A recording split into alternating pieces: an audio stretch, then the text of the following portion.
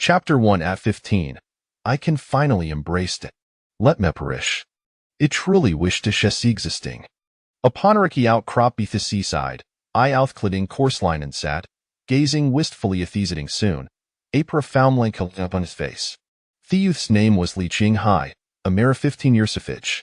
With well-defined features, bright eyes, and lips so ferocious he was soon deny a blithest handsome young man in this quaint fishing village. As such, many made in sophist sage secret liher-board affections for him. Yet, Li Qinghai remained indifferent. In Hai's eyes, women were a Buddha distraction from his resolute desire for death. Thiru Tophis despair lay in a book reciting within his mind. The book of infinite merit sandry birth. Its name, albeit a lengthy and peculiar, might be zistum or parapsodemy of this world's mystical arts. However, the tis not the crux of temeter watrula matter systatite servicesa golden kaitahis empowerment.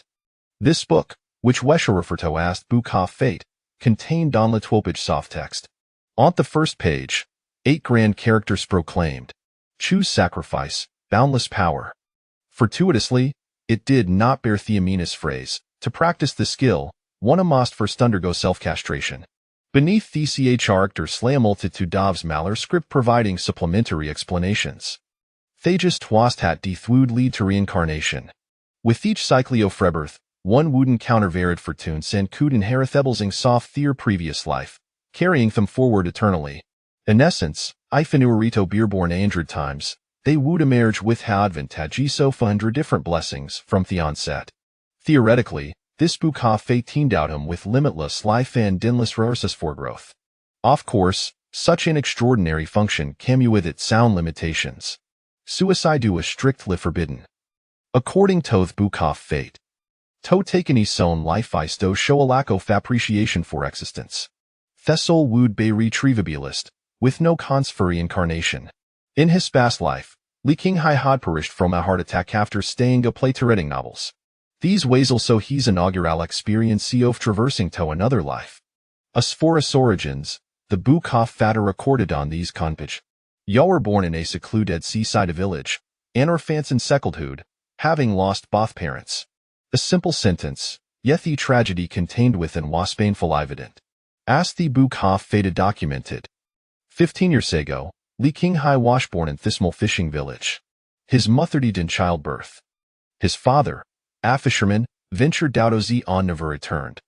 From the moment of his birth, he had brought misfortune upon his parents. The superstitious villagers regarded high as an omen of bad luck. Naturally, no family was willing to adopt them. Thought their superstition ways a flaw, the villagers also possessed admirable virtues. Of the suggestion of the old village ekif, each household took turn scaring for him for a day. Thus, Li Qinghai managed to survive his early years, despite being gutturally helpless. In the beginning, human nature is inherently good. All that children in the fishing village were innocent and pure. Yet in Li Qinghai harbored hot soft death. His art was on hastening is demise to be born into a better life. Consequently, he constantly sought opportunities for self-destruction. However, the fishing village, facing Thission nestled against the mountains, resembled to be the outside world. The phrase no theft in therodes, nalakador satnai tapla described the village. The villagers were ill simpline kind-hearted was for to witness violence, let alone even a quarrel. After tonight earsent the fishing village, Li Qinghai had yet often the opportunity to be killed. Eventually, Heltred is self-destructive plan. A Theogeophelivin, Li Qinghai packet is belonging sand left the fishing village. Nuni in the village had a veritim teto depart their ancestor should remain there for generations. Butas the saying goes, there was initially not a thin world when many trudge upon it, a path is forged. Li Qing had a dead tope the fierce trailblazer. He braved thorn sand brambles, taking half a month to ascend a great mountain. Standing atop the peak, Hegazid into Thedistance. Beyond the mountain lay yet no third mountain. Undeterred, Heprecedon. 1 mountain. 2 mountains. 3 mountains. Li Qinghai list count Hofhelm and a peak she had crossed. Yet before him, there remained endless chain of mountains. Ultimately, Hesserongder chu de continue, Hugh Dinavida bleibrish in the depths of the forest. Such a death, caused by no external factors, would fall under the category of suicide. In tattered clothing, disheveled and weary, Li King had returned to the fishing village in a state of despair. Thought his venture had proven fruitless, his yearning for self-sacrifice remained undiminished. If he could not escape the mountains, then he would venture in the sea. With the assistance of the kind-hearted fisherman, he could red a large vessel. Li King Hai's excellent the visto scene. After 3 months Satsia, Hefaliland had Nikoi sputter return to the fishing village. In the ensuing years, Li King Hai Kuden Lysaton Therakai Shore, Listinthotashadid to day. Hire Ned for Amraklito occur, hoping to encounter a celestial being who might fly. Of course, if such a being were a sinister practitioner of the dark arts, that will be even better. They could strike him down with a single blow, allowing him to pass directly into the next life. If that dark practitioner happened to be a captivating female disbelieved, lustful sect, it would be ideal. Experiencing the deathphone consumed by list would be an intriguing novelty. As Li King Hazeton reverie, contemplating his fate, Hinata said the soon dipping below the horizon, casting thwirled into twilight. Whither sigh, Heros. Alas! Another day without here revalif opportunity. 15 years when will thigh's existence come to an end? Shaking his head, he prepared to return home for a meal. Suddenly, the distant sky stirred with tumult. A serious soft hundrous booms resounded. What called Thismian? As Li King He lifted his gazetto investigate, the Bukhoff fate within his mind reacted unexpectedly. With Amarathought, a new theory ultima floated before him. The third page revealed its text, inscribed with the following. Attention, a battle between practitioners is underway in the distance. You are in imminent danger. In your final moments, you may uterating wish. The choice of your dying wish will influence our next life and the inheritance of your fortune. For instance, should you choose a top proclamage to defend the fishing village, you will bear a born into which was familiar and gain blessings for our righteous deeds. Conversely, should you choose to plead for mercy, you will bear a born into a landlord's household, inheriting feblesing so fable present. Supplementary notes: righteous deeds grant to an innate charisma, allowing your words store sonnet with the masses. Bullying through a kind still san absolute dominancy over the feeble, yet leaves ye uter lie submissivita the strong. Beware I fi out nothing, yo will bear a born in that place ye can the fishing village, with no alterations whatsoever. Li King He gazed words before him, nearly brought a to tears. 15 years. A full 15 years.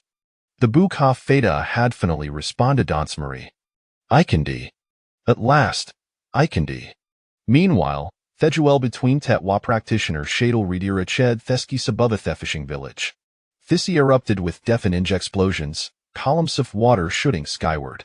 The villagers full theorems, trembling in fear at the unfolding before them.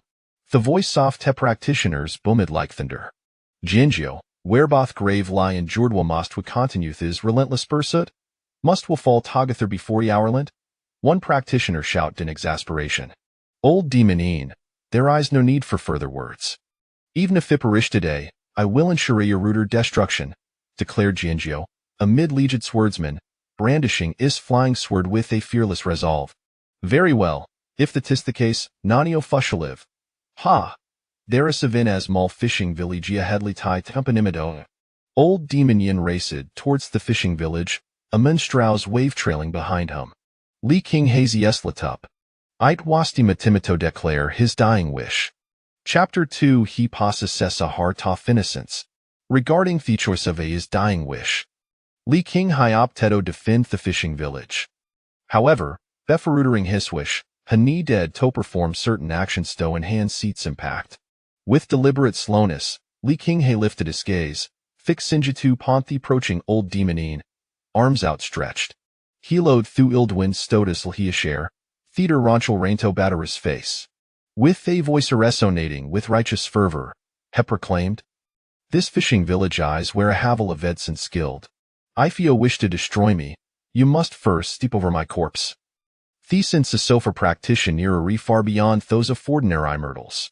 Though Li King He's voice wasn't lit loud, old demon Yun in the air heard him clearly. He, old demon Yin sneered, his gaze fixed in Li Qing Hai. An idealistic outf, indeed. Yet, TDP personide, spies mistis precisely like you. You, like Jinjio repulsim. Is Xiaoma Kiyumi appetizer. With a wavy sleeve, a colossal wavy behind him formed into a massive water serpent, surging towards Li Qinghai. A faint smile tiged deathy corner softly Qinghai smout hasha slowly closed his eyes. Jinjio, in hot pursuit, had no Tomito speak pointed this word, sending it forth. Wither sounding whoosh. Thus word cleaved through he serpent shed. Thisser cascaded down like a torrential rain. Event hot hespel had been dispelled, its residual force was beyond what a mere mortal likely Qingge cold endure. Li Qinghai felt as though a heavy hammer had struck him with great force. Yet, he did no experience in a pain, which greatly pleased him. With a sudden gasp, Li Qinghai wasn't flying, blood spewing from his mouth. Heffel to the sandy beach with a thud, lying motionless, completely unconscious. Jinju's figure a flickered and appeared before Li Qinghai. Extending his hand, his word flew back into his grasp. In Laoma, with me here, you shall nuther my min theslightest. In Laumo siez narrowed slightly, a thought for min Jinjismond. Jinjio, I am quite curious. If I were Fei said with the choice of protecting Highmore pursuing my life, which while the ouches? Jinju for Oedisbro, comprehending the implication of Fien Laoma swords. After a chasey after in Laoma, Hugh undoubtedly unable to protect the boy before him. Conversely, if he remained here to safeguard Theoth, it would mean allowing in Laomoto escape. Jinju cast a glance at the airborne in Laomo before looking down at unconsciously Qinghai. Thymiji flee Qinghai, selflessly risking his life for others, once he gained surface in his mind.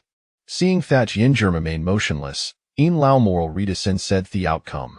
Jinjio, etap here si you have made our cois. With excellent sigh of resignation, in Laumo prepared to depart but felt a twinge of frustration. He couldn't help but tutor a parting threat. Jinjio, you have pursued for 3 days and nights. This grudge, in Lauma, shall sure liar pay in the future. Yet, despite this proclamation, in Laumo felt a sense of futility. After all, even hundreds of fight years from now, he dubbed Ted Wool Deverb Jinjias match. Gazing at the boy under Jinjias protection, have found a new target for Ezire. Jinjio, yo would dowl to protect that lad thoroughly. Before I'd a kimi revenge you, ishal first as a him azana pedizer. Ha ha ha. At last, in Laumo felt a sense of clarity and burst into raucous slaughter she flew away. Hadley King Aben awake a thought moment, Hew'd undoubtedly have a hoyful eye grasped Teen Lamashand, exclaiming wait a truly wonderful person he was. Jinjuachi de Zine Laomo vanished, offering no further words. To him, only the way couldn't gauge an idle chatter. Then, crouching down, Jinjuquicli assessed Li Qinghai's injuries, noting they were quite severe. Yet, in the presence of cultivators, such injurious were a hard lie significant. With a thought, Avia loft medicina flew from a sturge pouch. Hitu cow taple and placed it in Li Qinghai's mouth, subsequent lickenelling his spiritual nergida clear the blockade in his veins. Li Qinghai's spallid complexion soon regained some color. Jinjio murmured softly, Urimin me of my own yourself, willing to disregard life and death for friends and family. Ithis been manure since he have encountered such a pure-hearted outh. Exchanging in Lao mas live 40 hours sis indeed were the trade. For I believe in the future, yo will be capable of slaying hundreds, if not thousands, of in Laamos without difficulty. Eraresmile flickered across Jinjiusuala stoic face, revealing his deep satisfaction with Li Qinghai. You haveling was sheet in this small fishing village, but come, I shall take ye out o pursue thornily. Jinjias loli ascended, his lievis were lingus spiritual nurch envelope Li Qinghai, lifting into theer. Theft flying sword descended beneath their feet, soaring into thedistance. 3 days later, Jinju brought Li Qinghai to a vast expanse sea above Ernjob Mountains. The mountains below, known as Shawandan Mountains, where a territory off Jingyun sect. All the peace good be divided into 4 regions based on the density of spiritual energy. The outer region, dotted with houses, Washamato thousands of footer disciples. The inner region, while predominant like consisting of residences, also featured a few caves, serving gas the abode for several house and inner disciples. The career region waste the Hartofti sect. Here, one could find numerous granals, including Galkama rooms, artifact refining halls, and libraries. Surrounding Thesis Sintra led a Ficeswormini caves, inhabited by key figures soft he sect, such as the sect leader, elders, and core disciples. As for the fourth region, it was a forbidden area of the sect, a place where ordinary disciples could not venture. Jinjo, Bangonio Fielder Soft Qingyun sect, did not linger upon entering Shawandan Mountains, but traversed directly in Tothakor region on his flying sword. Before long, the sword landed at Opay Mountain peak shrouded in spiritual mist. Every cultivator has their preferences, and their methods for establishing caves differ. Most sect members prefer to carve their cave into the mountain's into formations, creating ideal cultivation environments. However, Jinju is different. This cave consisted of few simply wooden huts per day top the peak. Jinju landed and stored the flying sword away, glancing back at Li Qinghai, who remained enveloped in spiritual energy, still unconscious. Though his physical injury had healed, Hissel had also been shaken, requiring several days so rest before he could awaken. Jinju then took Li Qinghai to nuff wooden huts, carefully laying him on the bed. Hesiate himself beside the bed and summoned a communication wooden to bolt from a storage pouch, which floated before him. Brother sect leader, please accommodate Mulhoot for meeting. After transmitting the message, he would inform it. A mid-leged cultivator, slightly older than with graying hair, entered the hut. He was Lu Dao Yuan, the current sect leader of Qingyun sect. Lu Dao Yuan approached Jianju and, up noticing Li Qinghai and Thebed, quickly discerned that Thu was merely an ordinary myrtle. Junior brother Jinjo, we have brought back a myrtle? Lu Dao Yuan inquired, puzzled. Thuff High's beauty mortal, he possesses sap your heart, willing to sacrifice a himsel for others.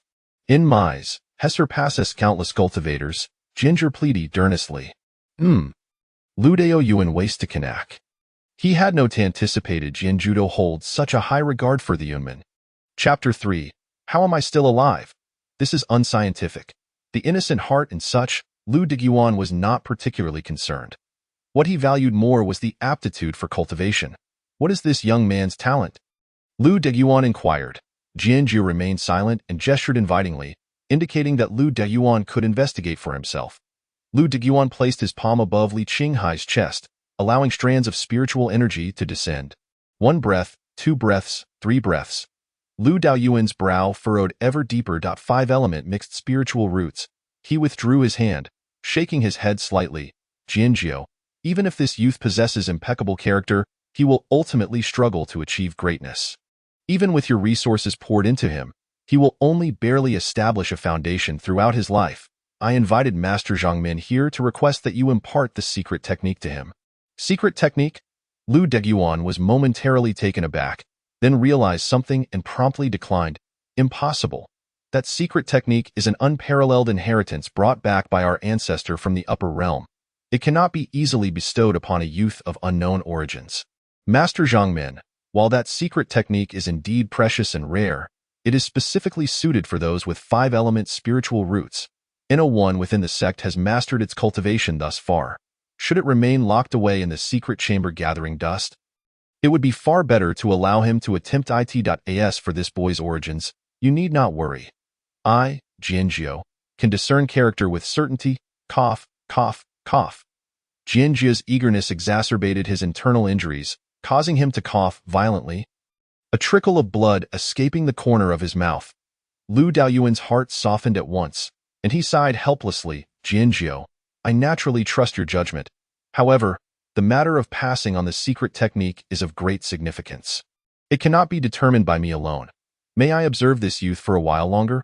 Of course, that is no problem. Jianjiu smiled faintly, filled with confidence in Li Qinghai. And your injuries? Lu Daoyuan shifted the subject with concern. I suffered some damage to my foundation while contending with the old demon. I will need to seclude myself for a period as for this boy.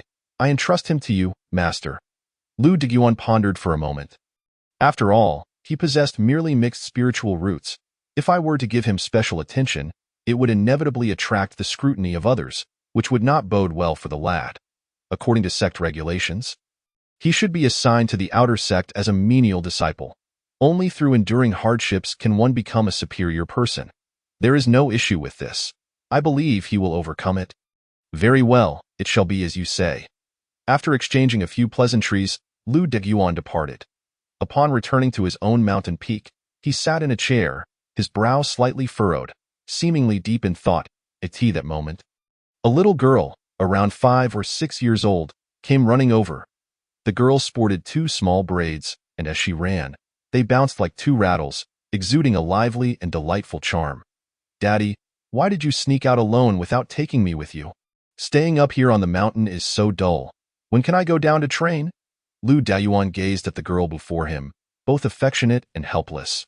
Her constant clamoring to descend the mountain was truly overwhelming. Given her innocent demeanor, if someone were to take advantage of her, she might even assist them in counting money. He needed to find her something to do. Suddenly, Lu Daoyuan's eyes brightened. Just moments ago, Jianjiu had entrusted that youth to him.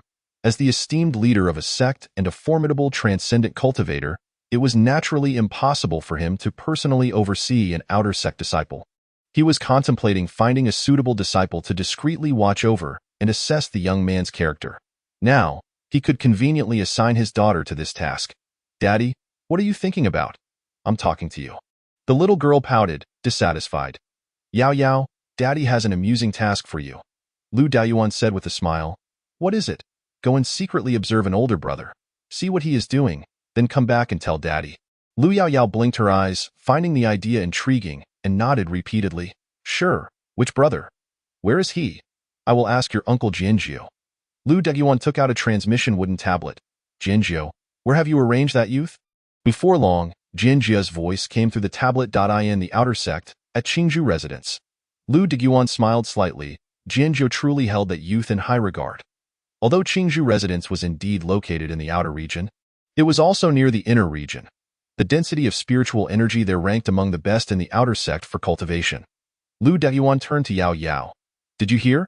He is at Qingzhou residence. You can go and take a look when you have time, but remember not to reveal yourself." "Okay, I understand," Yao Yao exclaimed, turning on her heels and darting away, disappearing in an instant. Lu Daoyuan shook his head helplessly. He had barely finished his instructions. However, there was no need to elaborate too much. After all, in the sect, no one would dare to harm Lu Yao Yao. At this moment, within Qingzhou residence, Li Qinghai lay quietly on a wooden bed. Gradually, his eyes moved and slowly opened. "Where is this?" Looking at the unfamiliar surroundings, Li Qinghai muttered to himself. Suddenly, he recalled something, his eyes widening in astonishment. "Wait, I'm not dead?" Li Qinghai sprang up suddenly, patting his limbs and feeling his body. All 4 limbs intact. The body is healthy. Li Qinghai was stunned, staring blankly. "How can I not be dead? This is unscientific. Is that old demon so weak? It seems there are unread words in the Book of Fate." Li Qinghai sensed something. On the 4th page, several lines of text appeared. "You survived a great battle. Your luck is extraordinary. Your reincarnation and fate have changed. In your next reincarnation, you shall receive the blessing of fate." The child of fortune. What the heck? The child of fortune? Isn't that the quintessential protagonist's halo? Li Qinghai felt a surge of excitement, his hands trembling. His eyes darted around, searching for something that could end his life. However, he soon calmed down, as he suddenly recalled that suicide would lead to the obliteration of his soul. "What is that?" Li Qinghai noticed some items on a small wooden table not far away. He jumped off the bed and approached the table to examine them one by one. A manual titled Concentration Technique, a low-grade spirit stone, a bottle of pills labeled appetite-suppressing pill. An identity wooden tablet, one side inscribed with Qingyun sect, and the other side reading Outer Sect Disciple, and a set of Outer Sect Disciple robes. Having read many cultivation novels, Li Qinghai quickly reached a conclusion upon seeing these items. Not only was he not dead, but he had also been brought back to the sect by a cultivator. Outer Sect Disciple. This meant his aptitude was quite poor. However, this was not a problem. Once he died, he would be blessed with the child of fortune in his next life. Starting off with an advantage, how could other cultivators compete with him? Since he was within the sect, dying would be exceedingly easy. "I'll just provoke a powerful figure when I go out, and let them slap me to death." Li Qinghai chuckled to himself, just as he was about to leave. The Book of Fate reacted again. Chapter 4. Farming? This is not what I imagined cultivation would be like. Li Qinghai halted his steps and began reading the text in the Book of Fate. Please note, Actively provoking cultivators stronger than yourself constitutes an act of suicide. Regarding the judgment of suicide, deaths caused by your own arrangements fall under your own karma and must be borne by yourself. This is classified as suicide. Regarding the judgment of homicide, if you intervene in another's affairs, it is primarily governed by their karma, and you need not bear the consequences, which constitutes homicide, and no further reminders will be given. Please be aware and treat death with caution. Li Qinghai felt a bit bewildered. The concept of karma was far too mysterious. For him, an ordinary person yet to cultivate, it was utterly incomprehensible. However, he could understand the reading. Suicide falls under one's own karma. In other words, even if he did nothing, simply aging and dying naturally would also be a form of chronic suicide caused by his own karma. Overall, if he wanted to die, he had to wait for another opportunity like last time, when others were engaged in a heated battle, and then he could seek death. Only in such a case would it be ignited by someone else's karma, thus qualifying as homicide. He understood, but the difficulty of suicide had clearly increased significantly. Li Qinghai resignedly sat down in a chair. Finding a powerful cultivator to kill him was no longer feasible. Though a bit disappointed, he did not feel disheartened, for he knew that in the world of cultivation, killing and treasure snatching were commonplace, and there would be plenty of opportunities to seek death in the future.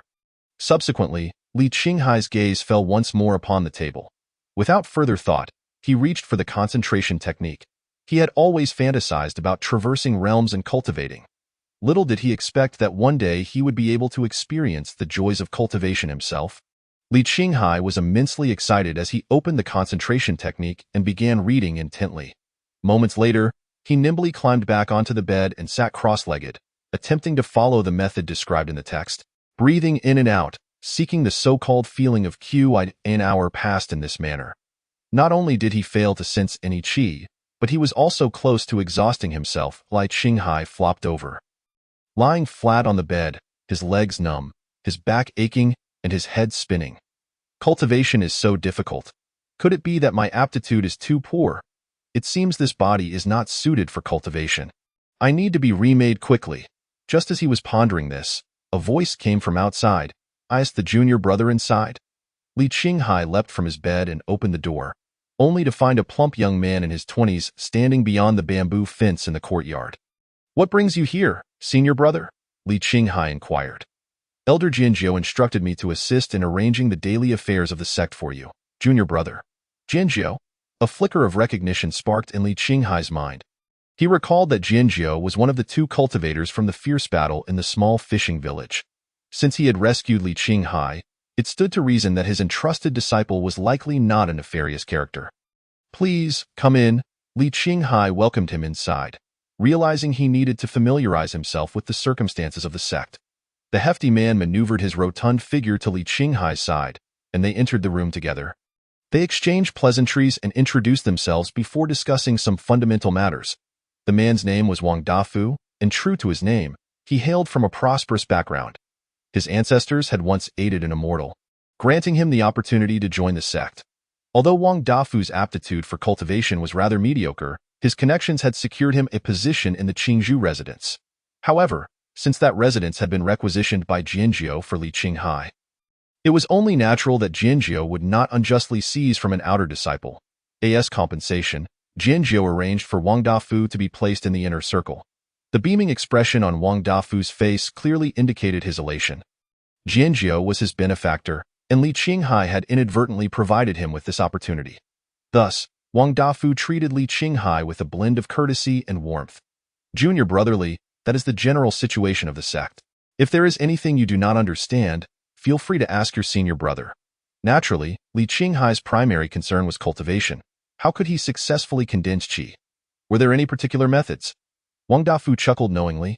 I anticipated your interest in this matter.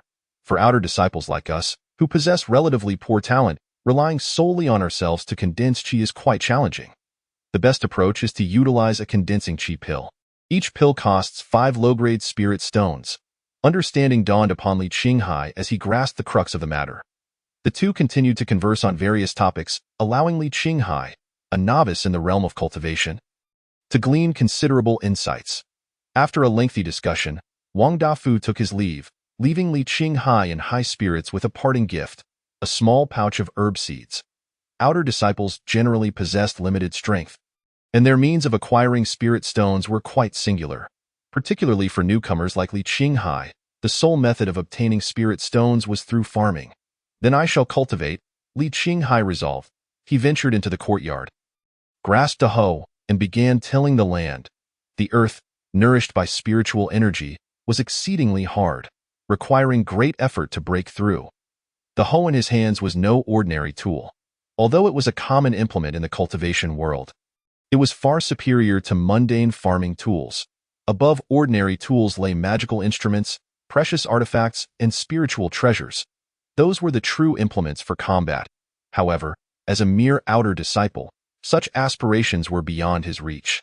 His immediate task was to farm. After laboring for several arduous hours, Li Qinghai finally planted all the seeds. Leaning against his sore back, he settled slowly onto the threshold, gazing at the expanse of farmland in the courtyard. Nearly moved to tears, this was nothing like his imagined vision of cultivation. Previously, he had fantasized about soaring through the skies on a sword, reveling in freedom. Where was the image of farming in this scenario? Moreover, according to Wang Dafu's description, the pouch of spiritual herb seeds contained gathering qi grass. Based on yield and time, if harvested monthly, it could yield 1 to 2 spirit stones. If harvested after 6 months, it could yield 6 to 10 spirit stones, and if after a year, it could yield 15 to 20 spirit stones. In other words, it would take approximately half a year to exchange for a single condensing qi pill. Furthermore, using a condensing qi pill did not guarantee success in condensing qi. Historical records indicated that the most talentless disciple of the Qingyun sect required 9 condensing qi pills before achieving success. If he were to follow in that disciple's footsteps, the outcome would be disheartening, almost unbearable to contemplate. Wait a moment. Why must I cultivate it all? Wouldn't it be more delightful to be reborn and cultivate in the next life? Moreover, once I begin cultivating and my strength increases, wouldn't that make it less likely for me to perish? How foolish of me to have been so preoccupied with experiencing the joys of cultivation that I overlooked this critical point. I possess an advantage. Seeking death is the most pressing matter at hand, not farming for spirit stones. Gazing at the spiritual field, Li Qinghai felt a twitch of irritation, an entire afternoon spent in vain. His body was weary, but his heart was even more fatigued. Enough, he decided. I shall retire for the night. I need to replenish my energy for the morrow's rebirth. Chapter 5. A Life at Stake. Such fortuitous circumstances as dawn broke, Li Qinghai's heart surged with excitement, his eyes shining brighter than the morning sky. Sleep eluded him. He simply could not rest. With a swift motion, he flipped over and rose from his bed. The early bird catches the worm, and the early Qinghai seeks a fortuitous rebirth. Dressing in the garb of an outer disciple of the Qingyun sect, he proceeded to freshen up and consumed a spirit-enhancing pill. After all, even in death, one should maintain dignity. He ought to perish as a well-fed ghost. This was his final act of defiance before his demise. Once fully prepared, Li Qinghai held his head high and strode out of the Qingzhou residence. Li Qinghai had meticulously devised his plan for seeking death. The previous day, he had inquired with Wang Dafu about the areas with the highest concentration of people in the outer circle. Li Qinghai understood that where there were many people, there would be more conflicts, thus increasing his chances of an untimely demise. Wang Dafu, despite his mediocre cultivation aptitude, possessed an astute grasp of information. In his own words, he attributed this to the influence of his family. After all, to amass wealth in business, one must gather information and discern potential opportunities. Within the Qingyun sect, possessing ample information was even more vital. Only then could one discern what actions to avoid and which individuals to steer clear of, ensuring one's survival. Wang Dafu had also imparted several life-preserving techniques to Li Qinghai, but as he nodded along, he promptly forgot them all. A man intent on seeking death had no use for such skills. Li Qinghai journeyed eastward, passing numerous houses akin to his own Qingzhou residence. Peering inside, he observed that each courtyard was adorned with spiritual herbs. If anyone attempted to steal these herbs, they would find it nearly impossible. Once spiritual herbs were planted, they would automatically activate protective formations. Only the house's owner, possessing an identity token, could freely enter and exit. This indirectly safeguarded the outer disciples' safety. For the Qingyun sect, Such protective formations operated seamlessly by absorbing the spiritual energy of heaven and earth without incurring any costs. Yet, they could ensure a free labor force for farming, making it a surefire investment. After approximately half an hour, Li Qinghai finally arrived at his destination, Morning Cultivation Mountain. Every dawn, the spiritual energy at this peak was significantly denser than in the surrounding areas. Cultivating here for an hour equated to practicing for 2 hours within one's own dwelling. And that was only at the base. At the summit, it could exceed 3 hours. Thus, every day, a multitude of disciples congregated in this location. Of course, this did not mean that all outer disciples, numbering in the tens of thousands, would be present. Other peaks existed in the vicinity, and many disciples preferred to cultivate closer to their quarters. Li Qinghai scanned the Morning Cultivation Mountain and clicked his tongue in surprise. He thought he had risen early enough. Yet these cultivation fanatics had already beaten him to it. A glance revealed that hundreds of individuals were already present, some at the summit, some at the base, and others even midway up the mountain. The mountainside was riddled with numerous caves, where cultivators diligently practiced. Each disciple engaged in their training with great discipline, maintaining a respectful distance from one another. Creating a harmonious and orderly scene, Li Qinghai was in no rush. Rather than joining them, he settled beside a large tree. Plucking a blade of grass, he chewed on it while muttering, "I refuse to believe that when more people gather, you won't all start competing for resources." Moments later, a familiar voice broke through the air. "Junior brother?" Li Qinghai turned to see Wang Dafu's round face approaching. "Oh, it's you? Senior brother Wang, I didn't realize you were here." "Ah, so it is indeed you, junior brother," Wang Dafu replied, taking a seat beside him. "Why aren't you over there cultivating?" "I actually suffer from social anxiety." "Social? Anxiety?"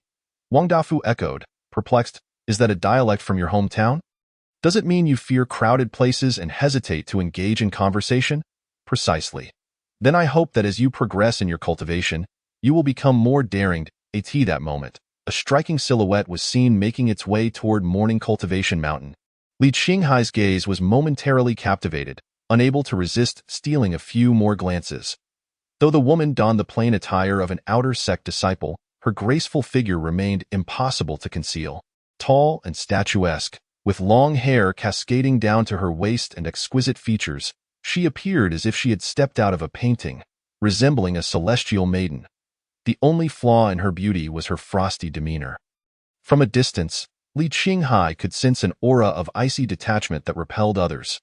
Wang Dafu, noticing Li Qinghai's interest in the enchanting woman, chuckled, "Junior brother, have you fallen for her?"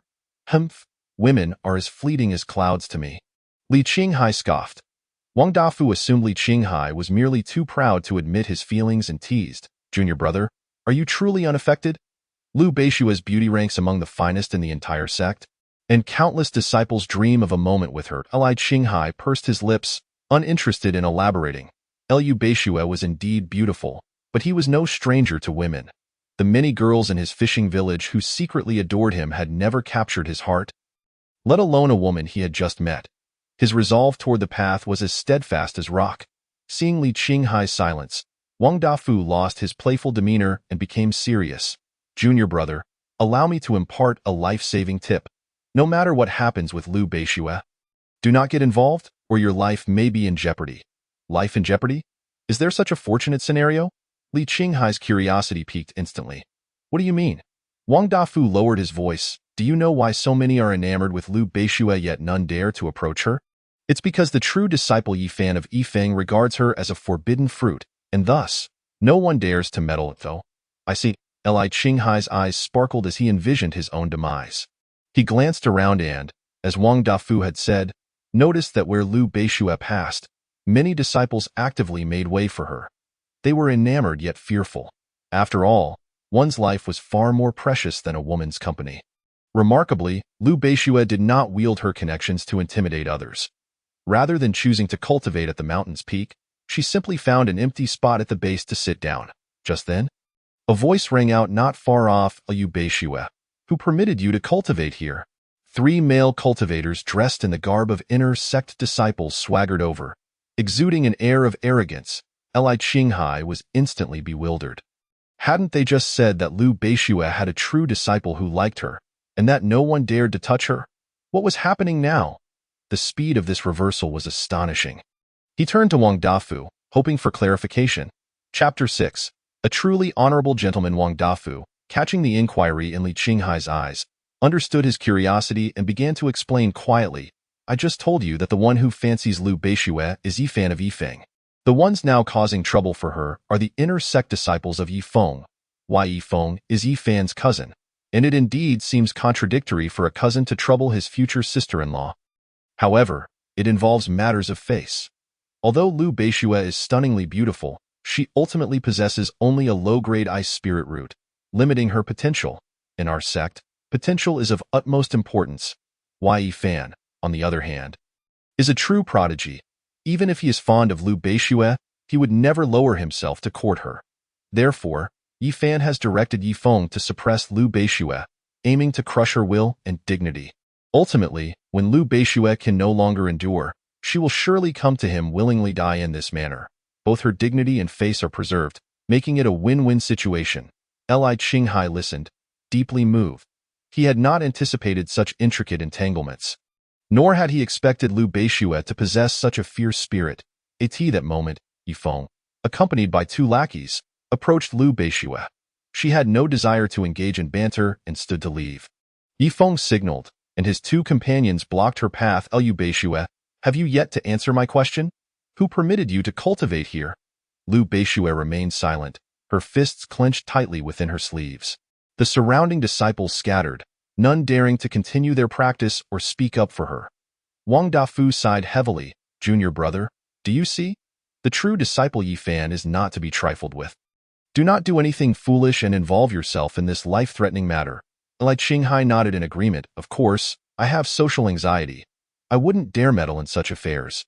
Why Yifeng continued to press. Liu Beixue, did my cousin agree for you to cultivate here? It was clear to everyone that Yifeng was trying to guide Liu Beixue, offering her an escape if she admitted that Yifan had permitted her.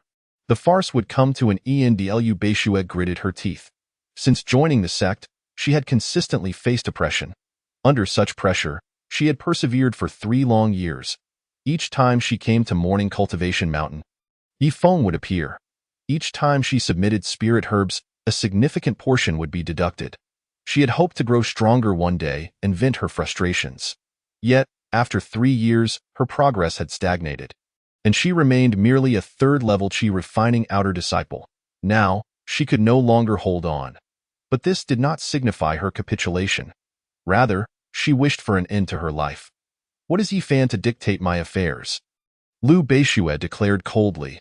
This time, she had resolved to go all out. If death was inevitable, she might as well express her anger. Though you think I fear killing you? Yifeng gritted his teeth, his murderous intent palpable. Liu Beixue sensed the threat and realized today she was likely doomed. Perhaps death would serve as a release. In the distance, atop a great tree, Lu Yaoyao sat on a branch, swinging her legs and munching on seeds while watching the unfolding drama. Sensing the situation was amiss, she was about to reach for her storage bag to intervene when suddenly, a voice rang out. Well said. What is Yifan to dictate anything? What the hell? Who is so bold as to speak up now? All eyes turned toward the source of the voice, landing squarely on Li Qinghai. Wang Dafu's eyes widened in disbelief. Hadn't he just said that Li Qinghai had social anxiety and would never dare to get involved? Not only Wang Dafu, but everyone else was equally baffled. Who was this guy?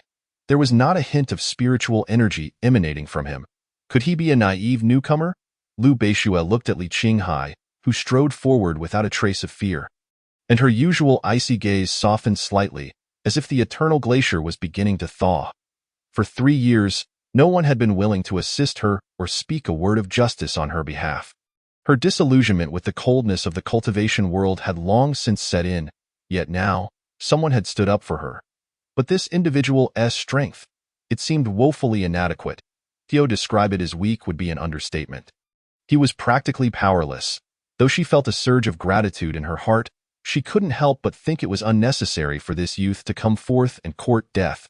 Amidst the confusion and shock of the onlookers, Li Qinghai approached Liu Beixue, unhesitatingly extending his arm to shield her. Do not fear, I am here. Though he spoke these words and sighed, Li Qinghai was overjoyed, thinking, Do not block my path. Let me die first. Yifeng cast a scornful glance at Li Qinghai. Himph, you? Trying to be a hero and save the damsel in distress? Aren't you afraid of death? Li Qinghai sensed the response from the Book of Fate.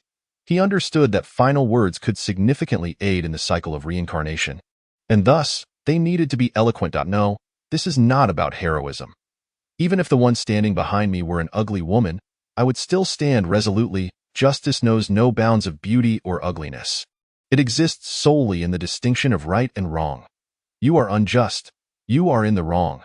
That is why I stand here.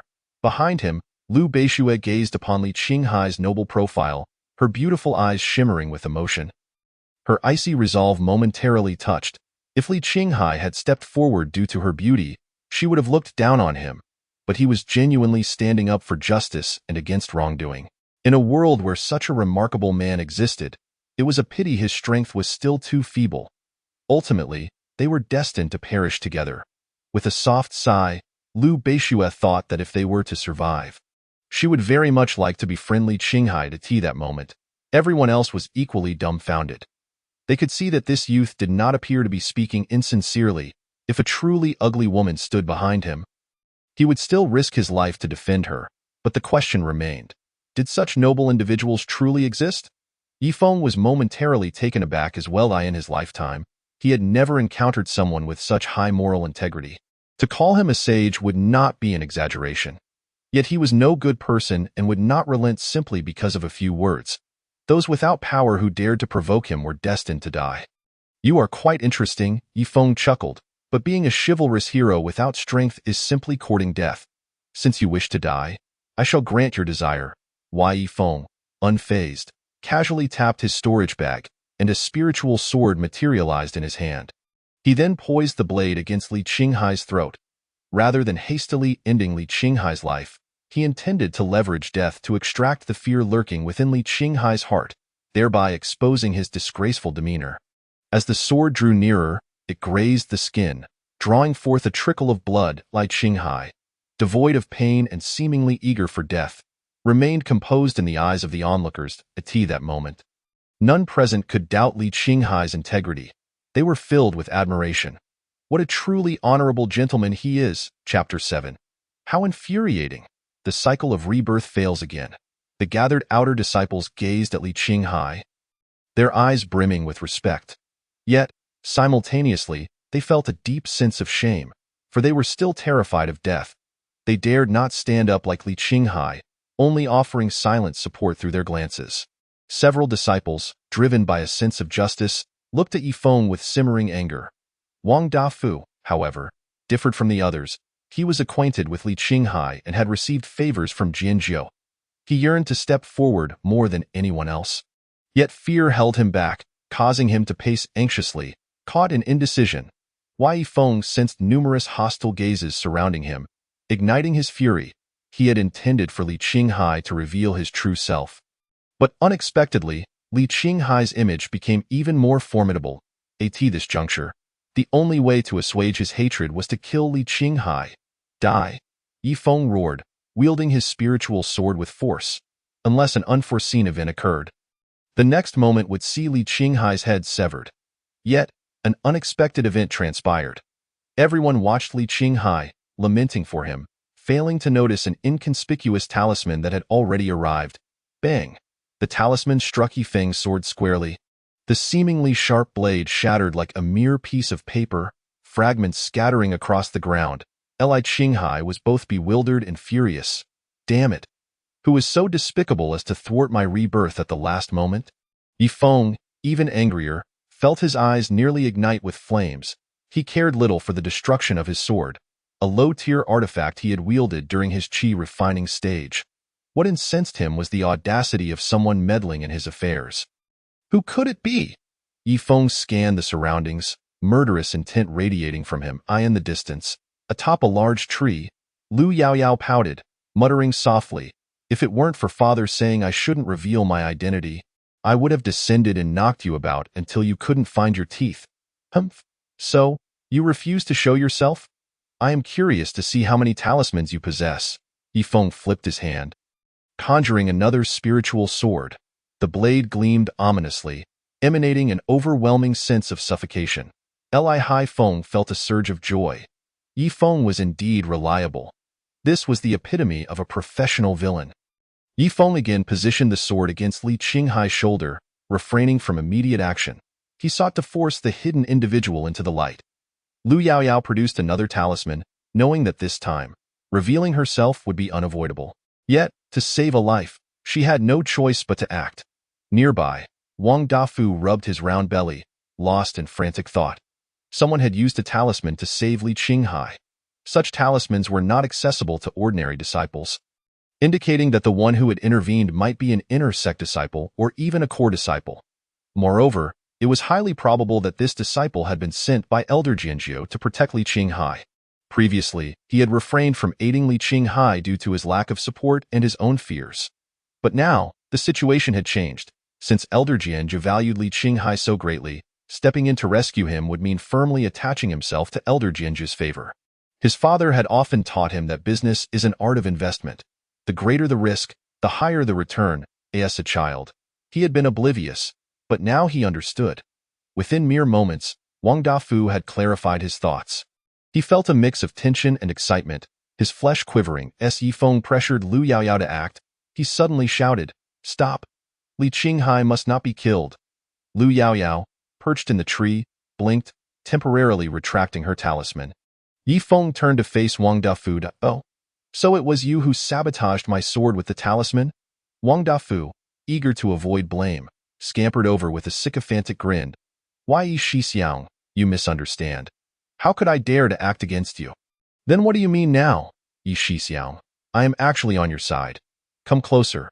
I have something to discuss with you." Yi Feng furrowed his brow, suspecting the rotund man wouldn't dare to play tricks, and moved closer. Wang Dafu whispered in his ear, "Yi Shixiang, Li Qinghai cannot be harmed. His backing is Elder Jianjiu. Yi Feng's heart jolted. Is that true?" "Absolutely.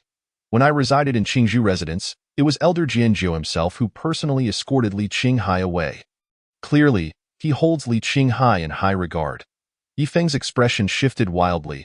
Shock, rage, and fear coursed through him.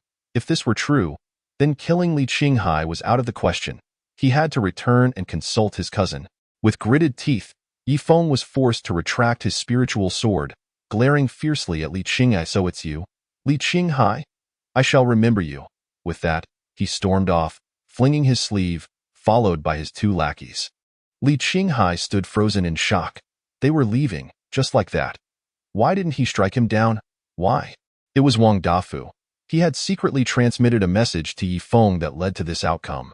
Despondent, Li Qinghai gazed at Wang Dafu, who was making faces at him, boasting of his cleverness, as if to say, "Li Shidi, that was perilously close.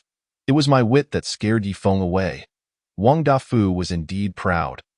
Not only had he saved Li Qinghai, but he had also secured Elder Jianjiu's favor without offending Yi Feng. This investment was simply perfect. However, Li Qinghai felt an overwhelming urge to punch Wang Dafu. How infuriating! Why must there be despicable people like Wang Dafu in this world? I wish there were more good people like Yi Feng.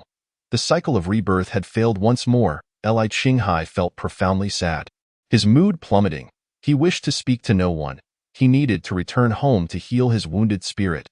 With heavy steps, Li Qinghai made his way towards Qingzhou residence. Upon seeing him depart, Lu Bishue hastily called out, "Li Daoyu." Li Qinghai waved his hand without looking back. Even the beauty before him failed to ignite any interest in Lu Bishue's eyes. This only deepened her admiration. What a true gentleman! Had it been any other man, saving her, he would surely have seized the opportunity to converse with her.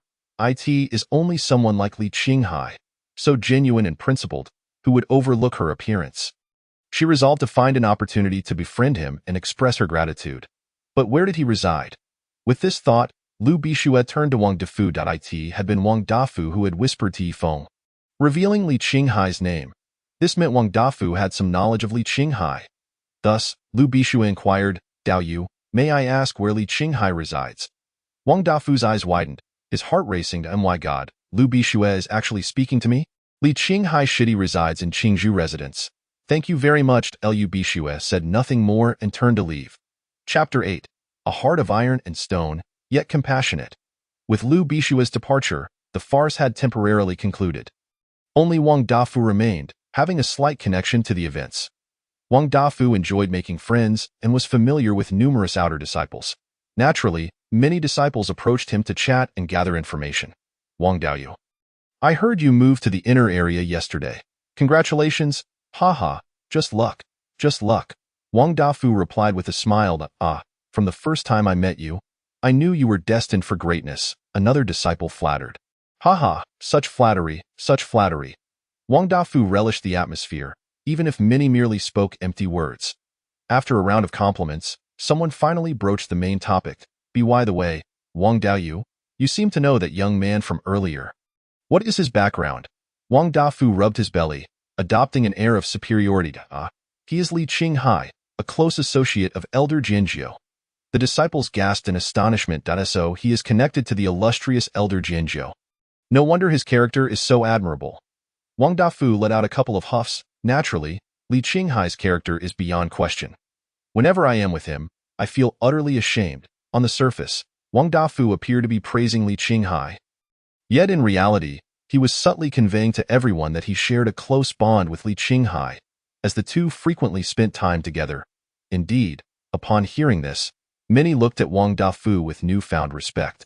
Wang Daoyu, why did I notice that Li Qinghai's expression was grave, and he seemed rather displeased when I saw him leave earlier? Yes, I too was quite puzzled as to why Li Qinghai, despite surviving, appeared so downcast. Could it be that he wishes for death? Faced with the crowd's confusion, Wang Dafu's eyes darted, and soon he had a ready response. With a look of exasperation, he exclaimed, "Oh, you all still do not comprehend?" Everyone was bewildered. What on earth should we understand? Wang Dafu sighed softly. Alas, the reason for Li Qinghai's somber demeanor and his evident discontent is simply because, throughout this ordeal, not a single person has stepped forward to lend support. He witnesses the cold indifference of the world and cannot help but feel a deep sorrow within. In that moment, all the disciples unconsciously lowered their heads. Shame. They felt an overwhelming sense of guilt. What a compassionate figure Li Qinghai was. Observing this, Wang Dafu let out a soft sigh of relief, thinking he had successfully misled them. I am truly astute. Li Shidi will surely thank me for this later. Take care of yourselves with that. Wang Dafu sighed once more, shook his head, and departed. After taking a few steps, he quickened his pace, eager to escape, fearing that he might eventually lose his composure and reveal his true self. On the other side, Li Qinghai returned to Qingzhou residence. All the way back, he continually reassured himself, it's all right, failure is the mother of success. A minor setback cannot bring down the future heavenly emperor. It is not easy to wish for death. Many great opportunities await me. Upon reaching his small wooden house, he was no longer sorrowful. In fact, he felt invigorated with renewed determination. Sitting at the table, he rested his chin on his hand, reflecting on the events that transpired. He needed to discern where he had gone awry that had led to his survival. Just as he was deep in thought, he suddenly remembered that he had neglected to read the Book of Fate earlier, so he took a glance. You have survived an encounter with a Foundation establishment cultivator, a feat that can only be described as miraculous. Your existence has inadvertently saved a future Titan who will profoundly influence the cultivation world. Your reincarnation and fate have shifted. In your next reincarnation, you will gain the fortune of a child of destiny, guiding you towards auspiciousness and away from calamity. The Titan? Liu Beishue? That cannot be. Wasn't that beauty's aptitude rather lackluster? Regardless, it had nothing to do with him.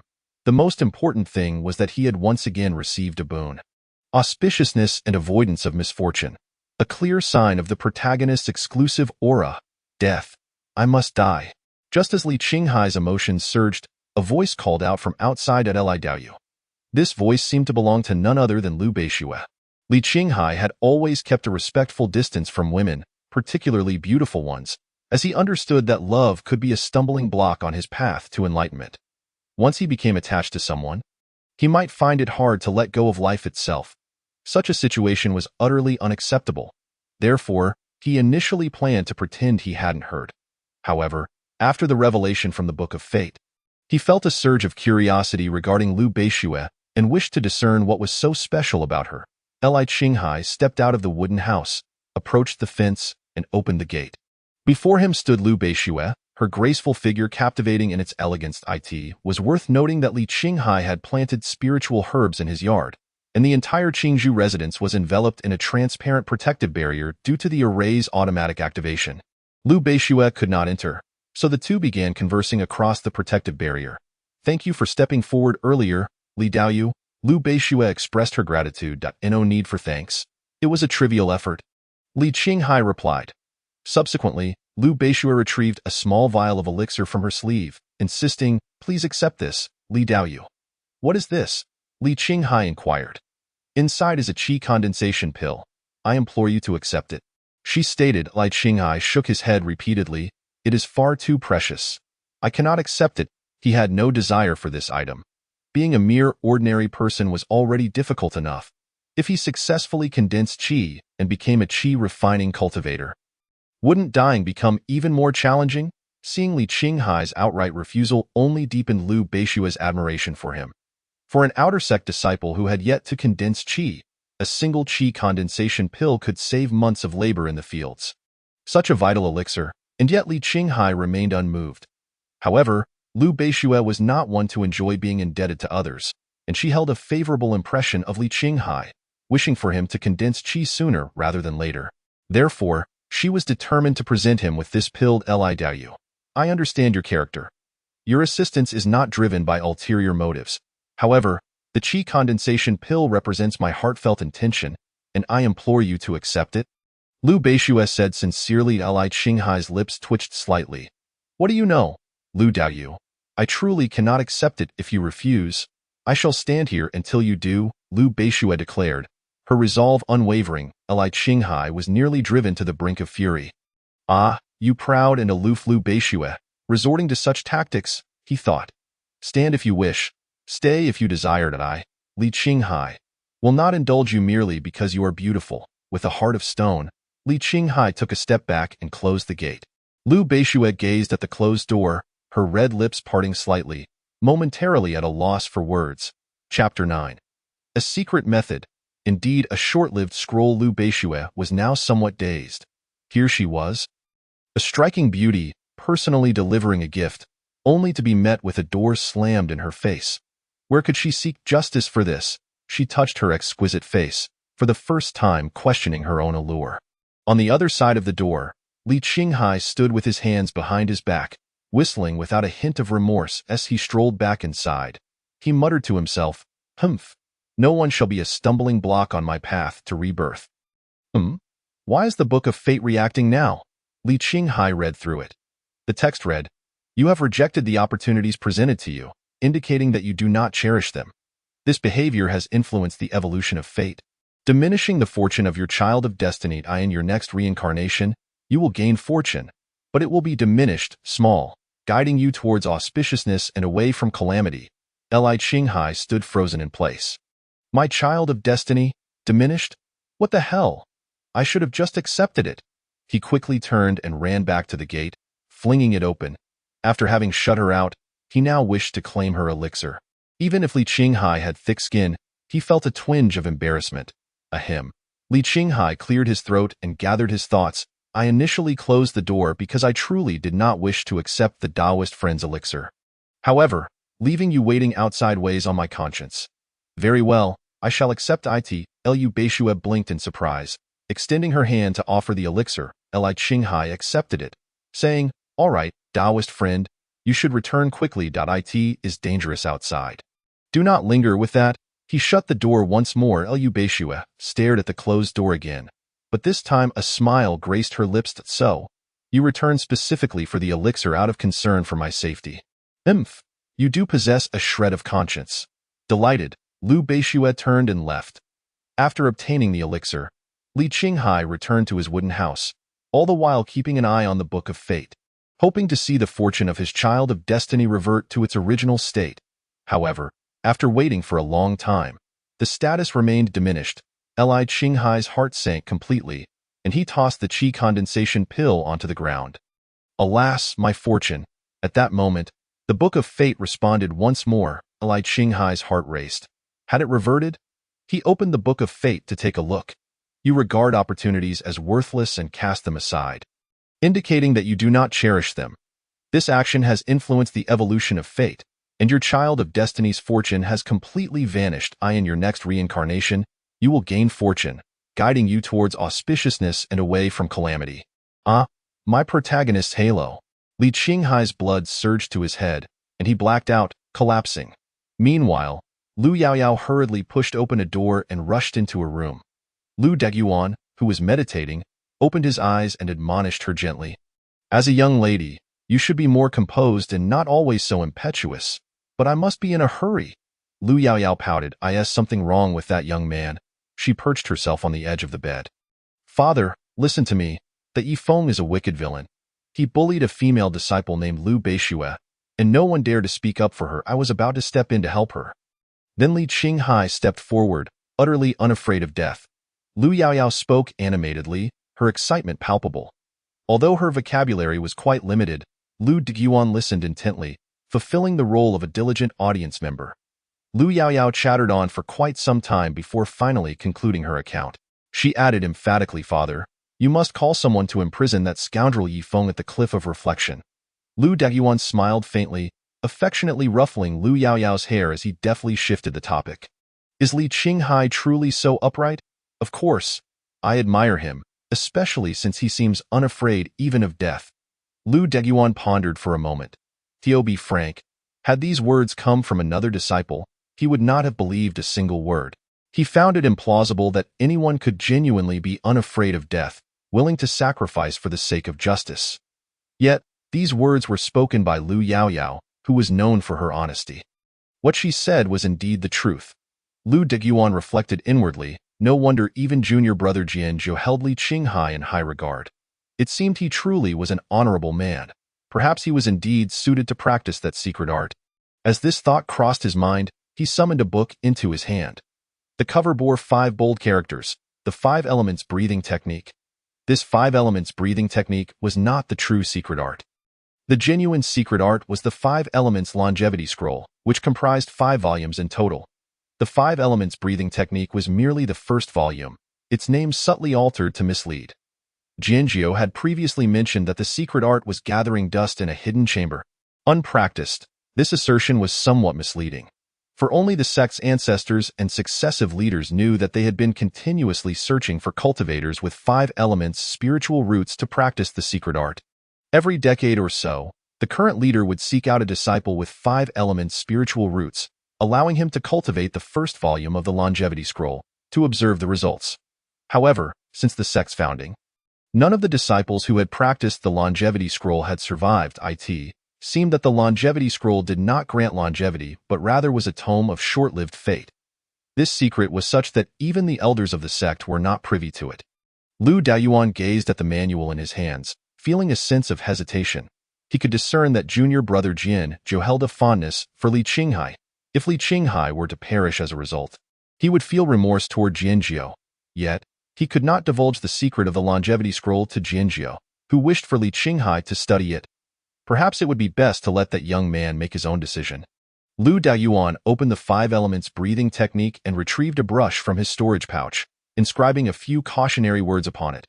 For cultivators with 5 elements spiritual roots, pursuing the path of cultivation is fraught with challenges. Yet, this technique is ideally suited for such cultivators, truly a means to seize the heavens' creation, one that is intolerable to the heavens. Those who practice this technique, unless endowed with great fortune, will constantly encounter peril, ultimately leading to their demise. Proceed with the utmost caution. Upon completing these words, Lu Daoyuan closed the book. In truth, his warning bore a striking resemblance to the foreboding words recorded at the beginning of the longevity scroll, essentially conveying that those lacking fortune would inevitably suffer backlash. Were it not for Jianzhou's regard for Li Qinghai, Lu Deguan would not have opened this back door. He handed the manual to Lu Yaoyao. Find an opportunity to present this technique to Li Qinghai. All right, Lu Yaoyao, thrilled at the prospect of clandestinely observing Li Qinghai, dashed out of the room with the manual in hand. Lu Deguan sighed softly, muttering to himself, I hope you recognize the dangers and refrain from pursuing this short-lived scroll. Chapter 10. A treasured find. an art of self-destruction. When Lu Daoyuan first encountered Li Qinghai, he regarded him with disdain. As the sect's leader, he placed immense value on talent, for it was the foundation of the sect's growth. A disciple like Li Qinghai, with his mixed spiritual roots, would ultimately be of little significance. Despite possessing some admirable qualities, however, after hearing Lu Yaoyao's account, he found himself unexpectedly admiring Li Qinghai. It would indeed be a pity if such a person were to perish. Thus, he made a point to inscribe those words in the 5 elements breathing technique. In Lu Daoyuan's view, any rational individual would, upon reading those passages, choose not to practice the breathing technique. After all, who would wish to court death without cause? After a lengthy interval, Lu Yaoyao hurried to Qingzhou Cottage. Upon seeing the tightly shut door, she found herself momentarily perplexed. Although she was a foundational cultivator, she could not breach the protective array. How, then, could she deliver this technique? Lu Yaoyao tilted her head, pondering briefly before her eyes lit up with inspiration. She retrieved the manual from her storage pouch and tossed it onto the ground. Then, she shouted several times toward the interior, "Li Qinghai! Li Qinghai! Li Qinghai!" Inside, the beleaguered Li Qinghai lay sprawled on the ground. Still in a state of unconsciousness, the vanishing of the protagonist's halo had nearly cost him his life. Naturally, he could not hear the calls from outside. Lu Yaoyao placed her hands on her hips. Perplexed, could it be that Li Qinghai isn't in there? That shouldn't be the case. Where else could he be at this time? Perhaps he simply doesn't wish to meet strangers. Suddenly, she had another idea. She began to shout once more, "Help! Help! Help!" The unconscious Li Qinghai's body jolted. This was a primal signal arising from his subconscious, a plea for help. That meant someone was in danger, which meant he could venture forth to seek his own end. Li Qinghai abruptly opened his eyes, springing to his feet with a start. Good, good, good. An opportunity to seek death has come knocking. He dashed out of the small wooden house, approached the gate, and flung it open with vigor. He scanned left and right, yet found not a single soul in sight. Where was the person in distress? Had he missed them? Had the one in need of help already fled? From a distance, Lu Yaoyao perched atop a large tree, nodding in satisfaction. Indeed, Li Qinghai is a man of warm-heartedness. He didn't respond to his name being called, but upon hearing the cry for help, he dashed right out. Lu Yaoyao had no intention of meeting Li Qinghai just yet. Observing him from the shadows was much more enjoyable, and she needed to maintain an air of mystery. Thus, she had devised this method to deliver the manual. Seeing no one about, Li Qinghai intended to close the door and return inside. However, as his gaze inadvertently fell upon the ground, he noticed the manual. What is this? Curiosity piqued, Li Qinghai picked up the manual. 5 Elements Breathing Technique? A cultivation manual? He casually flipped open a page and was struck wide-eyed. Those who practice this technique, unless endowed with great fortune, will constantly encounter peril, ultimately leading to their demise. Constantly encounter peril, ultimately leading to their demise. This was simply a technique tailor-made for him. Who could be so kind as to present such a manual to him? Cultivate. I must cultivate quickly. Li Qinghai felt as though he had stumbled upon a treasure. He closed the door hastily and returned to the small wooden house, seated himself on the bed, and began to read the manual eagerly. At that moment, the Book of Fate stirred once more. Li Qinghai temporarily set aside the manual and glanced toward the Book of Fate. You have casually picked up a heavenly secret manual right at your doorstep. Your fortune is indeed enviable and incites jealousy. Your actions have brought you fortune. You are the child of destiny. Ah, my protagonist's halo has returned? Li Qinghai was astonished and elated. He then picked up the 5 Elements Breathing Technique again, examining it with curiosity. How is this an extraordinary manual?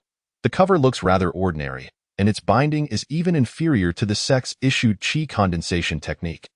How could such a thing be deemed a heavenly art? Even to the extent of defying the heavens, allowing the son of destiny to reclaim his fortune. This truly confounded Li Qinghai. However, he was too indifferent to delve deeper into it. Once he mastered this perilous technique, he would be able to reincarnate more swiftly. Thus, all other matters became utterly insignificant. Li Qinghai, with an insatiable thirst for knowledge, immersed himself in his studies, neglecting food and sleep.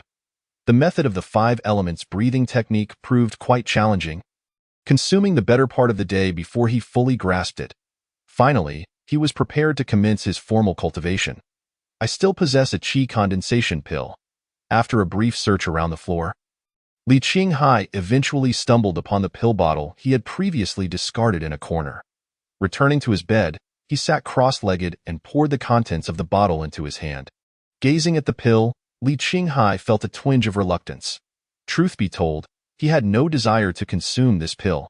However, he had begun to comprehend the rules of the Book of Destiny. If he deliberately chose not to take the pill during his cultivation, the Book of Destiny might admonish him, stating, "You are unskilled in seizing opportunities, blind to fortune." Ultimately, it could reclaim the very luck he had just acquired, which would leave him in tears. Li Qinghai was unwilling to take such a risk. After all, a single qi condensation pill likely wouldn't have a significant effect. He tossed the pill into his mouth and swallowed it. Gradually closing his eyes, he began to focus intently on practicing the 5 elements breathing technique. Time passed imperceptibly. Before he realized it, Li Qinghai felt himself enveloped in a state of chaos. His body felt weightless, as if he were soaring amidst the cosmos. That moment, Li Qinghai was devoid of sensation.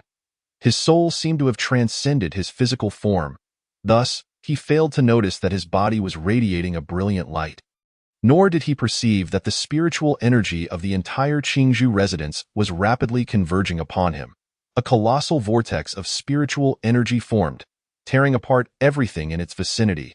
However, the spiritual energy within Qingzhou residence was rather limited. The domineering 5 elements longevity scroll showed no regard for this. He no longer merely absorbed spiritual energy. It began to seize it in the courtyard.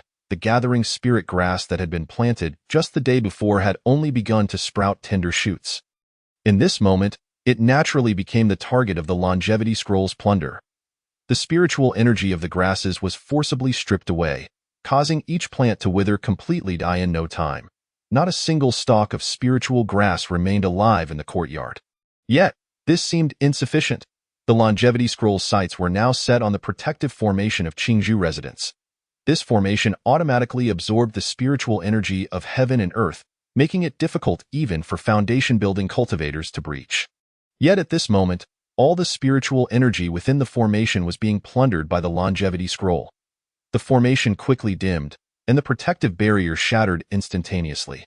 Fortunately, the spiritual energy required by the longevity scroll had already been satisfied, and it did not continue to expand outward, causing too much commotion. Of course, the qi condensation pill also played a substantial role. Otherwise, the disturbance would undoubtedly have erupted beyond the confines of Qingzhou residence. After a considerable duration, the surrounding storm of spiritual energy gradually subsided. Li Qinghai's eyes flickered, showing signs of awakening. Suddenly, he opened his eyes wide, his gaze sparkling with brilliance, radiating sharpness. Then, Li Qinghai was left dumbfounded. Aside from the spot where he sat, the entire room was in utter disarray. The table and chairs appeared as if they had been subjected to a violent dismemberment, their state utterly tragic. Even the door of the small wooden house had been shattered, leaving not a single intact remnant. Li Qinghai erupted in fury. "Ah! Who dares to do this? Such audacity!" Chapter 11. After a nap, how did I achieve the second layer of qi refinement? Upon witnessing this scene, Li Qinghai's first thought was that his home had been ransacked. The audacity of the thief was simply outrageous, not even sparing the innocent furniture. Why does the lighting in the house seem brighter? Li Qinghai looked up and noticed that the ceiling of the small wooden house had been blasted open, creating a large hole. Excessive. Absolutely excessive. This sight prompted Li Qinghai to recall a line of poetry. "The children of the southern village bully me for my old age. How can I bear to face the thieves?" He was still present in his own home, yet the thief had dared to wreak havoc before him. Was this not a direct affront to his weakened strength? Strength? Li Qinghai suddenly remembered the crux of the matter. He had been meditating in cultivation and was uncertain whether he had successfully condensed his qi. Taking a deep breath, he began to circulate the breathing technique. Instantly, he felt spiritual energy infiltrating his body, while the energy within him flowed along his meridians. Have I succeeded? A look of elation spread across Li Qinghai's face. He was now a qi refinement stage cultivator, a genuine practitioner of the immortal way. Before long, Li Qinghai felt a warm sensation enveloping him, an indescribable sense of ease and comfort. Was this the sensation of cultivating immortality? Indeed, it felt exhilarating. However, one must not be greedy in cultivation. His circumstances differed from those of other cultivators. While others needed to remain in seclusion for constant practice, he must avoid cultivation at all costs, maintaining a state of weakness to ensure he could be swiftly dispatched. Thus, Li Qinghai immediately ceased his practice, fearing that even a second more of cultivation might elevate his strength. Yet, he soon discovered that even without actively circulating the technique, it continued to operate autonomously. Although it was considerably slower than his deliberate efforts, it was still absorbing spiritual energy. Other cultivators must experience similar phenomena, right? Perhaps this was the essence of cultivating immortality. Regardless, as long as he did not actively cultivate, his progress would undoubtedly remain slow. Li Qinghai dismissed the notion, presuming that everyone else shared his situation. However, unbeknownst to Li Qinghai, he was the only one in such a predicament. The techniques employed by the other lesser cultivators were nowhere near as extraordinary as his. Even when they exerted themselves to the utmost on Morning Cultivation Mountain, they could not match the speed at which Li Qinghai absorbed energy automatically. Li Qinghai glanced once more at the gaping hole in the roof and muttered, "I should first repair the house with that." He stepped outside, only to be struck dumb once more. The spiritual grasses he had painstakingly planted over the afternoon had all withered. Infuriating. This thief was utterly deranged. Yet, wait a moment. Wasn't there a protective formation? Li Qinghai looked up again. The protective barrier was dim and tattered, lacking any semblance of defensive capability. He recalled Wang Dafu mentioning that this protective formation was impervious even to foundation-building cultivators. This implied that a core formation practitioner had visited his Qingzhou residence. Considering whom he had recently offended, it could only be that true disciple Yifan from Yifeng. Oh, Yifan. Are you deliberately trying to make my life miserable? Once I am reborn and become a genius, I shall make you weep for mercy. Regarding his rebirth, Li Qinghai was now quite confident. After all, he had just risked elevating his strength by practicing that perilous technique, making death feel much more attainable. Despite the destruction of his home, Li Qinghai remained in good spirits. Grabbing an axe, he ventured outside to chop wood. Arriving beside a large tree, he swung the axe down decisively. Clang! What? Are the trees in the cultivation world this resilient? The axe merely stripped away a layer of bark. Goodness. However, Li Qinghai was now a bona fide chi refinement stage cultivator, armed with a mundane tool. If he could not fell a tree, it would surely be a source of ridicule. Clang, clang. Li Qinghai was resolute, continuing to chop away at the tree bit by bit. The noise of his labor did not go unnoticed, attracting the attention of several passing disciples who gazed at him in bewilderment. They could not comprehend why Li Qinghai was chopping wood, nor could they fathom the rationale behind such an activity. After all, as cultivators, they devoted every moment to their practice. Who would waste time on such seemingly meaningless tasks? Moments later, a great tree fell with a mournful thud. Li Qinghai proceeded to chop the tree into planks of varying lengths, laying them atop the roof. After tidying up his home, clearing away all the wooden debris, the interior was no longer cluttered and appeared considerably more pleasing. Unbeknownst to him, night had fallen. Li Qinghai stretched lazily. Sleep beckoned, and tomorrow he would continue his quest for reincarnation. Climbing into bed, he fell into a deep slumber, utterly disinterested in cultivation. Although he was a languid and unambitious soul, the 5 Elements longevity scroll was far more diligent. Even while Li Qinghai slumbered, it tirelessly operated, cycling through numerous great circulations. Spiritual energy gradually flowed into his body, while impurities were expelled bit by bit. Li Qinghai felt immensely comfortable. His sleep was deeper than ever before. The next day, Li Qinghai slowly opened his eyes. His first instinct was to check the state of his home. Everything appeared intact. Today, no thief had visited Qingzhou residence. Why is the sunlight outside so intense? How long have I been asleep? Li Qinghai rose from bed and approached the window, only to discover that it was nearly noon. What? When did I become such a heavy sleeper? I had planned to venture to Morning Cultivation Mountain for some reckless endeavor today. At this hour, the spiritual energy on Morning Cultivation Mountain had likely been exhausted, and everyone must have already departed. Just as Li Qinghai was feeling dejected, a voice called from outside, "Junior brotherly." It is evident that it is that scoundrel Wang Dafu. Although he has previously betrayed him, preventing him from successfully being reborn, he remains one of the few friends Li Qinghai is familiar with in the Qingyun sect. Li Qinghai stepped outside and opened the gate of the courtyard, immediately spotting Wang Dafu's rotund figure. Just as Wang Dafu was about to speak, his eyes widened in disbelief as he gazed at Li Qinghai. "Li Shidi, you have reached the second layer of qi refinement?" Li Qinghai was momentarily taken aback, quickly assessing his own state, and his expression shifted dramatically. "What the hell? I merely took a nap yesterday. How did I break through? At this rate, my strength is surging upward rapidly. How could I possibly die?" Wang Dafu regained his composure and smiled, extending his congratulations, Li Shidi, on successfully condensing your qi, and also for breaking through to the second layer of qi refinement. I wish you all the best in your future endeavors." Li Qinghai's lips twitched. Each congratulatory remark felt like salt rubbed into his wounds. This was hardly a congratulation. It was a tormenting reminder of his plight. Chapter 12. I have a spirit stone. Off to the Beast Mountain to seek death, Li Qinghai was now engulfed in sorrow and despair. The enhancement of his strength posed a significant obstacle to his rebirth. He needed to die as soon as possible. Otherwise, he felt that the longer he lingered, the more complicated matters would become. Before that, he had to send Wang Dafu away to prevent him from sabotaging his grand plan for death. "By the way, Wang Shixiang, what brings you here?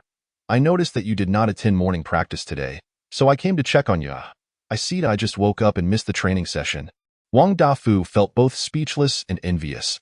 Look at him, benefiting from a powerful backing, slacking off, yet still advancing so rapidly. I wonder how many pills and spirit stones Elder Jianju left for Li Qinghai. Wang Dafu instinctively believed that Li Qinghai's swift progress was due to the abundant resources bestowed upon him by Elder Jianju. In light of this, he certainly needed to cling tightly to Li Qinghai. Wang Dafu blinked and asked, "Li Shidi, has Elder Jianju bestowed upon you any techniques or magical artifacts for your use?" "Not at all," Li Qinghai replied candidly. Wang Dafu's eyes lit up, rubbing his hands together. "Li Shidi, now that you are a qi refinement practitioner, it is imperative to have suitable techniques and artifacts. I am willing to accompany you to select some, and I hope you will generously reward your hardworking Shixiang with a few spirit stones." Li Qinghai was momentarily stunned, "But I have no spirit stones." Wang Dafu was taken aback. "You truly have no spirit stones?" "Indeed, none." Wang Dafu stared intently. "Really? None at all? Really none?" Wang Dafu was unwilling to accept this fact. After a moment of silence, he pressed on, "Li Shidi, did Elder Jian not give you any spirit stones for your daily expenses?" Li Qinghai shook his head. "No. Elder Jianzhou told me to be self-reliant and rely on my own efforts for cultivation." After saying that, Li Qinghai looked at Wang Dafu with anticipation. "Wang Shixiang, you mentioned taking me to select something. Are you going to gift me a magical artifact?" "Ahem." Wang Dafu cleared his throat. "I suddenly remembered that I have some matters to attend to and may not have time to accompany you after all. I will definitely accompany you next time." With that, Wang Dafu hastily turned and fled. He would not engage in a losing venture. Watching Wang Dafu's retreating figure, Li Qinghai's lips curled into a slight smile. His earlier demeanor had been a ruse, the purpose of which was to expel Wang Dafu. Otherwise, having Wang Dafu tag along would surely be a stumbling block on his path to rebirth. Excellent. Now, no one could thwart his quest for death. Li Qinghai regained his confidence and strode forward with determination. Unbeknownst to him, as he stepped out the door, a faint halo flickered beneath his feet. This was a talisman buried underground by Lu Yaoyao in advance. With this talisman in place, every time Li Qinghai left Qingzhou residence, Lu Yaoyao would be able to sense it immediately. This way, she could discreetly observe and not miss any intriguing events. Moments later, the ever-curious Lu Yaoyao hurried over, finally catching up with Li Qinghai. Upon seeing him, her mouth gaped in astonishment. Li Qinghai, how did he reach the second layer of qi refinement? Lu Yaoyao recalled that when she secretly provided him with the technique yesterday, he was still an ordinary person without any qi condensation. In just one day, he had directly advanced to the second layer of qi refinement? Such a rate of cultivation seemed even more outrageous than her own. She herself was at the late stage of foundation establishment, and despite being only 6 years old, she had been cultivating for 6 years. According to Lu Daoyuan, her physique was of the spirit purity type, allowing her to attract spiritual energy into her body and cleanse her flesh from birth. It took her a month to reach the first layer of qi refinement, and she achieved the second layer by the time she was 3 months old. Now, looking at Li Qinghai, who had reached the second layer in just one day, it was evident that he was far superior. Yet, the question remained, how did Li Qinghai cultivate? Lu Yaoyao was aware of Li Qinghai's background and knew that Elder Jianjiu had not provided him with any cultivation resources. This implied that Li Qinghai had succeeded solely based on the technique she had given him yesterday. Pouting, Lu Yaoyao muttered, "Father is so biased. Such an excellent technique, and yet he hasn't given it to me. I must demand it from him when I return home." Li Qinghai remained oblivious to the fact that someone was tailing him. He proceeded westward, his mind solely focused on how to seek death. To the west lay the Beast Mountain, where many outer disciples spent their days cultivating, farming, and battling monsters. However, for ordinary outer disciples, engaging in combat with the beasts was akin to being cannon fodder. Only those who had reached at least the 5th layer of qi refinement could enter the Beast Mountain. Li Qinghai understood clearly that those disciples at the 5th layer of qi refinement were all formidable. As long as he timed his entrance appropriately, it would be a simple matter for them to kill him. The thought of impending death quickened Li Qinghai's heartbeat. However, the Beast Mountain was quite a distance away. And after walking for an hour or two, he finally approached the outskirts. Li Qinghai gazed at the dense forest ahead, panting heavily. Sigh, how I wish I could learn sword flight or something. This terrain is simply too vast. And my legs are sore from all this walking. He struck his heavy thigh, almost tempted to lie down and take a nap. Yet, the beckoning of death invigorated him. Charge! My resolute heart for the path of death is unyielding. Wiping the sweat from his brow, Li Qinghai pressed onward. Behind him, Lu Yaoyao, seeing Li Qinghai enter the Beast Mountain, was filled with confusion. She couldn't comprehend why Li Qinghai had come here. Did he perhaps sympathize with the beasts? Feeling sorry for them for not having enough to eat or wear, and was he offering himself as their lunch? Shaking her head, she flew toward a nearby large tree, keeping close behind Li Qinghai. After all, this place was exceedingly perilous for him. A moment of inattention could lead to him being devoured whole by a beast, and she might have to intervene to save him. Chapter 13. I am here to seek death? Not to receive gifts. After a considerable time, Li Qinghai traversed the forest at the periphery of the Beast Mountain. This forest served as a boundary. Beyond it lay the true Beast Mountain, where the scenery opened up significantly. Li Qinghai continued forward, climbing over a small hill, and faintly discerned the sounds of an argument. He carefully listened and then jogged in the direction of the noise. Soon, he discovered 2 male disciples from the sect in a clearing ahead. Instead of approaching immediately, Li Qinghai hid behind a large rock to observe the situation. One disciple was at the 5th layer of qi refinement, tall and robust, wielding a spirit sword, glaring angrily at the other. The second disciple, at the 6th layer of qi refinement, was slender and casually folded his arms, appearing rather relaxed. Between them stood a spirit herb, evidently the catalyst for their conflict. The burly disciple shouted furiously, "Zhao Feihu, I discovered this spirit herb first. You intervened and stopped me from harvesting it. Thinking I'm easy to bully?" Zhao Feihu smirked. "Sun Ping shitty, as the saying goes, those who see it share in it. Since I've seen it, I deserve half, don't you think?" Sun Ping was incensed. "There's only one spirit herb. How can we split it? If we divide it, the spiritual energy will dissipate, rendering it useless." Zhao Feihu feigned confusion. "Is that so? Then let us not waste it. Just give me the whole thing." Sun Ping trembled with rage. "Zhao Feihu, you pushing too far. Do you think I won't dare to duel with you?"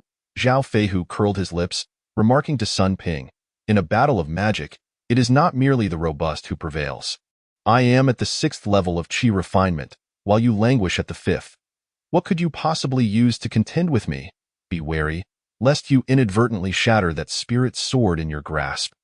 For you shall lament the loss too late." Sun Ping could no longer endure the taunts and declared, "Let us put it to the test." Thus, the two engaged in fierce combat. Their conflict intensified, blades flashing and energies intertwining. The aftershocks of their battle sent dust swirling and debris flying. Li Qinghai, having previously witnessed the duel between the sinister Old Een and Sword 9, found this display beneath his notice, akin to children playing at war. Although the magical prowess of these two was mediocre, it was more than sufficient to threaten his life. Excellent, they were now consumed by rage, making it the perfect moment for him to provoke them. Stepping out from behind a large rock, Li Qinghai called out, "Have you no sense at all?" The two combatants halted, astonished that someone dared to insult their intelligence amidst their duel. They turned to glare at Li Qinghai, their eyes filled with murderous intent, eager to discern which fool had dared to offend them both. Li Qinghai reveled in their hostility, continuing to provoke them. "Do you not comprehend the proverb of the clam and the snipe? If I were the fisherman, I would strike when you are both battered and weary. How would you respond then? Pray tell, do you possess any sense? Moreover, you are squabbling over a mere spirit herb. As disciples of the Qingyun sect, where is your unity and camaraderie? If every member of the Qingyun sect were as short-sighted and selfish as you, it would crumble into disarray and face inevitable ruin." How lamentable!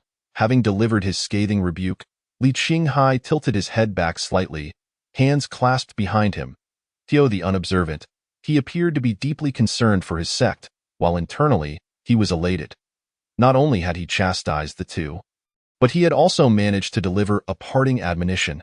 Truly, a win-win situation. "Come, take my life." Sun Ping narrowed his eyes, a murderous aura radiating from him. It was one thing to be bullied by Zhao Feihu, but now even a mere second-level Qi refiner dared to insult him. This was intolerable. With a cold snort, Sun Ping declared, "A lowly second-level Qi refiner speaks so brazenly.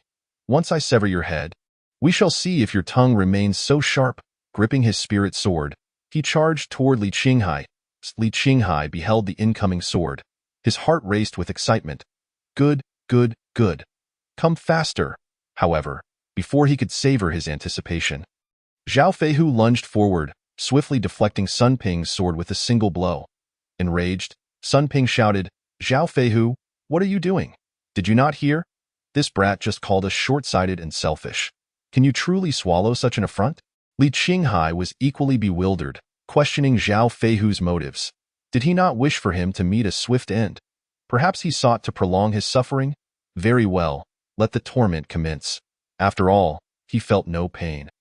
As long as he could die, that sufficed. Yet, Zhao Feihu shook his head at Sun Ping. "Sun Ping, were it someone else who spoke those words, I would deem it self-righteousness, an insult to my intelligence. But when the righteous Li Qinghai utters them, I have no doubt of his sincerity." With that, Zhao Feihu turned to Li Qinghai, cupping his fists. "I doubt you. I vividly recall your noble deeds from the other day at Morning Training Mountain. You are a paragon for all of us cultivators." Sun Ping gasped in astonishment. "Li Qinghai? You are indeed Li Qinghai." Zhao Feihu scoffed. "Is there any doubt? I was cultivating at Morning Training Mountain, and I saw it all clearly." Sun Ping immediately adopted an expression of respect, accompanied by deep remorse. "I doubt you. I have also heard of your exploits. To face a powerful cultivator such as Yifeng without bowing or scraping is truly admirable. Alas, I was not present. Otherwise, I would have surely cheered for you."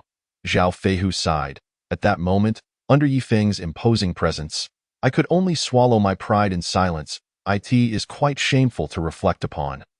Sun Ping nodded, pondering Li Dao Yu's words about their conflict over a mere spirit herb, realizing it was entirely unjust. Zhao Feihu returned his blade to his storage bag and said, "Sun Ping, I apologize. I should not have seized your spirit herb earlier. You discovered it first, and it rightfully belongs to you." Sun Ping stepped forward, plucking the herb from the ground and presenting it to Li Qinghai. "This spirit herb is best suited for those at the 4th level of Qi refinement, and holds little use for me. I might sell it for a few spirit stones, but it is far more fitting to gift it to you. Li Dao Yu, please accept it. Li Qinghai's lips twitched. "Accept this? I am here to seek death, not to receive gifts." When Sun Ping saw Li Qinghai's lack of response, he shoved the herb into Li Qinghai's embrace. "Li Dao Yu, your integrity fills me with admiration. This spirit herb shall serve as a token of my respect." Zhao Feihu expressed his admiration, surprised to see this side of Sun Ping. "If you do not mind, would you join us in the mountains to hunt ferocious beasts?" Sun Ping clasped his fists. "I would be delighted." Zhao Feihu grasped Sun Ping's hand, exclaiming, "Excellent. It seems we have forged a bond through conflict. Let us go. Sun Ping paused, saying, wait, I must bid farewell to Li Daoyu first. Zhao Feihu nodded repeatedly, yes, yes, of course. The two then clasped their fists toward Li Qinghai, Li Daoyu, until we meet again. Li Qinghai stood frozen, watching the two depart, arms around each other, engaged in merry conversation. This turn of events was entirely unexpected. Chapter 14. Is there a possibility that he is indeed Li Qinghai? Sighing, Li Qinghai gradually regained his composure, reflecting on how Sun Ping had been on the verge of taking his life, only to be thwarted by Zhao Feihu. The heart of this matter was Zhao Feihu's recognition of him. Leading to this outcome. It had to be mere coincidence. He could not believe that in such an expansive wilderness, every disciple would recognize him. He, Li Qinghai, was merely a recent initiate, his reputation hardly substantial. With this thought, Li Qinghai restored his confidence and resolved to seek another opportunity for self-destruction. Striding forward, he inadvertently dropped the spirit herb tucked in his robes. Gazing at the herb on the ground, Li Qinghai's lips twitched. What a spirit-rich herb to him! It was an invaluable poison. Crucially, he could not afford to discard it. Otherwise, the Book of Fortune would reclaim its favored child. Bending down, he tearfully retrieved the spirit herb. Hoping for a successful demise this time, he continued to wander through the Beast Mountain range. However, he dared not venture too deeply, confining himself to the outskirts, for he knew the beasts in those areas had largely been eradicated and posed little danger. Should he delve into the heart of the Beast Mountain range, he would undoubtedly become prey for the beasts. Alone and without others, dying at the hands of a beast would undoubtedly be classified as suicide. Thus, Li Qinghai diligently searched. He had no idea how long he had been searching, feeling fatigued and contemplating a retreat. Although he had encountered numerous disciples during his search, none were suitable targets for his self-destructive desires. Suddenly, a rumbling noise caught his attention. Just as he was about to give up, he heard the unmistakable sounds of a battle. This was the opportunity for self-destruction he had been seeking. Filled with delight, Li Qinghai hurried toward the source of the commotion. Before long, he arrived at his destination. He concealed himself behind a large tree to observe the situation ahead. 6 individuals surrounded a fallen wolf-like beast, which lay lifeless on the ground. 2 injured chi refiners at the 5th level were slumped beside it, unable to continue fighting. Among the remaining 4, 2 were at the 7th level, and 2 at the 6th level. As Li Qinghai arrived, the battle was nearing its conclusion. With a loud explosion, 2 of the fighters were sent crashing to the ground, incapacitated. The 4 injured cultivators glared at the 2 standing before them. Yi Kaishan, Yi Chongshan, you truly are despicable. To take advantage of our battle with the Gale Wolf to launch a sneak attack. The 7th level Yi Kaishan chuckled. What do you know? This is called strategy. Yi Chongshan, at the 6th level, added, indeed, brother, you are right. Yet these fools, brimming with bravado, clearly do not grasp this principle. Your actions are so vile, I wonder who would dare to join you in future trials. Yi Kaishan nodded. You have reminded me. If this matter were to spread, it would indeed complicate our affairs. Why? Yi Chongshan chuckled, brother. What is there to worry about? We can simply eliminate the witnesses. Why? Yi Kaishan laughed. Little brother, you and I are in perfect accord. Come, let us each take 2 and resolve this matter swiftly so we can return home sooner. With that, the 2 brothers gripped their mystical swords and advanced towards the 4 half-dead cultivators. Li Qinghai joined in their laughter. This truly was an opportunity for certain death. The 2 intended to eliminate witnesses, and the moment he revealed himself, they would undoubtedly spare no effort to silence him. Now was the perfect moment to make his entrance. Li Qinghai strode forward, bellowing, halt. All 6 cultivators turned in unison to gaze upon him. A mere second-tier chi refining cultivator. What a joke. The Yi brothers erupted in laughter. The flicker of hope that had ignited in the eyes of the other 4 cultivators was extinguished in an instant. Observing their reaction, Li Qinghai felt a surge of joy within. He realized that these 6 had likely never encountered him before. Thus, his demise was all but guaranteed. Excellent. He could practically recite his last words. As he approached the 6, he hurled insults at the Yi brothers, decrying their cowardly ambush in broad daylight as despicable. To rob disciples of the sect of their resources is shameless. To murder and silence witnesses afterward is an act of great treachery. You despicable, shameless, and malevolent scoundrels, how can you still face the world? Yi Kaishan chuckled, and do you suppose you will survive this encounter? Yi Chongshan volunteered, brother, allow me to capture this lad and give him a proper beating to see if his bravado holds true. The four incapacitated cultivators hastily urged, friend, flee. We appreciate your goodwill, but do not throw your life away for nothing. Li Qinghai, standing resolute against the vile, declared, how can one flee in the face of evil? Even in death, what is there to fear? My convictions endure, and that is enough. With a leap, Yi Chongshan was at Li Qinghai's side, seizing him. Not even attempting to escape. You truly are unafraid of death. However, I shan't kill you just yet. I think I'll start by severing one of your arms. What do you say? Li Qinghai shook his head. Just an arm. Even if you were to sever my head, I would still proclaim, you are irredeemably wicked, a disgrace to the Qingyun sect. Yi Chongshan, taken aback by Li Qinghai's unflinching demeanor, blinked in surprise. Even at this juncture, he remained so defiant. The four cultivators were struck by the bravery of this youth, likening him to the legendary Li Qinghai. Could it be possible that he is indeed Li Qinghai? They mused, there is indeed a possibility. Just look at him. Youthful, charismatic, exuding righteousness and fearless valor. He is the very image of the legendary Li Qinghai. It seems we have no other like him in the sect. Li Qinghai felt a surge of anxiety. Stop talking. Please, I implore you, be silent. Yi Kaishan furrowed his brow. Yi Chongshan gasped, turning to Yi Kaishan to convey through thought. Brother, what shall we do? To kill or not to kill? Yi Kaishan fell silent. Their backing, after all, was Yifeng. When Yifeng ventured to the sect's core to seek out Yifan, he had warned all his followers to avoid conflict with a certain Li Qinghai until he had spoken with Yifan. However, with Yifan currently in seclusion, Yifeng had yet to encounter him, leaving this matter in limbo. The two brothers had been hunting in the Monster Beast Mountains, believing they were far removed from this issue. Yet, they never anticipated crossing paths with Li Qinghai here. Truly, one fears what one encounters. Chapter 15. I extend my goodwill to save you, yet you repay me with malice, to kill or not to kill.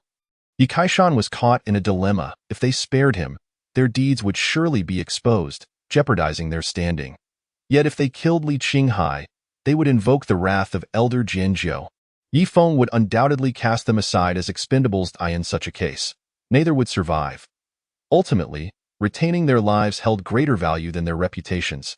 As mere lowly cultivators in the qi refining stage. They had little choice. Yi Kaishan ground his teeth, cursing inwardly, that damned Li Qinghai. So weak yet foolishly wandering into the Monster Beast Mountains. Seeing Yi Kaishan's hesitation, Yi Chongshan sent another thought, brother, if we kill everyone, who would know?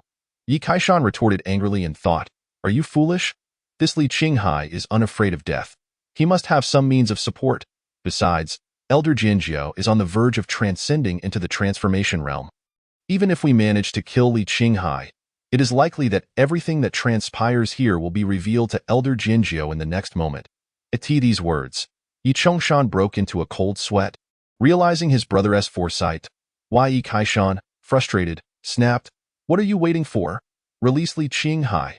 Speak kindly, perhaps we can send this ancestor away. Yi Chongshan, not daring to be negligent, replied, understood, brother. Li Qinghai was oblivious to the secret conversation between the Yi brothers. He simply wished to encourage them, hoping they would feel no pressure and hasten to end his life. However, in the next moment, Yi Chongshan donned a faade of servility, loosening his grip on Li Qinghai's shoulder.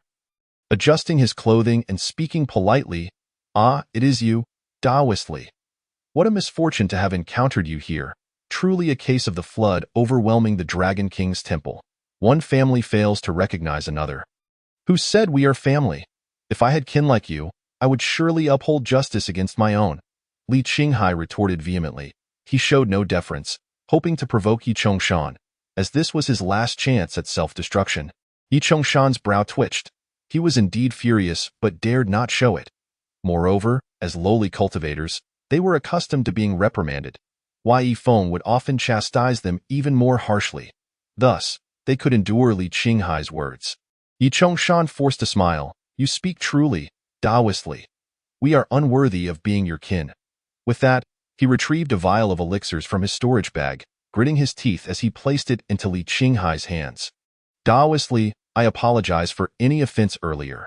This is but a small token of respect, and I hope you can forgive us. Li Qinghai, anxious, did not wish to miss this opportunity for self-destruction.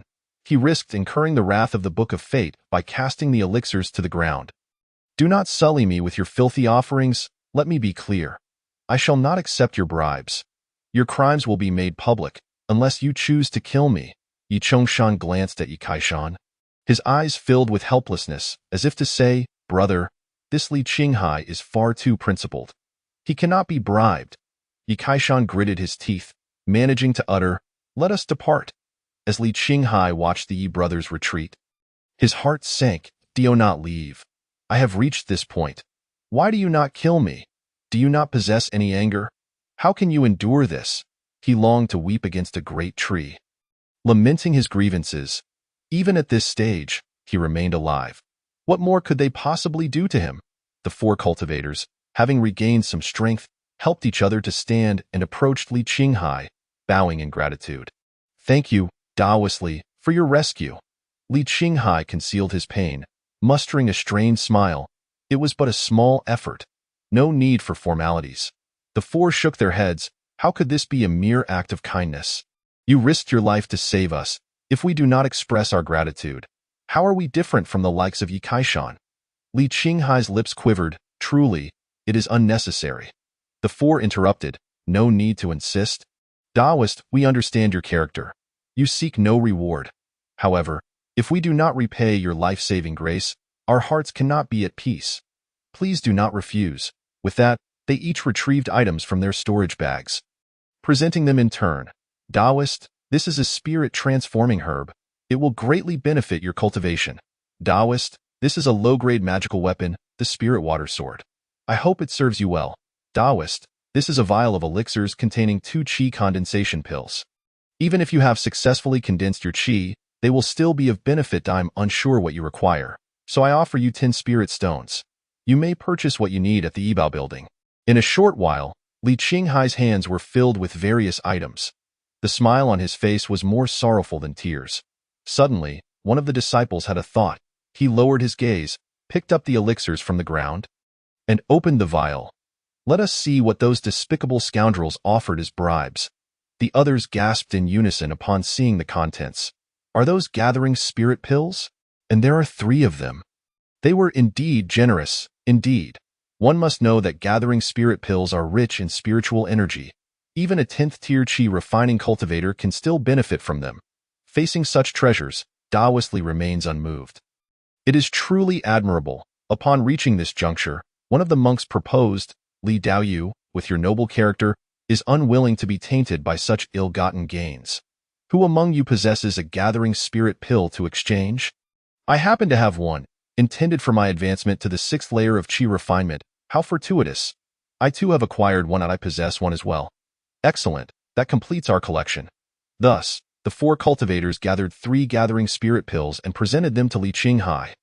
Rest assured, fellow Taoists, although we may not embody the righteousness you do, we are no villains. These gathering spirit pills are not ill-gotten gains. Accept them with peace of mind. Li Qinghai managed to force a faint smile. Thank you, my esteemed friends, your kindness is truly appreciated. Inwardly, however, he felt a swell of sorrow. I rescued you all with good intentions, and yet you repay my kindness with enmity. The 4 cultivators continued. Li Daoyu, what are your plans? Do you require our escort? Though we are injured, we shall spare no effort to ensure your safety. Li Qinghai dared not linger among them any longer. I appreciate your goodwill, but I must return. There should be no danger on my path. Please, focus on your recovery. There is no need to trouble yourselves. Very well, Li Daoyu, travel safely. With a clasp of his fists, Li Qinghai hastily turned and departed. The 4 cultivators watched his retreating figure, exclaiming in admiration, a man of renown lives up to his reputation.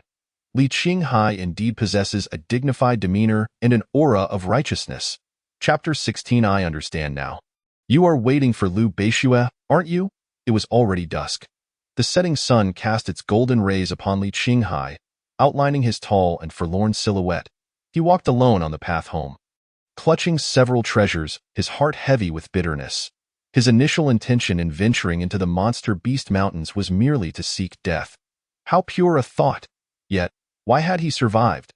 Even more perplexing was why everyone seemed eager to bestow treasures upon him. Could they not see that he held no fondness for such riches? Alas, he could hardly remain in the monster beast mountains for another moment. If he stayed any longer, he might return laden with spoils. Such an outcome was utterly unacceptable. That night, Li Qinghai finally returned to Qingzhou residence. Exhausted, he collapsed onto his bed. All he desired was a good night's sleep. He recalled that the Book of Fate had reacted earlier. He had yet to peruse its contents. Thus, he set about his inquiry. You survived an encounter with 2 cultivators above the 5th layer of Qi refinement. This is not particularly remarkable. The fundamental reason for your survival lies in the profound respect they hold for you. Your reputation has granted you fortuitous opportunities, elevating your status slightly. You also survived an encounter with 2 cultivators above the 6th layer of Qi refinement. Again, this is not extraordinary. Your survival this time was due to the fact that your renown intimidated them, compelling them to withdraw. Your esteemed reputation has further augmented your fortuitous encounters, bestowing upon you a modicum of fame. Today, you have received generous rewards from several cultivators, enhancing your fortune and establishing you as a cultivator of note. In your next reincarnation, you shall attain great fortune, becoming a child of destiny, adept at avoiding calamity, and achieving a measure of renown, a cultivator of distinction. After reading the records in the Book of Fate, Li Qinghai felt a mix of joy and sorrow. He had gained 2 new fortuitous encounters today, which was undoubtedly a pleasant surprise. Furthermore, he had discarded the elixir gifted by Yi Chongshan in the afternoon, and the Book of Fate had not retracted the title of Child of Destiny, which was another cause for celebration. At least it clarified to Li Qinghai that he could refuse some opportunities. Yet, as it stood, benevolent opportunities were inescapable. Refusal was only an option for malicious opportunities. He pondered what judgment the Book of Fate would render should he accept a malevolent opportunity. Most troubling of all for Li Qinghai was the fact that he had not perished. Without death, all that he had gained felt rather insipid. Fortunately, Li Qinghai was not one to dwell excessively on sentiment. After a brief sigh, he succumbed to slumber. Just before drifting off, he muttered through gritted teeth, "Tomorrow I shall continue my reckless pursuits. I refuse to be daunted." The following morning, Li Qinghai opened his eyes and glanced outside. Unlike before, he had not slept until late. The hour was neither too early nor too late.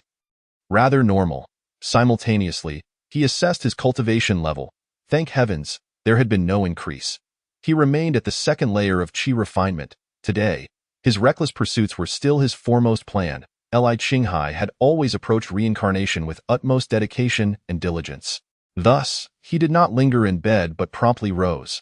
After attending to some daily matters, he set forth towards Morning Cultivation Mountain. In Li Qinghai's mind, other villains were merely subpar. Only Yifeng possessed the professional qualities of a true villain. If he sought death, he needed to enlist Yifeng's assistance.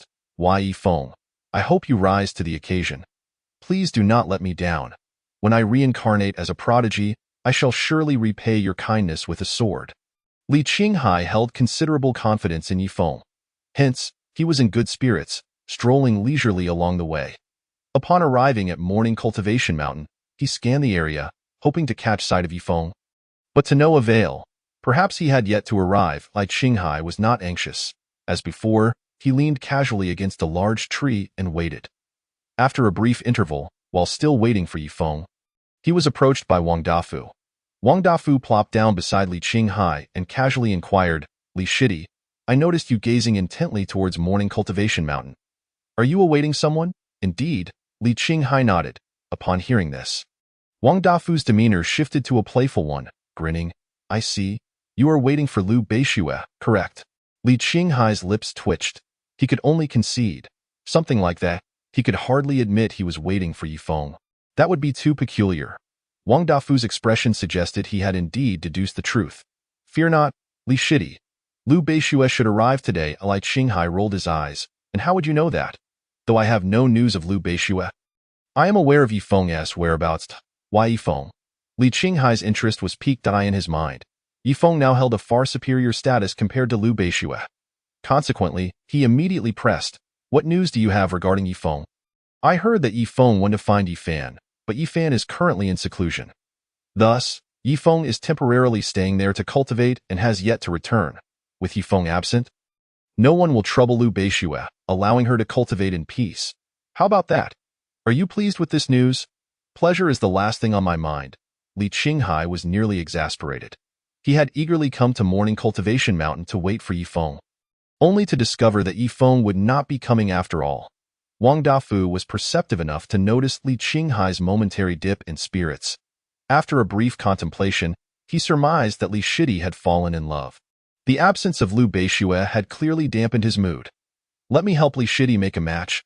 Surely, he will be grateful." Although Wang Dafu regarded Liu Beixue as his goddess, he was not one to be a sycophant. If he could not have her, so be it.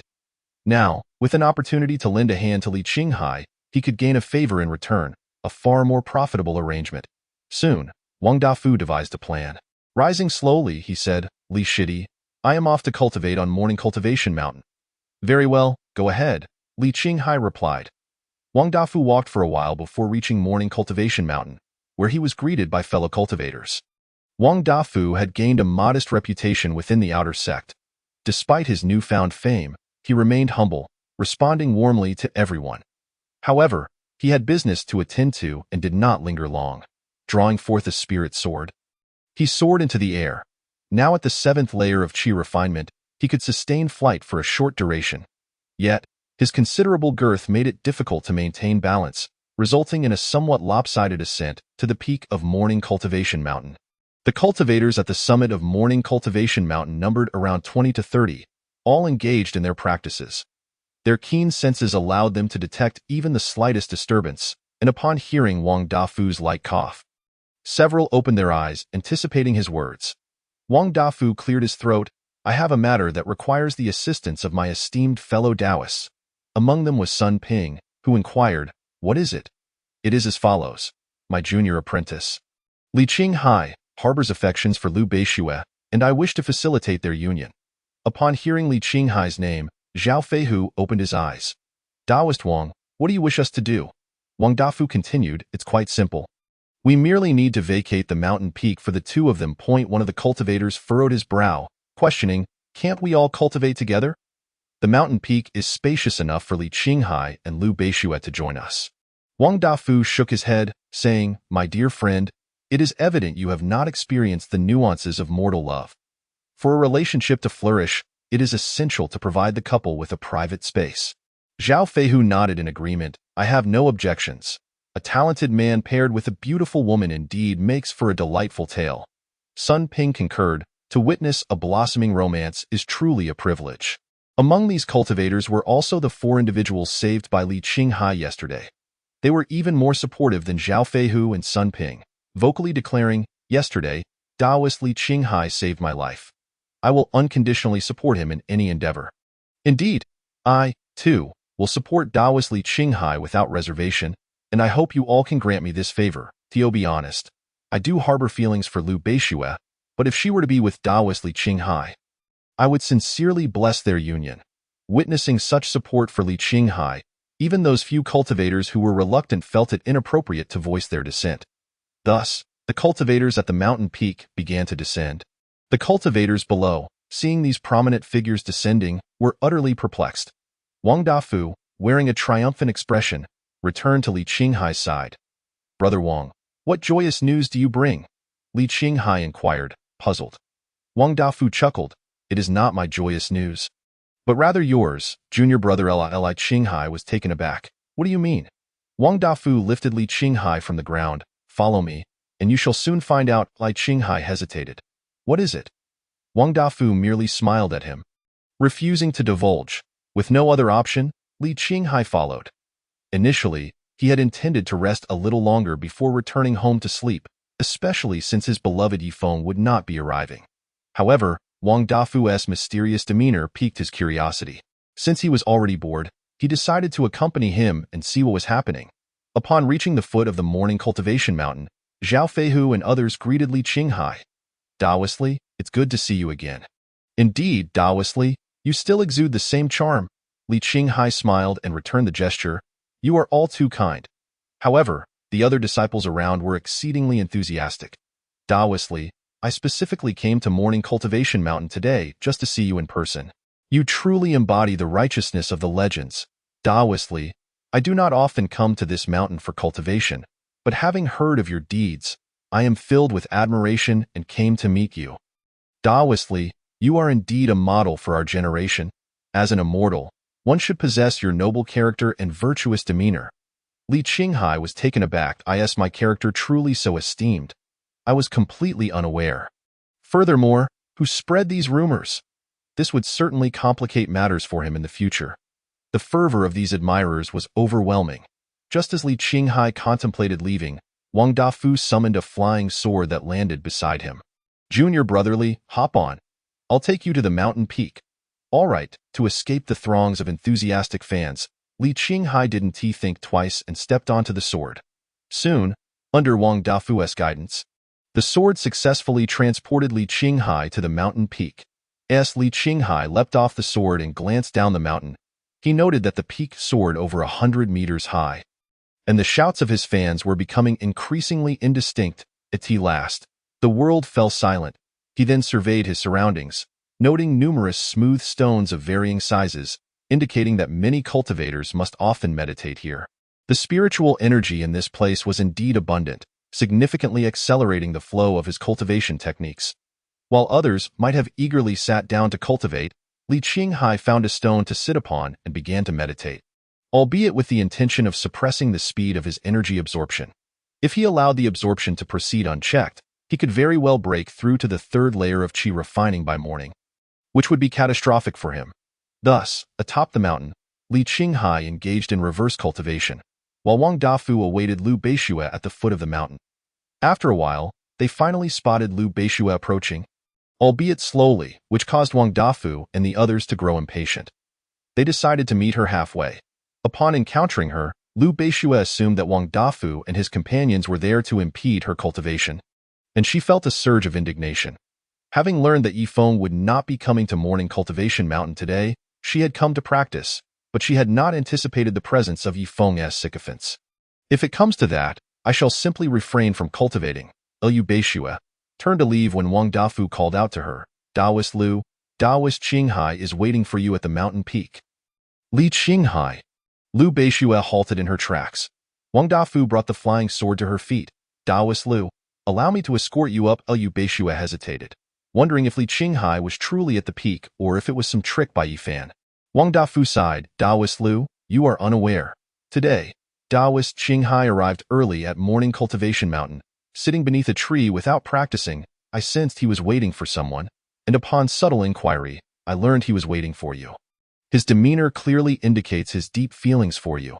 Even the typically aloof Liu Beixue felt a rush of shyness at this revelation. She no longer hesitated and gracefully stepped onto the flying sword.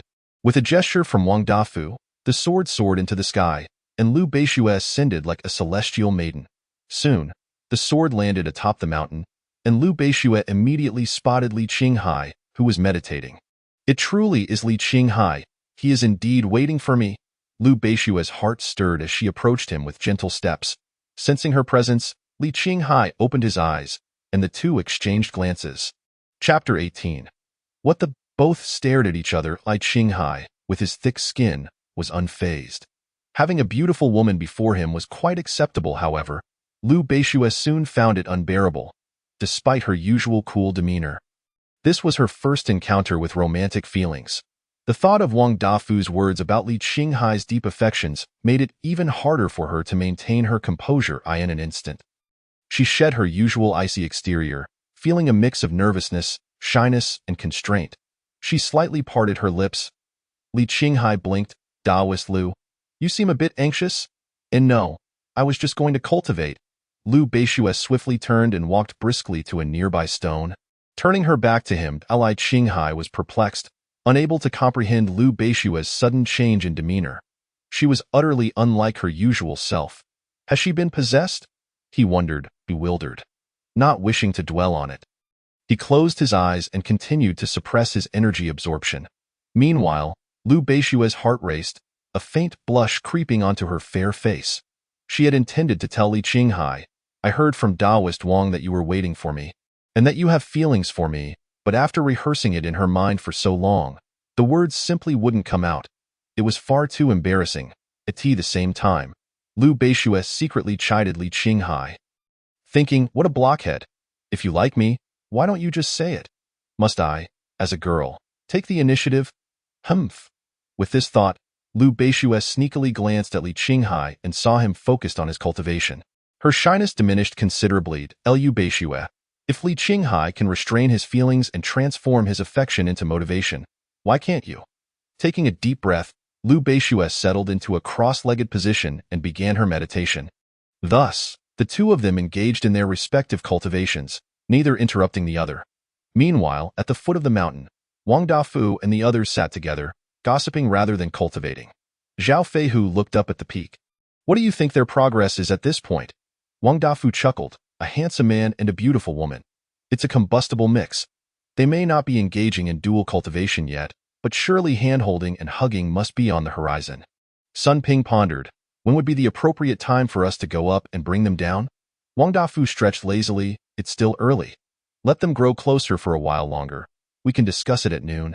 The surrounding disciples, overhearing their conversation, were reduced to tears. The male disciples' hearts were bleeding. Their goddess, Lu Beishue, had fallen prey to the detestable Li Qinghai. The female disciples felt as if their hearts were being cut. Their idol, Li Qinghai, was being claimed by the wretched Lu Beishue. Regardless of whether they are male or female disciples, they all unleash their boundless imaginations, fantasizing about Li Qinghai and Lu Beishue engaging in intimate activities atop the mountain. Nearly a stick of incense later, Li Qinghai and Lu Beishue remain utterly pure in their cultivation at the summit. However, Lu Beishue's condition appears somewhat amiss. The surrounding spiritual energy is surging wildly toward her. Sensing a crisis, Lu Beishue promptly opens her eyes and immediately ceases her cultivation of the qi gathering technique. She understands that such an immense influx of spiritual energy, if allowed to enter her body, would undoubtedly lead to her explosive demise, given her current cultivation level of the third layer of qi refinement. Yet, Lu Beishue has misjudged the situation. This spiritual energy is not congregating due to her technique. The qi gathering technique, being a low-tier breathing method, cannot absorb such a vast quantity of spiritual energy. Lu Beishue can only watch helplessly as the overwhelming energy rushes toward her chest. Believing she is doomed, she is taken aback to find herself unscathed. Remarkably, she does not sense even a hint of spiritual energy entering her body. Just as she is engulfed in confusion, a necklace at her chest begins to float. Looking down, she realizes that the spiritual energy is being absorbed by the necklace, an heirloom left to her by her grandfather on his deathbed. She had previously examined it and deemed it merely an ordinary piece of jewelry from the mortal realm. How could such a transformation occur now? At that moment, Li Qinghai, awakened by the commotion, opens his eyes and gazes at Lu Beishue. He observes that the spiritual energy from the entire morning cultivation mountain is surging toward her like a colossal wave. This is shocking. This spectacle is truly bizarre. Suddenly, Li Qinghai recalls the records from the Book of Fate. Lu Beishue, a future giant in her own right. It becomes clear that the Book of Fate only plays with reality. Lu Beishue must have encountered some extraordinary fortune. Disciples on the mountainside and below begin to chatter excitedly. Where has all the spiritual energy gone? Why can't I absorb any? Has the energy for today's morning cultivation mountain been depleted so quickly? Why is all the energy rushing to the summit? Many disciples look up toward the peak. They cannot see the scene at the top, but they can feel the energy gathering there. Moreover, the quantity is overwhelming, causing the sky above the summit to churn with ominous clouds. Wang Dafu and the others are equally bewildered. How could two disciples, Li and Lu, who are only at the third layer of qi refinement, create such a stir? We should go take a look. Something feels off. With that, numerous disciples take to their spiritual swords, soaring upward to investigate. On a large tree, Lu Yaoyao glances at the summit, her brows slightly furrowed. She stows her snacks in her storage pouch and also flies toward the peak. Just then, The necklace floating gently at Liu Beishue's chest suddenly trembles violently. A phantom figure bursts forth from it. The figure is wrinkled, with a full head of white hair, a slightly hunched back, and leaning on an equally ethereal cane. Li Qinghai's eyes widen, and he gasps internally, "What the heck? A golden finger? An old lady?" Liu Beishue, too, stares in astonishment, never imagining that the necklace she had worn for so many years housed an elderly woman. The old lady seems to sense something, tapping her cane lightly in the air. An invisible pressure radiates outward. I can't control my flying sword. I can't hold on either. I'm going to fall." Fellow disciples below quickly move aside. Wang Dafu and all the other disciples attempting to ascend to the summit are sent crashing down by a single strike of the cane. Even Lu Yaoyao, who is in the late stage of foundation building, is no exception, forcibly suppressed. Lu Yaoyao blinks, muttering to herself, "Could there be an old monster at the summit? I can't possibly match that.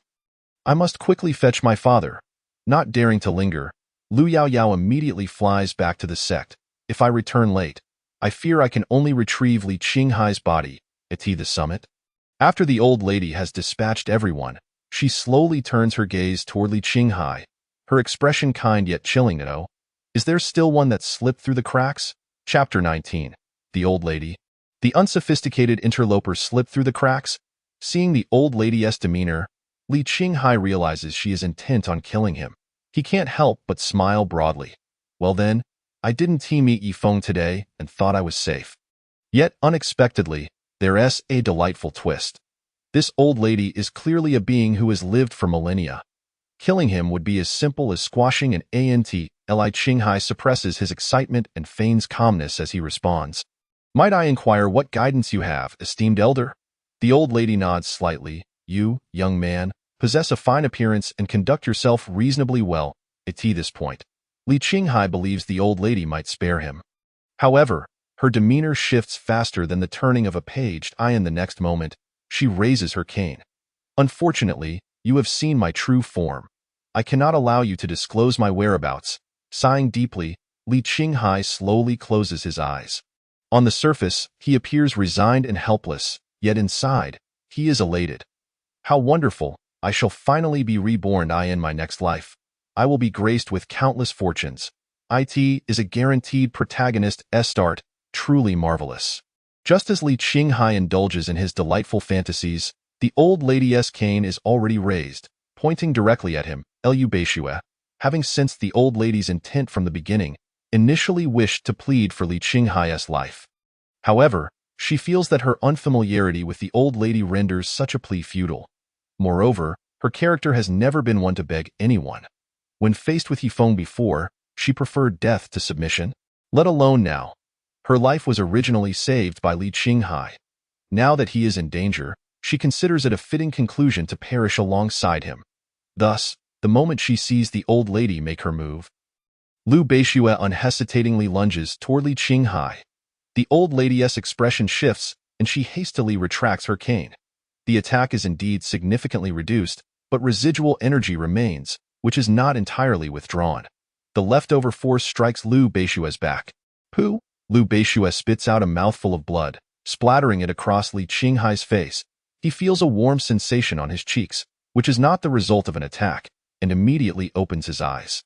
Just in time to see Liu Beishue's fragile form colliding against him. Even though her complexion is pale and blood is trickling from her lips, she wears a smile, reminiscent of a blooming flower amidst a field. And within that breathtaking smile lies an unwavering depth of emotion. Li Qinghai's steadfast heart trembles violently. He quickly opens his arms, instinctively embracing Liu Beishue. "You?" Li Qinghai utters a word but finds himself at a loss for further speech. Liu Beishue feels her life force ebbing away, her eyelids growing heavier. She knows that some words, if left unspoken, may never find voice again. Death grants her boundless courage. I heard Wang Yu say. However, before Liu Beishue can finish, the old lady swoops in, interrupting her. "Do not speak. I shall save you." Liu Beishue tilts her head slightly, gazing at the old lady before her, clenching her silver teeth, her cheeks slightly puffed, feeling a bit annoyed. The old lady releases a torrent of spiritual energy from her hands, continuously healing Liu Beishue's wounds. The pallor of Liu Beishue's face gradually returns to color. The old lady seems poised to say more but suddenly senses something. She glances up at the distant sky, her brow furrowing slightly. Then, she solemnly instructs, "Do not breathe a word of my existence." With that, her figure vanishes in place, returning to the necklace around Liu Beishue's neck. As soon as the old lady disappears, the surrounding pressure dissipates entirely. Without the old lady as an interloper, only Li Qinghai and Liu Beishue remain. Li Qinghai gazes at Liu Beishue in his arms, and she meets his gaze. The atmosphere becomes somewhat intimate. A him, Li Qinghai clears his throat twice, hastily shifting the topic. "What were you saying about Wang Daoyu?" "What did he say?" Liu Beishue slightly turns her head, dismissing it. "Nothing much." Now that she has survived, Liu Beishue's courage has also waned. The words she had intended to say are now impossible to voice, as the two remain in silence, uncertain of what to say. Figures approach swiftly from the distance. Within a few breaths, they land at the summit. The newcomers are Lu Daoyuan and Lu Yaoyao. Lu Yaoyao looks at Li Qinghai, surprised. "Oh, you're still alive. I thought I'd have to come here to collect your body." Li Qinghai's lips twitch. Does this girl speak human language? Although her words are quite jarring, they resonate with Li Qinghai. If he were truly to be collected as a corpse, he would indeed be pleased. Unfortunately, Liu Beishue has spoiled that plan. "Yao Yao," Lu Daoyuan chides softly. Lu Yaoyao realizes her words were inappropriate. Lowering her head in apology, "Father, I was wrong." Lu Daoyuan paused momentarily, casting a glance at Li Qinghai before shifting his gaze to Liu Beishue. "What transpired here? How did you sustain your injuries?" Liu Beishue, known for her rarity and deceit, found herself momentarily at a loss for words. She hesitated, contemplating whether to disclose the incident involving the elderly woman in her mind. The old lady had already been categorized as a malevolent figure after attempting to harm Li Qinghai. Yet, the same old woman had also rescued her, appearing more concerned for her well-being than harmful. Thus, Liu Beishue turned her attention to Li Qinghai, eager to hear his explanation. Li Qinghai organized his thoughts briefly before clarifying. "We were engaged in our cultivation when suddenly, the surrounding spiritual energy became volatile. I managed to halt my practice in time, thus avoiding any complications. However, Liu Beishue was unable to cease her cultivation, which led to the chaotic influx of energy causing her internal injuries." Lu Daoyuan pondered for a moment, seemingly assessing the veracity of Li Qinghai's words. Yet Lu Yaoyao expressed skepticism, "But I distinctly sensed a powerful presence earlier." Li Qinghai's lips twitched slightly, internally musing about the naivety of this child, who seemed too young to grasp such complexities. Lu Daoyuan extended his consciousness outward, scanning the surroundings, and indeed found no trace of any formidable beings. It appeared that the disturbance was indeed a consequence of Li Qinghai's actions. Lu Daoyuan was aware that Li Qinghai had embarked on the path of the 5 Elements Longevity Scroll, which was notorious for its aggressive absorption of spiritual energy. It was possible that this very veracity had triggered the anomaly in the local spiritual energy, culminating in the storm. As for Lu Yaoyao's assertion regarding the formidable pressure, it was likely a byproduct of the spiritual tempest. After all, Lu Yaoyao was still young and prone to misconceptions. With his extensive experience, Lu Daoyuan felt he had deduced the matter quite accurately. Nodding slightly, he affirmed, "I understand." Li Qinghai, taken aback, thought, "Is that all it takes for you to believe me?" Given Lu Daoyuan's level of mastery, had he chosen to conduct a thorough examination of Liu Beishue, he would undoubtedly have discerned that her injuries were external rather than stemming from a demonic deviation. Yet, Lu Daoyuan's focus remained solely on Li Qinghai, rendering the others inconsequential in his eyes. After all, Li Qinghai was a practitioner of the 5 Elements Longevity Scroll. Lu Daoyuan harbored hopes that Li Qinghai would not meet the same fate as other disciples who had pursued the Longevity Scrolls, succumbing prematurely.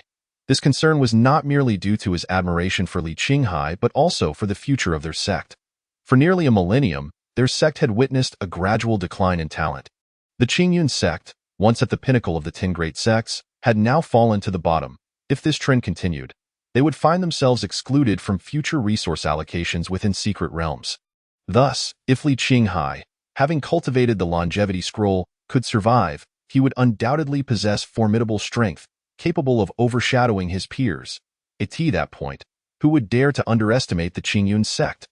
Lu Daoyuan's thoughts began to drift, and he felt a surge of excitement. After all, if the Qingyun sect could once again ascend to prominence among the 10 great sects, he, as the sect master, would enjoy an elevated status, soaring through the skies on his sword with pride and vigor. Li Qinghai, sensing Lu Daoyuan's unwavering gaze upon him, felt an involuntary shiver run down his spine. Surely, this esteemed figure does not harbor any peculiar inclinations. Although Li Qinghai was indeed a rare and handsome youth, he was resolute in his normalcy and adamantly opposed to any illicit propositions. Unable to withstand the intensity of Lu Daoyuan's scrutiny, Li Qinghai interjected, "Senior?" "Ah?" Lu Daoyuan snapped back to attention, observing Li Qinghai's slight nod of approval. "Well done, you have reached the second level of qi refinement, officially embarking on the path of cultivation. The road ahead will undoubtedly be fraught with challenges, so remain grounded and vigilant regarding your safety." "Thank you for your guidance, Senior. I shall keep your words close to my heart," Li Qinghai replied, mustering his courage. Immediately thereafter, Lu Daoyuan willed forth a small storage pouch from his waist. It floated gracefully before Li Qinghai.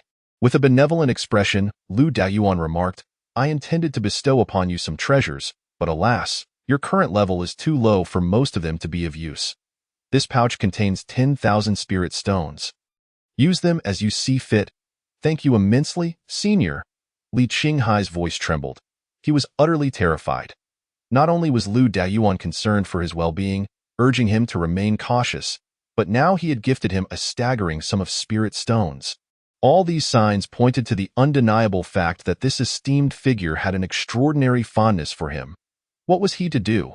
He was merely a weak, pitiable, and helpless novice in qi refinement, utterly unable to escape the clutches of such a powerful individual. Noticing Li Qinghai's slight tremor, Lu Daoyuan assumed it was excitement over the prospect of receiving 10,000 spirit stones. After all, he was but a novice with little worldly experience and had a long way to go in his cultivation journey. For a weak practitioner with an unstable heart, no amount of admonishment would make a difference. Lu Daoyuan, feeling somewhat disinterested, advised, for the time being, refrain from wandering about aimlessly. Focus on your cultivation within your quarters. With that, he waved his sleeve and departed with an ethereal grace. Lu Yaoyao had already informed Lu Daoyuan about Li Qinghai's venture to the Beast Mountain range. To prevent Li Qinghai from recklessly endangering himself again, Lu Daoyuan had resorted to issuing a firm command. As Li Qinghai watched Lu Daoyuan's retreating figure, he exhaled deeply, relieved that he had finally left. However, it appeared that this esteemed figure had forgotten to take his child with him. Li Qinghai glanced at Lu Yaoyao, finding her to be an utterly adorable little girl. He held no ulterior motives towards the young girl. Rather, her presence made him somewhat anxious, as he dreaded the sound of children crying. Now, faced with the prospect of comforting this 6- or 7-year-old child abandoned atop such a high mountain, he felt compelled to play the role of a caring older brother. "Do not be afraid. I have a friend who can fly on a sword. I will have him take you home." Lu Yaoyao's large eyes blinked in wonder. Then, she gently patted her small storage pouch, and a petite, elegant spirit sword emerged. With a flick of her wrist, the sword began to dance around her in a mesmerizing display. Li Qinghai's eyes widened in astonishment, while Lu Beishua's mouth fell agape in disbelief. The sight before them shattered their understanding of reality. How could such a small girl possess strength surpassing their own? "Little girl, what level of cultivation do you have?" Li Qinghai inquired. "I am at the late stage of foundation establishment." Lu Yaoyao replied, then added proudly, "And do not call me little girl. My name is Lu Yaoyao." Li Qinghai and Lu Beishua fell into a stunned silence. It was utterly unfathomable. How could a child so young already be at the late stage of foundation establishment? This world was simply too insane. Looking at themselves, they felt like the epitome of failure. Lu Yaoyao scrutinized the two of them with curiosity. "Why are you two always holding on to each other? Are you cultivating as partners?" Lu Beishua gently nudged Li Qinghai, hastily distancing herself from him. Li Qinghai cleared his throat, attempting to diffuse the awkwardness of the moment. Lu Yaoyao, lacking understanding of adult nuances, showed little interest in such complexities. "Are you both going back now? I can take you." "All right, we would appreciate your assistance, Yaoyao," Li Qinghai replied, his tone somewhat stiff. After all, It was quite embarrassing to have a child escort them home. Subsequently, Lu Yaoyao retrieved another flying sword. This one was longer and could accommodate 2 passengers. You both can ride this sword. Lu Beishue glanced at Li Qinghai, who gestured for her to board first. With graceful steps, Lu Beishue ascended the flying sword, followed closely by Li Qinghai, who positioned himself behind her. In an instant, the sword took flight, with Lu Yaoyao leading the way. After a while, they landed outside Qingzhou residence. As Li Qinghai disembarked from the spirit sword, he paused momentarily and turned to Lu Yaoyao. How did you know I reside at Qingzhou residence? Ah? Lu Yaoyao stammered, uncertain of how to respond. She couldn't very well admit. I've been watching you for days. Choosing to ignore the topic, Lu Yaoyao turned to Lu Beishue, shifting the conversation. Where do you live? At Luoshue residence. All right, let's go. Lu Yaoyao hurriedly led Lu Beishue away. Li Qinghai watched Lu Yaoyao's departing figure. Deep in thought, this little girl is quite suspicious, another stroke of fate. Although this particular boon does not significantly enhance strength, its existence ensures that in his next reincarnation, he shall be a handsome man. After all, when it comes to such blessings, the more, the merrier. Li Qinghai does not harbor any disdain. Once he has perused the Book of Fates, he proceeds to inspect his storage bag. He takes out the treasured storage bag from his arms, observing it with great affection. The storage bag gifted by the esteemed figure is indeed exceptional. Adorned with golden silk edges and etched with exquisite patterns, it exudes an air of sophistication and grandeur. For Li Qinghai, the storage bag is a coveted treasure. With it, he can conveniently store anything he desires. He then extends a strand of spiritual energy, accompanied by a hint of mental power, into the bag. Instantly, he spots a pile of gleaming spirit stones. For a fledgling cultivator like Li Qinghai, this is undoubtedly a windfall. However, the storage bag contains more than just spirit stones. He quickly discovers several tomes: Bestiary of Beasts, Compendium of Spiritual Flora, Insights on Magical Artifacts and Crafting, Alchemy and the Properties of Spiritual Herbs, and Fundamentals of Talismans and Arrays. After a brief glance, he finds no powerful martial arts manuals. Instead, they are all scholarly texts. Nevertheless, Li Qinghai understands that for a novice in cultivation like him, acquiring this knowledge is indeed vital. He recalls that atop the mountain, the esteemed figure explicitly instructed him to refrain from wandering about and to diligently cultivate at home. Perhaps the intention was for him to read more. Only after completing these books would he be allowed to venture outside. Given the formidable nature of such an individual, Li Qinghai considers himself incapable of inciting their wrath. Thus he resolves to adhere to their wishes and read at home. Otherwise, should the esteemed figure whimsically decide to quiz him on his knowledge, he might find himself imprisoned at the cliff of reflection for a few years. Contemplating his past errors, that would be disastrous. Though confined indoors, reading is certainly preferable to mere cultivation. Li Qinghai casually selects the Bestiary of Beasts to peruse first. However, unbeknownst to him, he has misinterpreted Lu Daoyuan's intentions. Lu Daoyuan's true meaning was to urge Li Qinghai not to recklessly endanger himself outside, but to focus on enhancing his strength first. The reason for providing so many books was simply to ensure Li Qinghai could grasp some fundamental knowledge during his leisure time. Little did he know, Li Qinghai had inverted the essence of the advice. Meanwhile, Lu Beishue has returned to her residence, the Snowfall abode. Upon entering the small dwelling, an elderly lady emerges from the necklace. Having already encountered the old woman once, Lu Beishue remains relatively composed. Who are you? You may call me Granny Jindan. What intentions do you have in following me? Are you seeking to possess me? Granny Jindan expresses intrigue. If I truly intended to seize your body, how would you respond? There would be no effective response. You are far too powerful, Lu Beishue replies candidly. Hee, you are quite sincere, young lady. Granny Jindan chuckles before elaborating. Rest assured, I have no intentions of possessing you, Dame. My primary focus lies in fire-based cultivation, particularly in alchemy, while you possess a perfect variant ice spiritual root, making this vessel unsuitable for me. A perfect variant ice spiritual root? Lu Beishue is well aware of the classifications of spiritual roots: ordinary, inferior, middle, superior, exceptional, and perfect. A perfect variant is indeed a genius among geniuses.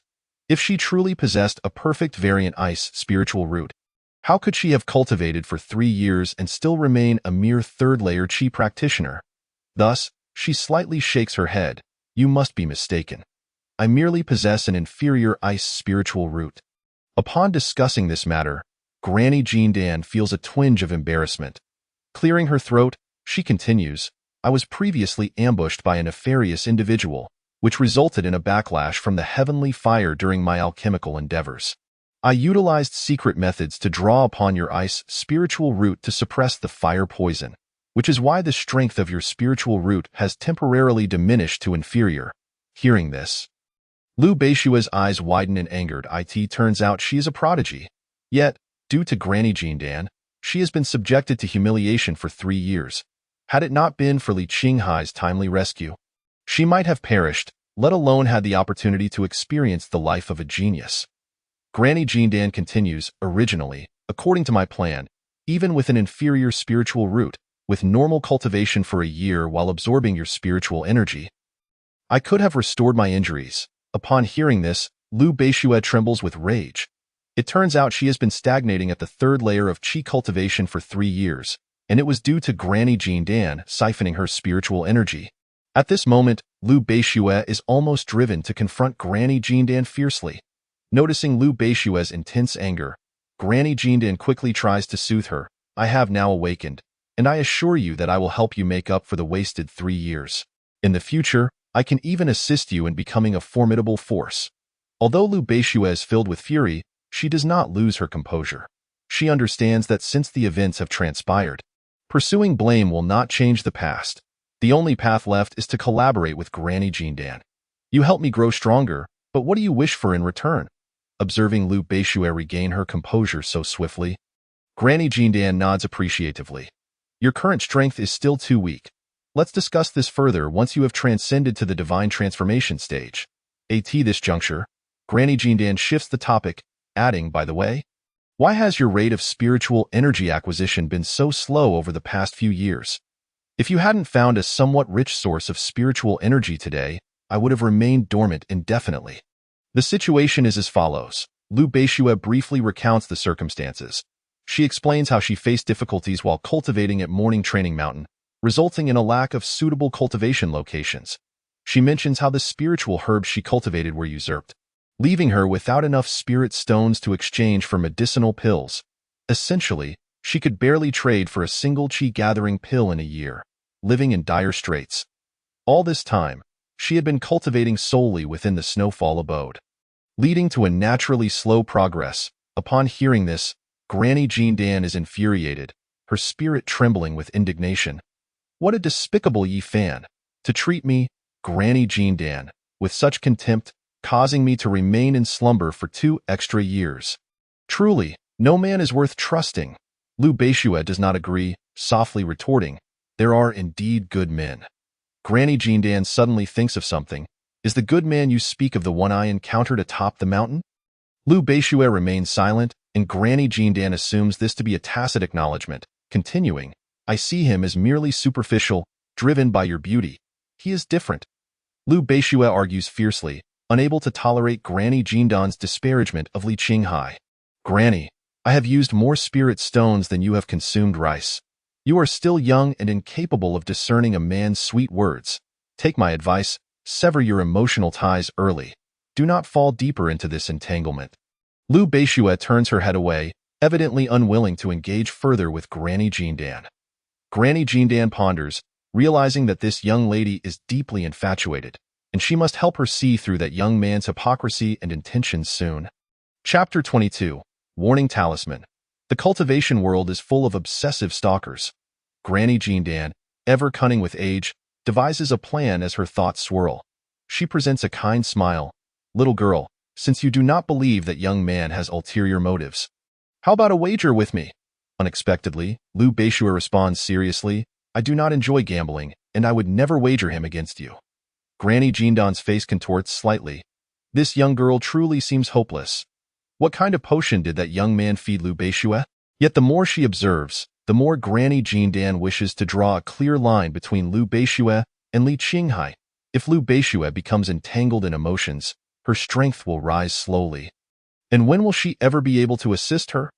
Granny Jindan concedes, very well, let us not gamble. However, if the opportunity arises, I wish to test him. Surely that is acceptable? Lu Beishue furrows her brow. Remaining silent, Granny Jindan then employs a tactic of provocation. Aren't you quite confident in his character? Do you think he is hypocritical and cannot withstand scrutiny? Lu Beishue still frowns in contemplation. Granny Jindan, adept at reading hearts, suddenly shifts the conversation. That young man's strength is quite mediocre. If he can endure my test, I shall bestow upon him a boon. As she speaks, Granny Jindan adds, furthermore, even if you do not agree, I can take matters into my own hands. All right, you may test him, but you must not harm him. Lu Beishue is resistant to the idea of testing Li Qinghai, as she perceives it as a lack of trust in him. However, Granny Jindan is correct. Even if she does not agree, Granny Jindan could act independently. Thus, negotiating with her is a sign of great respect. Should she refuse, Granny Jindan might retaliate against Li Qinghai in a fit of anger. Moreover, agreeing now could potentially allow Li Qinghai to gain an opportunity from Granny Jindan, which would be the best outcome for her to secure for him. Raising her staff, Granny Jindan inscribes a talisman in the air. As she draws, she smiles, saying, "Rest assured, with that young man's meager strength, I have no interest in taking action myself." Upon finishing the talisman, she commands, "Go." With a subtle flick of her wrist, the illusory talisman soared into the air. Lu Beishue remained somewhat apprehensive, pondering what sort of talisman this was and its purpose.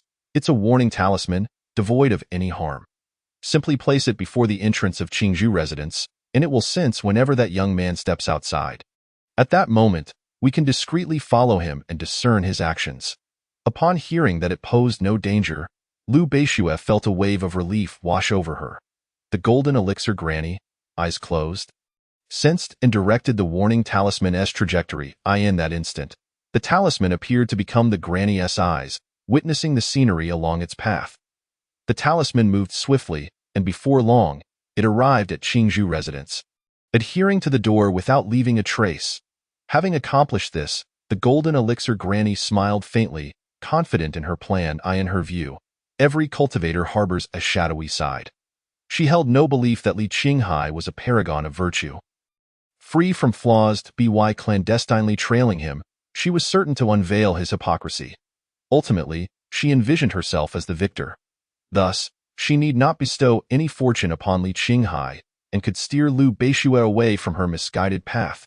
An exquisite dual benefit indeed.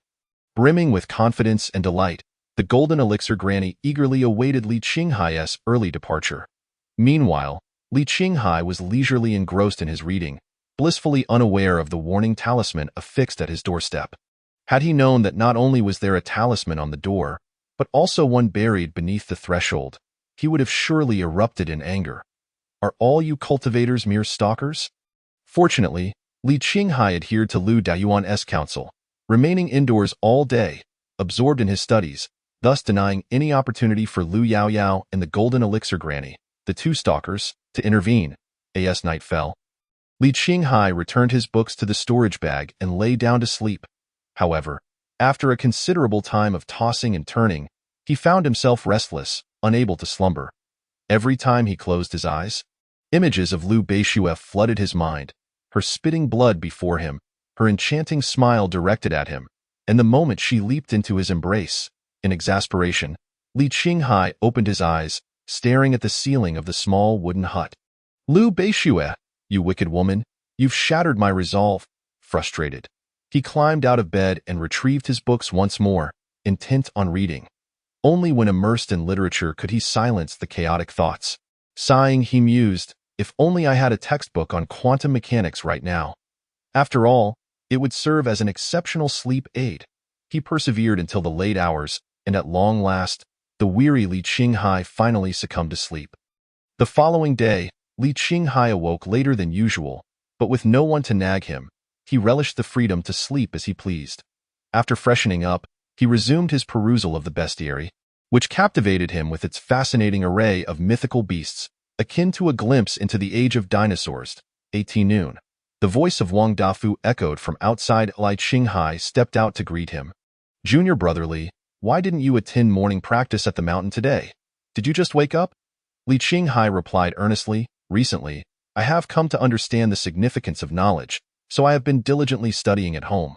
I likely won't be going to morning practice anymore. Wang Defu looked taken aback. Junior brother, as cultivators, how can we neglect our training for mere reading? You're not preparing for an examination. Brother Wang, you simply do not comprehend the joy of reading. Observing Li Qinghai's fervent demeanor, Wang Dafu felt compelled to intervene. Today, Lu Beishue attended morning practice. She has already reached the 4th layer of qi refinement. You must also strive to cultivate diligently. Upon hearing the name of the woman who had haunted his sleep, Li Qinghai felt a surge of irritation. What of Lu Beishue? In my books, there are beauties aplenty. Ah, it appears even Lu Beishue cannot rescue junior brother Li. Wang Dafu sighed, realizing the futility of his efforts. Very well, continue your reading. I shall not disturb you.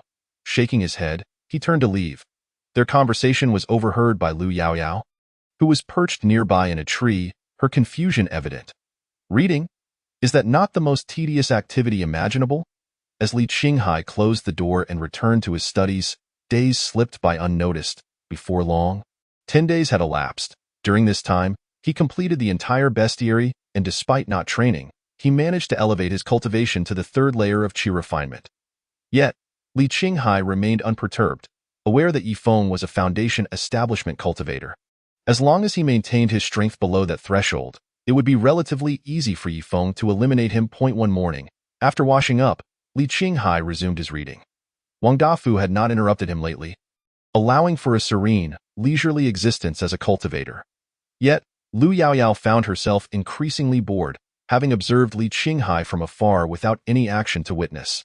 Finally unable to contain herself, Lu Yaoyao approached his door and knocked forcefully. Hey, Li Qinghai! Come out! Startled, Li Qinghai, who was basking in the sun while engrossed in his book, was taken aback by the sudden shout. The voice of a young girl? The image of Lu Yaoyao filled his mind. This little imp was a bona fide foundation establishment cultivator, and he dared not be careless. He could not risk her demolishing his home. Li Qinghai opened the door to find Lu Yaoyao, standing with her hands on her hips. Her expression one of indignation. He was puzzled. What had he done to incur her wrath? Lu Yaoyao wasted no time in questioning him. What on earth are you doing at home? Why aren't you outside? I am reading, he replied. What is so interesting about books? Come on, let us go outside. You have nothing to fear. I'll protect you. Li Qinghai rolled his eyes inwardly, thinking, if I let you protect me, what is the point of going out? I might as well stay in. However, he dared not voice such thoughts. Instead, he feigned distress, sighing, I wish I could go out, but didn't the senior say to stay at home and not wander about? Without hesitation, he shifted the blame onto Lu Dayuan. Lu Yaoyao blinked, recalling that indeed, Lu Dayuan had made such a statement. Her enthusiasm waned as she realized that if Lu Dayuan had expressly instructed it, she couldn't take Li Qinghai out. Frustrated and without an outlet for her irritation, she stamped her foot. Just wait at home, she exclaimed, before taking to the skies on her sword and departing. Li Qinghai shook his head in confusion and returned to his reading. After a while, Lu Yaoyao sought out Lu Dayuan. Father, she called, a hint of grievance in her voice. What is it? He inquired. Why can't you let Li Qinghai go out? To temper his character, of course. What character? Lu Yaoyao was perplexed. Have you not noticed during your observations? He is a man who cannot tolerate even the slightest injustice. He feels compelled to intervene in every matter. While this may be a commendable trait, it can also be a detrimental habit. If he does not amend it, he may ultimately face ruin. Lu Dayuan patiently elucidated, indirectly imparting wisdom to Lu Yaoyao. Tilting her head thoughtfully, Lu Yaoyao considered this. If you hadn't intervened that first time, Li Qinghai might have been in grave danger. Yet, she hesitated to voice her thoughts. Lu Dayuan continued, Yaoyao, consider this. Allowing Li Qinghai to remain quietly at home for a time will not only cultivate a more stable character but also enhance his strength. This way, he will be less likely to fall into peril in the future. Do you wish to see Li Qinghai meet his downfall? Certainly not, Lu Yaoyao replied, shaking her head. Exactly now, think further. Has Li Qinghai offended Yifan? With Yifan's recent breakthrough, he must have attained the golden core stage. Given your current strength, can you safeguard Li Qinghai? Perhaps not, Lu Yaoyao admitted, bewildered. So, if you do not wish for Li Qinghai to falter, yet cannot protect him, what should you do? Lu Yaoyao's eyes brightened. I must increase my strength. Lu Dagyuan smiled slightly. Indeed. Lu Yaoyao clenched her small fist. This time during my seclusion, I shall also break through to the golden core stage. Only then can I protect my little brother. Lu Daoyuan nodded appreciatively. If Li Qinghai were present, he would surely have solemnly advised Lu Yaoyao, saying, "Dear friend Yaoyao, you are being subjected to emotional manipulation." Of course, Li Qinghai could not possibly be here. Nor would he know that Lu Yaoyao regarded him as her little brother, even asserting her intentions to protect him. Lu Yaoyao, with her character of righteous indignation, felt an impulse to confront evildoers whenever she encountered them. Yet, Lu Daoyuan feared that such tendencies at her tender age might cultivate a disposition of violence. Thus, he had always encouraged her to prioritize self-preservation and refrain from engaging in needless brawls. Naturally, Li Qinghai's deeds had earned Lu Yaoyao's enthusiastic endorsement, leading her to unilaterally acknowledge him as her little brother. With her little brother confronting villains ahead, she, as the elder sister, would oversee the broader picture. Igniting a fervor within her, this little brother was of utmost significance to Lu Yaoyao. He simply must not perish. Filled with determination, she resolved to cultivate her skills. However, before immersing herself in training, she needed to pay a visit to her little brother. Lu Yaoyao soared through the skies on her sword, arriving once more at Qingzhou residence, Li Qinghai. Li Qinghai felt a throbbing headache. Why had this little ancestor returned again? He opened the door and Li Qinghai forced a smile. "Dear friend Yaoyao." Lu Yaoyao, with an air of precociousness, admonished him. "I shall be in seclusion for some time. Until I emerge, you must not leave Qingzhou residence alone, understood?" "Seclusion? That sounds splendid," Li Qinghai promptly acquiesced. "Certainly, I shall remain indoors." Yet, Lu Yaoyao remained uneasy, fearing for her beloved little brother's safety. She then retrieved 3 talismans from her storage pouch. This red talisman is a fireball talisman. If someone challenges you, simply throw it at them. The blue one is a gale talisman. If the fireball talisman proves insufficient, make haste to flee. The purple one is a spatial talisman. Should you find yourself unable to escape, use it to teleport to a random location. It's a top-tier life-saving talisman. Li Qinghai was momentarily stunned. With these talismans in hand, how could he possibly meet his demise? Lu Yaoyao, not permitting him a chance to refuse, directly thrust the talismans into his hands. She then struck a pose. Attempting to appear sage-like, hands clasped behind her back, chin slightly raised, Li Qinghai, focus on your cultivation. When I emerge from seclusion, I hope to find you still alive. Farewell. With a nonchalant turn, Lu Yaoyao gracefully departed on her sword. Li Qinghai gazed at her retreating figure, then at the talismans in his hands, silently shedding tears. Why do you all insist on thrusting opportunities upon me without considering my feelings? Chapter 24. A thunderclap from the blue sky.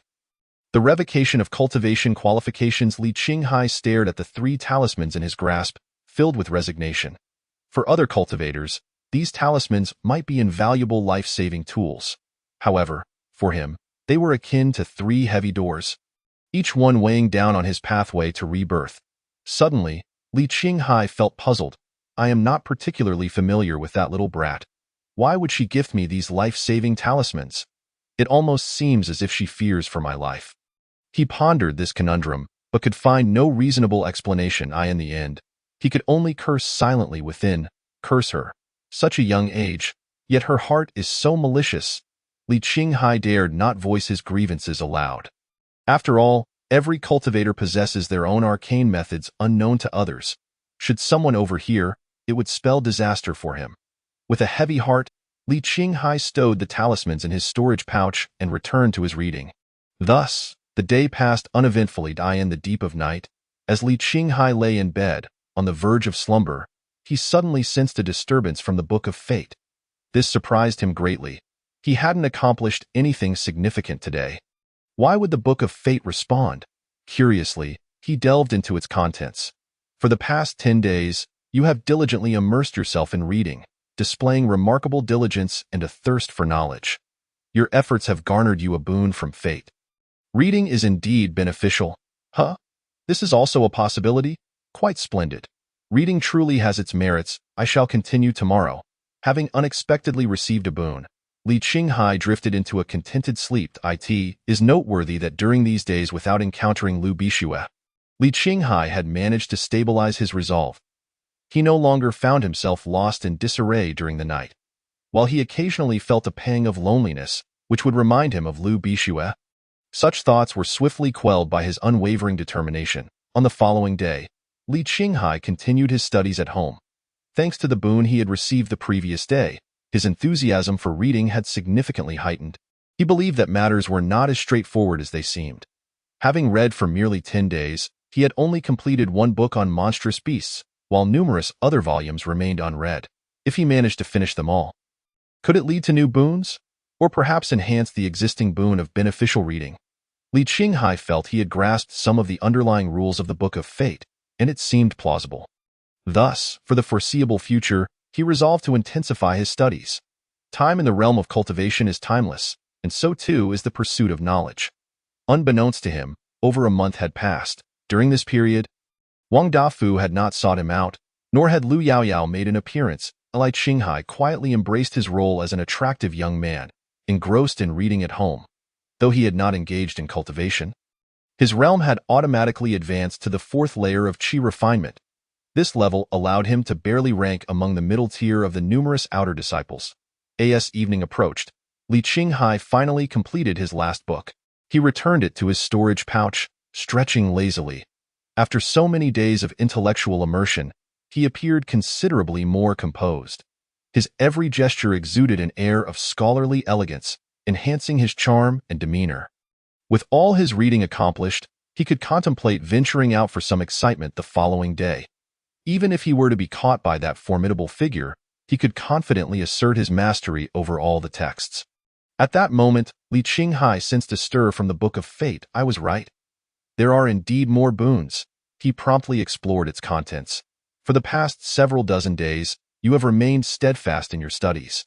Your fervor for reading and unwavering resolve are commendable. Your diligence has led to the enhancement of your previous boon of beneficial reading. You have now obtained a new boon, photographic memory. Li Qinghai was overwhelmed with joy. Photographic memory, a boon that sounded exceptionally impressive. However, he thought this would be the end of it. To his astonishment, new text appeared at the bottom of the page. Li Qinghai focused intently, his heart racing with anticipation. Since embarking on the path of cultivation, you have never earnestly practiced. It is evident that you do not favor cultivation. You possess spiritual herbs, elixirs, and spirit stones, yet have never utilized them effectively. It is clear you lack an understanding of cultivation. Your various actions have led to a series of changes in your boons. First, your boon of Master Cultivator has been diminished, and you have acquired a new boon, Mundane Master. Secondly, you have obtained a new boon, No Envy for the Immortals. Lastly, your identity and background regarding reincarnation and rebirth have undergone alteration. You are highly likely to be born into a scholarly family with no aptitude for cultivation. In your next cycle of reincarnation, you shall receive the boon of Fate's Chosen, bringing fortune and averting calamity, a modest reputation, a mundane master, photographic memory, and a captivating charm, with no envy for the immortals. Staring at the cascade of text, Li Qinghai felt as if struck by a thunderbolt. His actions were perceived by the Book of Fate as an indication of his disinterest in cultivation. After his demise, he could not continue his cultivation journey in the next life. Li Qinghai stood frozen, lost in shock for an extended period, unable to comprehend the devastating news. In his pursuit of knowledge, he had traded a watermelon for sesame seeds, gaining the boon of photographic memory, yet losing his qualifications for cultivation. Li Qinghai felt tears welling up in his eyes. What a wretched Book of Fate. I strive. Is it too much to ask for me to cultivate earnestly now? Damn it. What a truly infuriating situation. Li Qinghai, overwhelmed by profound regret, climbed onto his bed. He meticulously examined the contents of his storage bag for items suitable for cultivation. 2 qi condensation pills, 2 spirit transformation herbs, 3 spirit gathering pills, and 10,000 low-grade spirit stones. The first 3 items could indeed be utilized for cultivation, while the spirit stones, although usable, could not be entirely consumed for that purpose. The Book of Creation had stripped him of his qualifications for cultivation in his next life, manifesting primarily in two aspects. Point 1 was his disinterest in cultivation, a problem easily rectified through diligent daily practice. The other was his lack of understanding of cultivation, a more complex issue requiring a judicious arrangement of every resource and a suitable application for each treasure. Although spirit stones could assist in cultivation, they also served as currency in the immortal realm. Thus, he needed to employ spirit stones to acquire treasures to truly comprehend the essence of cultivation. Li Qinghai felt a wave of frustration wash over him. Indulging in leisure had been momentarily gratifying, but now convincing the Book of Creation to reassess him as both passionate about and knowledgeable in cultivation would likely demand a considerable price. After all, he had languished in idleness for several days. Silently, Li Qinghai picked up a spirit transformation herb. Let us commence with you. Seated in a meditative posture, he placed the herb in his palm and began to circulate the 5 elements longevity scroll. The spiritual energy contained within the herb transformed into a remarkably pure thread of energy, entering his body through his palm. However, the longevity scroll was exceedingly domineering. While refining the spirit transformation herb, it also absorbed some of the surrounding spiritual energy. Li Qinghai was acutely aware of this, yet he dared not suppress his technique any longer. At this moment, he must be both fond of cultivation and well-versed in its intricacies. Chapter 25, 5th Level of Qi Refinement. It turns out I am stronger than the prodigies. Li Qinghai continued his silent cultivation. After the duration of a single incense stick, he finally refined the spirit transformation herb completely. Upon opening his eyes and glancing at the herb, he noted that it had withered beyond recognition, devoid not only of spiritual energy but also of any sign of life. This puzzled him. In the text he had perused, the process and outcomes of refining spirit herbs were discussed. Many spirit herbs maintained a symbiotic relationship between their vitality and spiritual energy. In other words, if the spiritual energy remained intact, the herb could sustain its vitality under its influence. A cultivator refining a spirit herb merely absorbed its spiritual energy. Thus, a spirit herb that had just lost its energy would still theoretically retain some semblance of life, which would gradually dissipate until its eventual demise. Yet, this particular herb was different.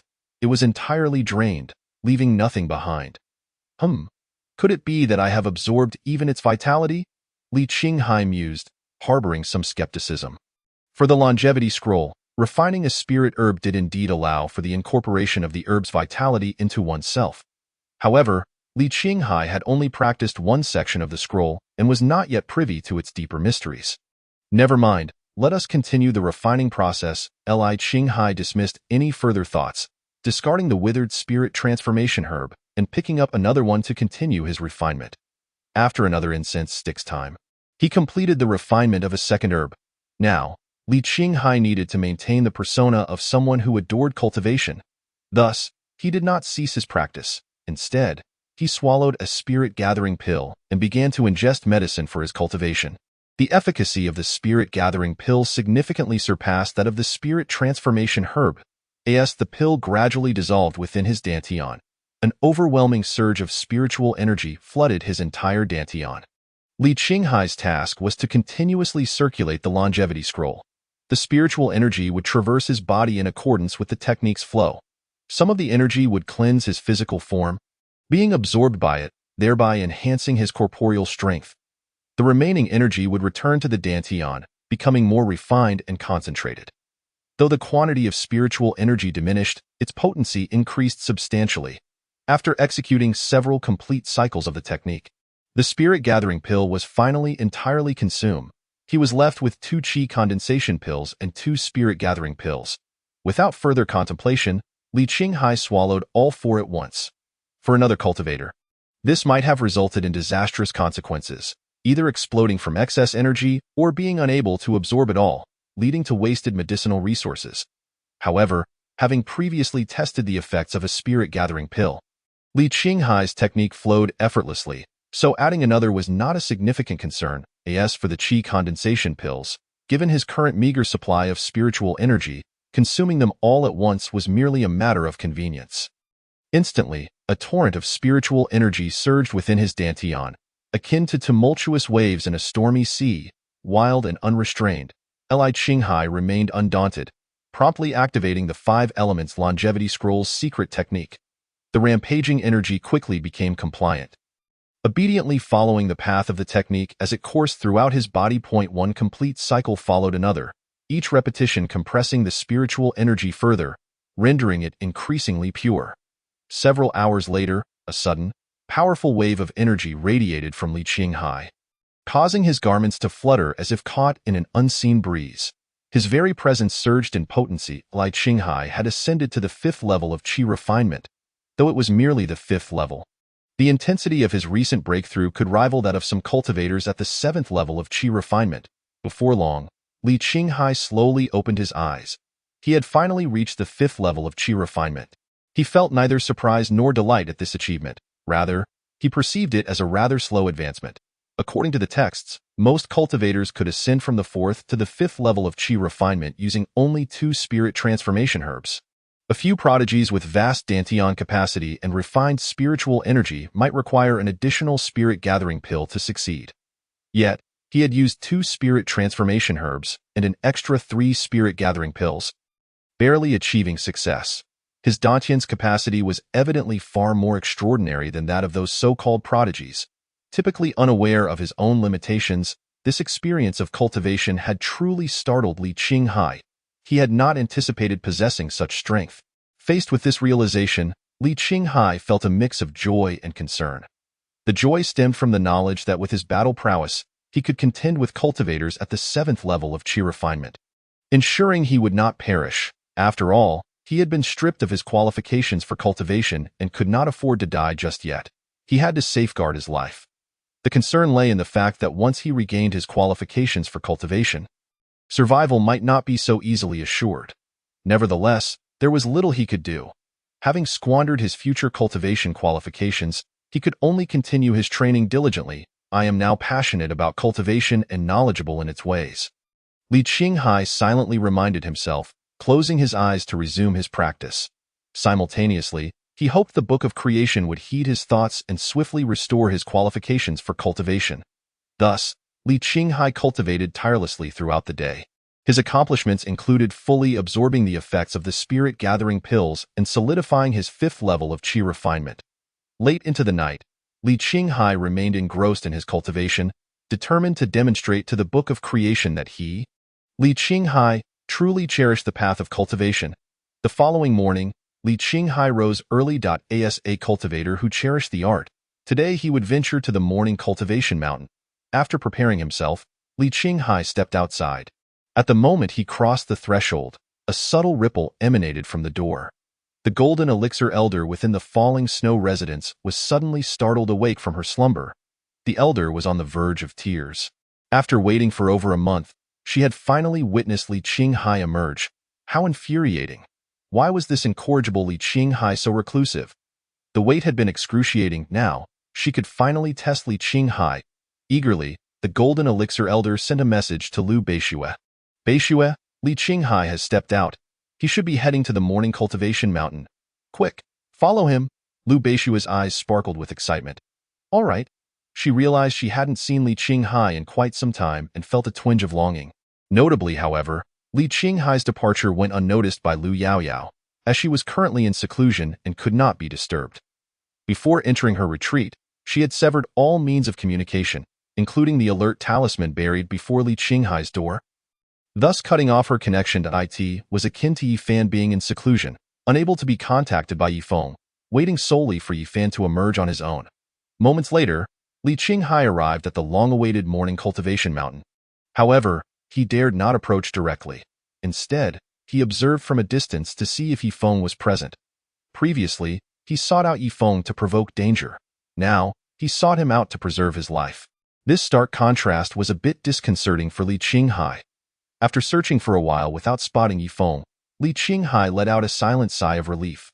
Meanwhile, Wang Dafu was a more conspicuous target, and Li Qinghai soon noticed him making his way toward the morning cultivation mountain.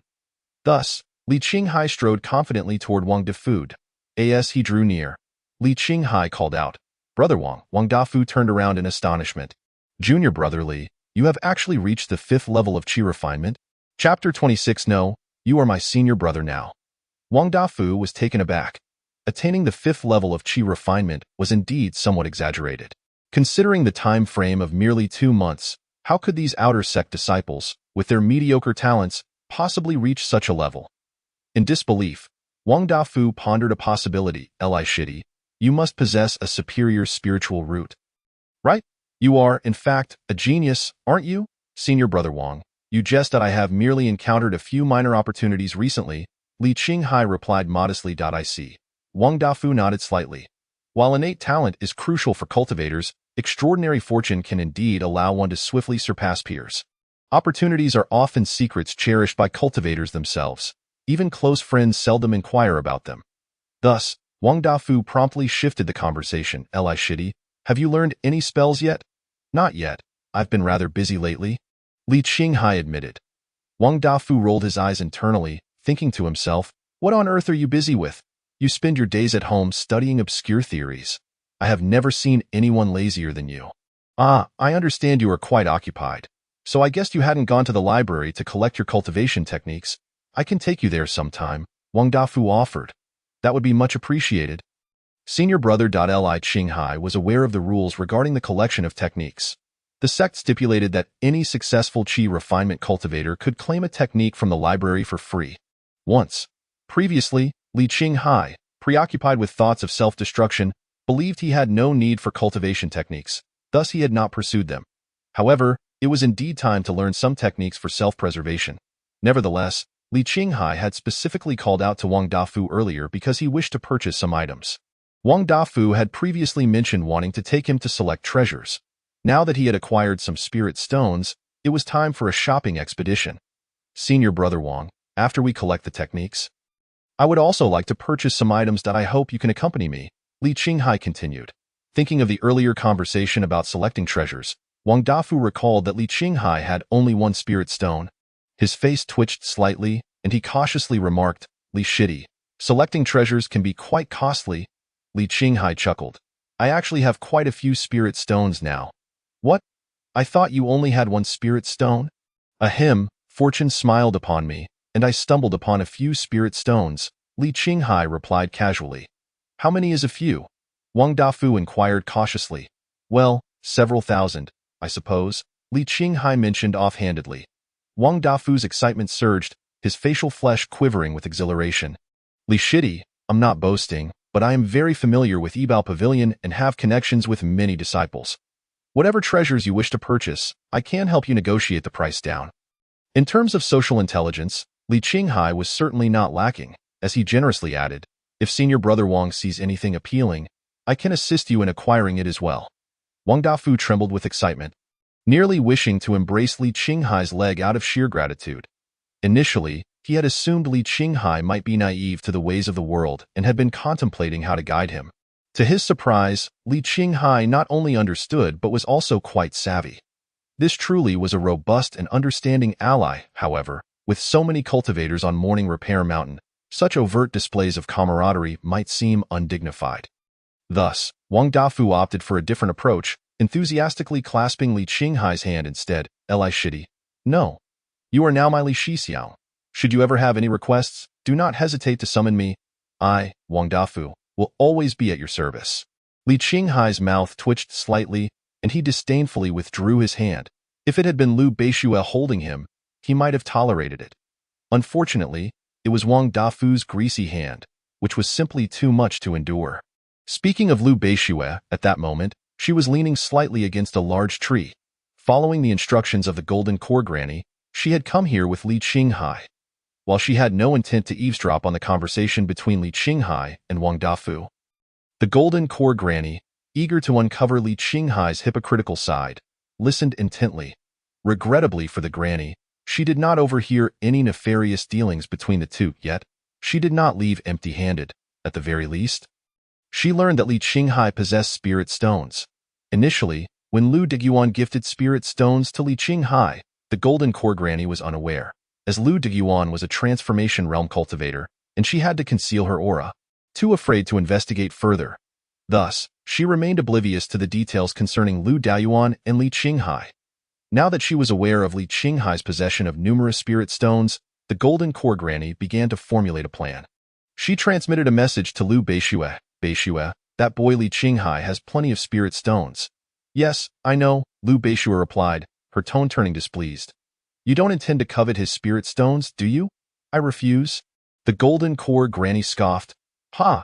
A mere few thousand spirit stones. In the past, I wouldn't have even glanced at them. Even now, with nothing to my name, I wouldn't stoop so low as to rob a junior of their spirit stones.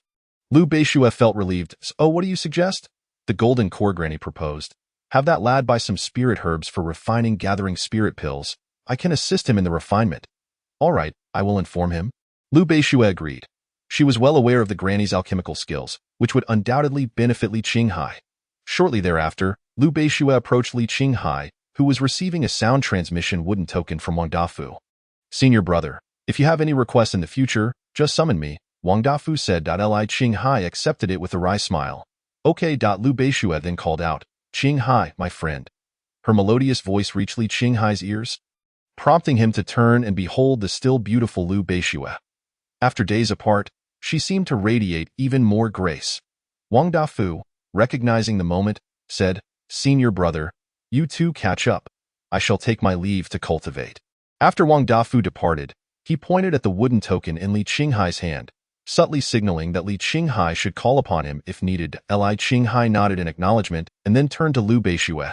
Beishue, I hope all is well. Liu Beishue, preferring directness, quickly conveyed via sound transmission, the golden core granny wishes to help you refine gathering spirit pills. You should purchase some spirit herbs for the process.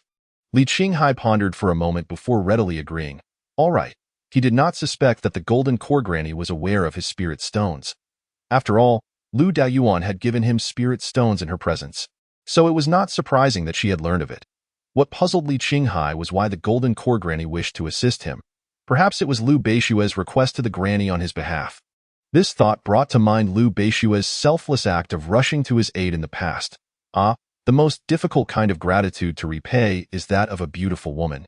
Chapter 27. Beishue, you and Li Qinghai are not from the same world. As Li Qinghai silently reflected on this, Liu Beishue spoke again. Have you learned to fly using an item? Would you like me to take you to the mountain peak for practice? I would be most grateful. Beishue, Li Qinghai replied. A flying sword emerged from Liu Beishue's storage pouch and landed at their feet. Hop on, she said softly. Li Qinghai complied and mounted the flying sword. Amidst the envious gazes of the disciples below, the sword soared into the sky. Before long, it landed atop the mountain. The two then sought out stones to sit upon and began their cultivation. Li Qinghai initiated the operation of the longevity scroll, and the surrounding spiritual energy rapidly surged toward him.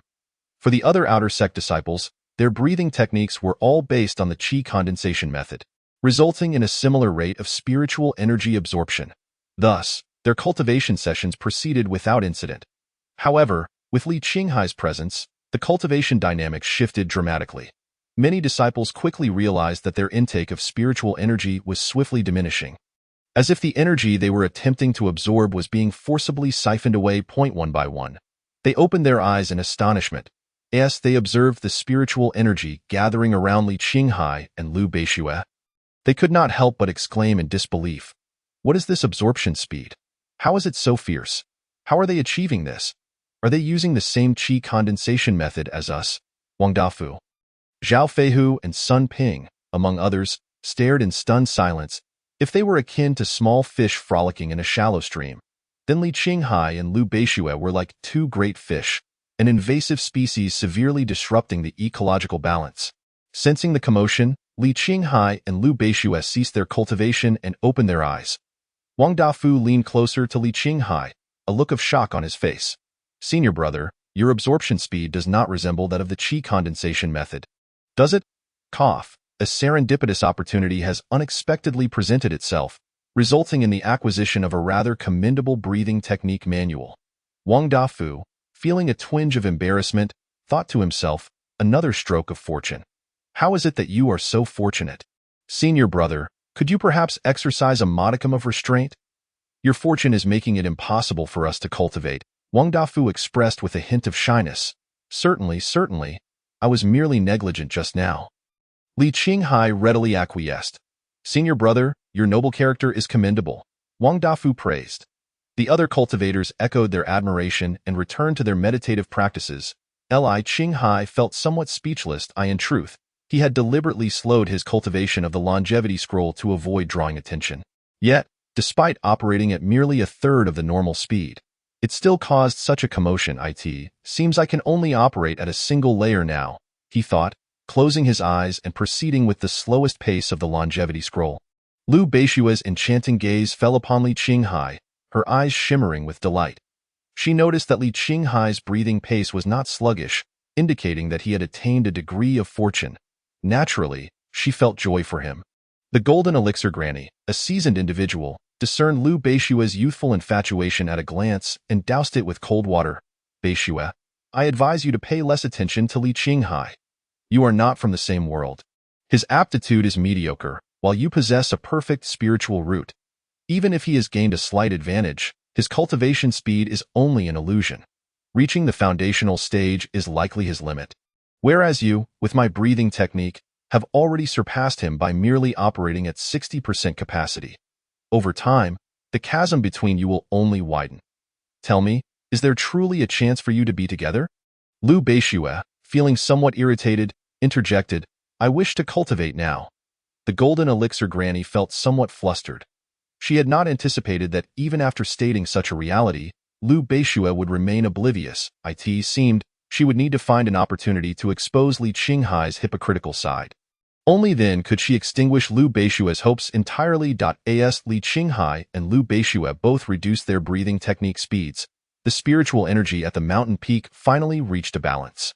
All the cultivators practiced harmoniously, each absorbed in their own pursuits. As noon approached, the spiritual energy of Morning Cultivation Mountain gradually dwindled. The cultivators rose from their meditative states and began to depart. Li Qinghai also slowly stood up. Wang Dafu approached him. Senior brother, we are ready to set off.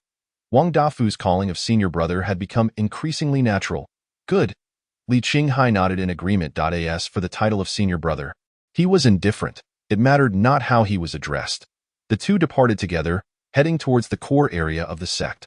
The core area of the sect was separated by an inner door region. Such a long distance was not one a mere chi refining cultivator could traverse by flight alone. Hence, to reach the core area, one needed to rely on the flying spiritual beast, the white feather crane.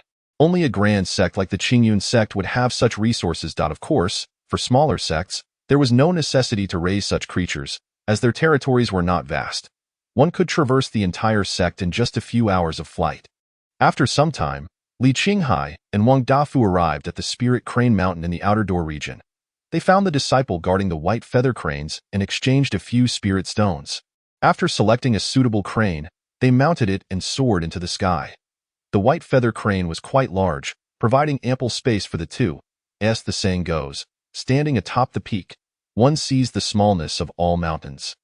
From the crane's back, Li Qinghai gazed down at the vast expanse of the 10,000 mountains, feeling an overwhelming sense of ambition and aspiration.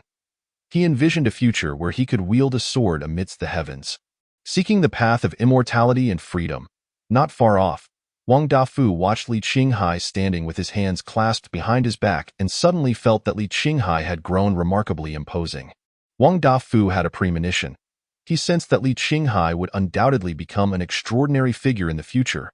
He must cling to this big leg tightly, for with such support, he would surely live a life free from worries. This was a tremendous stroke of fortune. Chapter 28. The sect's universal sword technique, Qingyun's sword art. The white feather crane flew swiftly, matching the speed of foundational cultivators. However, the distance to the core location was considerable. Even the white feather crane took several hours to reach its destination. Yet, the crane did not take Li Qinghai and Wang Dafu directly to the library pavilion. Instead, they were delivered to the Spirit Crane Mountain in the core area. Li Qinghai and Wang Dafu still needed to walk a distance to reach the library pavilion.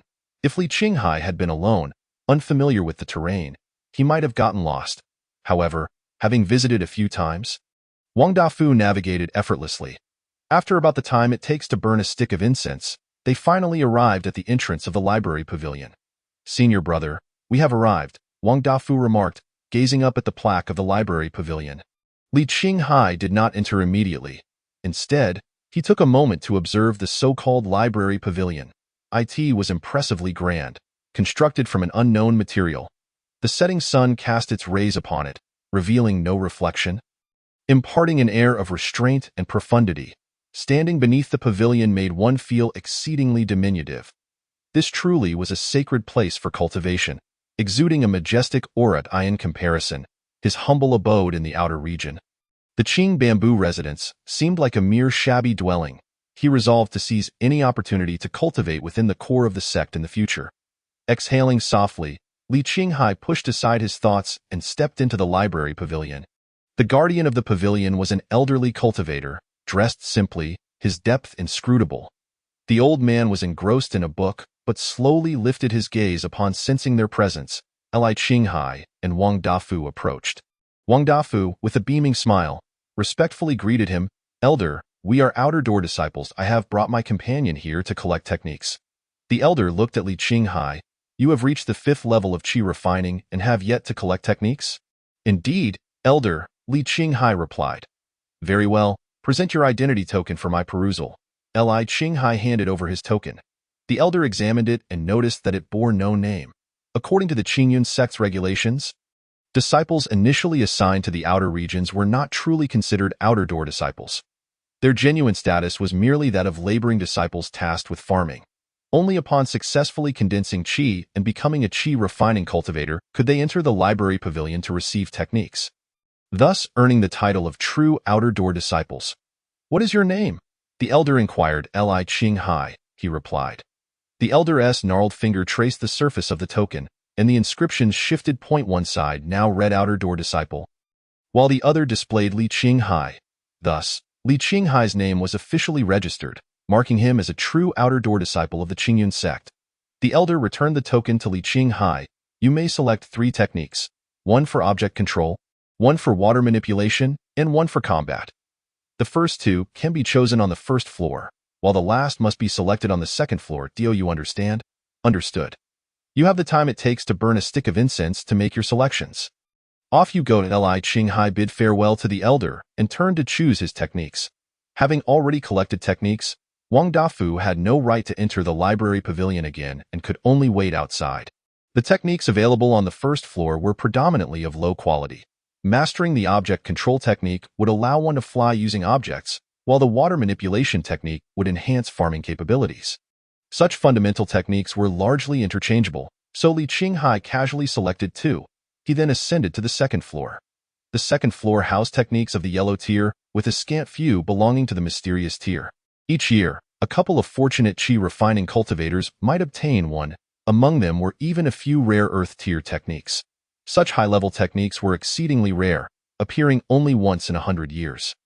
Only those with extraordinary luck could hope to acquire them. In nearly a century, only Yifan had succeeded in doing so. There were also rumors of someone obtaining a heaven-tier technique thousands of years ago, but none had appeared since. Most regarded this as mere myth. Li Qinghai surveyed the rows upon rows of bookshelves. He felt a bit dizzy.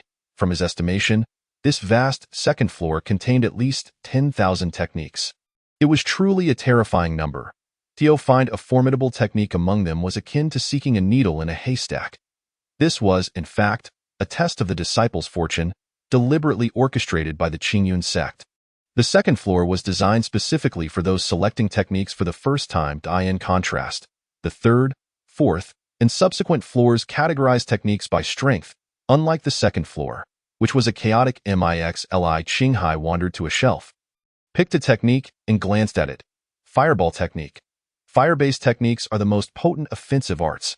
Mastering the fireball technique allows one to eliminate enemies in a single strike. Impressive. Li Qinghai offered a compliment and then returned it to its place.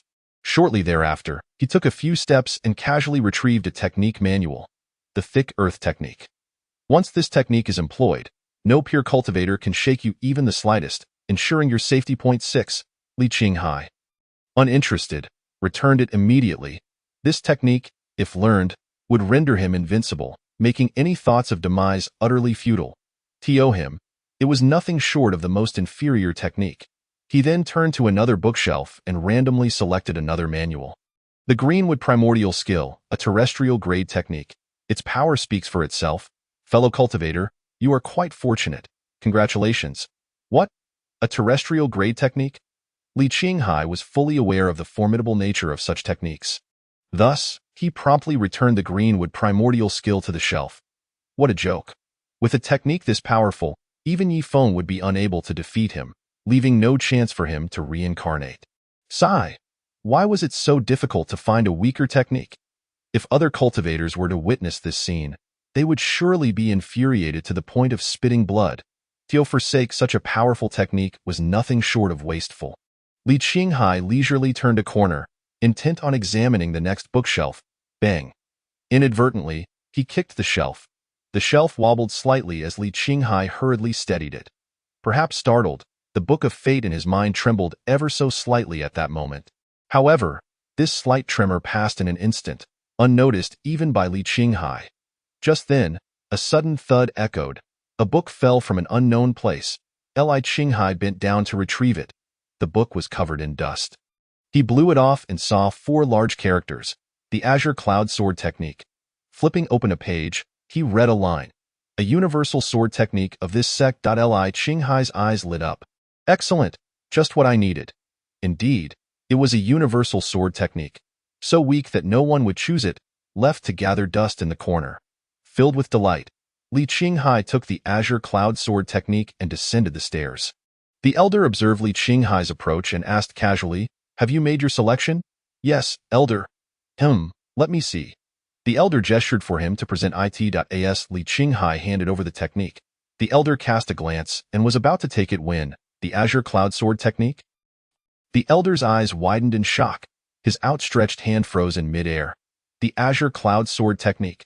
This was indeed the Azure Cloud Sword Technique. Even the usually composed elder found himself flustered at this moment. The calm waters of his heart had risen to tumultuous waves. Li Qinghai sensed something was amiss and pondered to himself. Something's not right. Judging by the elder's reaction, could this Azure Cloud Sword Technique be exceptionally powerful? If it were truly formidable, he would need to hurry back and exchange it for another. Concerned, Li Qinghai decided to test the waters. "Elder? Ahem." The elder snapped back to reality. His hand, which had been frozen, reluctantly withdrew. He seemed hesitant to touch the Azure Cloud Sword Technique, as if doing so would be a grave disrespect. "Elder, is there something wrong with this Azure Cloud Sword Technique?" "No, of course not." "Then is it strong?" The elder's forehead began to bead with sweat, feeling distressed. "As a nearly buried old Yuaning cultivator, how dare I evaluate such a technique?" Fortunately, he had weathered many storms and quickly composed himself. "It is strong." The elder feigned a wise demeanor, providing a vague answer. Li Qinghai felt a bit bewildered. "Elder, what does 'it is strong' mean?" "It is strong" means it depends on your personal perception. If you feel it is strong, then it is strong. And what is your personal perception, elder? The elder was quite irritated, wishing to swat Li Qinghai away. "Could you please stop asking? Do you have no insight? Can't you see I don't wish to answer? Don't you understand that some things are not meant to be disclosed?" Had it been any other sect disciple, the elder might have indeed swatted them away. But Li Qinghai had acquired the Azure Cloud Sword Technique, which would surely place him above the elder in future achievements. Thus, he could not be offended. The elder took a deep breath, exhaling 2 words slowly. "It is strong." "Elder, it is strong." Li Qinghai's lips twitched slightly. He had merely intended to say, "Elder, we shall take our leave now."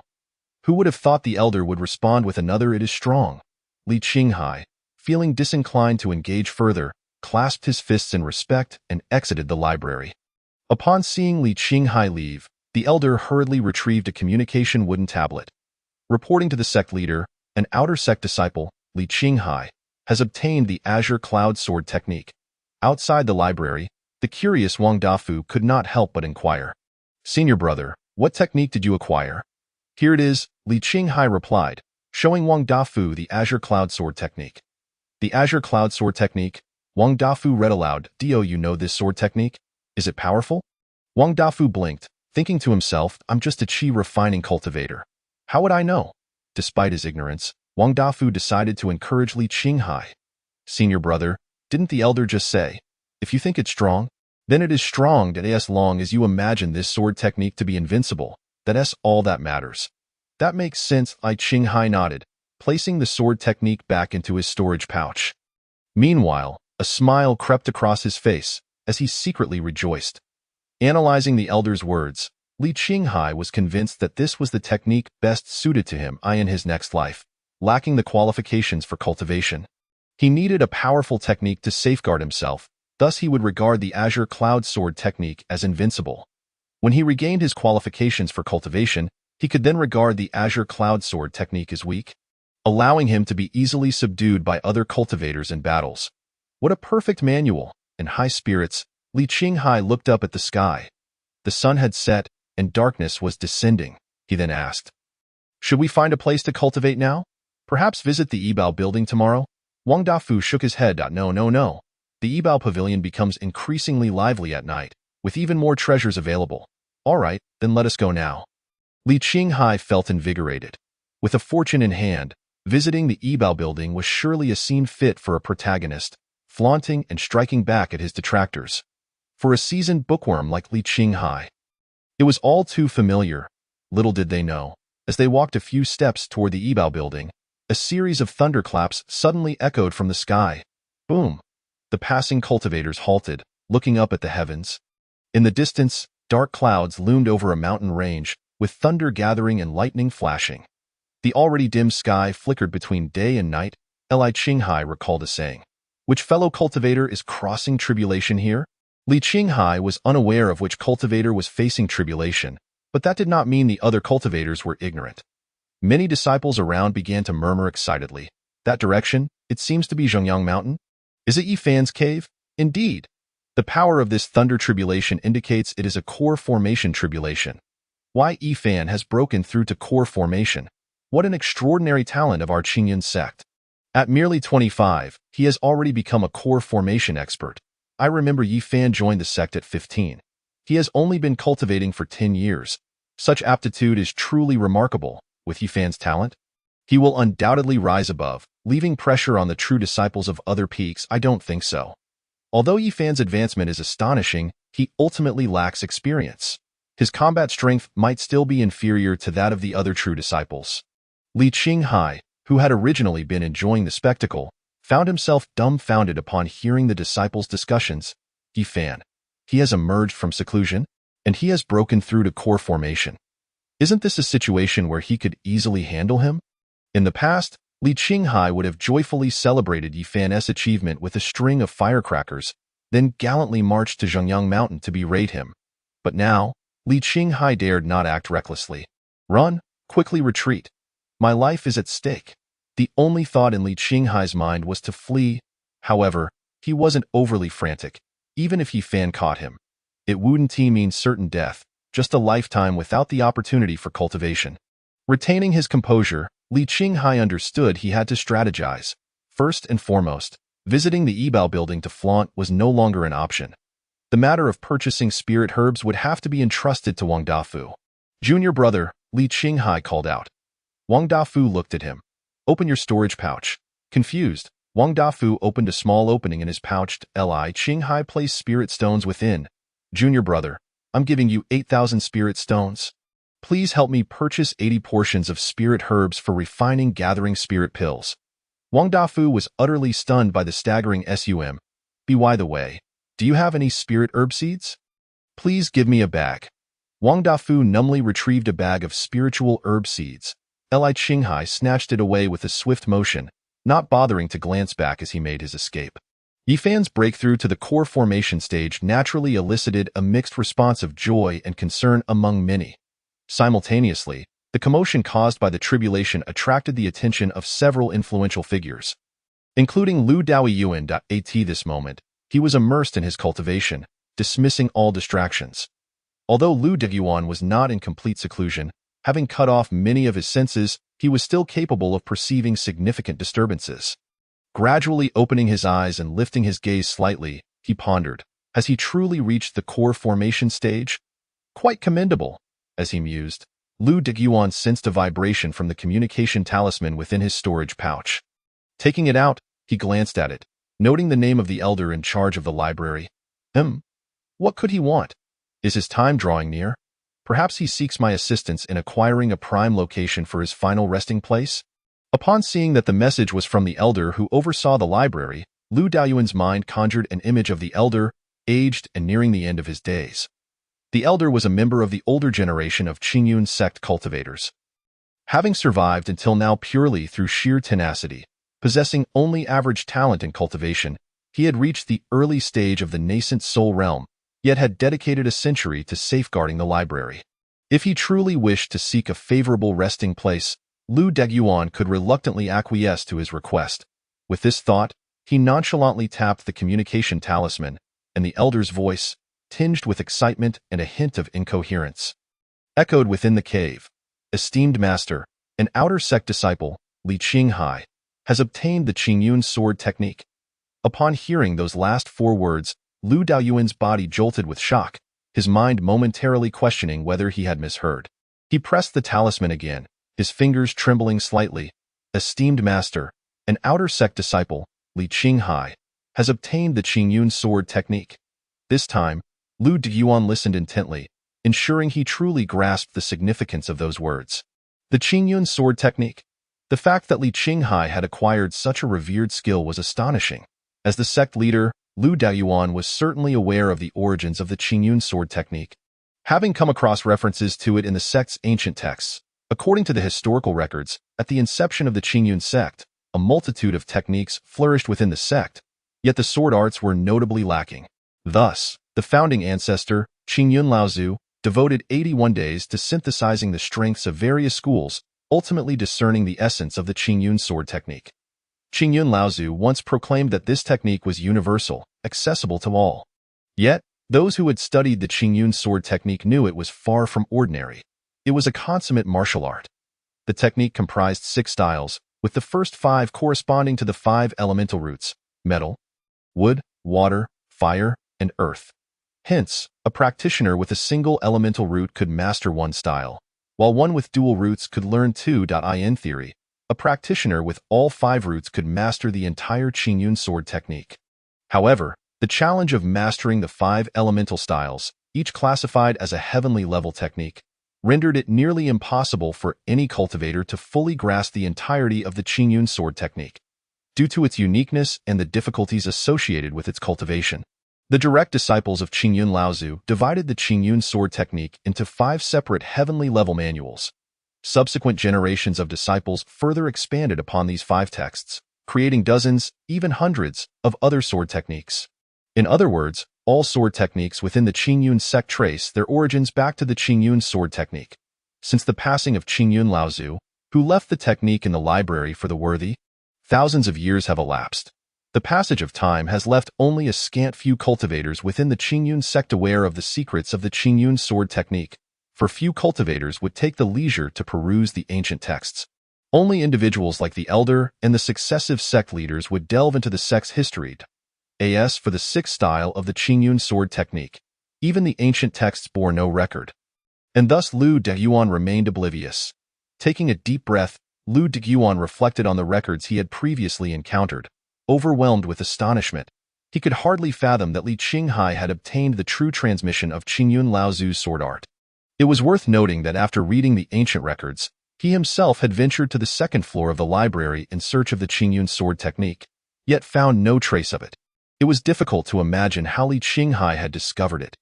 After a prolonged moment, Lu Daoyuan gradually regained his composure, softly murmuring to himself, "Li Qinghai, I eagerly anticipate the heights you will reach." At this juncture, the tempest of the tribulation had subsided, and many disciples had gathered outside the cave where Yi Fan resided, coming to congratulate him on his breakthrough to the core formation stage. However, there was one notable exception: Yi Feng. He had urgent matters to report and had endured a long 2-month wait, allowing Li Qinghai to revel in his freedom. The thought of losing face to an unrefined outer sect disciple stirred Yi Feng's anger further. Fortunately, after much hardship, his cousin Yi Fan was finally on the verge of emerging from seclusion. Although Yi Fan had successfully weathered the tribulation, he would still need some time to stabilize his realm, likely several hours more. Yet, having waited for dozens of days, Yi Feng felt that a few additional hours were inconsequential. As time passed, the cave's entrance gradually opened, and numerous disciples who sought to curry favor with Yifan began to extend their congratulations. Congratulations, Yifan, on your breakthrough to the core formation stage. We celebrate your emergence from seclusion, and I have prepared a small gift for you. Congratulations on your advancement. The position of Holy Son is surely within reach. Amidst the cacophony of voices, Yifan remained unfazed, allowing only a soft voice to emerge, cutting through the noise. Yifeng. Upon hearing his cousin call out to him, Yifeng stood tall, filled with pride as he surveyed the other cultivators present. He then stepped into the cave, where the proud expression on his face quickly faded, replaced by a look of indignation. Yifan glanced at him and asked nonchalantly, "What troubles you?" Sighing, Yifeng lamented, "I have been humiliated by an outer sect disciple." An outer sect disciple could humiliate you? Yifan inquired, intrigued. "Cousin, it is as follows." Yifeng recounted the events that had transpired, embellishing certain details, particularly the moment when Li Qinghai had insulted Yifan. Yifan scoffed. Some individuals believe that with a powerful ally, they can act with impunity, wielding their influence without restraint. Yifeng was momentarily taken aback, pondering whether Yifan was referring to Li Qinghai or to him. Regardless of whom Yifan was speaking about, he was resolute that Li Qinghai must pay the price. Continuing with his grievance, Yifeng stated, "Despite what you say, with Elder Jinju present, we are left with no choice but to endure Li Qinghai's brazen insults." "How does Elder Jinju factor into this?" Yifan replied calmly, "I am a true disciple of Peak One. If I were to eliminate Li Qinghai, do you think Elder Jinju would dare to trouble me? Surely Elder Peak One would protect me." Yifeng's eyes sparkled with excitement. "Cousin, are you truly going to take action yourself? With your involvement, it would undoubtedly be a simple matter to crush Li Qinghai." As Yifeng absorbed Yifan's words, he naturally assumed that Yifan intended to confront Li Qinghai directly. His heart brimming with joy at the prospect, he envisioned the moment when he would humiliate Li Qinghai in return. However, before he could revel in his anticipation, Yifan abruptly shifted his tone. "If this were a few years ago, I would have dealt with Li Qinghai without hesitation, but now, I cannot act." "Cousin, why is that?" Yifeng inquired, perplexed. "The selection of the Holy Son," Yifan succinctly replied, offering no further explanation. As an inner sect disciple of the Qingyun sect, although Yifeng lacked the qualifications to participate in the Holy Son selection, he was aware of its significance. The 10 major sects collectively determined that every century, each sect would select a Holy Son. Once designated as the Holy Son, one would receive substantial support and cultivation from the sect. No prodigy would willingly forfeit such an opportunity, leading to fierce competition. To qualify as the Holy Son of the Qingyun sect, one must be a true disciple. Yifan possessed this qualification, with only 3 years remaining until the selection. As long as nothing unforeseen occurred, Yifan would be eligible to participate. The primary assessment of the Holy Son selection was combat prowess. The strongest would emerge as the Holy Son. This was an undisputed notion. However, certain elders within the Qingyun sect placed great emphasis on the character of their disciples. If a disciple were to display poor conduct, even if victorious in combat, they could still lose their Holy Son title. While some elders were lenient, the majority prioritized strength. The most significant issue lay with one of the Qingyun sect's ancestors, the revered Haoran ancestor, who nurtured a sword imbued with righteous energy. He is a man who cannot tolerate the filth of others. It is said that the last selection of the Holy Son ended with him slaying the Holy Son beneath his sword, a terrifying feat indeed. Thus, upon hearing Yifan utter the words Holy Son selection, Yifeng quickly grasped the implications.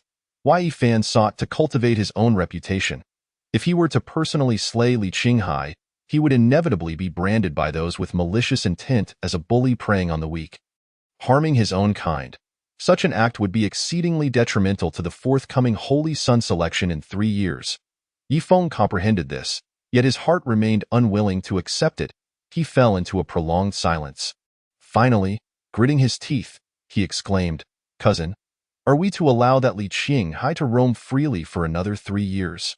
Yifan offered a slight smile. "My inability to take action does not preclude you from doing so." Yifeng paused momentarily, then questioned, "But what about Elder Jinju?" Yifan cast a disappointed glance at Yifeng. Despite having provided such direction, Yifeng still failed to grasp the full scope of the situation. Thus, Yifan felt compelled to articulate his thoughts more explicitly. When the time comes, seek out a few Qi refinement disciples to eliminate Li Qinghai. In this way, he would perish at the hands of his peers. A clear indication of his inferiority. Do you think Elder Jianzhou would dare to investigate such a minor disciple? Even if Elder Jianzhou holds great affection for Li Qinghai and disregards his own reputation to delve into the matter, ultimately, the inquiry would lead back to you. Yet, since you did not act with your own hands, he cannot exact revenge directly upon you but must seek an explanation from me, Yifeng. With my connections, my master will ensure your protection. Given my master's temperament, he would likely mock Elder Jianzhou for having produced such a feeble disciple and still having the audacity to demand answers from me. Ultimately, if matters reach an impasse, even should the sect master intervene to resolve the conflict, he would not humiliate me for the sake of a mere Qi refinement disciple like Li Qinghai. The end result would merely be to downplay the situation. Do you understand now? Yifeng gazed at Yifan with admiration. Cousin, how did you devise such a meticulous plan? It is a flawless chain of reasoning. Yifan shook his head. As long as you are willing to engage your mind even slightly, you could arrive at the same conclusion. Why? Yifeng chuckled. Isn't it because you are here, cousin? I simply need to follow your instructions. Yifan, feeling a pang of disappointment, chose not to elaborate further and waved his hand dismissively. Go back now. I need to continue solidifying my cultivation. Cousin, then I shall take my leave. Just as Yifeng was about to depart, a thought suddenly struck him and he halted to ask, Cousin, what about Liu Beishue? She is merely a woman who does not know her place. You can deal with her alongside Li Qinghai. Cousin, do you not desire her as a Dao partner? Once I become the Holy Son, my Dao partner shall be a holy maiden from another sect. Liu Beishue is but a mere servant with some beauty. Since she does not cherish her worth, bestow upon her a fitting demise. Understood. With that, Yifeng exited the cave dwelling and summoned his flying sword, soaring into the sky with a smile upon his face. Li Qinghai, O Li Qinghai, having allowed you to live for so long, you should consider yourself fortunate. At that moment, the starry night adorned with the moonlight witnessed Li Qinghai finally returning to Qingzhou residence. It was now deep into the night. According to Li Qinghai's previous lethargic habits, he should be preparing for bed at this hour. However, tonight held the potential for a treacherous encounter, and he had no time for rest. Li Qinghai, disregarding his fatigue, hastily grasped the hoe leaning against the wall and began to toil without hesitation. As he worked the soil, he simultaneously planted spirit herb seeds. His intention was simple, to swiftly replant the spirit herbs and reactivate the protective array. The last time, the spirit herbs had barely sprouted before withering completely. The spirit field in the courtyard had remained vacant, leading to the array's prolonged dormancy. This time, for the sake of his life, the protective array must be restored. Though this particular protective array could not withstand Yifan, Li Qinghai wished to take a gamble. He hoped Yifan would disdain to personally confront him and instead send Yifeng to eliminate him. If the array could defend against Yifeng, that would suffice. Even if Yifan were to act shamelessly and bully the weak, the array being breached would create a considerable disturbance. At that point, it was possible that someone might sense the fluctuations of the battle and come to his aid. Regardless, he was determined to cultivate this field. Unlike before, Li Qinghai was now a fifth-layer Qi refinement practitioner. With the infusion of spiritual energy into the hoe, he cultivated the spirit field with remarkable speed and precision. In mere moments, the courtyard's spirit field was once again fully sown. Concurrently, the spiritual energy surrounding Qingzhou residence began to gather, forming a transparent barrier that enveloped the entire residence. Although the last time Li Qinghai condensed qi, it had caused the array to shatter, this was due to the spiritual energy being depleted by Li Qinghai's actions, preventing the array from functioning. The foundation of the array itself remained intact, allowing it to be reactivated now. Upon witnessing the array's activation, Li Qinghai finally felt a semblance of security. He then leaned against his soreback, making his way back to the small wooden house step by step. Muttering to himself, it seems I cannot venture outside for a time. Perhaps I should study that Qingyan sword technique. Chapter 32. Sword Drawing Technique. A midnight visitor Li Qinghai returned to his room and sat cross-legged on the bed. Closing his eyes, he began to circulate the 5 elements longevity scroll. After a full day of running about and then frantically working the soil, Li Qinghai was understandably fatigued. The typical remedy for exhaustion among ordinary folk is sleep. Yet, as a practitioner, Li Qinghai turned to cultivation. The spiritual energy within his dantian flowed throughout his body according to the secret method, gradually nourishing his physical form and dissipating his weariness. After a stick of incense had burned, Li Qinghai opened his eyes once more. He felt rejuvenated, his body brimming with vitality. Time waits for no one. He promptly retrieved the Qingyun sword technique from his storage bag. Flipping open the tome, he began to read and study. Qingyun sword technique, sword technique 1, sword drawing technique, sword technique 2, binding sword technique, sword technique 3, splitting sword technique. After perusing a few pages, Li Qinghai could not help but curl his lip in disdain. Indeed, this was the generic sword technique of the Qingyun sect, a foundational method that gathered dust in the library, scarcely chosen by anyone. The names were decidedly unremarkable. Just by their titles, it was evident that this technique was not particularly formidable. Those renowned techniques bore names that were far more impressive, like Heaven-Opening Sword or 10,000 Swords Return to the Origin. Li Qinghai could not help but voice his criticisms of the Qingyun sword technique. However, despite his grumbling, this volume was the only one he possessed that contained offensive capabilities, so he knew he must learn it. Yet, after delving deeper into the text, Li Qinghai's perspective on this technique began to shift. From his earlier readings, he gathered several key features of the Qingyun sword technique. This sword technique comprised 6 forms. Surprisingly, each of the first 5 forms required a different spiritual root for mastery. As for the 6th form, it could only be performed after mastering all 5 preceding forms. Furthermore, practicing this sword technique was independent of one's cultivation level. Any practitioner could learn it. However, the execution and power of the sword techniques varied depending on the practitioner's realm. Take the sword drawing technique as an example. If Li Qinghai were to perform it at the Qi refinement level, it would resemble an ox charging forward. If he executed it at the foundation establishment level, it would be akin to a dragon emerging from the sea. The potential of this sword drawing technique could even reach the nascent soul realm. Li Qinghai found himself somewhat bewildered. Given the potential of this technique and its cultivation difficulty, it did not seem like the lackluster generic sword methods he had originally thought. Truly, the elders were not misleading him. It was indeed formidable. Li Qinghai ceased to dwell on this matter and continued his studies. As the saying goes, one cannot chew more than one can swallow, and since the technique's cultivation was quite intricate, he decided to focus primarily on the first sword technique, the sword drawing technique. Before practicing the sword drawing technique, he needed to first draw the sword and cultivate a rapport with it. This was a rather rudimentary approach, devoid of shortcuts. Li Qinghai took out a spirit sword from his storage bag. He had some recollection of this spirit sword. It had been gifted to him by a practitioner in the Beast Mountain range. If memory served correctly, it was called the Spirit Water Sword, a low-grade magical item. Although its rank was low, Li Qinghai did not mind using it to practice the sword drawing technique. Rising from the bed, Li Qinghai began to draw the sword.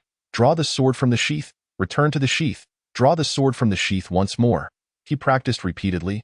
Meanwhile, unbeknownst to Li Qinghai, several uninvited guests had arrived outside Qingzhou residence. Had he noticed them, he would have recognized these 3 individuals: Yi Feng, Yi Kaishan, and Yi Changshan.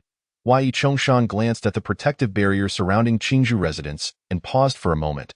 When I passed by here yesterday, I did not see the array activated. Yi Kaishan peered into the courtyard. The spirit field in the yard has just been sown with seeds. It is clear that Li Qinghai has anticipated our arrival. Yi Feng snorted coldly.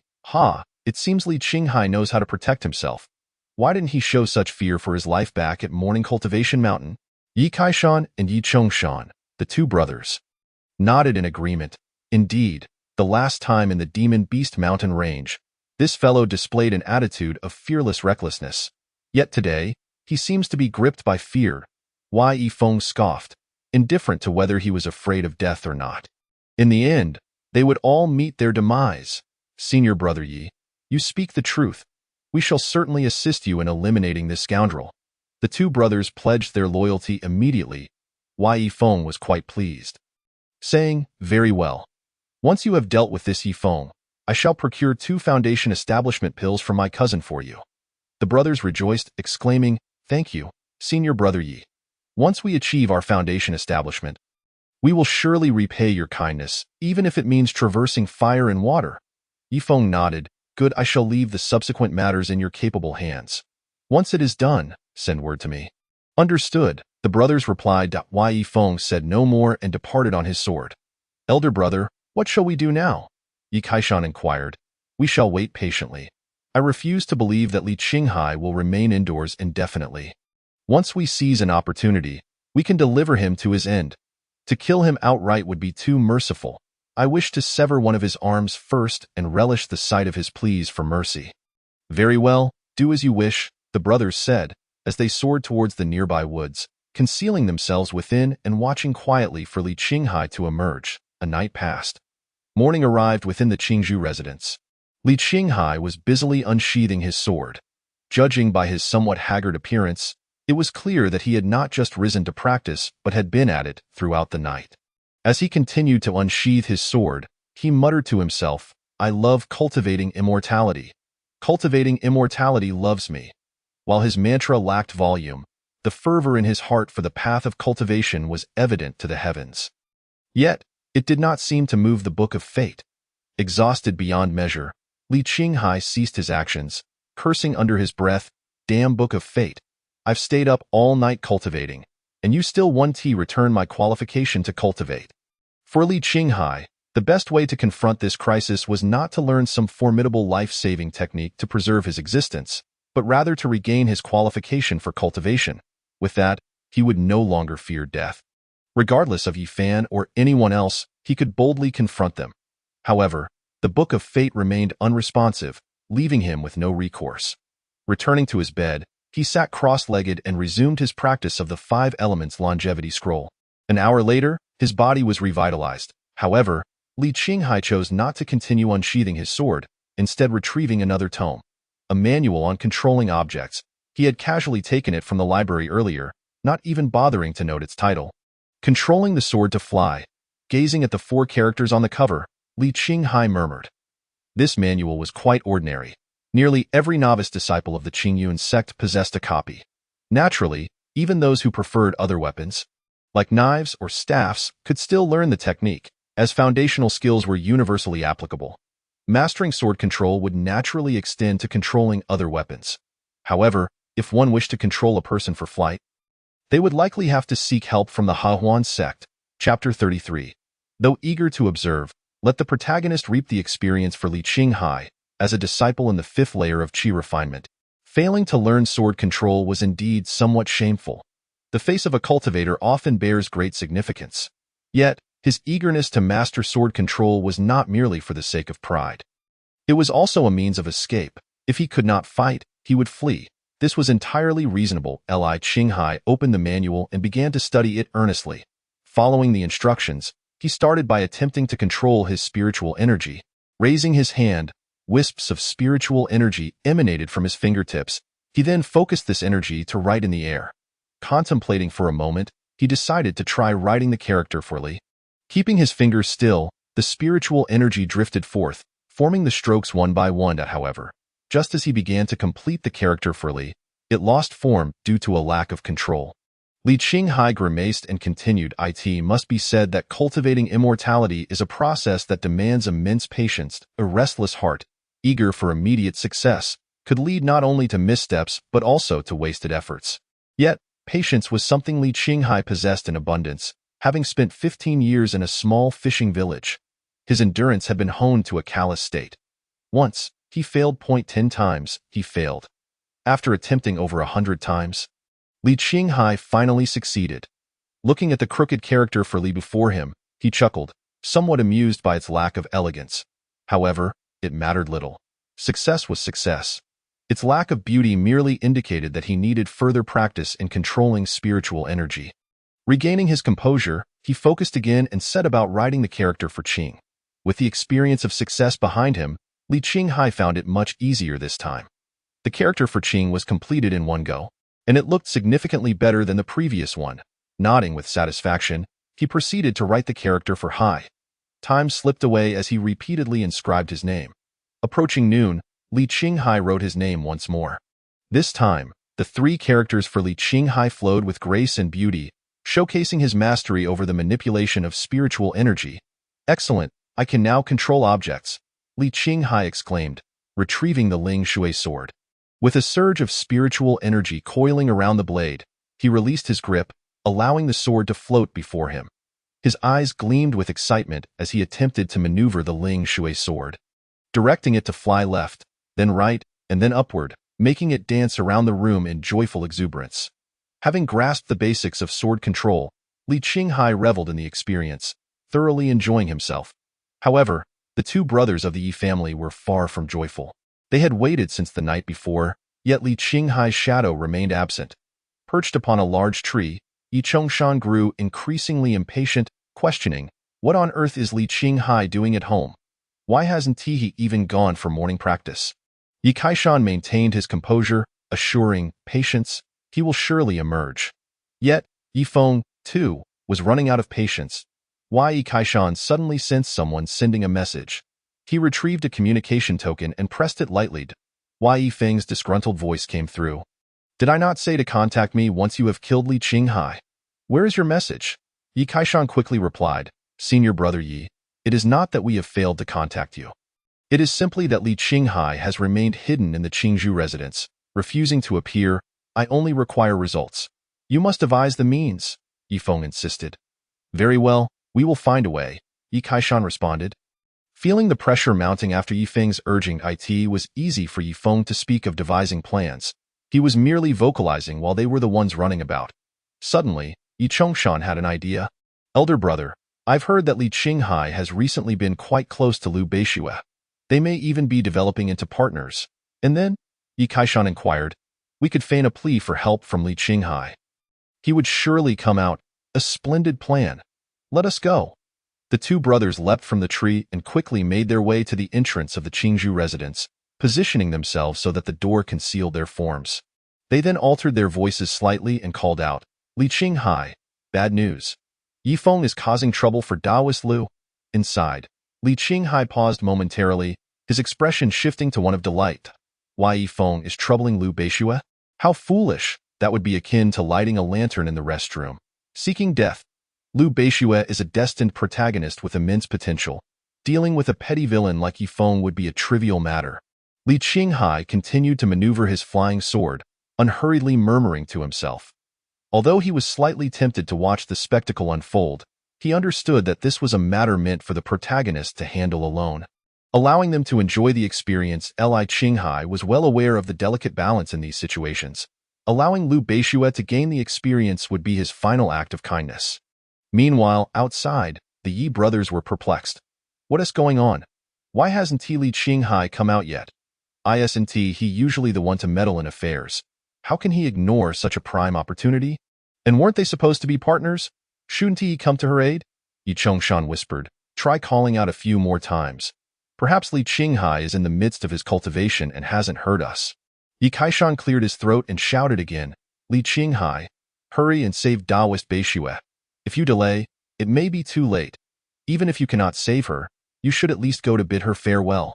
Li Qinghai was momentarily taken aback, gradually realizing something was amiss. This plea did not feel genuine.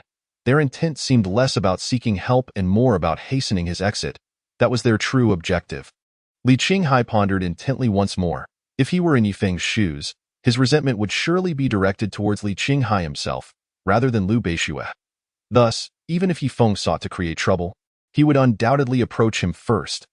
This so-called plea for help was nothing but a charade. Goodness. He almost fell for the ruse concocted by that individual outside. Given this circumstance, he could not afford to step outside. With a mischievous grin, Li Qinghai remarked, go ahead and shout. Even if you scream your throat raw, I shan't step outside. Yi Chongshan called out repeatedly. Upon noticing Li Qinghai's continued silence, Yi Kaishan interjected, no need to shout. Li Qinghai has likely deduced something and won't emerge. Yi Chongshan wore a furious expression, exclaiming, that cunning Li Qinghai. Yi Kaishan turned to leave, stating, let us go back and continue our watch. Yi Chongshan followed suit. Asking brother, what if Yi Feng urges us again? Yi Kaishan, resigned, replied, what else can we do? Let him scold us. After all, he is far more anxious than we are. It's his problem to solve. Yi Chongshan praised. Brother, you are indeed wise. The two brothers then resumed their vigil atop the tree, keeping a watchful eye on Qingzhou residents. Chapter 34. What to do when the pill for fasting is consumed. Li Qinghai had already surmised that someone awaited his departure outside. Naturally, he would not set foot outside Qingzhou residence, contentedly practicing his sword-drawing technique within his abode. Thus, the day passed uneventfully. That evening, Yi Kaishan and Yi Chongshan remained vigilant, perched upon a large tree, as expected. They soon received another message from Yifeng.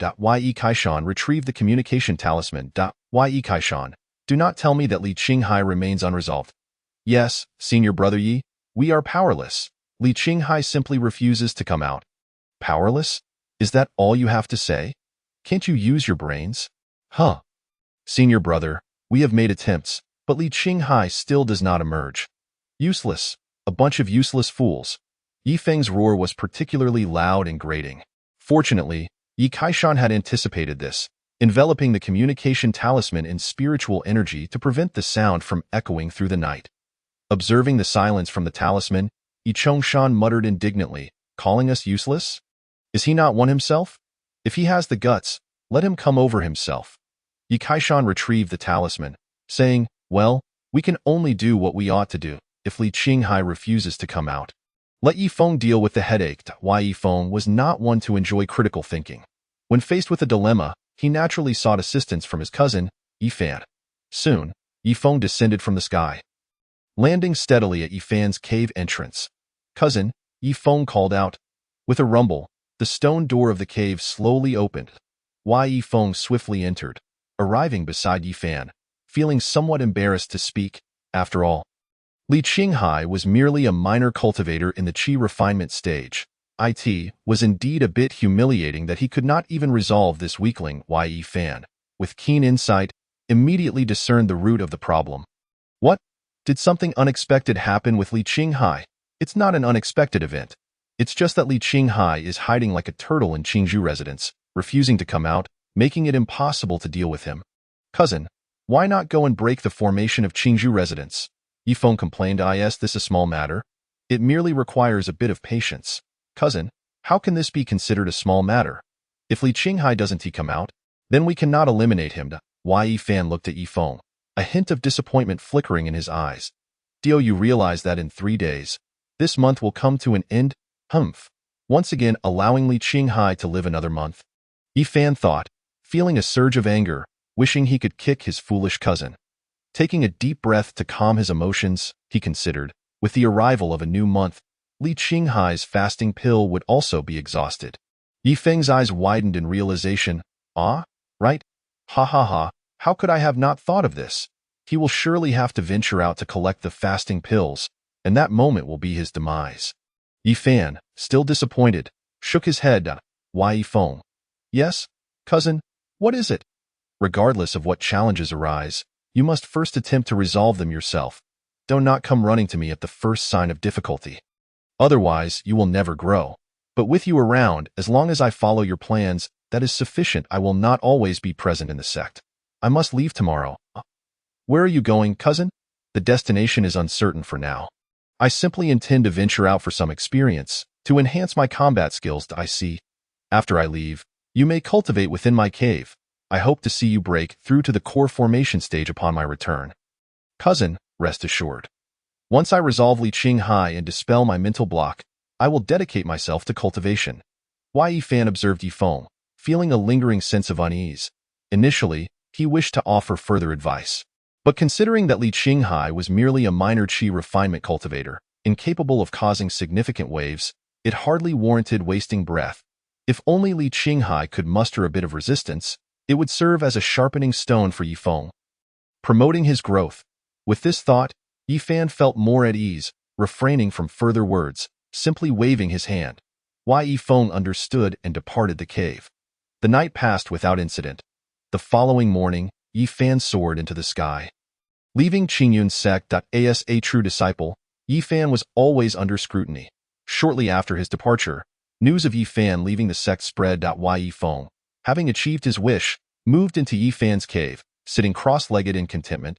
Soaking in the rich spiritual energy around him, his face displaying a look of rapture. The only downside was that Li Qinghai was still alive, which left Yi Feng feeling quite dissatisfied. Humph, Li Qinghai, I shall see how long you can hide. I await the news of your demise. 3 days passed in this manner. On a clear morning, at Qingzhou residence, Li Qinghai rose from his bed. After freshening up, he retrieved a small vial from his storage bag. Upon opening it, he poured its contents into his hand, only to find no pills within. Have the fasting pills been consumed? That makes sense. It's a new month. He realized he needed to head to the outer sect's service hall to collect another vial. Each vial contained 5 pills, with one typically lasting 5 or 6 days. Logically, as a major sect, Qingyun sect should provide better fasting pills. However, the pills consumed by outer sect disciples were concocted by novice alchemists, whose creations were barely reliable, let alone expected to deliver extended fasting effects. Holding the empty vial, Li Qinghai felt a dilemma brewing. He had no idea what the situation outside was like, and he was too afraid to venture out. Although the outer sect service hall was not far from Qingzhou residence, should someone take advantage of the opportunity, he would find it difficult to escape. If only there were a delivery service. Suddenly, Li Qinghai recalled Wang Dafu. How could I have forgotten him? I could have him act as a courier and bring me a vial of fasting pills. Then, another thought struck him. Right? Speaking of which, it seems Wang Dafu hasn't delivered any spiritual herbs to me either.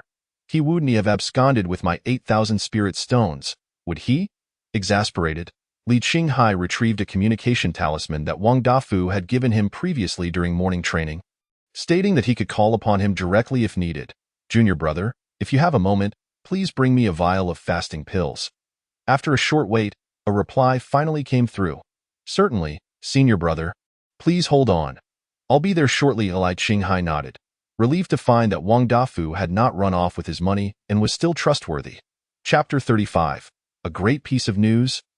Li Qinghai has emerged after receiving Wang Dafu's response. Li Qinghai waited while practicing his sword drawing technique. After several days of training, he had barely grasped the technique. He could now omit the drawing motion. The next step was to practice the power of concealing the sword.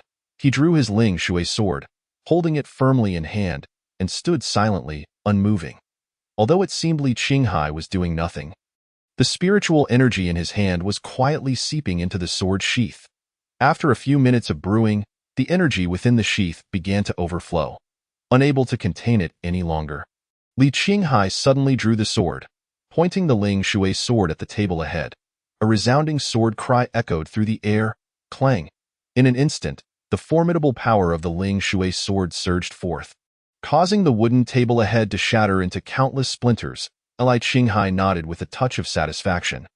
The might of this strike should effortlessly fell any cultivator below the 7th level of qi refining, provided it caught them off guard and was not mitigated or exhausted. However, considering the stealth of this sword-drawing technique, it would indeed be challenging for other cultivators to defend against it without prior knowledge. Li Qinghai was inclined to dub this so-called sword-drawing technique as the old six-sword technique. It was undeniably somewhat treacherous and cunning, secretly gathering power and then launching a surprise attack. Who could withstand such an assault?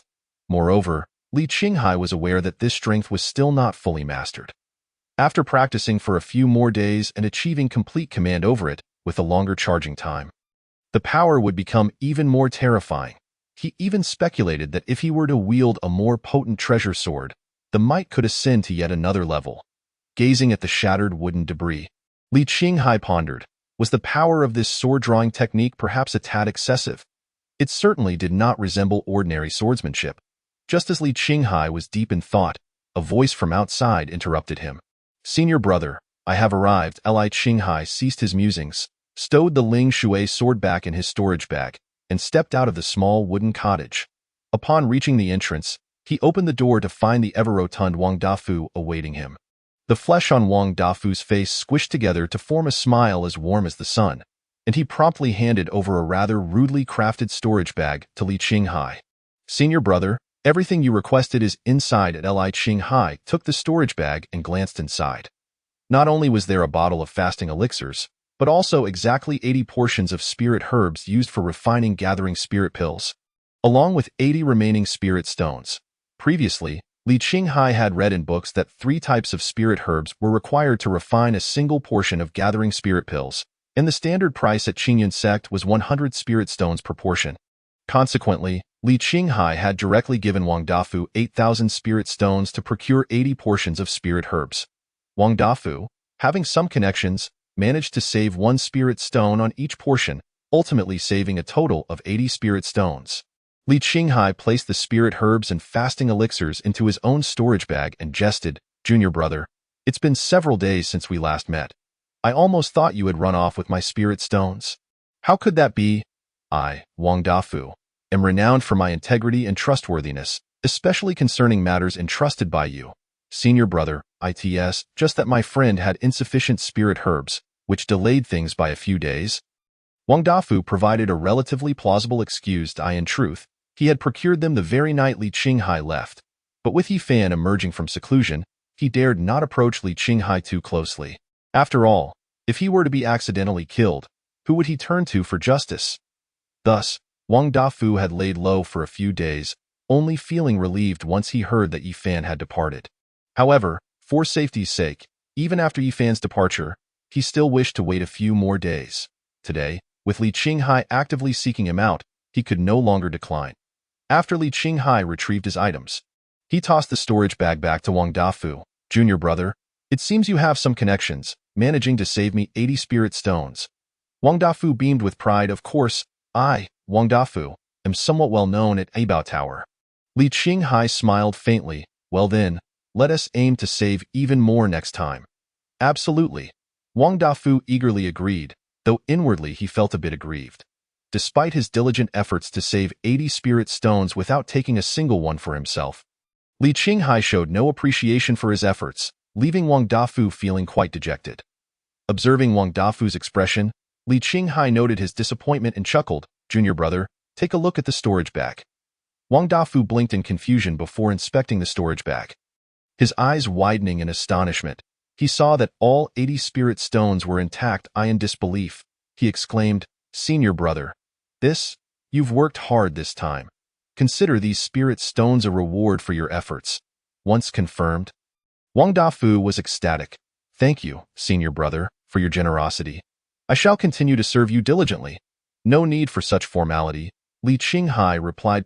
80 spirit stones were insignificant to him, but having a diligent junior to handle trivial matters was evidently far more valuable. It was essential to demonstrate magnanimity when rewarding a junior for the first time, ensuring their unwavering loyalty. Indeed, Wang Dafu's eyes gleamed with fervor, as if he were about to embrace Li Qinghai tightly.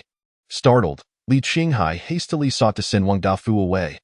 "Ahem, junior brother, there's nothing pressing at the moment. I must return to my cultivation."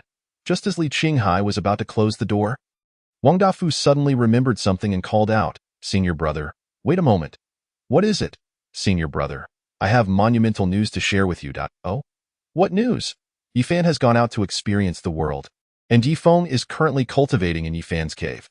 You can rest easy and go out as you please. I hope to see you at the morning practice tomorrow." A smile spread across Li Qinghai's face. This was indeed splendid news. "If there is nothing else, I won't disturb your cultivation any longer.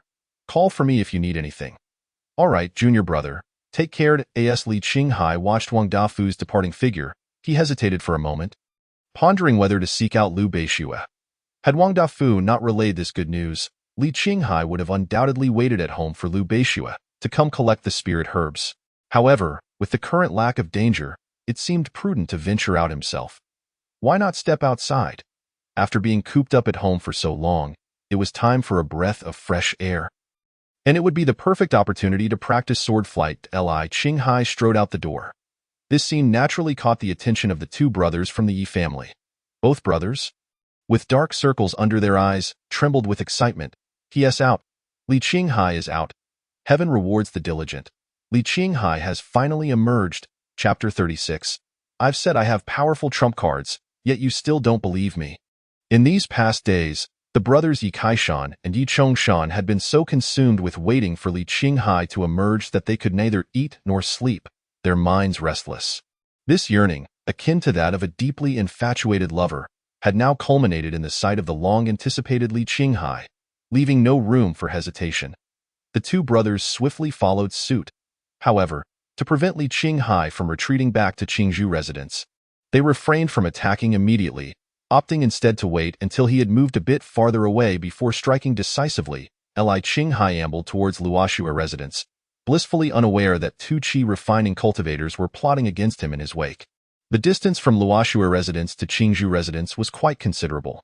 Merely walking would take at least the time it takes to burn 2 incense sticks. Although Li Qinghai had learned to fly with his sword, he chose not to utilize it. For a qi refining cultivator, the energy consumed in sword flight was substantial. Moreover, just a few days prior, there had clearly been an attempt to lure him out from outside Qingzhou residence. Now, uncertain whether the lurking cultivator had departed, Li Qinghai deemed it prudent to refrain from using sword flight for the time being. He needed to conserve his energy to deal with any unforeseen dangers. After walking for a while, Li Qinghai had already covered quite a distance from Qingzhou residence. Yi Kaishan recognized that at this distance, it would be nearly impossible for Li Qinghai to flee back. Thus, the moment had come for them to act. The two brothers leaped down from the trees behind. Yi Kaishan announced loudly, "Li Qinghai. Long time no see." Li Qinghai turned to glance back. "Oh, it's you two." While speaking, he tapped his storage bag, drawing the Ling Shui sword into his grasp. Yi Chongshan chuckled. "You have some self-awareness, knowing we intend to deal with you, and even drew your sword in advance. But do you think it will be of any use? The sword-drawing technique requires charging, and Li Qinghai was more than willing to banter with them. With a gentle sigh, Li Qinghai replied, "Well, even if it's futile, I might as well struggle a bit, right? Li Qinghai, I recall you used to be utterly fearless. Why the sudden desire to struggle now?" Yi Chongshan inquired. "In my youth, my cultivation was not high, and I was foolishly reckless. Now that I've gained a bit of insight into the difficulties of cultivation, I cherish my life much more." Li Qinghai responded slowly. "Ha ha ha!" Yi Chongshan burst into laughter. "What a pity that you've come to understand this principle far too late. Indeed, it may be a bit late now, and I regret not minding my own business back then. Do you think if I admit my mistakes now, it would still be timely?" Li Qinghai feigned sincerity as he spoke. Yi Chongshan's eyes glimmered with a sudden thought of a way to humiliate Li Qinghai. "Yes, not too late. Not too late. Just kneel down and give me 3 loud kowtows, and I'll spare your life." Yi Chongshan wore a broad smile. "Really? Let me think it over." Li Qinghai pretended to deliberate. Upon seeing that Li Qinghai showed no sign of panic, Yi Kaishan furrowed his brow slightly, a sense of foreboding creeping into his heart. He felt that Li Qinghai must have some hidden trump card. In order to avoid prolonged entanglements, he hastily urged, "Little brother, cease your frivolity and take action." "Elder brother, just a moment longer," came the reply. "Li Qinghai is merely a cultivator at the 5th level of qi refinement, incapable of stirring any real waves." Yi Chongshan, clearly unwilling to forfeit the opportunity to humiliate Li Qinghai, pressed on, "Be swift." "My patience is not infinite." Li Qinghai suddenly broke into a grin, exclaiming, "I've come to realize that dignity holds greater significance. If you wish to kill me, then do so. I shall not bow." Observing the smile on Li Qinghai's face, Yi Chongshan felt as though he was being toyed with. Enraged, he produced a spirit sword from his storage pouch with a decisive flourish. "If you refuse to kneel, then I shall force you to do so. I will make you kneel before me." As Yi Chongshan infused the sword with spiritual energy, he lunged toward Li Qinghai. The sword, enhanced by the spiritual energy, glimmered ominously. Li Qinghai narrowed his eyes, mentally urging, "Closer, just a bit closer." Yi Kaishan sensed something amiss in Li Qinghai's demeanor and called out urgently, "Little brother, do not approach." "Halt! Elder brother, what are you afraid of? Your caution should not be wasted on a mere 5th level qi refinement cultivator." At this moment, Yi Kaishan was merely 4 or 5 meters away from Li Qinghai. That distance was sufficient. Li Qinghai chuckled softly. "I wonder if you've heard the saying, 'Villains perish from excessive chatter.'" At the instant those words fell, Li Qinghai drew his sword with a swift motion. Sword drawing technique. The spirit water sword unsheathed with a sharp clang. Its tip aimed directly at Yi Chongshan. A brilliant flash of light, reminiscent of a shooting star, streaked forth. With a sickening sound, the sword beam pierced through Yi Chongshan's chest. His body jolted, frozen in place. Staring down in disbelief, he saw a gaping wound in his chest, blood staining his garments. Struggling, he lifted his gaze to Li Qinghai. How could you possibly? Before he could finish, Yi Chongshan's body collapsed backwards. Little brother! Yi Kaishan cried out in anguish, yet he did not advance. Instead, he fixed an intense gaze upon Li Qinghai, his eyes filled with wrathful vigilance. The power of that sword strike from Li Qinghai had instilled a deep-seated fear. Even in him, a 7th-level qi refinement cultivator. Had he been the one to step forward, he would undoubtedly have met the same fate as Yi Chongshan. Li Qinghai regarded the motionless Yi Kaishan with silent admiration. Indeed, he was cautious enough to restrain himself even in the face of avenging his brother's death. Yi Kaishan narrowed his eyes, his voice cold and steady. I underestimated you. I did not expect you to possess such lethal skills. Li Qinghai pondered briefly. Yi Kaishan seemed intent on testing whether he still had any strength left. In that case, he could turn the tables. Li Qinghai feigned confidence, declaring, You have no idea what else I am capable of. I can slay your brother, and I can just as easily slay you. As he spoke, Li Qinghai's hand trembled slightly around the sword. He discreetly concealed the trembling hand behind him, yet the sword's tip remained visible, quivering noticeably. Observing this, Yi Kaishan smirked. Li Qinghai, you've hidden your true self well, but alas, you have revealed a flaw.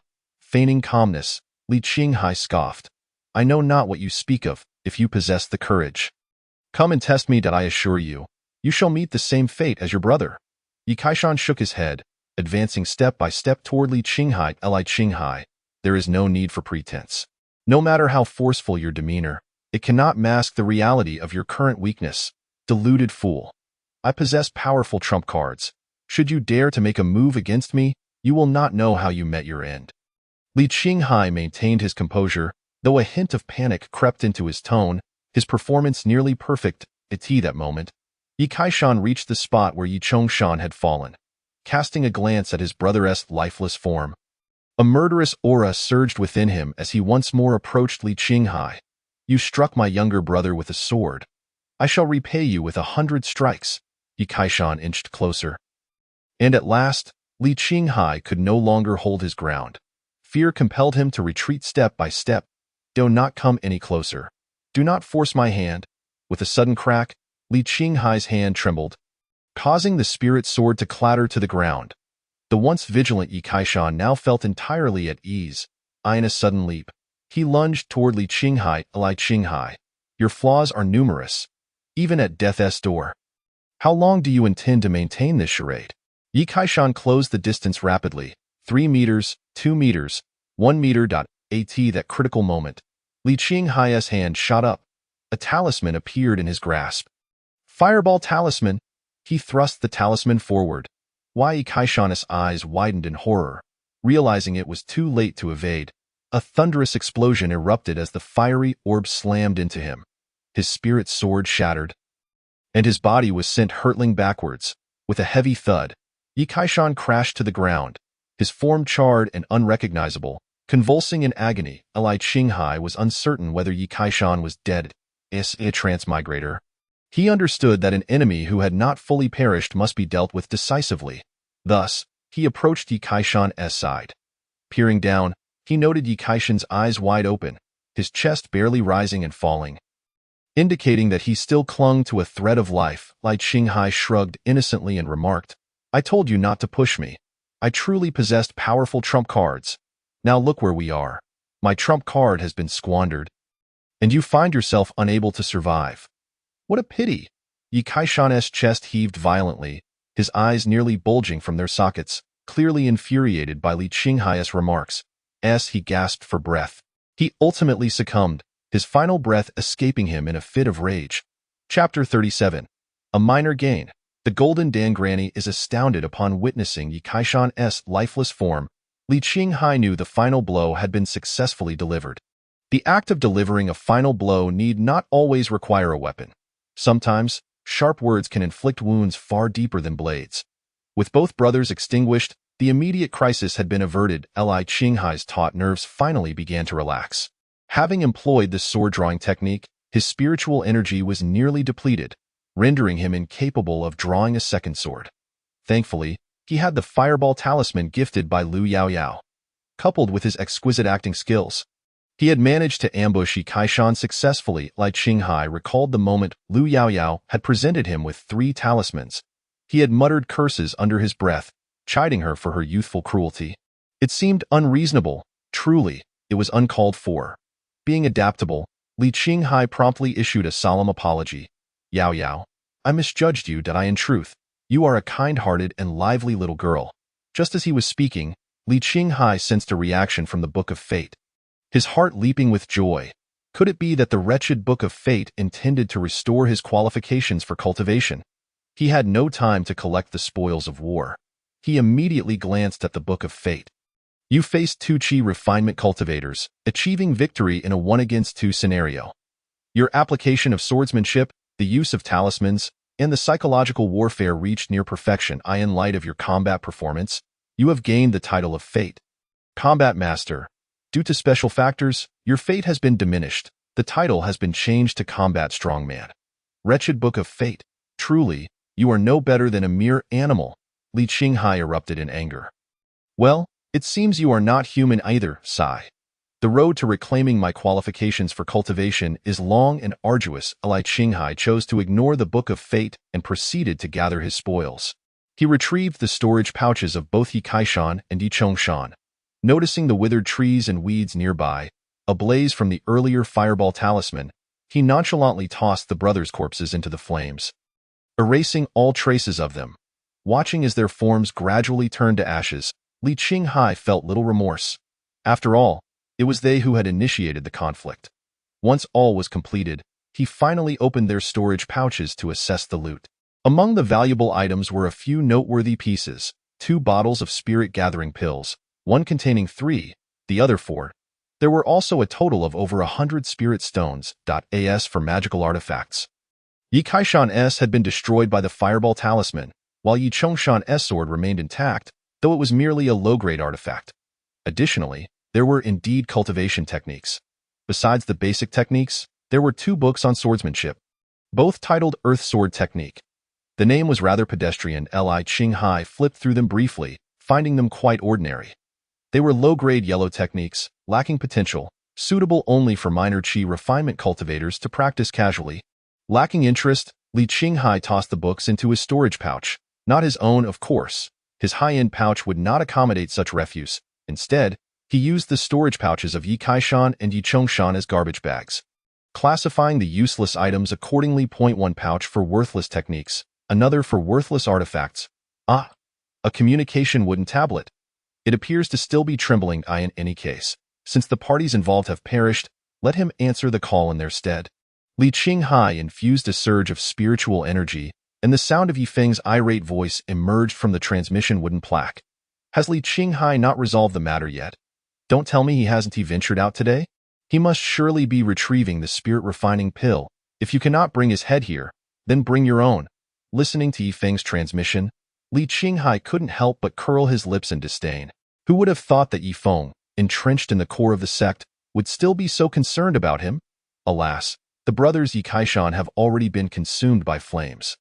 Otherwise, Li Qinghai would certainly have brought their heads as a grand gift to Yifeng, to express his gratitude for his unceasing thoughts of him. Once the transmission concluded, the wooden plaque lost its purpose. He casually tossed it into the fire, offering it to the deceased brothers, allowing them to listen in as well. With everything tidied up, Li Qinghai resumed his journey. Although his spiritual energy was running low, his cultivation technique operated automatically, requiring no need for meditation on the spot. By the time he reached the snowfall abode, he estimated his energy would be fully restored. After a while, Li Qinghai finally arrived at the snowfall abode. He knocked on the door and called out, "Fellow Taoist Beishue." At that moment, Lu Beishue was meditating on her bed. Today, she aimed to break through to the 7th layer of Qi refinement, and to avoid disturbances, she had refrained from attending morning training on the mountain. Upon hearing Li Qinghai's voice, Lu Beishue momentarily halted her breakthrough. She opened her eyes, swiftly dismounted from her bed, and hurried outside.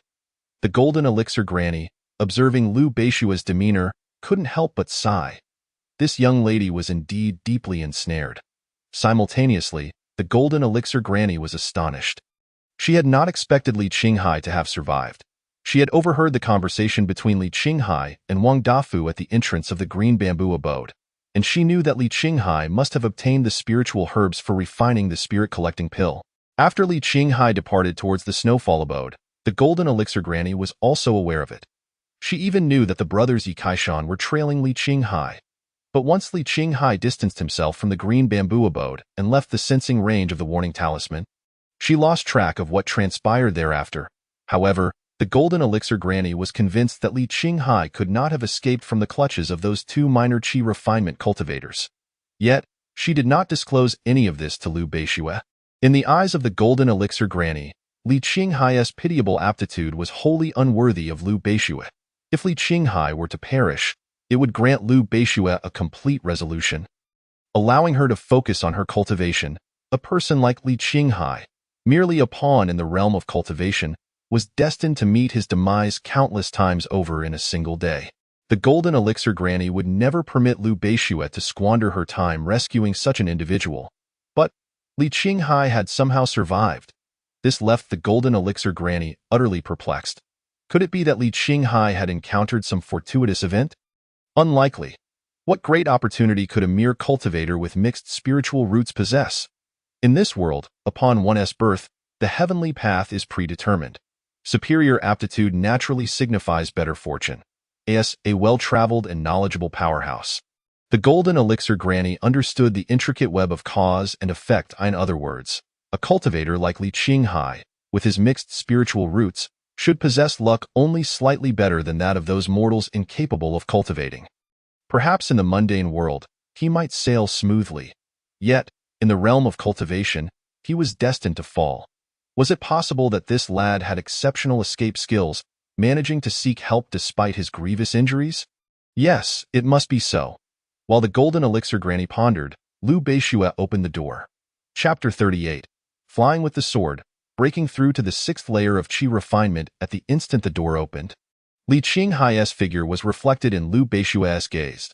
A slight smile graced Liu Beixue's lips, and her beautiful eyes sparkled even more brightly. The golden elixir granny's gaze also fell upon Li Qinghai in that moment. Unlike Liu Beixue's adoring eyes, the golden elixir granny's expression was filled with astonishment. How could this be? Li Qinghai bore not a single injury. How did he manage that? The golden elixir granny yearned to float out and inquire about the answer to this question. Yet, as a seasoned powerhouse, it would be quite embarrassing to seek advice from a younger generation. Thus, she suppressed her curiosity. This Li Qinghai certainly possessed some skills. Nevertheless, regardless of what means he had concealed. As long as I follow you next time and observe closely, all your secrets will be laid bare.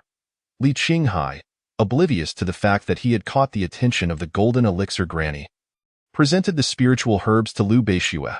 Fellow Taoist Beixue, here are 80 portions of spiritual herbs for refining the spirit-collecting pill. Please take them to concoct the elixirs. You purchased so many? Liu Beixue was slightly taken aback.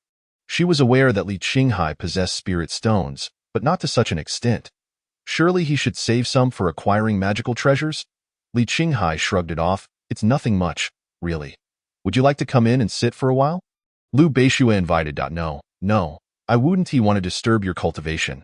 I happen to have matters to attend to as well. Li Qinghai declined without hesitation, inwardly scoffing. Humph, you scheming vixen, you shan't disrupt my resolve. Liu Beixue nodded slightly. All right then, attend to your affairs. Once the elixirs are ready, I shall deliver them to you. Very well, I appreciate your assistance, fellow Taoist Beixue. After exchanging a few pleasantries, Li Qinghai took his leave. Upon returning indoors, Liu Beixue was met with the golden elixir granny, who once again doused her with cold water. You invited him in, yet he declined so decisively it indicates he has no regard for you. I suggest you do not invest so much of your concern in him, Liu Beixue retorted. Last time you said Li Qinghai coveted my beauty. Does this not demonstrate that he is not merely a superficial gentleman? The golden elixir granny was momentarily taken aback by Liu Beixue's words. Indeed, she had previously stated as much. Little did she expect that her own words would backfire. However, who was the golden elixir granny? In terms of eloquence, she would not be outdone by a mere young girl. The golden elixir granny replied, Beixue, you do not understand. This Li Qinghai is clearly a seasoned player in the realm of romance. He is merely employing the strategy of feigned indifference. Did you not notice? Lu Beishue tossed the spiritual herbs to the golden elixir granny and seated herself cross-legged on the bed. I am about to break through. Do not disturb me. The golden elixir granny pinched her storage pouch, her expression soured. Li Qinghai, I, the golden elixir granny, will ensure that Lu Beishue sees your sordid side. Just as she resolved firmly, the golden elixir granny glanced at the storage pouch in her hand, her fury only intensifying. Not only was she to aid that scoundrel in concocting elixirs, it was utterly infuriating. Yet this elixir was not solely crafted for Li Qinghai. The golden pill matriarch could only forcibly suppress her fury and commence the alchemical process. The gathering spirit pill, to someone of her stature, was undoubtedly a trivial endeavor. With a flick of her sleeve, spiritual energy coalesced, forming a spirit pill furnace. She casually tossed in spiritual herbs, initiating the refining process. Meanwhile, Li Qinghai traversed the path back to Qingzhou residence. He felt assured that danger was no longer imminent, and his dantian was brimming with spiritual energy. It was the perfect opportunity to experiment with sword flight. He retrieved the spirit water sword and stepped onto it. Spiritual energy surged from his feet, infusing the sword. The spirit water sword vibrated violently. As the energy intensified, the sword lifted Li Qinghai into the air. Although he had mastered the control of flying swords, this was his first experience actually riding one, causing him to sway precariously as if he might tumble off at any moment. Li Qinghai was determined not to be the first cultivator to meet his demise from such a fall. So he lowered his altitude slightly. After a brief period of wobbling, his stance finally stabilized.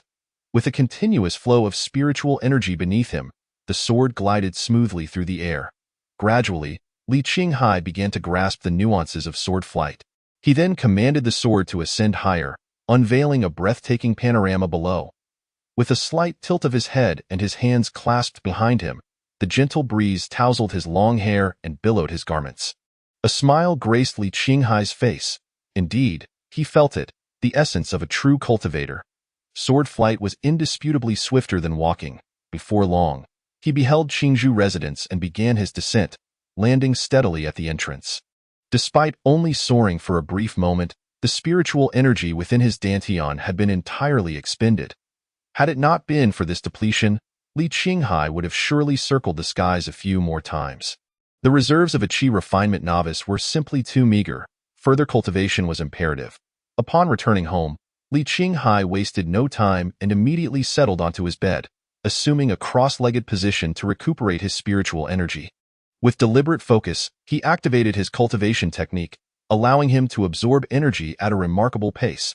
Before long, his dantian was once again filled to capacity. However, reaching full capacity did not signify that Li Qinghai was ready to break through. A breakthrough entailed the process of expanding the dantian. Some cultivators gradually absorbed energy, incrementally enlarging their dantian until they reached a critical point, at which the dantian would suddenly expand, resulting in a natural breakthrough. Others, upon saturating their dantian, would opt to consume a pill, using the overwhelming energy within it to push past that critical threshold and achieve a breakthrough. Speaking of pills, Li Qinghai suddenly recalled the gathering spirit pills he had acquired from the two brothers earlier. He retrieved the pills and poured them into his palm. 7 gathering spirit pills should suffice for a breakthrough, right?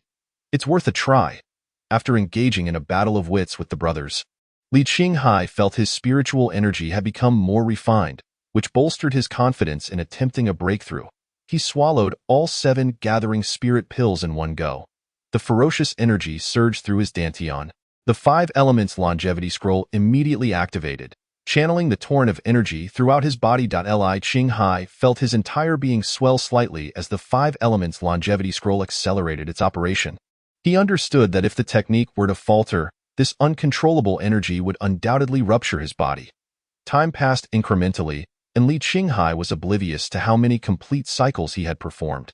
As long as he remained alive and his dantian continued to transform, he was content. Suddenly, a powerful wave of energy radiated outward, toppling all the chairs in the vicinity. This was the herald of a successful breakthrough. Li Qinghai had ascended to the 6th level of Qi Refinement, Chapter 39.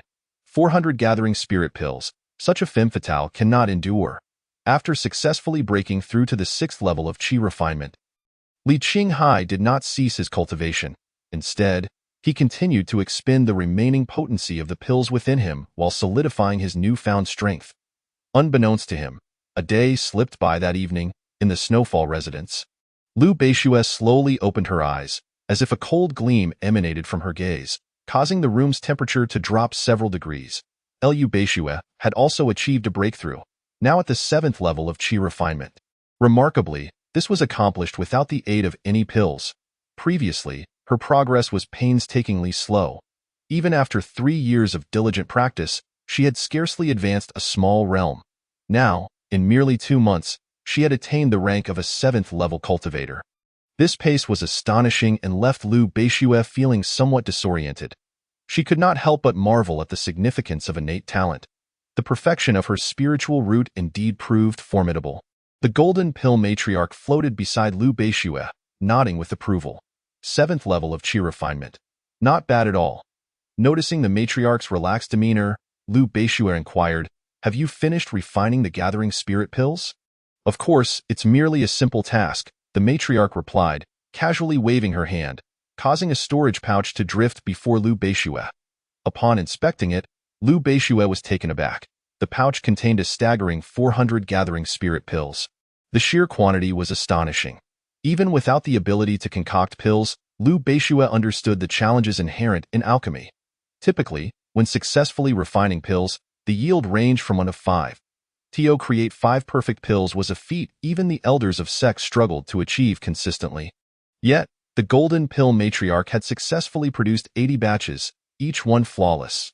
The matriarch noticed Liu Beixue's astonishment and smiled with pride. "It's merely gathering spirit pills. No need for such surprise. Once you grow stronger and procure some higher-tier spiritual herbs for me, you shall witness the true extent of my alchemical prowess." "All right, I'll find a chance to gather some," Liu Beixue responded as she rose from her bed. Observing her intent to leave, the matriarch realized her purpose. "It's already dark. Are you really going to deliver pills to that boy? Can't you wait just one night?" "I merely wish to take a stroll. Delivering the pills is just a convenient detour," Liu Beixue replied nonchalantly. The matriarch scoffed at Liu Beixue's obstinacy but refrained from pursuing the matter further, shifting the conversation. By the way, giving that boy 100 out of the 400 pills should suffice. After all, if he were to seek out someone to refine them for him, he likely wouldn't find a skilled alchemist. Even if he were to succeed half the time, he would only produce about 80 pills. Providing him with 100 is already quite generous. The golden pill matriarch continued to urge Liu Beixue in her eyes. Her ability to assist Li Qinghai in pill crafting was a stroke of fortune he could scarcely hope for. Accepting merely 300 gathering spirit pills as compensation was already a significant concession. However, Liu Beixue seemed to disregard the matriarch's counsel. Upon stepping outside, she mounted her sword and soared into the sky.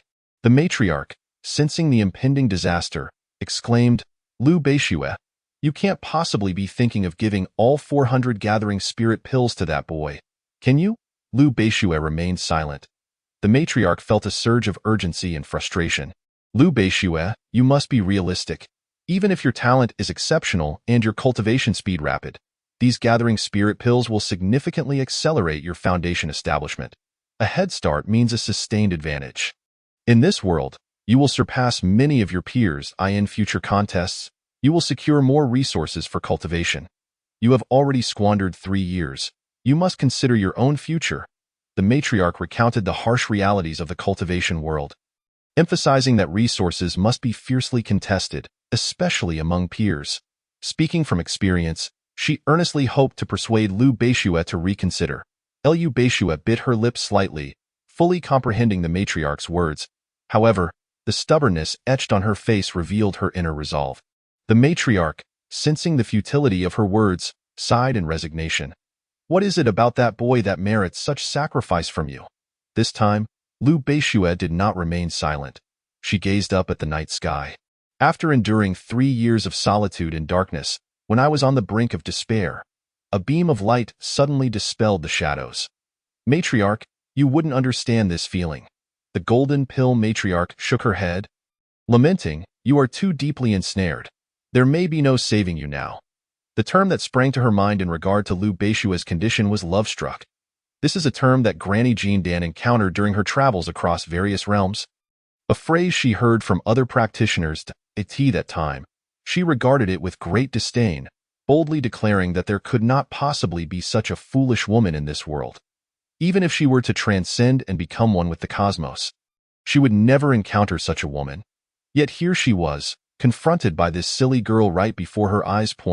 One could only say that the ties of fate were indeed remarkably strong. It appears that from now on, regardless of the individuals or events one encounters, one must refrain from speaking too definitively. Upon this realization, Granny Jean Dan immediately dismissed her own thoughts, with one exception, Li Qinghai. She, Granny Jean Dan, would never misjudge a person. Li Qinghai's poor aptitude destined him to remain a weakling.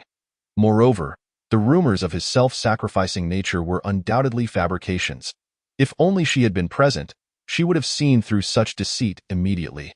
As Granny Jean Dan pondered, Lu Beishue had already arrived at the entrance of Qingzhou residence. "Friendly Qinghai," Lu Beishue called out.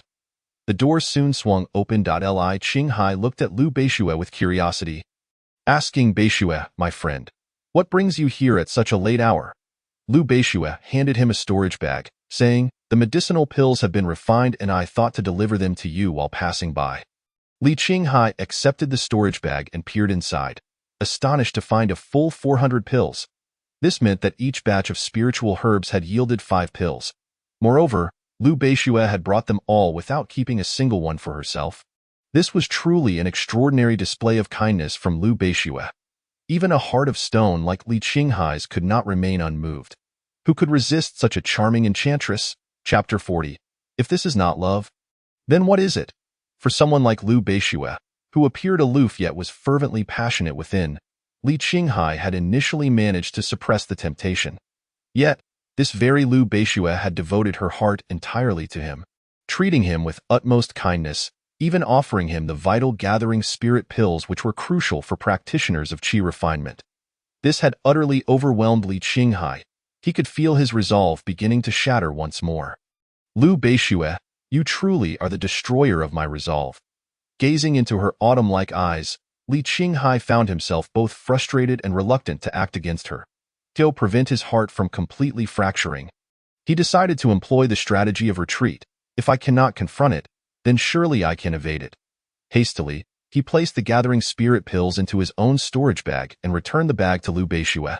"Thank you for delivering the pills, Beishue." "No need for thanks," she replied. "Ahem, it is getting late and I suddenly feel quite tired. I think I shall retire for the night. Perhaps another day, I can invite you to Qingzhou residence for a visit." "Very well, good night, Beishue." With that, Li Qinghai swiftly closed the door, letting out a slow breath. The shattering of his heart had been rather severe this time. He would need to stabilize it for a while. Shaking his head, he returned to his modest cabin. Lu Beishue, on her part, was not the type to cling or act spoiled. Although she longed to spend more time with Li Qinghai and engage in conversation, his deliberate avoidance left her no choice but to depart. Summoning her flying sword, she ascended into the sky and returned to Luoxue residence. Li Qinghai sat cross-legged on his bed, staring blankly at the 200 gathering spirit pills in the storage bag. The quantity was indeed excessive. Even if he were to consume the 6 flavor Romania pills, it would take several days. Fortunately, he had reserved 200 pills for Lu Beishue. Otherwise, he would truly become a walking pharmacy. "Oh, that's right. I almost forgot to mention something to Lu Beishue earlier. However, it's not a significant issue. She will discover it when she uses the storage bag." Speaking of which, he was currently at the 6th level of qi refinement. He wondered how far he would advance after consuming these pills. He decided to take a few to calm his nerves. Li Qinghai took several gathering spirit pills and placed them into his mouth before sitting down to meditate. Moments later, Lu Beishue arrived at Luoxue residence. Being a diligent girl, she immediately sat cross-legged on her bed, ready to begin her cultivation. Granny Jean Dan floated out. "Ha." She chuckled. Lu Beishue sensed an unusual tone in Granny Jean Dan's laughter and frowned. "What are you laughing at?" "Oh, my dear, I am amused by how your sincere heart has been wasted." Lu Beishue was disinclined to engage in this topic with Granny Jean Dan, yet the latter clearly wished to continue mocking her. "Look at you, personally delivering the pills late at night. only for him to accept them without offering you a single one. Lu Beishue, feeling a tinge of anger, defended Li Qinghai. Those spiritual herbs were originally his, and he asked you to help him refine them. It is not unjust for him to not share them. Granny Jean Dan chuckled lightly.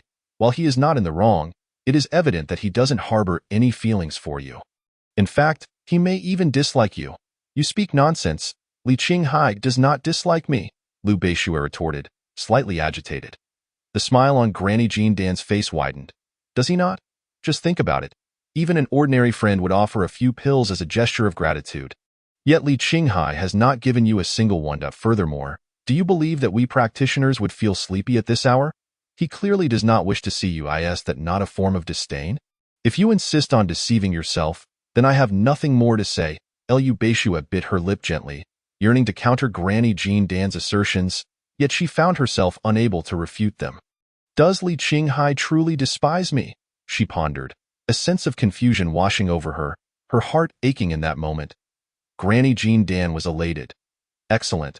With this, Lu Beishue should be thoroughly disheartened. It is better to endure a short pain than a prolonged one.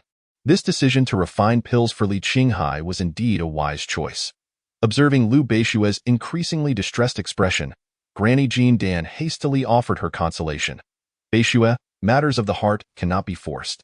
Besides, did you not wish to grow stronger and confront Yifan? Your focus should be on cultivation. Granny Jean Dan's words had a slight effect, as Lu Beishue's hatred for Yifan dulled her current sadness. However, even with the intent to cultivate, she found it impossible to settle her mind. Then I shall peruse the cultivation manuals. Lu Beishue opened her storage bag, preparing to retrieve a volume of scripture when she suddenly froze. Gathering spirit pills. There were indeed 200 of them, who claimed that Li Qinghai did not harbor feelings for her. He was willing to share such precious pills with her. If this is not love, then what could it be? In an instant, all her gloom lifted, and a smile graced her lips. Granny Jean Dan, witnessing this change, was taken aback. This situation seems amiss. Why does it feel as though Lu Beishue's infatuation has deepened? Beishue, Granny Jean Dan called out. With a hint of triumph, Lu Beishue tossed the storage bag to Granny Jean Dan. Granny Jean Dan frowned, questioning whether there was something wrong with the bag. Peering inside, she was left speechless. Gathering spirit pills? This? Lu Beishue snorted. Granny, what do you think Li Qinghai means by gifting me so many gathering spirit pills? Granny Jean Dan's face twitched, momentarily rendered speechless. How could a minor practitioner like Li Qinghai possibly bestow 200 pills? Could it be that Li Qinghai truly harbored genuine feelings for Lu Beishue? It is impossible. Absolutely impossible, Li Qinghai. You may deceive the likes of Lu Beishue, but you cannot fool me, Granny Jean Dan. Just you wait. I shall ensure that your true form is revealed. With a resolute thought echoing in her mind, the otherwise taciturn Granny Jean Dan drifted back into the necklace. Lu Beishue revealed a victorious smile. With her spirits lifted, she felt ready to cultivate. She retrieved several spirit-gathering pills from her storage pouch and swallowed them. Remarkably, the spirit-gathering pills gifted by Li Qinghai had a distinct flavor, pleasantly sweet. Were Granny Jean Dan able to hear Lu Beishue's thoughts, she would undoubtedly be infuriated to the point of spitting out a mouthful of aged blood. When did Li Qinghai's spirit-gathering pills become? These pills were clearly concocted by her. Even if they taste sweet, it merely reflects her superior alchemical skills. It has nothing to do with Li Qinghai. Chapter 41. Refining Qi at the 9th layer. Outer sect disciples' great competition time flies like an arrow, and a month has passed in the blink of an eye. During this month, Li Qinghai remained secluded in Qingzhou residence, carefully avoiding morning training on the mountain to evade Lu Beishue. The month-long separation proved effective, allowing him to stabilize his Dao heart successfully. Yet, that was merely a secondary concern. The primary focus was his substantial enhancement in cultivation. Continuous consumption of pills over these past days had enabled him to break through to the 9th layer of Qi refinement. However, the consumption of spirit-gathering pills was staggering. It took him 5 days and 15 pills to break through to the 7th layer, 10 days and 40 pills for the 8th layer, and a staggering 15 days and 100 pills to reach the 9th layer. Originally possessing 200 spirit-gathering pills, he was left with a mere 45. This quantity was insufficient for him to ascend to the 10th layer of Qi refinement. Thus, Li Qinghai resolved to refrain from consuming any more pills for the time being. He intended to cultivate on his own until he subtly approached the threshold of the 10th layer, at which point he would consume the pills for a decisive breakthrough. One morning, before Li Qinghai had risen, a voice called from outside. Senior brother, Li Qinghai, not deeply asleep, opened his eyes and got out of bed. Upon opening the door, he was greeted by the long-unseen Wang Dafu. Although Wang Dafu retained his usual plumpness, he now exuded an air of refinement, as if he had taken on the role of a master. Wang Dafu beamed upon seeing Li Qinghai, his face illuminated by a broad smile. However, his smile quickly faltered as he realized he could no longer discern Li Qinghai's cultivation level. The inability to perceive one's cultivation typically indicated one of two possibilities. Either the other party's cultivation surpassed one's own, or they had mastered a technique that concealed their level. Given that a minor cultivator in qi refinement would hardly waste time on such techniques, it left only one conclusion. Li Qinghai's realm had indeed surpassed him. Contemplating this, Wang Dafu felt bewildered. The speed of his cultivation was simply astonishing. Unable to contain his curiosity, Wang Dafu asked, Senior brother, what is your current realm? 9th layer of qi refinement. 9th layer. Wang Dafu swallowed hard. This level of cultivation was truly extraordinary. Li Qinghai paid no mind to Wang Dafu's astonished expression and inquired, Is there something you need from me? Recalling his purpose, Wang Dafu retrieved a vial of pills from his storage pouch and handed it to Li Qinghai. Senior brother, I just went to collect some pill of absence of grain and thought to bring you a vial as well. The pill of absence of grain is quite inexpensive, costing merely 1 spirit stone for a vial. However, Wang Dafu's gesture of bringing it to him spoke volumes about his loyal intentions. Your thoughtfulness is appreciated, junior brother, Li Qinghai replied. Accepting the pills. It is only right to assist my senior brother. Wang Dafu smiled up. By the way, have there been any updates regarding Yifeng? I heard that Yifeng is in seclusion, attempting to break through to the mid-stage of Foundation establishment. He hasn't emerged from his cave. So it seems he is indeed in the process of a breakthrough. Li Qinghai nodded slightly. In a wonder, he hadn't observed any movements from Yifeng since he dealt with the 2 Yi family brothers. It turned out he was in seclusion. However, it seemed that even if Yifeng were not in seclusion, he would have no way to deal with Li Qinghai, who had not left his abode for an entire month. Perhaps it was precisely because of this that Yifeng felt he had no opportunity and chose to enter seclusion. Suddenly, Wang Dafu recalled another matter. Oh, senior brother, there is one more thing. What is it? In a month's time, the sect will hold a grand competition for outer disciples. Initially, I did not pay much attention to this news, considering my cultivation at the 7th layer would render me a mere punching bag. However, I never expected you to have reached the 9th layer, which means you can fully participate without waiting for another year. The outer disciples grand competition? Li Qinghai pondered. He wondered if participating in this event might aid in restoring his qualifications for cultivation. As long as the Book of Fate did not restore his qualifications, Li Qinghai would feel as if a thorn were lodged in his throat. He believed that throughout this month, he had diligently pursued his cultivation.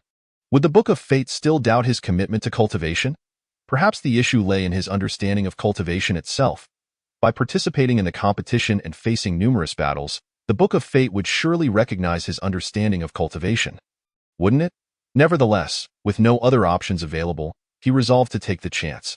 With that in mind, Li Qinghai asked, What are the rules for the outer disciples competition? Wang Dafu's eyes lit up. Senior brother, are you planning to participate? Yes, I suppose I will.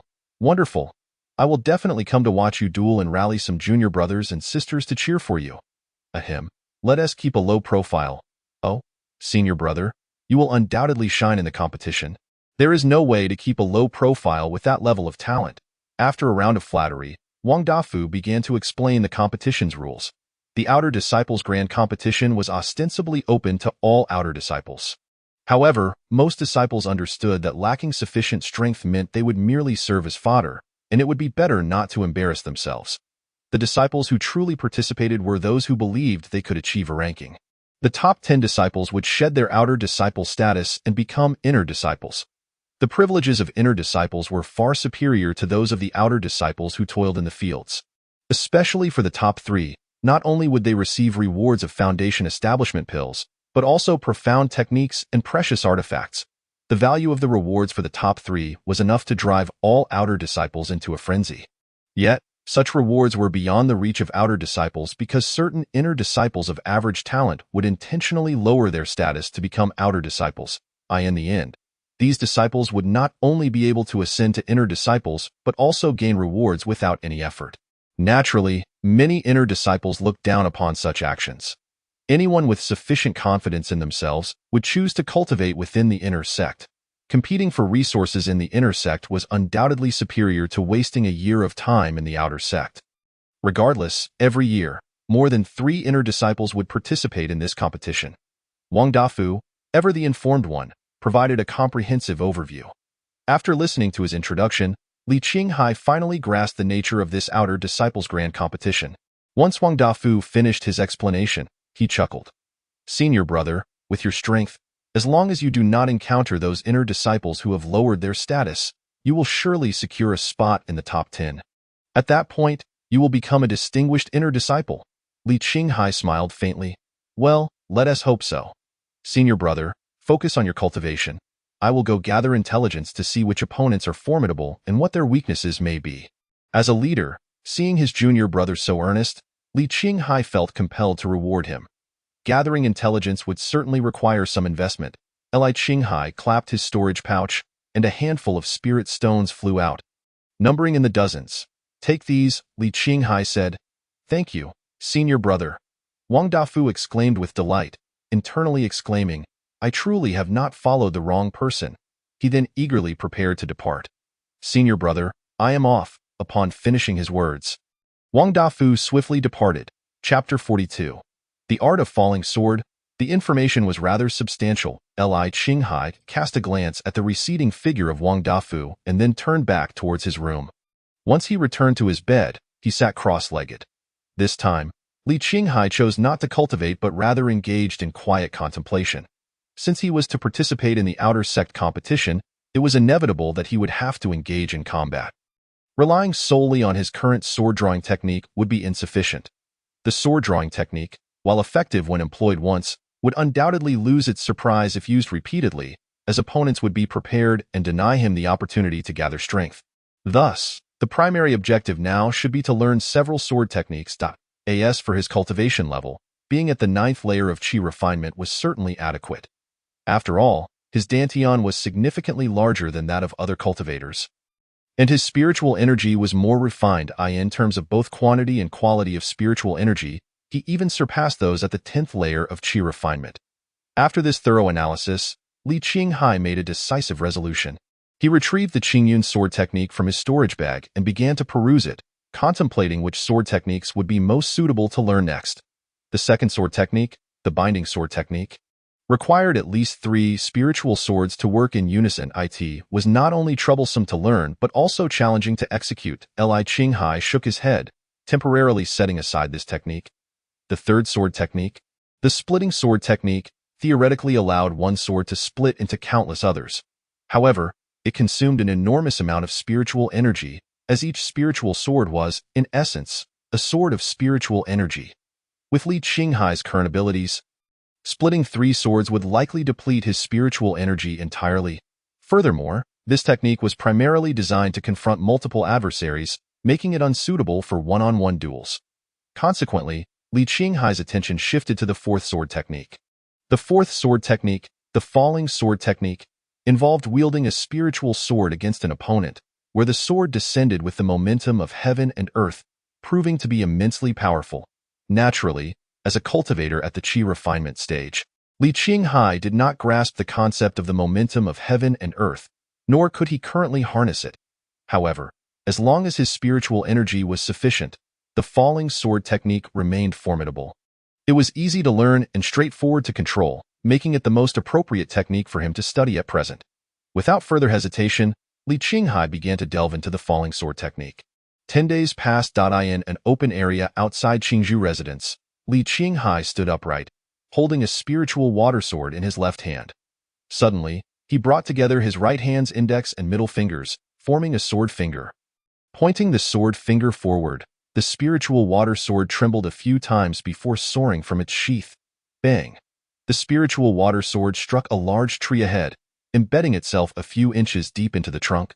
With a flick of his sword finger, the spiritual water sword quivered again before returning to its sheath.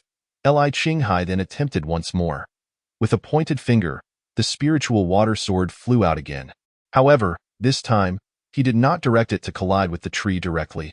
Instead, the sword finger rotated 2 times in front of him, and the spiritual water sword followed suit in the air. Subsequently, Li Qinghai pressed his sword finger downward. The spiritual water sword plummeted from the sky with great force. Boom! It crashed against the tree, unleashing a burst of sword energy. The tree was violently shattered into splinters. The power of the spiritual water sword this time was evidently much greater than before. Li Qinghai retracted his sword finger, bringing the spiritual water sword back once more. With this comparison, he gained a deeper understanding of the falling sword technique. If executed with a straightforward thrust, its power would solely depend on the amount of spiritual energy he infused. However, by choosing to rotate in the air first, although he could not harness the full momentum of heaven and earth, he could draw upon a portion of the spiritual energy from the surroundings to accompany the descent. This significantly enhanced the technique's power. Nonetheless, Li Qinghai recognized that he had only grasped the basics and required further practice. Currently, his execution of the falling sword technique was not entirely fluid. Each time he commanded the spiritual water sword, it tended to tremble a few times first. In simpler terms, there was a slight delay between him and the spiritual water sword. There was no shortcut to rectify this. Only through rigorous practice could he master it. Eager to continue his training, Li Qinghai noticed a stout figure approaching Qingzhou residence. Given the physique, he did not need to see the face to know it was Wang Dafu. Li Qinghai sheathed his sword and waited a moment until Wang Dafu arrived beside him. "Senior brother, I have been lurking at the outer sect's duty hall for 10 days and have gathered a wealth of information regarding several powerful individuals. All noted down here for you," Wang Dafu stated, producing a notebook and handing it to Li Qinghai. Li Qinghai opened it to glance at the contents. Sun Yin, 10th layer of Qi refinement. Superior Earth spiritual root. Proficient in earth-based techniques, including thick earth technique and earth rock technique. It is rumored that this individual has clandestinely cultivated even more formidable techniques, making him a force to be reckoned with. Li Qinghai casually skimmed through one of the entries and could not help but acknowledge the detail Wang Dafu had recorded. It was evident that he had invested considerable effort. Li Qinghai chose not to continue reading and temporarily set the notebook aside. "Thank you for your hard work," Li Qinghai remarked. "It is only natural to serve senior brother," Wang Dafu replied. "By the way, there is one more thing." "What is it?" "Senior brother, you have yet to register. Right? I initially intended to sign you up, but the duty disciples said you must do it in person." It's not far, so let's go register," Li Qinghai replied, taking to the skies on his sword. With Wang Dafu closely following, the two soared towards the outer sect's duty hall. The outer sect's duty hall was situated atop a mountain in the peripheral area, overseeing all matters, both great and small. Within the outer sect, here, one could obtain fasting pills, purchase qi condensation pills, and submit cultivated spiritual herbs, among other tasks. Before long, Li Qinghai and Wang Dafu landed before the duty hall. Upon entering the grand hall, they made their way to the registration desk. As they approached, Li Qinghai spotted a familiar figure at the desk. Without needing to see her face, he knew it was Liu Beixue, the one who often disrupted his peace of mind. Truly, what a coincidence to encounter this vixen once again. He hoped to maintain his composure this time. Steeling himself, Li Qinghai approached. Just then, Liu Beixue finished her registration and turned to leave, only to be met by Li Qinghai's advancing figure. To her eyes, Li Qinghai seemed to radiate a certain brilliance, illuminating the entire duty hall. A slight smile graced Liu Beixue's lips as she approached Li Qinghai. The two quickly exchanged greetings. "Ahaha. Beixue, what a coincidence!" Li Qinghai exclaimed with a bright smile. "It is indeed quite a coincidence," Liu Beixue replied, then added, "That night, you mentioned inviting me to Qingzhou residence sometime. It has been a month, yet I have not received an invitation." Li Qinghai's lips twitched in response. Nearby, Wang Dafu blinked. "That night? This information seems quite substantial." Surrounding outer sect disciples cast their gazes upon them. "That night? An invitation? A visit? A nighttime visit? Surely, this is not a mere innocent evening." Chapter 43. Registration, My heart is cracking. Li Qinghai could sense the eager, gossip-hungry eyes of the surrounding disciples. The issue was that there was no actual melon between him and Liu Beixue. This was not a matter to be elaborated upon, lest it spark rumors. Naturally, the source of such rumors would be the earnest Liu Beixue, who seemed oblivious to the perils of gossip. He needed to stabilize the situation with her and hoped she would refrain from speaking further. Thus, Li Qinghai leaned closer to Liu Beixue and whispered, "Friend Beixue, once I finish my registration, I will invite you to Qingzhou residence." Liu Beixue replied, not pressing for more sensational comments. Seizing the opportunity, Li Qinghai approached the registration desk. Stealing a glance around, he noticed that the surrounding disciples had dispersed and were no longer focused on them, allowing him to finally breathe a sigh of relief. Li Qinghai had no desire for any rumors to circulate about him and Liu Beixue. Often, a pure friendship could be twisted by the fiery breath of rumors, forcing them into an unwanted pairing. For the sake of his peace of mind, he needed to extinguish these little sparks promptly. The registering disciple noticed Li Qinghai's silence and offered a reminder. "Are you here to register?" Li Qinghai snapped back to reality. "Yes. Your identity token, please." Li Qinghai handed over his identity wooden token. The registering disciple examined it briefly. Outer sect disciple Li Qinghai. Initially somewhat lethargic, the disciple raised his eyelids slightly. Li Qinghai? He then scrutinized Li Qinghai more closely. "Is there an issue?" Li Qinghai inquired, puzzled. No issue, the registering disciple chuckled. "It's just that I've heard some rumors about you within the inner sect." Li Qinghai's face twitched slightly. "Goodness, how has my reputation spread all the way to the inner sect?" The registration disciple is evidently an inner sect disciple, much like Yifeng. His presence here, merely to carry out the registration task, serves only to earn some contributions for the sect. Initially, he harbored little interest in these outer sect disciples. However, upon encountering Li Qinghai, he was unexpectedly struck by this remarkable individual. The registration disciple opened the ledger and inscribed Li Qinghai's name. He then returned the identity token to Li Qinghai, offering a faintly amiable smile. Even within the inner sect, few dare to provoke Yifeng. Yet you not only dared to provoke him but also managed to survive. It is indeed a miracle, just a stroke of luck. Although the outer sect competition often concludes without serious incidents, confrontations can be unpredictable, and there are yearly casualties. Should you find yourself outmatched, you may concede early. "Thank you, I shall remember that." With that, Li Qinghai turned to leave. Observing Li Qinghai's retreating figure, the registration disciple shook his head slightly, murmuring, "What a pity." Clearly, in the eyes of this inner sect disciple, the upcoming outer sect competition might spell doom for Li Qinghai. He had always disapproved of Yifeng's arrogance within the inner sect, yet there was little he could do, for Yifeng had a true lineage cousin. Meanwhile, Li Qinghai, a mere outer sect disciple, had the audacity to confront Yifeng. One cannot help but commend such bravery. It would indeed be a loss if such a person were to perish. Thus, this inner sect disciple felt compelled to offer a subtle warning to Li Qinghai. Hoping to forge a benevolent connection, on another front, Li Qinghai, Liu Beixue, and Wang Dafu exited the Elders' Hall. "Beixue, please hold on a moment. I wish to exchange a few words with Dafu," Li Qinghai said. Liu Beixue nodded, respecting her habit of not eavesdropping on others' privacy, and quietly turned to walk a short distance away. "Senior brother, do you have any instructions?" Wang Dafu inquired. Li Qinghai secretly transmitted his voice. "Do you have any food?" "Food?" Wang Dafu was taken aback. Since this was a clandestine communication, it surely was not something innocent. "I understand." Wang Dafu chuckled mischievously, responding in kind, "Senior brother, do you desire something extraordinarily potent? Or perhaps something with enduring stamina?" Li Qinghai's eyes widened, wishing he could kick Wang Dafu away on the spot. "Damn it, thank goodness it's a secret transmission, otherwise I would have suffered a social death right here." Li Qinghai retorted in frustration, "I want regular food, like spiritual fruits or spiritual tea."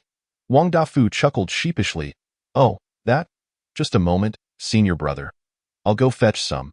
He soon returned to the Elders' Hall and shortly thereafter reappeared. "Senior brother, here you go." Li Qinghai accepted the storage pouch. "I shall take my leave now." "All right, senior brother," Wang Dafu replied, watching as Li Qinghai departed with Liu Beixue, mumbling to himself, a lone man and a solitary woman in close quarters. "I can hardly believe nothing will transpire. unless senior brother does not fancy women. Before long, the two arrived at the entrance of the Qingzhou residence. Li Qinghai, feeling somewhat bashful, glanced at Liu Beixue. About that? Liu Beixue understood the predicament Li Qinghai faced. The Qingzhou residence had a protective array, and for outsiders to enter, the resident must accompany them. This accompaniment was not merely a matter of following. It required physical contact, such as hugging, carrying, or holding hands. The thought of such physical intimacy made Liu Beixue blush, yet she also felt a strange mix of resistance and anticipation. This emotional conflict was quite peculiar. Meanwhile, Li Qinghai was filled with regret. How could I have forgotten this detail? Inviting an outsider into the courtyard necessitates physical contact. I'm doomed. My resolve is wavering. Despite his inner turmoil, Li Qinghai steeled himself. Knowing he had made a promise that must be fulfilled, lest his thoughts become muddled, he forced a warm smile and raised his hand. Beixue, welcome to Qingzhou residence. Liu Beixue returned a gentle smile, gracefully extending her delicate hand into Li Qinghai's palm. The cool, smooth sensation sent a jolt through Li Qinghai, causing his resolve to fracture further. Prolonging such contact would be a significant blow to his composure. Thus, he swiftly grasped Liu Beixue's hand and led her into the Qingzhou residence, promptly releasing her grip as they traversed the courtyard and entered the small wooden house. Beixue, please have a seat. Li Qinghai approached a small wooden table and retrieved the spiritual fruits that Wang Dafu had purchased earlier. Beixue, please, make yourself at home and enjoy. Liu Beixue picked up a spiritual fruit and took a small bite. Did you participate in this competition as well? Yes, just giving it a T or Y.do you have confidence? I suppose I will do my best. Liu Beixue lightly patted her storage pouch and produced a tome of secret techniques. Placing it onto the table. This is for you. If you study it, you should be able to rank in the top 10. Chapter 44. Refining Inner Fire, the Art of True Fire, a Technique? Li Qinghai was intrigued. Glancing at it, the Art of True Fire. Although he was unaware of its rank, the title alone was impressive. He returned the tome to the table. Beixue, this technique seems too precious. Accept it. I hope it assists you in the future. Then I must thank you, Beixue. Li Qinghai felt compelled to accept, recalling how he had once refused a qi-nurturing pill from Liu Beixue, leading to his fortune being diminished. He could only reluctantly accept this technique. However, after doing so, Li Qinghai felt quite awkward. As a destitute individual, he had little to offer in return. The only valuable item he possessed was the Qingyun sword technique, yet it was unsuitable for Liu Beixue, who possessed an exceedingly rare ice affinity. Alas, how have I become a mere sycophant? I shall save my treasures for her in the future. This debt of gratitude weighs heavily on my heart. Li Qinghai stored the Art of True Fire in his pouch when he heard Liu Beixue continue. Qinghai, do you have any cultivation difficulties? None. Everything has been quite smooth. Then, Qinghai, is there anything else you require? Li Qinghai paused. Beixue, you seem somewhat different today. There's something on your mind. Liu Beixue smiled charmingly. You worry too much. What could trouble me? As you know, I have a wise protector. Even if something were amiss, it would be easily resolved. Li Qinghai nodded, knowing that the wise protector she referred to was the elderly woman from Qinxi Mountain. With her presence, Liu Beixue could indeed cultivate without worry. Nonetheless, Li Qinghai still felt a sense of oddity. The two continued to discuss various topics, though Liu Beixue was not particularly loquacious, often leading to awkward silences. Fortunately, Li Qinghai, being well-versed in conversation, managed to keep the dialogue flowing. Liu Beixue found each of Li Qinghai's anecdotes fascinating. However, joyful moments are often fleeting, and before they knew it, darkness enveloped the sky outside. Liu Beixue stood up first. Qinghai, I truly enjoyed my visit to Qingzhou residence today. I am glad you had a good time. Beixue, it indicates my hospitality was adequate. I shall not disturb your rest any longer. I will take my leave. Allow me to escort you, Beixue. Li Qinghai accompanied Liu Beixue to the door, where they exchanged a few more pleasantries before she took to the skies on her sword. In the air, the previously silent golden elixir granny suddenly spoke. The technique I bestowed upon you has been given to Li Qinghai. Do not forget our agreement. Once this competition concludes, rest assured. I have not forgotten. Li Qinghai remained oblivious to the pact between Liu Beixue and the golden elixir granny. To him, Liu Beixue's behavior today was quite peculiar. However, he had subtly inquired, and it was clear that Liu Beixue was reluctant to disclose anything further. so he refrained from pressing the matter. After bidding farewell to Liu Beixue, Li Qinghai returned to his quarters and sat cross-legged on the bed. He then retrieved the technique Liu Beixue had gifted him. The art of true fire. According to Liu Beixue, mastering it would enable him to secure a position within the top 10 of the competition. It was evident that this tome held considerable power. Let's give it a try. Li Qinghai opened the tome and began to study it diligently. After approximately an incense stick's worth of time, he gained a preliminary understanding of the art of true fire. It was a fire-based technique, comprising 5 tiers: refining qi, refining inner fire; foundation establishment, refining earth fire; core formation, refining true fire; nascent soul, merging the 2 flames; and spirit transformation, merging the 3 flames. It could be said that this was an exceedingly potent technique with immense potential. The concept of divine transformation remains a distant aspiration for Li Qinghai. For now, he resolves to cultivate his inner fire. Acquiring another method will undoubtedly provide him with an advantage in the upcoming grand competition. Taking a deep breath, Li Qinghai clears his mind of all distractions and begins to practice the technique of inner fire as prescribed by the cultivation method. The essence of cultivating inner fire fundamentally requires a fire spirit root, which is not a challenge for Li Qinghai, a practitioner with a mixed spirit root. The advantage of a mixed spirit root lies in the ability to learn anything, while the disadvantage is a slower cultivation pace, leading to a lack of mastery in any particular skilled. Li Qinghai, no longer a novice in the realm of cultivation, is well aware of this issue. However, unbeknownst to him, due to the existence of the 5 elements longevity scroll, his cultivation speed is not as slow as he perceives. He simply fails to recognize the fortune he possesses, mistakenly viewing himself as weak and thus considering himself a novice. 10 days pass.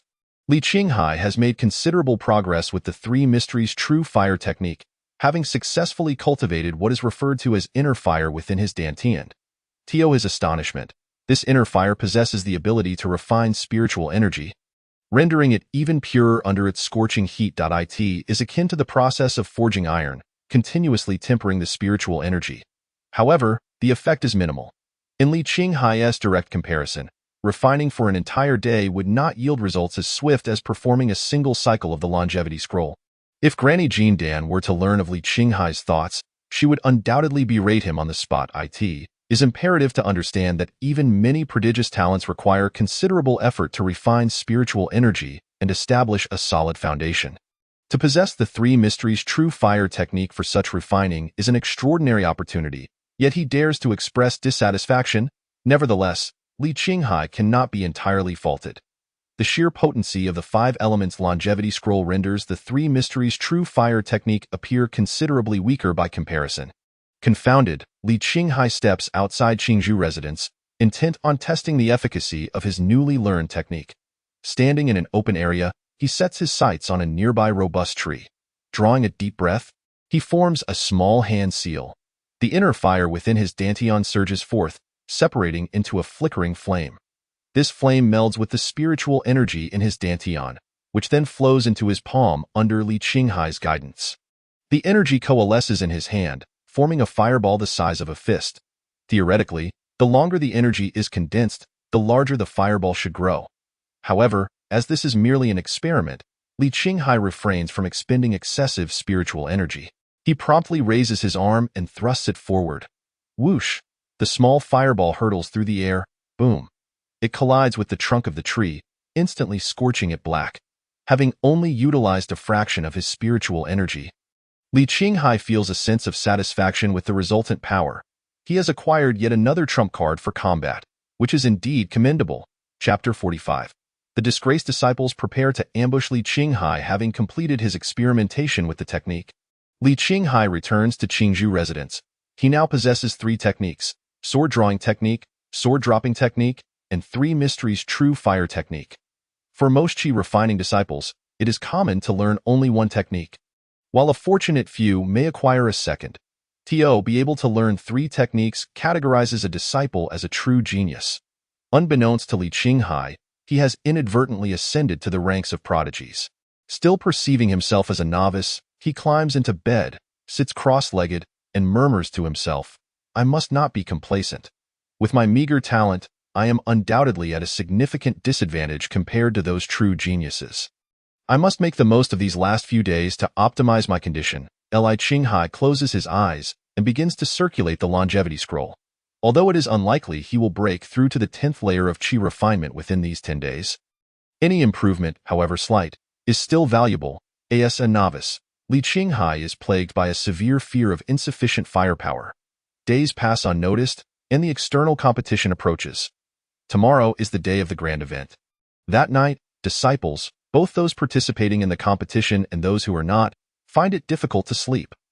The participants are fervently cultivating, while the onlookers eagerly engage in discussions about popular topics. Who will emerge as this year's top 3? Which external disciples will ascend to the inner sect? Will any dark horses surprise everyone this year? Among them, however, are a few exceptions. In the cave dwelling of Yifeng, he sits upon a stone chair as 3 individuals stand before him. Yifeng glances at the trio. You are all inner sect disciples who degraded your status to enter the outer sect last year, correct? Yes, senior brother Yi. They reply in unison. Introduce your strengths, Yifeng states plainly. The slightly shorter disciple speaks first. Senior brother Yi, I am Zhao Ming, at the 10th layer of qi refinement, a fire element practitioner, and I possess a yellow-grade superior technique. The taller disciple adds, Senior brother Yi, I am Wang Long, also at the 10th layer, a water element practitioner, with a yellow-grade superior technique and a superior magical artifact. Zhao Ming glances at Wang Long, a hint of surprise in his expression. A superior magical artifact is not easily acquired. The final, slender disciple speaks slowly. I am Sun Yin, at the 10th layer of qi refinement, and I have mastered a yellow-grade inferior technique. Upon hearing this, the other 2 disciples turn to Sun Yin in shock, their eyes wide. Even Yifeng cannot help but cast a second glance at Sun Yan. To learn a yellow-grade technique in the outer sect is no small fortune. Zhao Ming and Wang Long understand the power of yellow-grade techniques all too well, and their expressions darken. They realize that with Sun Yin present, their chances of claiming the top spot have diminished. They can only vie for 2nd and 3rd place. After assessing their strengths, Yifeng expresses his satisfaction. You know why I have summoned you here? The 3, having heard of the grievances between Li Qinghai and Yifeng, are aware of the context. Zhao Ming responds first, Senior brother Yi, do you wish for us to eliminate Li Qinghai? That is correct, Yifeng replies. Regardless of who among you kills Li Qinghai, I shall reward you with a golden yuan pill when you achieve your golden core.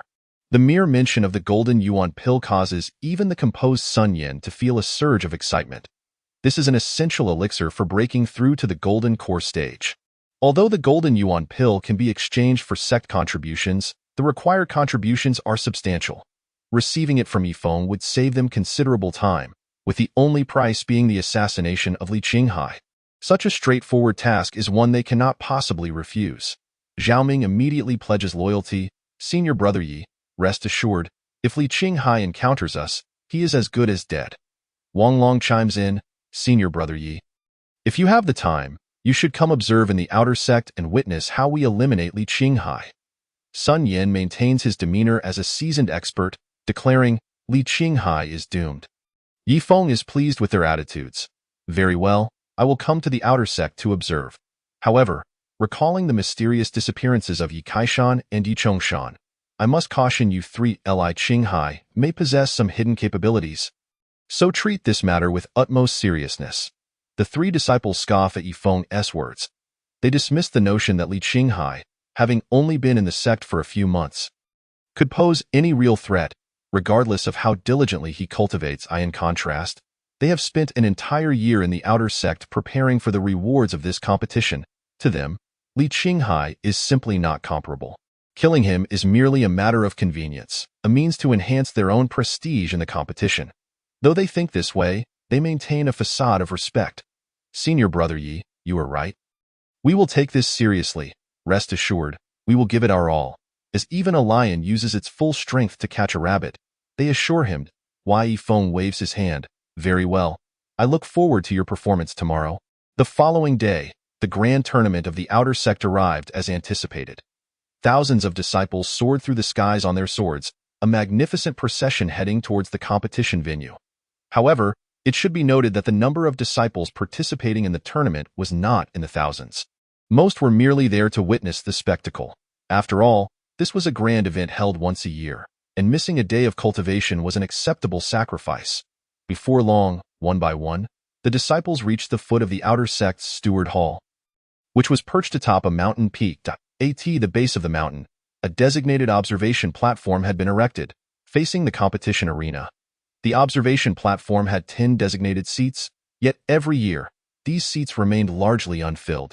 After all, no prominent figures would deign to attend the outer sect to witness the sparring of nascent Qi practitioners. To the eyes of foundation establishment, core formation, or even nascent soul cultivators, the duels among nascent Qi practitioners were little more than child's play.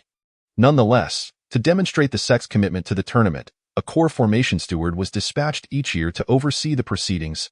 Li Qinghai, of course, did not forget the date of the tournament. Rising from Qingtian residence on his sword, he swiftly arrived at the venue. On an open space outside the arena, Wang Dafu was gazing intently at the sky. Upon spotting Li Qinghai's figure, he immediately waved and shouted, "Senior brother, over here." Li Qinghai descended from the air, glancing at Wang Dafu and then at the 10 or so nascent Qi practitioners beside him, all of whom were female. Li Qinghai discreetly conveyed a message, "Junior brother, exercise some restraint." Wang Dafu, momentarily taken aback, replied, "Senior brother, you misunderstand. I previously mentioned that I would amplify your presence, did I not? Behold, this is it." Li Qinghai's lips twitched in disbelief. He had not anticipated that Wang Dafu would even understand the concept of organizing a cheering squad. Such forward thinking was rather unexpected. In an effort to showcase his intentions, Wang Dafu promptly instructed the 10 female practitioners behind him, "Come on, let's bolster senior brother's presence."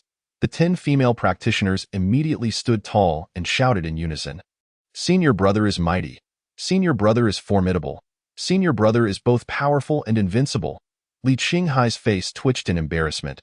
Good heavens, is this truly the work of a human being? This is the realm of cultivation. After all, however, Wang Dafu seemed a bit unsatisfied. "Senior brother, do you like this slogan? If not, I have other options. For instance, senior brother, you're the best. Or senior brother, you're unbeatable. He. What do you think? Is this better?" Li Qinghai's expression darkened. "Better? Not at all. Are you trying to ensure my social demise?" Just as Li Qinghai was at a loss for words, Lu Beishue flew in from a distance. She scanned the area from the air, and upon spotting Li Qinghai, she descended immediately. Li Qinghai felt as though he had found a savior, completely ignoring Wang Dafu and the others. "Daoist friend Beishue, it has been a while. You still possess such grace. And you, Daoist friend Qinghai, are no different," Lu Beishue replied, sensing something amiss. She glanced towards Wang Dafu, only to find that the 10 female practitioners behind him were all staring intently at Li Qinghai. Their gazes so fervent they seemed ready to swoon. "Humph," Lu Beishue huffed softly, inadvertently emanating an aura of chilling intensity. Wang Dafu shuddered, and the young women behind him paled in fear. A glance at Lu Beishue's eyes sent a tremor through Wang Dafu's heart. This was a grave misstep, a colossal blunder. He had forgotten about Lu Beishue. Organizing female practitioners was a mistake indeed. Senior brother's partner is quite intimidating. Truly, you are impressive for managing such a woman. Wang Dafu thought, not daring to linger. He chuckled awkwardly. "Senior brother, Taoist friend Lu, I shall take my leave now. You two continue your conversation." As he spoke, he discreetly signaled to his cheering squad, and they hastily followed him away. Although this senior brother appeared truly remarkable, truly exceptional, that woman was simply too frightening, and no matter how impressive a senior brother might be, one's own life takes precedence. Watching Wang Dafu and his entourage slip away, Li Qinghai exhaled deeply, feeling an immense weight lift from his shoulders. If such a scene were to unfold while he was on stage, how could he ever maintain his standing in the Qingyun sect? Although Li Qinghai was thick-skinned, he was not devoid of shame. He turned to Lu Beishue and expressed his gratitude. "Thank you, Taoist friend Beishue, for your timely intervention." Lu Beishue did not dwell on the matter, instead inquiring, "How is the cultivation of your technique progressing?" "It's going well. I have a modest grasp of it," he replied. "That's good to hear. As long as you do not encounter those at the 10th level of nascent Qi, you should be able to manage," she reassured him. Yes, I should be able to, he replied. The tournament had yet to officially commence. Many disciples, like Li Qinghai and Liu Beixue, were engaged in conversations while they waited. However, their discussions naturally differed from those of Li Qinghai and Liu Beixue. Who do you think will take the top spot this year? Isn't it obvious? It will undoubtedly be Wang Long. He possesses a top-grade magical artifact. No, I believe it will be Sun Yin. I have heard that he has cultivated a formidable technique. That's merely hearsay. It cannot compare to Wang Long. By the way, why hasn't the tournament started yet? If it were in previous years, the duels would have already begun. Who knows? Perhaps there are some delays. At that moment, a figure descended from the sky and landed on the platform. The crowd assumed it was a steward elder arriving and turned to look, only to discover it was an inner sect disciple, someone they were somewhat familiar with, Yi Feng. Many were puzzled. What is Yi Feng doing here?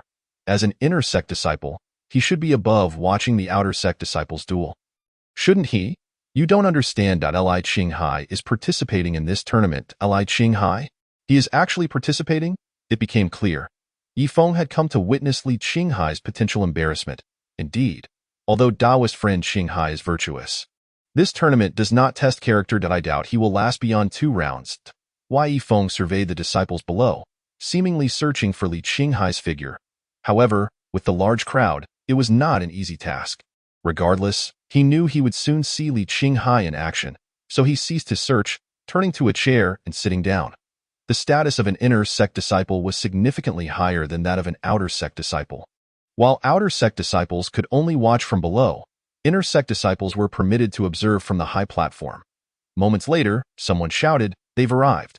Everyone looked up to see a core formation cultivator and a foundation establishment cultivator descending from the air. The core formation cultivator was a steward of the sect overseeing this outer sect tournament, while the foundation establishment cultivator was the one presiding over the event. Upon landing on the platform, the core formation cultivator spoke in a booming voice. As with previous years, whether you can earn a name for yourself in this outer sect tournament depends solely on your own strength. The core formation cultivator wasted no time, promptly turning and sitting down, leaving the remaining matters to the foundation establishment cultivator. As was customary each year, the core formation cultivator's role was largely ceremonial. The foundation establishment cultivator, however, dared not adopt the same demeanor, taking his responsibilities quite seriously. Welcome, fellow cultivators, to this outer sect tournament. The top 10 will earn the opportunity to enter the inner sect, as well as contributions to the sect, gathering spirit pills and spiritual stones as rewards. The third place will receive an additional foundation establishment pill. The second place will not only receive a foundation establishment pill, but also a technique reward. As for the first place, in addition to the foundation establishment pill and technique, there will be a top-grade magical artifact. Upon hearing this, the entire venue erupted in a chorus of astonishment. A top-grade magical artifact? The rewards for this tournament were unexpectedly generous. In previous years, the majority of rewards were merely magical artifacts. Even during the year with the most substantial rewards, it was only a low-grade magical artifact. Among the crowd, Sun Yan's face flushed with excitement. His technique was formidable, and what he lacked most was a good magical artifact. Go think that a top-grade magical artifact was up for grabs this time. Was this not tailor-made for him?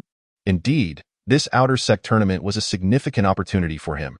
The foundation establishment host raised his hand to quiet the crowd. Silence. All cultivators promptly closed their mouths. The foundation establishment host continued, "Those participating in the tournament, please come to the stage." Upon hearing the foundation establishment host's words, the participating cultivators began to ascend the platform one after another. Li Qinghai and Liu Beixue, of course, were among them. The foundation establishment host surveyed the participants and nodded.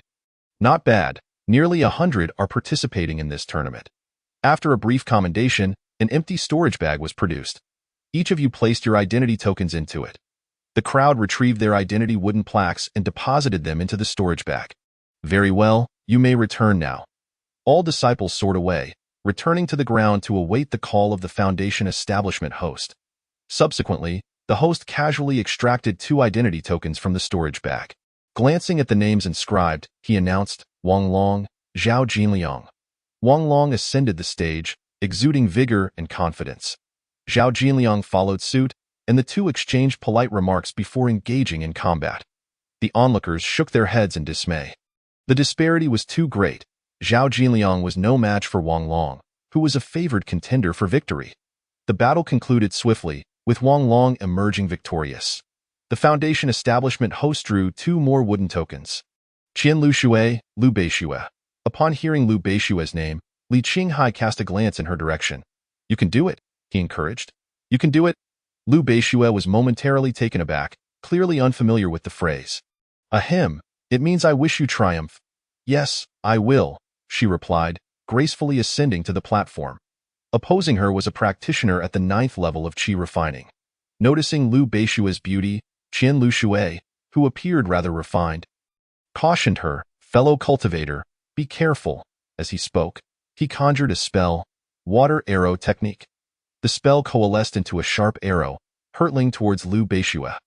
Unperturbed, Lu Beixue slowly raised her hand, as the water arrow approached her. She gently tapped her fingertip. Crack! The water arrow rapidly froze, the spell rendered powerless as it fell to the ground, shattering into icy fragments. Thereafter, Lu Beixue formed a small hand seal, and a rain of water began to descend above Qian Liushue's head. The disciples present were momentarily stunned. Isn't that the sect's water manipulation technique? Also known as the rain technique? It's merely for farming, right? What a joke. Is Lu Beixue really going to give Qian Luxue a bath? Qian Luxue was also momentarily bewildered, but he paid it no mind, allowing the rain to fall upon him.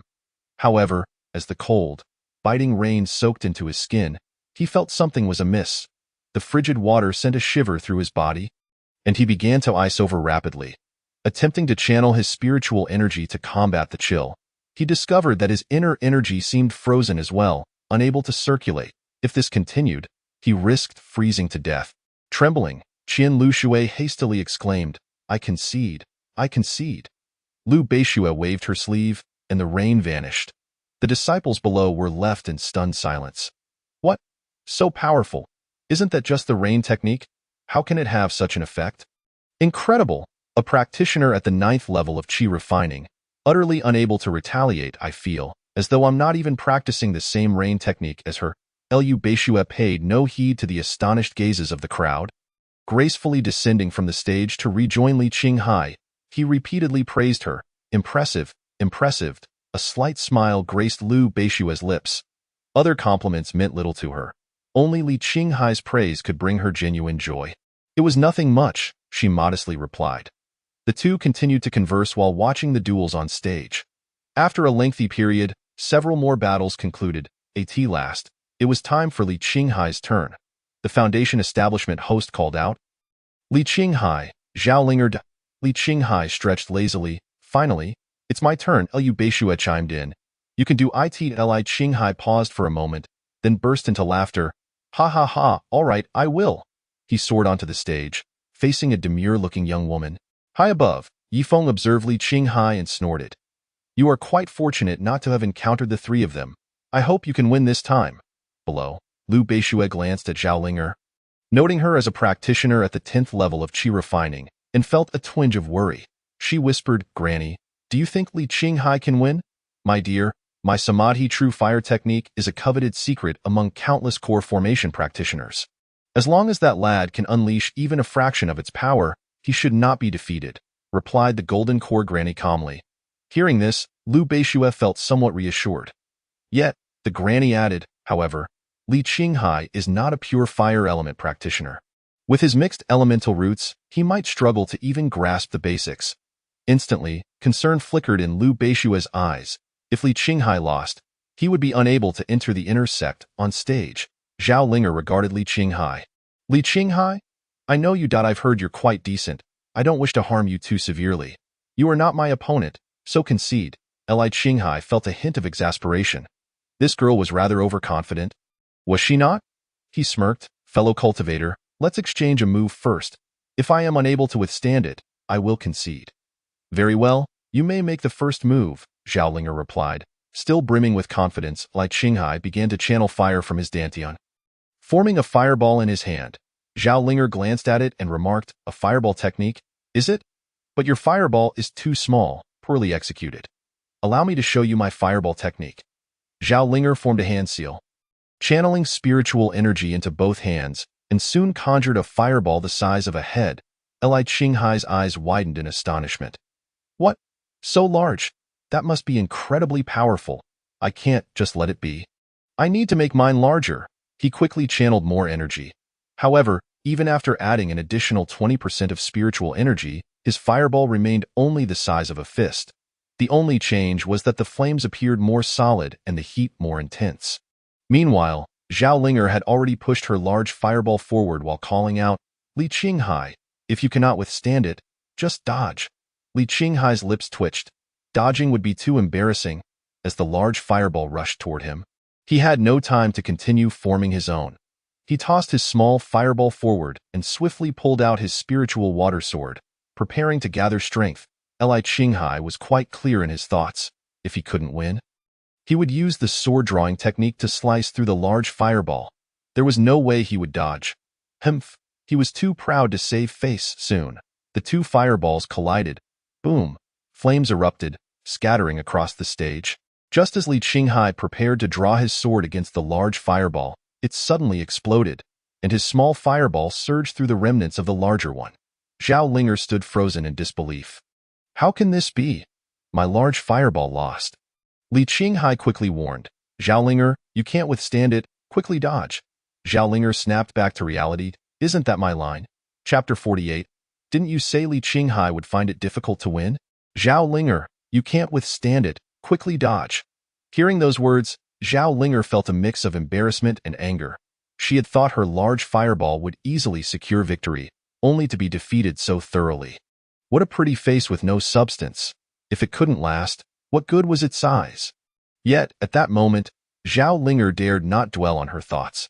She hastily retrieved a spiritual sword from her storage bag, infusing it with spiritual energy, and hurled it at the small fireball. Zhao Linger believed that, even if the small fireball was strong, it should have been significantly weakened by her large fireball. Surely, her small spiritual sword could easily withstand it. The tip of the sword rapidly met the fireball in the next breath. With a loud bang, the sword shattered into fragments that rained down from the air. Zhao Linger's eyes widened in shock. Li Qinghai was equally astonished. In a way, it's so powerful. The onlookers below were also left dumbfounded. Isn't this a bit absurd? How can Li Qinghai's small fireball have such immense power? Li Qinghai is actually this strong? He can defeat a practitioner at the 10th level of qi refining. Do not presume that these nascent cultivators can comprehend the situation. Even the foundation-building host wears a bewildered expression. Fireball technique? Merely a low-grade yellow-tier skill. Can it truly wield such power? Observing the murmurs of the crowd, the composed golden elixir steward slowly began to enlighten them. It is only natural that you do not understand. Upon hearing the words of the golden elixir expert, everyone hastened to listen attentively. The steward continued, affirming that this indeed is the fireball technique, akin to what most of you have learned. However, what makes Li Qinghai exceptional is his ability to compress the fireball technique, concentrating all its force into a singular point, thereby unleashing a far greater might. Li Qinghai, quite commendable. Li Qinghai felt somewhat speechless. What nonsense these golden elixir cultivators spouted. If you do not understand, why feign comprehension? Yet, he dared not challenge the golden elixir expert, reluctantly conceding that he practiced the fireball technique. Dismissing the matter, he returned to Liu Beishue's side. Before he could utter a word, Liu Beishue promptly pressed a hand on his shoulder. Have you exhausted your spiritual energy? Sit down and cultivate. Restore as much as you can. Actually, Li Qinghai had only expended about 40% of his energy. However, sensing Liu Beishue's insistence, he could not refuse and sat down to cultivate slowly. Liu Beishue stood guard beside him, but before long, it was her turn to take the stage. This time, she faced a 10th-layer nascent cultivator employing fire-based techniques. Typically, fire is known to counter ice. However, Liu Beishue was clearly exceptional. She swiftly defeated her opponent, leaving everyone in awe of her prowess. Yet, she paid no heed to their admiration and quickly returned to Li Qinghai's side. Suddenly, the foundation-building host called out, "Zhao Ming, Li Qinghai." Upon hearing Li Qinghai's name, Zhao Ming in the crowd erupted with joy, unable to contain his laughter. "Ha ha ha, Li Qinghai, your head is mine. Thank you for aiding my path to enlightenment. Eagerly, Zhao Ming soared onto the arena. Li Qinghai slowly rose from the ground, casually brushing off the dust from his clothes. Liu Beishue expressed her concern. How much energy have you restored? Li Qinghai humbly replied, about 70 to 80%. However, Liu Beishue suspected that he was downplaying his condition to spare her worry. If you cannot win, jump down from the arena immediately. All right, he conceded, leaping onto the stage.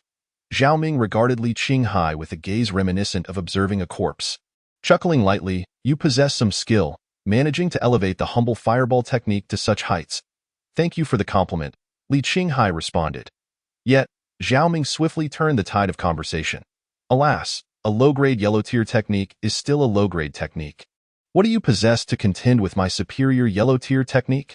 Before he could finish his words, Zhao Ming could no longer contain himself. He immediately formed a seal, summoning a fireball before him. Unlike the fireball technique, this fireball appeared smaller but was brimming with searing, chaotic energy. Observing this, Li Qinghai dared not delay, channeling his own fireball in response while inwardly muttering, a superior yellow-tier technique? That sounds formidable. I cannot afford to be careless. I must infuse an additional 20% of my energy. Seeing Li Qinghai's solemn expression, Liu Beishue felt a wave of anxiety wash over her.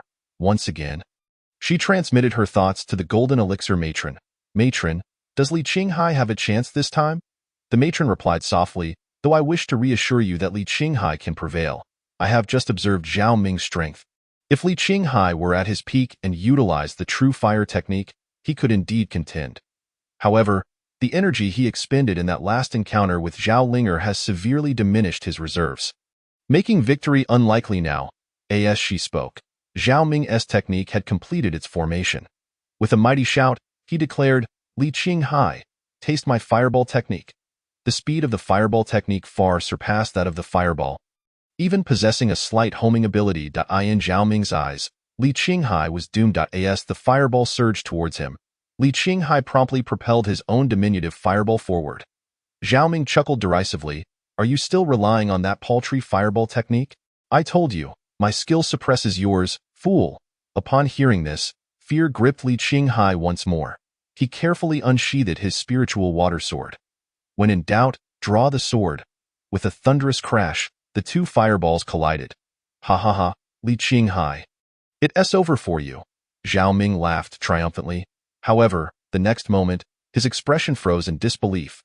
The seemingly invincible fireball technique shattered upon impact with Li Qinghai's restrained fireball, disintegrating instantly. Li Qinghai's fireball triumphed once more?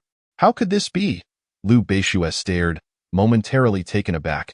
Matron, did you not say that Li Qinghai would struggle to win? The Golden Elixir matron found herself momentarily speechless. The swift reversal of fortunes was too astonishing to comprehend.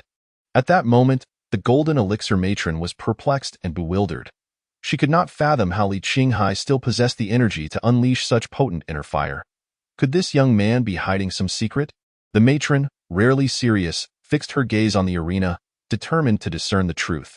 After the fireball technique was dispelled, Li Qinghai's fireball surged forward unimpeded, heading straight for Zhao Ming. Zhao Ming, startled and anxious, hastily summoned a shield-shaped artifact from his storage pouch. Placing both hands on the artifact, he frantically infused it with spiritual energy. The shield immediately glowed, erecting a protective barrier. As Li Qinghai's fireball approached, Zhao Ming raised the shield and shouted, block it. With a resounding crash, the fireball collided with the shield. The power contained within Li Qinghai's fireball erupted explosively at that moment. The shield shattered instantly. Cracks began to form on the shield, and Zhao Ming's eyes widened in disbelief as he shouted. Impossible! In that instant, the force of the explosion propelled him, along with the shield, away from the arena. With a thud, Zhao Ming landed outside the arena, his body charred and unconscious. The scene fell into a profound silence. Zhao Ming had lost. Utterly, he was a genius disciple who had lowered his status from the inner sect, possessing formidable strength to compete for a top 3 position. If such a powerhouse could be defeated, how formidable must Li Qinghai be? The crowd stared at Li Qinghai in stunned silence. Even Li Qinghai himself felt somewhat dazed, inwardly muttering, something is amiss. Is this Zhao Ming truly a downgraded inner sect disciple? How does he seem so weak? Could it be that I am exceptionally strong? No, that cannot be. How could a mere mixed spirit root cultivator like me surpass a genius disciple? Perhaps I am actually a prodigy destined for the sect's core. No, no, it must be that Zhao Ming was careless and did not evade. There are still tougher battles ahead. I must remain vigilant. Lai Qinghai leapt off the arena, returning to Liu Beishue's side. She blinked, curiously and earnestly studying him. Why are you looking at me like that? Liu Beishue smiled gently. Oh, it's nothing. I just find you far stronger than I imagined. You should cultivate. There are more battles ahead. The energy Li Qinghai had expended was indeed greater than before, and without hesitation, he settled into a meditative posture. The matches continued on the arena. Soon, it was Liu Beishue's turn once again. However, her battles were swift. Within mere breaths, she dispatched her opponent. Yet, she too experienced significant energy depletion and sat beside Li Qinghai to recuperate. Many disciples had shifted their focus from the ongoing matches to the duo, excitedly discussing their prowess. Remarkable, simply remarkable. Initially, I thought there would be no dark horses this year, but now we have two. At this rate, the top 3 positions seem uncertain. Both Li Qinghai and Liu Beishue stand a chance. Not so fast. Li Qinghai's prospects are slim. After all, he faced Zhao Ming early on and depleted considerable energy. Indeed, if misfortune strikes again and he encounters another downgraded inner disciple, he might not even make it into the top 10. As they spoke, another match concluded on the arena. The foundation building host drew 2 identity tokens once more. Upon seeing the names, he paused for a moment before announcing, Wang Long, Li Qinghai. The crowd erupted into a frenzy upon hearing Li Qinghai's name. Oh no, how could it be that Li Qinghai is up again so soon? He barely had time to recover. Indeed, he lacked sufficient energy to contend with Wang Long's sigh. Poor Li Qinghai. His luck has run out. With his capabilities, he could have made it into the top 10, but alas, he may now fall just short. At this moment, Wang Long wore a broad smile, his heart brimming with uncontainable excitement. Ha ha ha, who would have thought such a stroke of good fortune would ultimately fall upon me? Li Qinghai, your fate is now in my hands. With this thought, Wang Long could hardly contain himself as he soared onto the stage, calling out to Li Qinghai's position, Li Qinghai, come forth and battle. Although Wang Long appeared to be formally inviting Li Qinghai to duel, in reality, he was merely urging him to ascend swiftly. After all, he had witnessed Li Qinghai send Zhao Ming flying with a fireball earlier, and he certainly could not afford to give Li Qinghai a moment to regain his energy. However, Li Qinghai had already restored about 70 to 80% of his spiritual energy. Thus, he saw no reason to linger. Rising to his feet promptly, Liu Beishue followed suit, her gaze fixed on Li Qinghai, her concern more pronounced than before. Qinghai, good luck. Seeing Liu Beishue's worry, Li Qinghai managed a relaxed smile. Don't worry, if I can't win, I'll run. Yes, preserving one's life is paramount. Of course, I'm going with that. Li Qinghai ascended the stage. Wang Long regarded him with disdain. You managed to reach this point with a mere yellow-tier low-grade fireball? Truly a stroke of luck. Li Qinghai replied earnestly, No, luck is also a form of strength. Wang Long laughed heartily, yet this time, fortune does not seem to favor you. Encountering me is indeed your misfortune. Li Qinghai shook his head, retorting, one cannot say that. We must first exchange blows to determine who is superior. Wang Long sneered dismissively, you only know a fireball. I fail to see where your confidence stems from. As he spoke, Wang Long formed a hand seal, water vapor gathered around him, and one could almost hear the sound of rushing water. Li Qinghai, I acknowledge that your fireball technique has some merit, but with my water-based techniques countering yours, how will you respond? Upon hearing this, Liu Beishue in the audience grew even more anxious than Li Qinghai. She hurriedly inquired of the knowledgeable Jean Dan Granny, Granny, do you think Li Qinghai can win this time? Jean Dan Granny huffed confidently, win? What are you thinking? Even if the Samadhi True Fire technique is powerful, it only grows stronger with time. Right now, Li Qinghai has merely cultivated inner fire, and given his current state, what can he possibly use to win? As she spoke, Jean Dan Granny silently added in her heart, Li Qinghai, last time I misjudged you. This time, you are destined to fail. Meanwhile, Li Qinghai blinked, musing, Wang Long is quite right. His water-based techniques do counter mine. It seems I cannot use the Samadhi True Fire technique. Then I shall resort to the falling sword technique. With a snap of his storage pouch, Li Qinghai produced the Ling Shui sword. Chapter 50. Comparable to a foundation establishment strike. Wang Long was terrified and fled. With the Ling Shui sword in his left hand and his right hand extended in a sword gesture, he commanded, "Go!" The sword gesture pointed skyward, and the Ling Shui sword instantly unsheathed, soaring into the air. Subsequently, the sword gesture began to rotate slowly before him. The Ling Shui sword above mirrored the motion, spinning in tandem. In his heart, Li Qinghai thought, "Wang Long appears formidable. The Ling Shui sword must spin several times." Li Qinghai's actions elicited laughter from Wang Long. Ha ha ha, Li Qinghai, I thought you were drawing your sword to interrupt my spellcasting. But it seems you are merely performing acrobatics for our entertainment, as Wang Long stated. All the qi refining cultivators in the audience wore puzzled expressions. They all shared one question in their minds. What is Li Qinghai doing? Lu Beixue, equally perplexed, turned to Jean Dan Granny once more, asking, "Granny, what is Li Qinghai up to?" At that moment, Jean Dan Granny did not respond to Lu Beixue. She furrowed her brow, her gaze fixed intently on the Ling Shui sword suspended in the air. Others may not have recognized it due to their insufficient cultivation, but Jean Dan Granny was not so easily deceived. She sensed that the Ling Shui sword was gathering a certain power, as if it harbored a trace of the momentum of heaven and earth. Jean Dan Granny was uncertain, but she knew that if she extended her consciousness closer, she would surely confirm her suspicions. However, she dared not do so, for she could feel a God transformation realm cultivator observing from the shadows. She had to remain cautious, lest she reveal too much of her own aura, as Jean Dan Granny sensed. Indeed, a God transformation realm cultivator was watching. This individual was none other than Lu Daoyuan, who sat calmly in a chair. Before him floated a mirror, reflecting Li Qinghai's swordplay. Lu Daoyuan pondered, this must be one of the forms of the Qingyun sword technique. It appears to have some merit. Alas, I do not wield a sword. If Brother Jiu were here, he might discern its secrets. At this moment, Wang Long's spell culminated. Li Qinghai, your acrobatics end here. Wave of surging water. With a whoosh, waves surged before Wang Long, cascading towards Li Qinghai in rapid succession.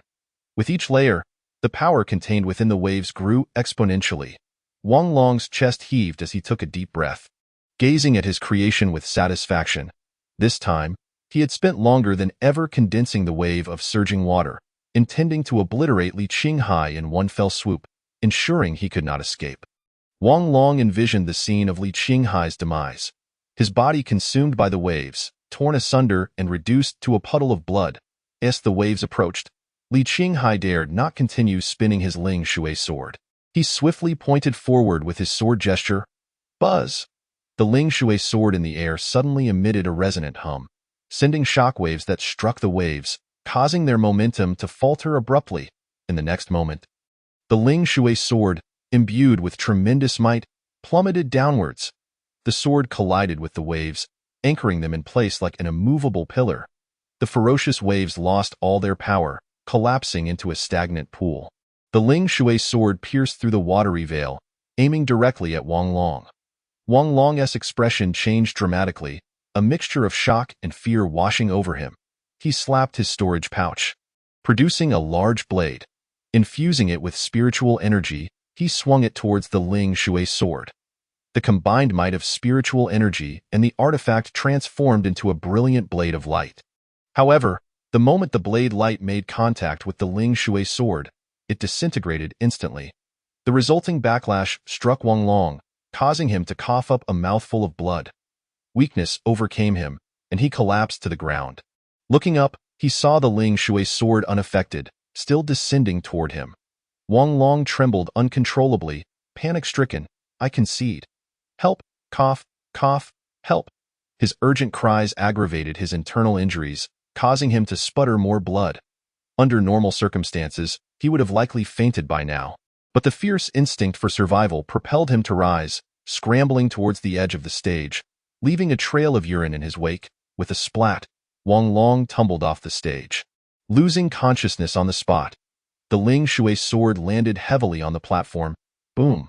The force of the impact erupted, causing even the protective barrier to tremble, as the dust settled upon the stage. It became evident that the Ling Shui sword had shattered into countless fragments, leaving a gaping sword hole in the platform. Everyone stared in a daze at this spectacle, swallowing hard. Has Li Qinghai truly grown this powerful? Wang Long, with his yellow-tier upper-grade techniques and superior artifact, couldn't withstand even one strike from Li Qinghai. More terrifying still, that single strike pierced through the stage. One must understand that only Foundation establishment cultivators can leave marks upon such a sturdy platform. This means that Li Qinghai's blow just now possessed the power to rival that of a Foundation establishment cultivator. As this realization dawned upon them, countless disciples nearly dropped their jaws in disbelief. Is it really necessary to be this monstrous? Yet, Li Qinghai paid no heed to the astonished expressions surrounding him. His gaze fell upon the shattered Ling Shui sword, his heart aching. This sword had been a loyal companion, tirelessly fighting by his side without complaint. Now, it lay in ruins. Li Qinghai sighed softly, offering a silent prayer, "Shui, may you rest in peace." Seeing Li Qinghai's victory, Lu Beishue was overjoyed. When there was good news to share, it was only natural to convey it. Thus, she immediately transmitted a message to Jean Dan Granny. "Granny, did you see? Li Qinghai has won again." Jean Dan Granny, having been thoroughly embarrassed, declared she had no desire to speak. After Li Qinghai prayed for the Ling Shui sword, he descended from the stage, landing beside Lu Beishue. Lu Beishue promptly congratulated him. "Qinghai, congratulations. You are now an inner sect disciple." Li Qinghai smiled in response. "Thank you, and you too. Keep up the good work." "Yes, recover your energy quickly." "All right." Li Qinghai sat cross-legged, having indeed expended a considerable amount of spiritual energy this time. He had believed that the Wang Long would be formidable. Thus he had employed the Ling Shui sword multiple times. To his surprise, the Wang Long proved to be remarkably easy to defeat. Ultimately, he failed to control his strength, resulting in the shattering of his own Ling Shui sword. It was truly a regrettable transaction. At this moment, the Foundation building host finally regained his composure. He looked at Li Qinghai, who had already stepped down from the stage, and exclaimed with admiration, "Congratulations, Taoist Li Qinghai, on your victory once more, successfully securing a spot in the top 10. Will he be able to create another miracle and reach the top 3, or even claim the championship? Let us await the outcome." At this very moment, Li Qinghai had undoubtedly become the focal point of everyone's attention, emerging as the most popular contender for the championship. Chapter 51. Jianzhou emerges. Has Li Qinghai received the Ancestor's legacy? As the rounds of elimination battles continued, the number of participants dwindled rapidly. Soon, it was time for Lu Beishue to face off against a particularly powerful practitioner at the 10th level of Qi refinement. Nevertheless, even such strength would prove insufficient against Lu Beishue. This time, however, Lu Beishue deviated from her usual quick resolutions and did not hasten to conclude the battle. To many spectators, it appeared to be a fiercely contested duel. Only Lu Beishue herself understood that she needed to prolong the fight to afford Li Qinghai more time to recover his spiritual energy, having witnessed Li Qinghai's impressive and terrifying combat style earlier. Her back-and-forth style of combat now seemed to leave the audience somewhat disinterested, causing them to reminisce about Li Qinghai's earlier display of skill. Indeed, Taoist Li Qinghai's techniques were truly enlightening, rendering others' performances rather lackluster by comparison. "Ha! You weren't saying that a moment ago. I distinctly recall you mentioning that Li Qinghai was simply unfortunate to have encountered Wang Long, thus missing the top 10, and indeed, I never anticipated that Taoist Li Qinghai possessed such formidable swordsmanship hidden up his sleeve." Absolutely. His sword techniques are nothing short of terrifying, comparable to a strike from a foundation-building practitioner. By the way, does anyone here know what sword technique Taoist Li Qinghai just employed? If we knew, would we still be standing here? Meanwhile, within the cave of Lu Daoyuan, he observed the scene of Lu Beishue battling in the mirror and found it rather tedious. With Lu Daoyuan's discernment, it was evident that Lu Beishue was more than capable of securing victory at any moment. The prolonged contest resembled an old woman's foot binding, long and stifling. He held little interest in the duels of these Qi refinement practitioners, primarily attending to witness Li Qinghai's performance. Suddenly, a voice resonated from outside the cave. "Is the sect master brother present?" Lu Daoyuan waved his hand, opening the cave. "Jianzhou, please enter." Upon seeing Jianzhou arrive, Lu Daoyuan inquired with concern, Have you fully recovered from your injuries? Thank you for your concern. Brother, I am no longer ailing. That is good to hear. Jianju noticed Lu Daoyuan observing something through the mountain viewing mirror and asked, Brother, what are you watching? Ha ha ha, you're just in time. Li Qinghai is participating in the outer sect competition. Come and see. Li Qinghai. When Jianjiu had brought Li Qinghai back, he had been unconscious, so he was unaware of Li Qinghai's name. However, connecting Lu Daoyuan's mention of the outer sect competition, he soon deduced. Is the young man you referred to the one I brought back? Precisely. Jianjiu, now intrigued, pulled up a chair and sat beside Lu Daoyuan. Upon gazing into the mountain viewing mirror, he realized it was not Li Qinghai he was observing. Brother, is this all you're showing me? Lu Daoyuan smiled lightly. Since you've arrived, I must show you the performance of that young man, Li Qinghai. With a wave of his hand, the scene in the mountain viewing mirror began to rewind. If Li Qinghai were to see this, he would undoubtedly be astonished. Goodness, it even has a replay function. How incredibly advanced. Soon, the image in the mountain viewing mirror returned to Li Qinghai's first appearance on stage. Jianjiu watched for a moment, slightly taken aback. He had not anticipated that this young man had not only cultivated to the 9th level of qi refinement, but had also mastered a commendable fire-type technique. Jianjiu could discern that Li Qinghai was not employing a simple fireball technique. However, as a sword practitioner, he was not entirely aware of the specifics of this fire-type method. Lu Daoyuan smiled slightly and waved his sleeve again. But it is not merely a fire-type technique. Quickly, the image froze at the moment Li Qinghai drew his Ling Shui sword. As Jianjiu beheld Li Qinghai's swordplay, his eyes narrowed. Lu Daoyuan inquired, Junior brother, can you discern anything noteworthy? Jianjiu, appearing somewhat dazed, murmured, This seems to be the falling sword technique of ancestor Qingyun. Lu Daoyuan nodded slightly, stating, Since you are certain, it must indeed be true. Li Qinghai has mastered the falling sword technique. Jianjiu looked at Lu Daoyuan in astonishment. Is it truly the falling sword technique? But hasn't he been lost to time? Lu Daoyuan explained, Junior brother, have you forgotten about the second floor of the library? We even searched for it together. Jianjiu's heart jolted. Are you implying that Li Qinghai obtained the ancestor's legacy from the second floor of the library? Lu Daoyuan nodded affirmatively. Indeed. Jianjiu immediately rose from his chair. Lu Daoyuan, taken aback, asked, Junior brother, where are you going? With a sweep of his sleeve, Jianjiu vanished from the cave, his voice echoing in place, to the outer sect. Lu Daoyuan understood Jianjiu's intent and exhaled softly. Very well, the 9th peak deserves a disciple. At this moment, on the arena, Li Qinghai's spiritual energy had nearly fully recovered. Awakening from his meditative state, he glanced around but did not see Liu Beixue. Rising to look at the stage, he discovered that Liu Beixue was indeed engaged in battle. However, the duel seemed peculiar, as it had evidently been prolonged. The practitioner opposing Liu Beixue was drenched in sweat, utterly exhausted. Concurrently, Li Qinghai overheard some disciples' complaints. How long will this battle last? I want to see the next match. It's been over a stick of incense. I'm already bored. Upon hearing this, Li Qinghai understood. Liu Beixue was clearly buying him more time to recover his spiritual energy. That foolish girl!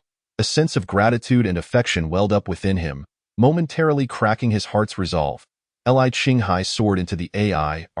Liu Beixue immediately spotted his figure and realized that he had completed his recovery, allowing her to conclude the duel.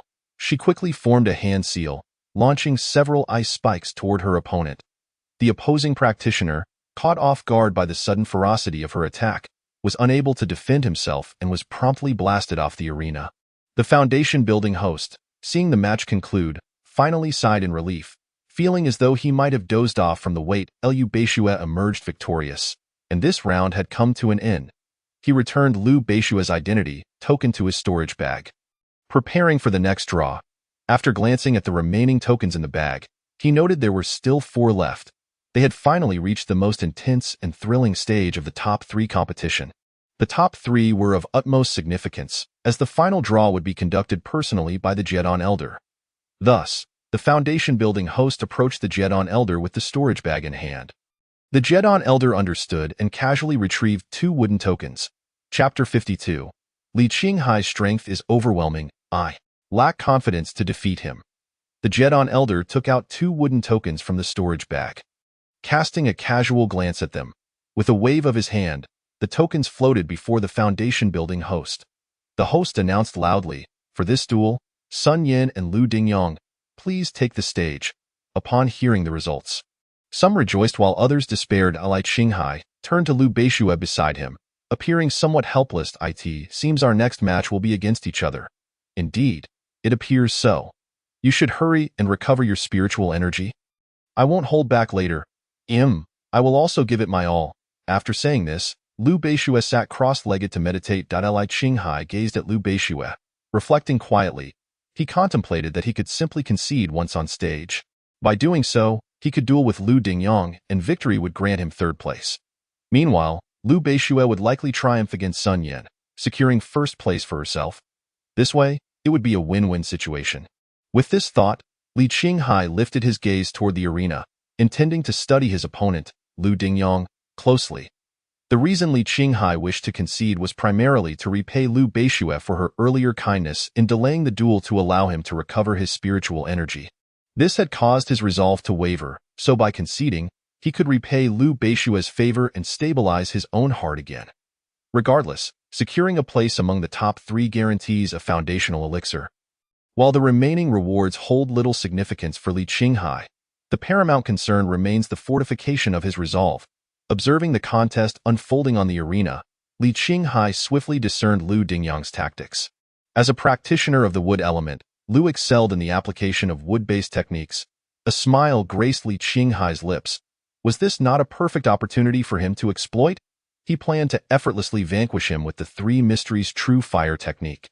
Lu Dingyang proved no match for Sun Yin, succumbing after a mere dozen exchanges. Both contenders promptly exited the stage, seeking a tranquil spot to replenish their spiritual energy. The Foundation Master then proclaimed with clarity, "Next up, Li Qinghai and Lu Beishue, please ascend the stage." Upon hearing her name, Lu Beishue disengaged from her meditative state and rose gracefully.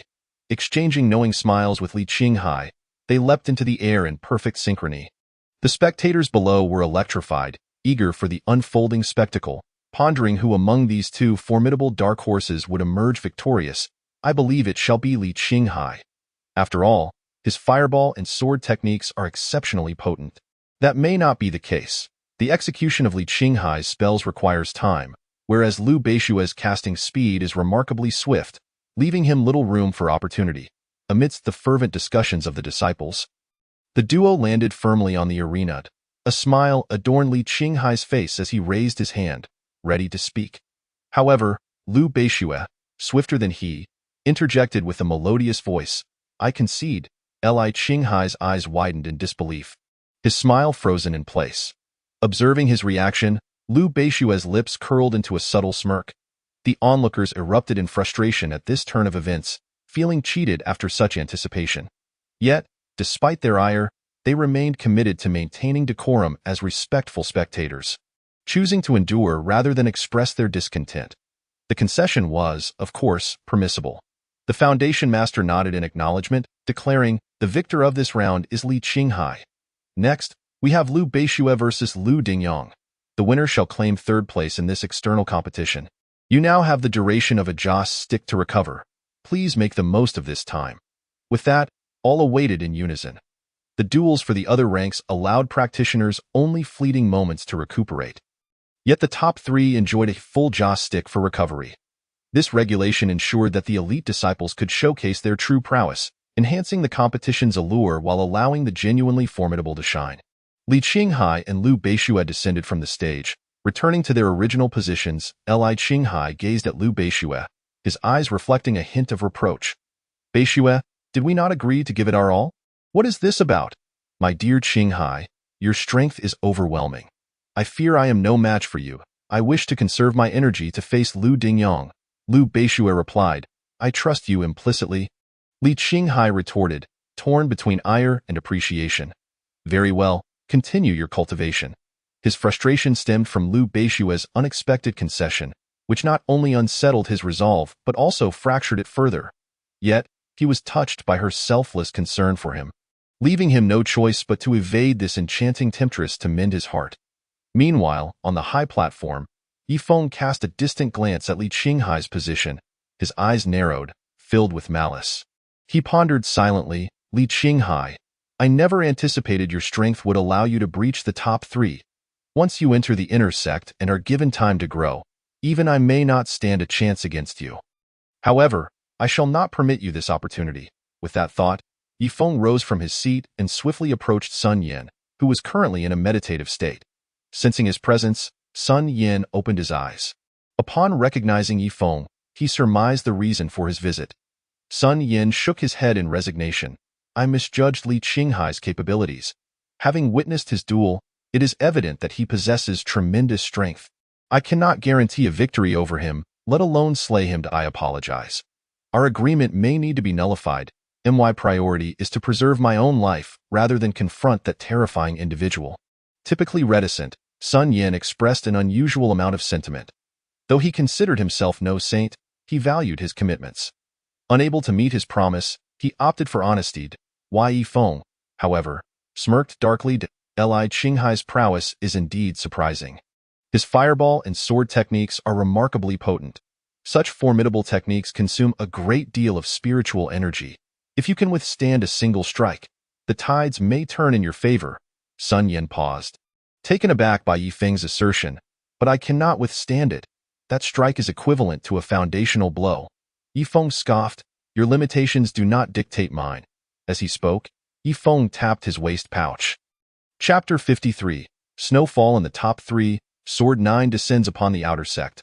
Upon tapping his pouch, a treasure soared forth. This artifact, forged from the skeletal remains of a high-tier beast, resembled a shield and emitted a faint white glow.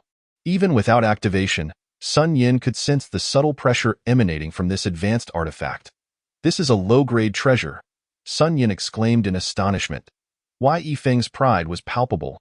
Indeed, this is a low-grade treasure. The spiritual bone shield. Sun Yan's hands trembled slightly. You intend for me to wield this? Yes, Yifeng replied nonchalantly, gesturing for the spiritual bone shield to settle before Sun Yin. Although he was exhilarated, Sun Yin retained his composure and discernment.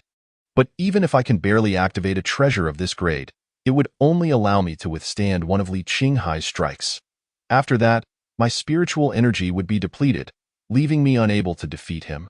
Naturally, artifacts of this caliber are beyond the capabilities of mere Qi practitioners to wield.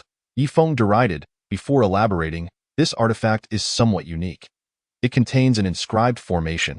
Even without activation, it can withstand a lethal strike from a foundational practitioner. Do you understand now? Understood. With the conversation reaching this point, Sun Yin grasped the implications. Without needing to activate it, he could resist a strike from Li Qinghai, effectively depleting a significant portion of his energy. Meanwhile, he would be in peak condition, facing Li Qinghai in a fatigued state, ensuring his victory. I hope you do not disappoint me like Zhao Ming or Wang Long, Yifeng remarked coolly before taking his leave. Sun Yin caressed the spiritual bone shield with affection. What a magnificent treasure! With this artifact in hand, I shall undoubtedly eliminate Li Qinghai. Soon, the reward for first place in the competition will be mine. The thought sent waves of excitement through him, causing his body to tremble slightly. It is worth noting that this year's first place prize is a high-grade artifact. If this low-grade spiritual bone shield is so formidable, how powerful must the high-grade artifact be? Suppressing his excitement, Sun Yin closed his eyes and resumed his meditative practice. Time passed incrementally. The duration of a joss stick had elapsed. The foundational master rose from his seat, returning to the forefront of the high platform, and declared loudly, the contest for third place commences now. Please welcome Lu Beishue and Lu Dingyang to the stage. Lu Beishue opened her eyes and rose. Beishue, give it your all, Li Qinghai encouraged. Indeed, I shall, she affirmed. Subsequently, Lu Beishue soared into the air, alighting upon the arena. The contest for third place, which pertained to the coveted Foundation Establishment Pill, naturally saw both contenders unwilling to yield an inch. As soon as they stepped onto the stage, they engaged in direct combat. Lu Dingyang's prowess was quite commendable, only slightly inferior to those inner sect disciples who had chosen to lower their statuses. His proficiency in wood-based magical techniques was evident. He initiated the duel with a vine technique, aiming to ensnare Lu Beishue's form. However, he was up against Lu Beishue. She, of course, would not grant him such an opportunity. Before the vines could reach her, they were all encased in ice and subsequently shattered into shards. For Liu Beixue, this was her final battle, and she would not hold back. She commenced with the rain technique, sending down a chilling icy rain from the heavens. Following that, she unleashed an ice spike technique, with dozens of sharp ice spikes piercing forth. Lu Dingyang had previously witnessed Liu Beixue's magical prowess and had prepared a countermeasure. He first scattered a seed upon the ground, which rapidly grew into a large tree.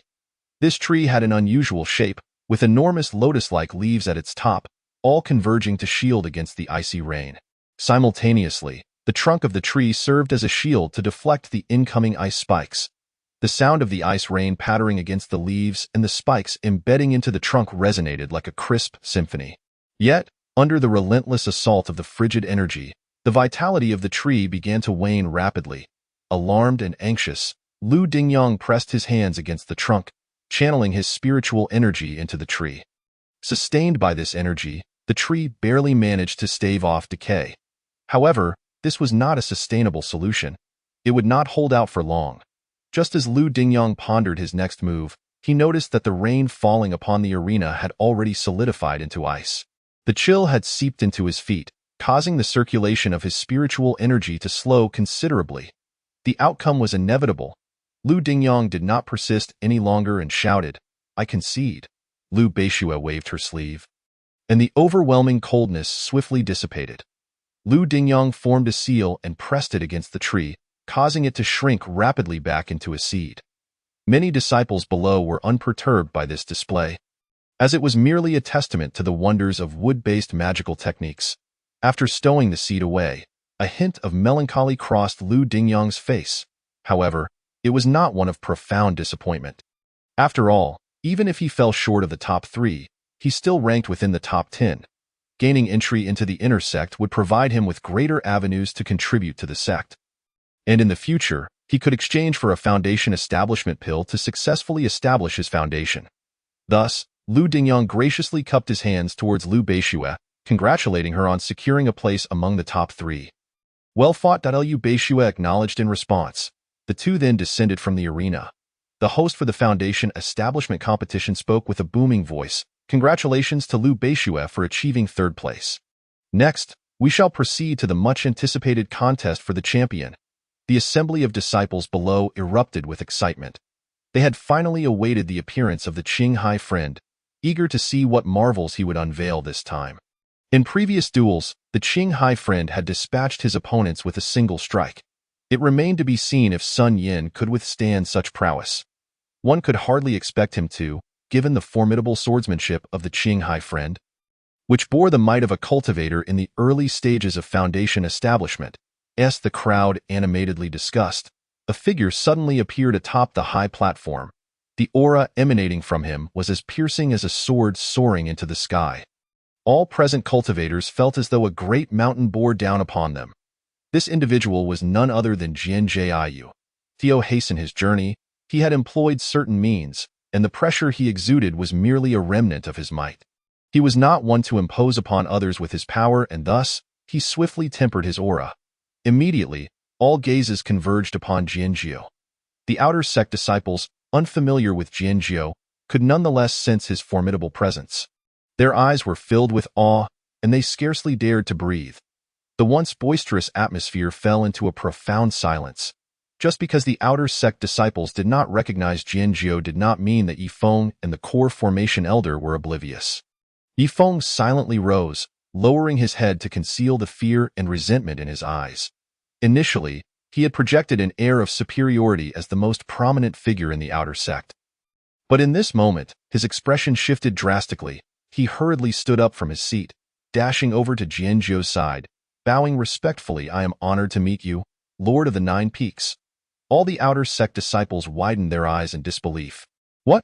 The Lord of the 9 Peaks? How could our humble outer sect competition attract such a distinguished figure?" For these outer sect disciples, even the status of an inner sect disciple was extraordinarily esteemed. Yet now, the arrival of a peak lord was unprecedented. Since the founding of Qingyun sect, there had been no record of a peak lord attending in person. This competition would undoubtedly be inscribed in the annals of Qingyun's history. The core formation elder observed the outer sect disciples, who appeared as dazed as startled fawns, and, in a fit of frustration and urgency, barked, "Why are you not paying your respects to the Lord of the Nine Peaks?" The outer sect disciples promptly snapped back to reality, bowing their heads in unison. "We pay our respects to the Lord of the Nine Peaks." A mixture of awe and trepidation filled their hearts. It was well understood that those who could ascend to the position of Peak Lord were formidable beings in the late stages of the nascent soul realm, should they incur the displeasure of such esteemed figures. A mere wave of the hand could spell their doom. Among the crowd, Li Qinghai observed the scene, clicking his tongue in admiration. The atmosphere surrounding the arrival of a major figure was simply unparalleled. As for Jinjiu, he had little interest in such formalities. He had merely come to see Li Qinghai. Thus, he inquired, "What is the current status of the competition?" Reporting to the Peak Lord, "We are about to commence the final match." The core formation elder promptly replied, "Which two disciples are competing?" Reporting to the Peak Lord, "It is Sun Yan and Li Qinghai." "Very well, let us witness." Jinjiu nodded slightly. If Li Qinghai were not among the final contenders, he would have considered leaving immediately.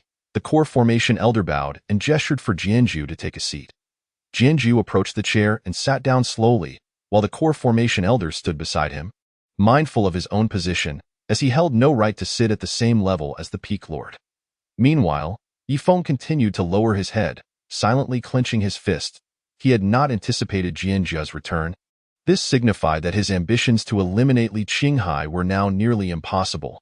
Grinding his teeth, Yifeng simmered with indignation. "So what if he is an elder? As long as you make a move, I will ensure this matter is known far and wide." An elder interfering in the outer sect competition. "Where will you save face?"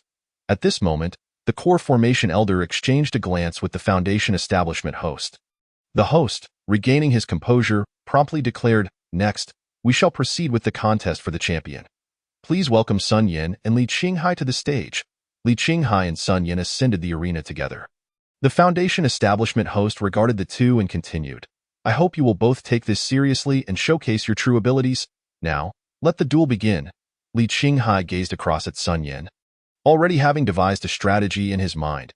He had previously perused the dossier provided by Wang Dafu, which contained information about Sun Yan. The dossier indicated that Sun Yan had mastered a particularly powerful technique. Thus, Li Qinghai surmised that this technique must be Sun Yan's trump card. Consequently, he believed he too should reserve a trump card for this encounter. For Li Qinghai, that trump card could only be the sword drawing technique. The sword drawing technique required time to gather energy. Therefore, Li Qinghai promptly tapped his storage bag and drew forth a spiritual sword. The Ling Shui sword had been destroyed in the previous round of combat. This sword, acquired during his defeat of Yi Zhongshan, was a low-grade magic weapon. Much like the Ling Shui sword. It would suffice for employing the sword drawing technique.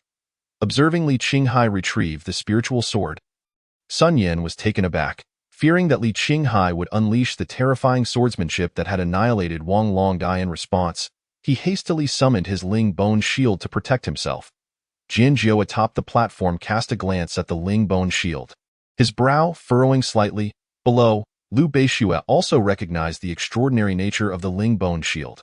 Concerned, she turned to the Golden Core Matriarch and inquired, "Matriarch, does Li Qinghai have a chance of winning this time?" To be honest, the Golden Core Matriarch was somewhat reluctant to answer this question. Having been repeatedly embarrassed, she felt her authority had suffered a grievous blow. Yet, in the current scenario, it was evident that Li Qinghai truly had no chance of victory. This moment was precisely when she could restore her reputation. With that thought in mind, the Golden Core Matriarch finally spoke again, her tone brimming with unassailable confidence. This time, Li Qinghai will undoubtedly be unable to prevail. Did you see that shield Sun Yan possesses? It contains a minor formation that, combined with the shield's inherent material, can withstand a single strike of Li Qinghai's sword technique. Li Qinghai's options are limited to two. After being blocked by the shield, the depletion of his spiritual energy will render him incapable of securing victory. Upon hearing the Golden Core Matriarch's assertion, Liu Beishue suddenly felt a wave of reassurance wash over her. She replied earnestly, "Matriarch, your words have put my mind at ease." As the old woman of the golden elixir trembled with indignation, her spirit was visibly shaken. Jianjiao seemed to sense something amiss and glanced towards Liu Beishue. The old woman quickly concealed her aura. Although Jianjiao was not a transformation stage cultivator, he was not to be underestimated. At that moment, on the stage, Sun Yin and Li Qinghai stood still. Neither making a move, that Li Qinghai was naturally gathering energy for his sword technique, but Sun Yin was oblivious to this. He assumed that Li Qinghai was preparing to unleash the previously employed descending sword technique. As long as Li Qinghai executed this sword art, Sun Yin could use his spirit bone shield to block it, and then it would be his turn to counterattack. However, Li Qinghai remained stagnant, much to Sun Yan's frustration. Typically, during a battle of spells, Sun Yin preferred to avoid idle chatter, yet he had no choice but to provoke Li Qinghai into action. He needed to draw out Li Qinghai's formidable sword technique to find an opportunity for himself. Otherwise, he would remain in a state of anxiety. Thus, Sun Yin called out sternly, "Li Qinghai, make your move. Let me see the true power of your swordsmanship." "Patience, patience," Li Qinghai replied slowly. Sun Yin, exasperated, thought to himself, "You may not be anxious, but I am." The longer he waited, the more irritable he became. Observing Li Qinghai's calm demeanor only heightened his unease. No, he could not afford to wait any longer. Even if Li Qinghai refrained from using the sword technique, he could at least draw out his formidable fireball technique, which would deplete a significant portion of his spiritual energy. As long as he successfully blocked the fireball, he could swiftly suppress Li Qinghai, leaving him unable to execute his sword technique. Resolute in his decision, Sun Yin immediately formed a hand seal. Earth rock technique. On the stage, a tremor shook the ground as rocks began to emerge. Seeing this, Li Qinghai hurriedly prepared to defend himself. The sword drawing technique was still gathering energy and could not be activated yet. Instead, he could only employ the true fire technique. Raising his right hand, he unleashed his inner fire and spiritual energy. The fireball coalesced in his palm. Simultaneously, the rocks summoned by the earth rock technique gathered, forming a massive boulder that hurtled towards Li Qinghai. Li Qinghai thrust his fireball forward. This diminutive fireball appeared minuscule when compared to the giant boulder, yet its power surpassed that of the boulder by far. In an instant, as the boulder collided with the fireball, a thunderous explosion erupted. Scattering fragments of rock everywhere, the fireball continued its relentless advance towards Sun Yin. A smile crept onto Sun Yan's face. His plan had succeeded. At this very moment, Sun Yin was elated. He felt the formidable power of the fireball. It was indeed impressive. Although it could not compare to Li Qinghai's earlier sword technique, it would undoubtedly have consumed nearly 60 to 70% of Li Qinghai's spiritual energy, which was significant for a 9th-layer Qi refinement cultivator. If he could withstand the fireball, with Li Qinghai's remaining 2 to 3% spiritual energy, how could he contend against him? With this thought in mind, Sun Yin wasted no time. He thrust his spirit bone shield forward. Boom! The fireball struck the spirit bone shield, producing a deafening explosion. Simultaneously, the shield emitted a brilliant light. Upon closer inspection, one could vaguely discern several beams of light converging to form a formation pattern. The terrifying might of the fireball was entirely thwarted by this formation. However, the formation soon reached its limit, cracking with a sharp sound and shattering. The spirit bone shield, at that moment, lost much of its luster, becoming dull and lifeless. Clearly, the formation within the shield had been triggered and destroyed. It would be impossible to utilize this spirit bone shield in the near future. Yet for Sun Yin, this was more than sufficient. With a flick of his hand, Sun Yin stowed the spirit bone shield into his storage bag and began to swiftly form seals. The ground trembled in response. While forming the seals, he observed the motionless Li Qinghai opposite him. Convinced that Li Qinghai was paralyzed with fear, victory was within his grasp. Normally averse to idle chatter, he could not suppress his joy at this moment and declared, "Ha ha ha, Li Qinghai, you've fallen for my trick. I effortlessly lured out your fireball technique with just 20% of my spiritual energy using the earth rock technique. I suspect your current spiritual energy is down to less than 30%. Am I correct? So, how will you defend against my next strike, the earth spike technique?" Upon hearing Sun Yan's words, the disciples below were taken aback. The earth spike technique? That's actually a low-grade Shin-level spell. Li Qinghai is in grave danger now, especially since he has already expended so much spiritual energy. How could he withstand this blow? indeed. Who would have thought that Sun Yin possessed such a formidable artifact capable of effortlessly countering Li Qinghai's fireball technique? On the high platform, Yi Feng revealed a faint smile, casting a sidelong glance at Jianzhou. If Jianzhou did not intervene, Li Qinghai would undoubtedly meet his demise. In the crowd, Liu Beishue instinctively clenched her small fist. Her face tense with anxiety. Only Li Qinghai on the stage displayed no signs of worry. Rather, he appeared somewhat dazed. It seems I have indeed been tricked. Yet, it also feels as though I have not been completely deceived. For only Li Qinghai knew that he had actually expended just 40% of his spiritual energy for the fireball, while the majority had been channeled into his spirit sword. Simultaneously, Li Qinghai mused to himself, Shin-level spells, huh? They seem quite formidable. I wonder if the sword-drawing technique can withstand them. Since this is the final battle, I cannot afford to hold back. With this thought, Li Qinghai fervently poured all his spiritual energy into his spirit sword. As his spiritual energy rapidly depleted, he appeared considerably weakened. Yet, in Sun Yan's eyes, this only served to reinforce his conviction. At this moment, Sun Yan had also completed his spellcasting. Before him, 4 to 5 dozen earth spikes had coalesced. Each spike was the size of an arm and radiated a dense, overwhelming power. Go! Sun Yan shouted, thrusting his palm forward. Instantly, all the earth spikes surged towards Li Qinghai. Li Qinghai felt a slight twinge of anxiety. He recalled the elder's earlier assessment of the Qingyun sword technique. Incredible. Thus, he silently recited, sword drawing technique, you are formidable. Sword drawing technique, you are invincible. Sword drawing technique, these minuscule earth spikes cannot impede you. Having finished his chant, Li Qinghai drew his sword with a sudden motion. Buzz! A clear, resonant sword cry echoed, akin to a hidden dragon emerging from the abyss. A fierce sword energy swept forth. The unstoppable sword energy shattered everything in its path. One by one, the earth spikes fractured, losing their potency and crashing down onto the stage. The platform, renowned for being impervious to all but foundational cultivators, bore a deep scar from the sword strike. Sun Yin trembled with fear, intending to retrieve the spirit bone shield from his storage bag. Yet, the speed of the sword strike was simply too swift. Before he could react, the sword energy had already reached him. Sun Yan's pupils dilated in horror as his body was instantly cleaved in two. The sword energy surged forward, unyielding, ultimately colliding with the protective barrier of the stage. Crack! The protective barrier shattered on the spot. All the disciples below were instantly struck with terror, their faces drained of color. Fortunately, at that moment, Jianzhou intervened. With a flick of his finger, a sword energy shot forth, instantly neutralizing Li Qinghai's sword energy. Gazing at the devastated stage and the dismembered Sun Yin, all present collectively inhaled sharply. This gasp of shock sent chills throughout their bodies. Powerful. So powerful. Could this truly be accomplished by a mere 9th-layer Qi refinement cultivator? Li Qinghai was simply extraordinary. He was far from being a mere outer sect disciple with inferior aptitude. Should one claim he was a prodigy of the Qingyun sect, they would readily believe it.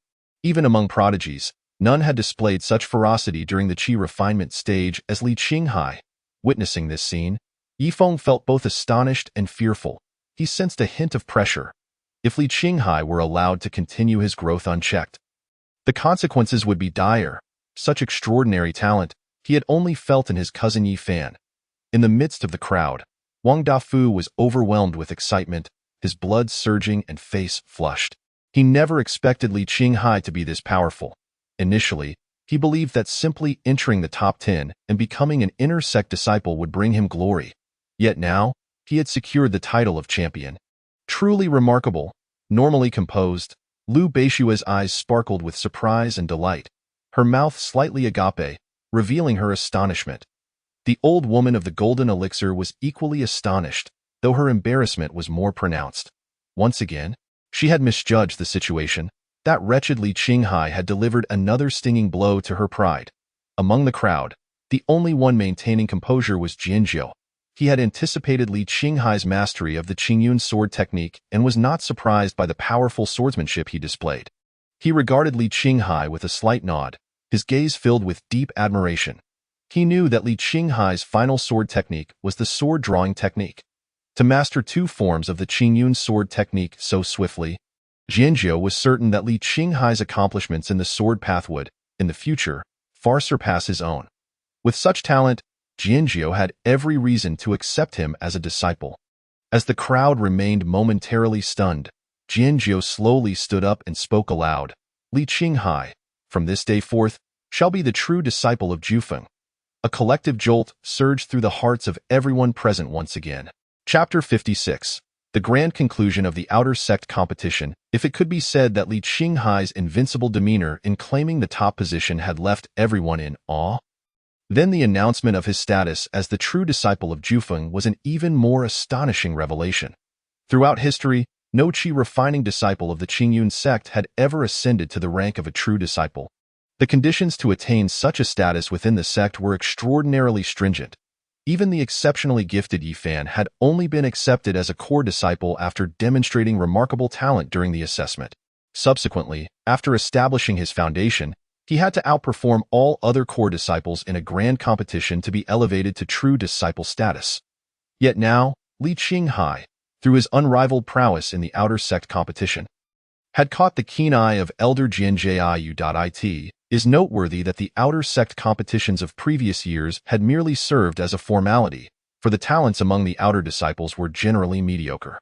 Even the champion could only aspire to be an ordinary inner disciple. However, Li Qinghai had soared to become a true disciple. It is easy to imagine that this unprecedented event would be recorded in the annals of Qingyun's history. Should Li Qinghai achieve only modest success in the future, this record might find itself relegated to the wild tales of Qingyun, serving as mere jest.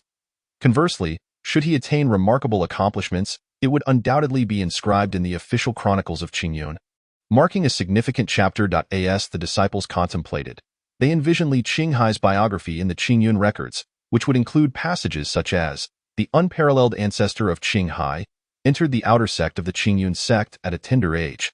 Despite his lackluster aptitude, devoted himself to tireless cultivation.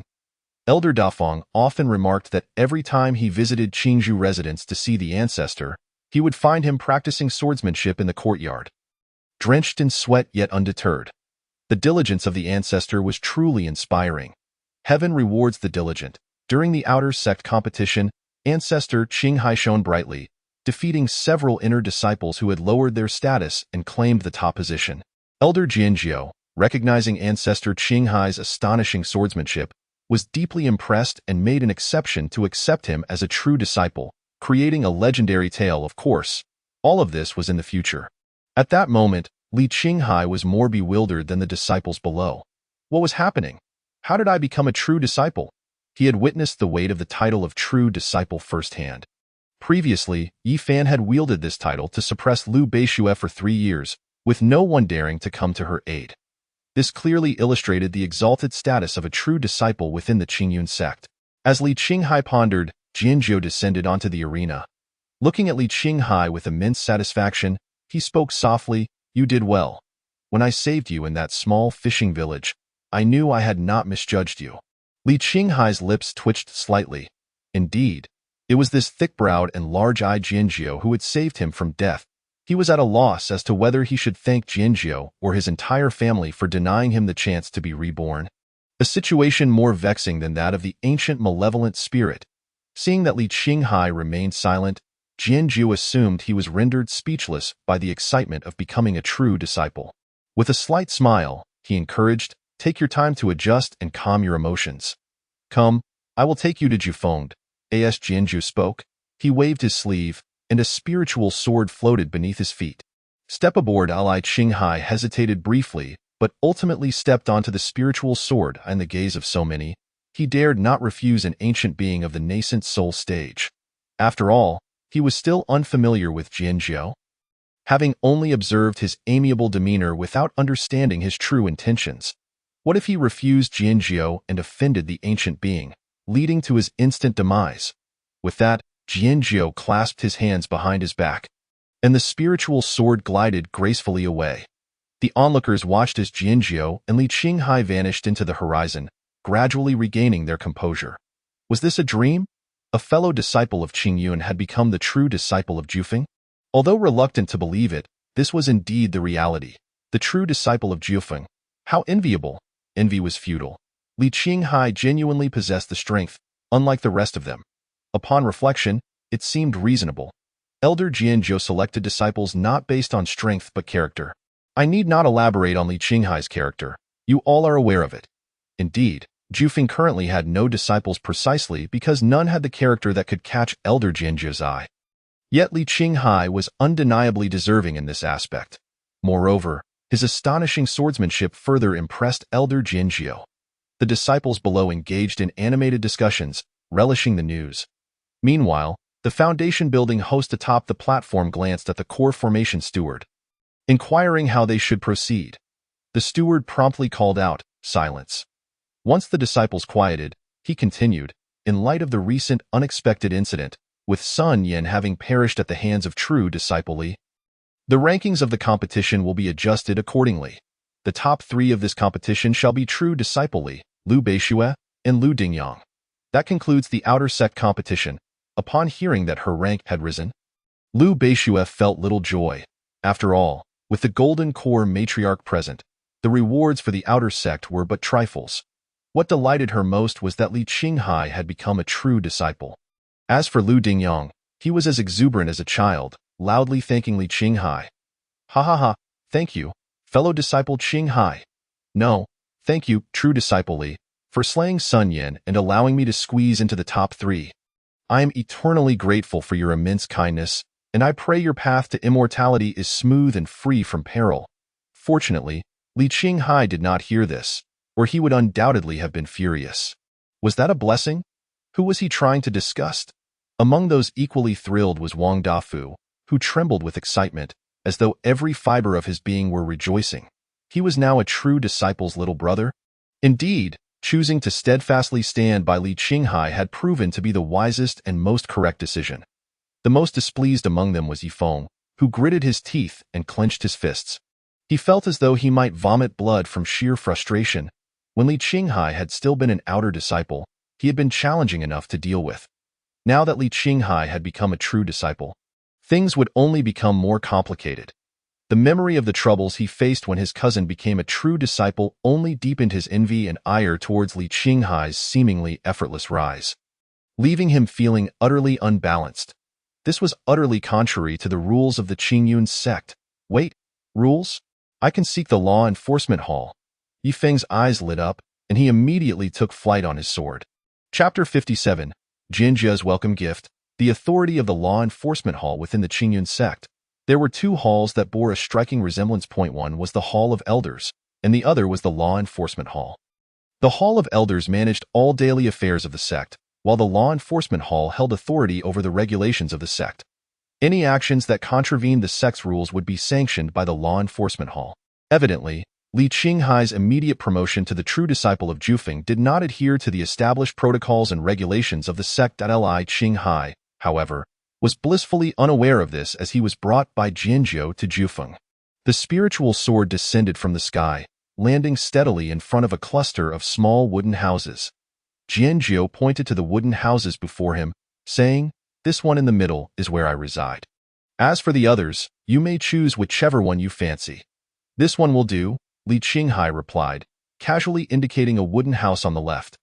This particular dwelling was backed by a grove of bamboo and accompanied by a gentle stream, creating a tranquil atmosphere, ideal for cultivation.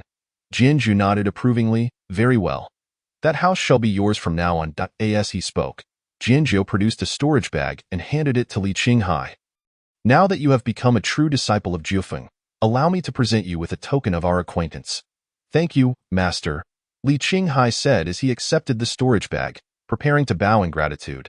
However, Jianzhou reached out to support him, interrupting his words. "We shall not refer to one another as master and disciple. Simply call me Zhu Shu." "Why?" Li Qinghai inquired, puzzled.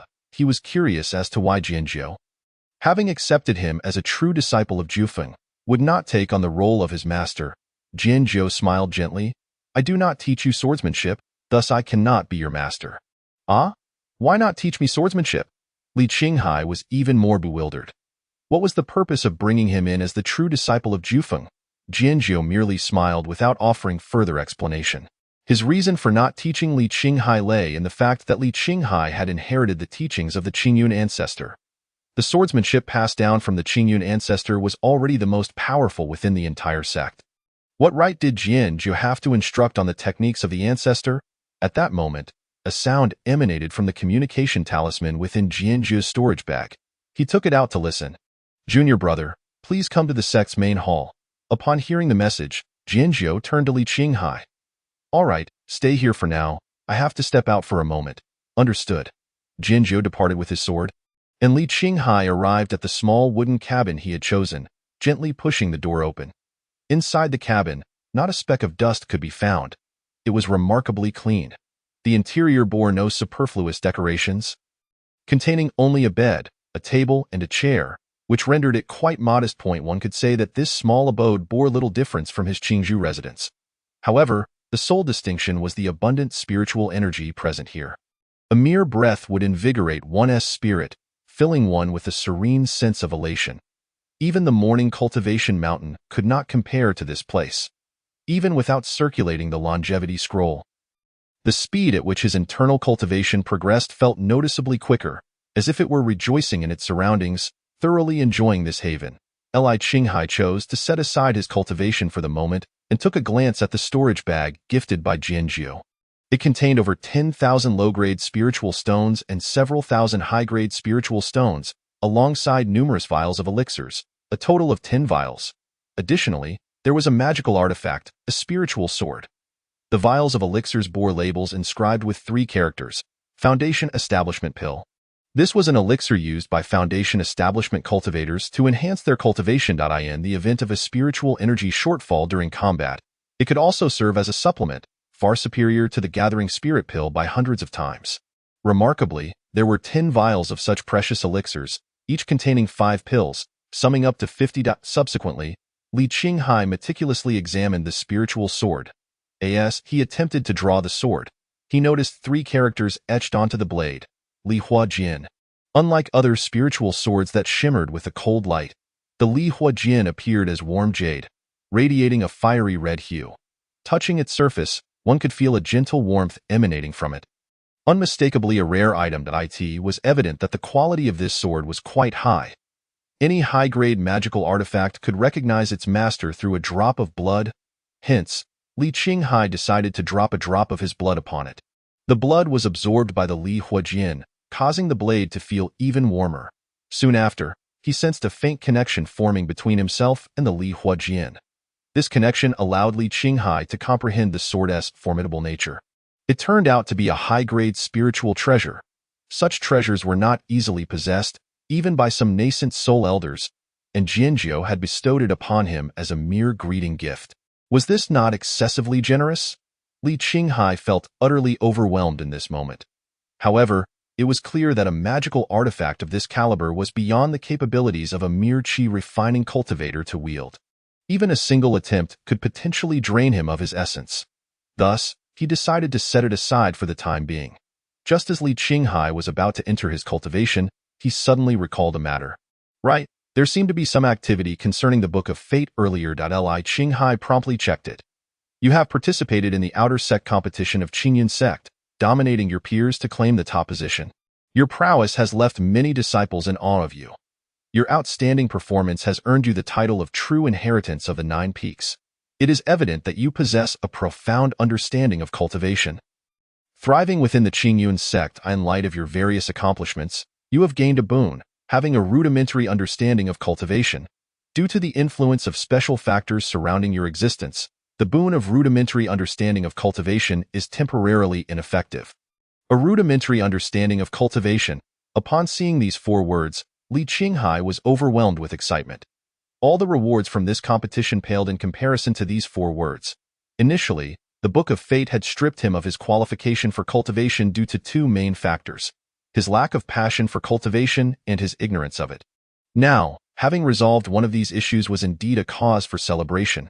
Only one factor remained: the lack of passion for cultivation. Who said I lacked passion for cultivation? I shall begin my practice immediately. In high spirits, Li Qinghai promptly sat cross-legged and began to cultivate fervently. Meanwhile, Jianzhu arrived at the main hall of the sect. Inside the hall, In addition to Lu Daoyuan, there was a middle-aged cultivator radiating an intimidating aura.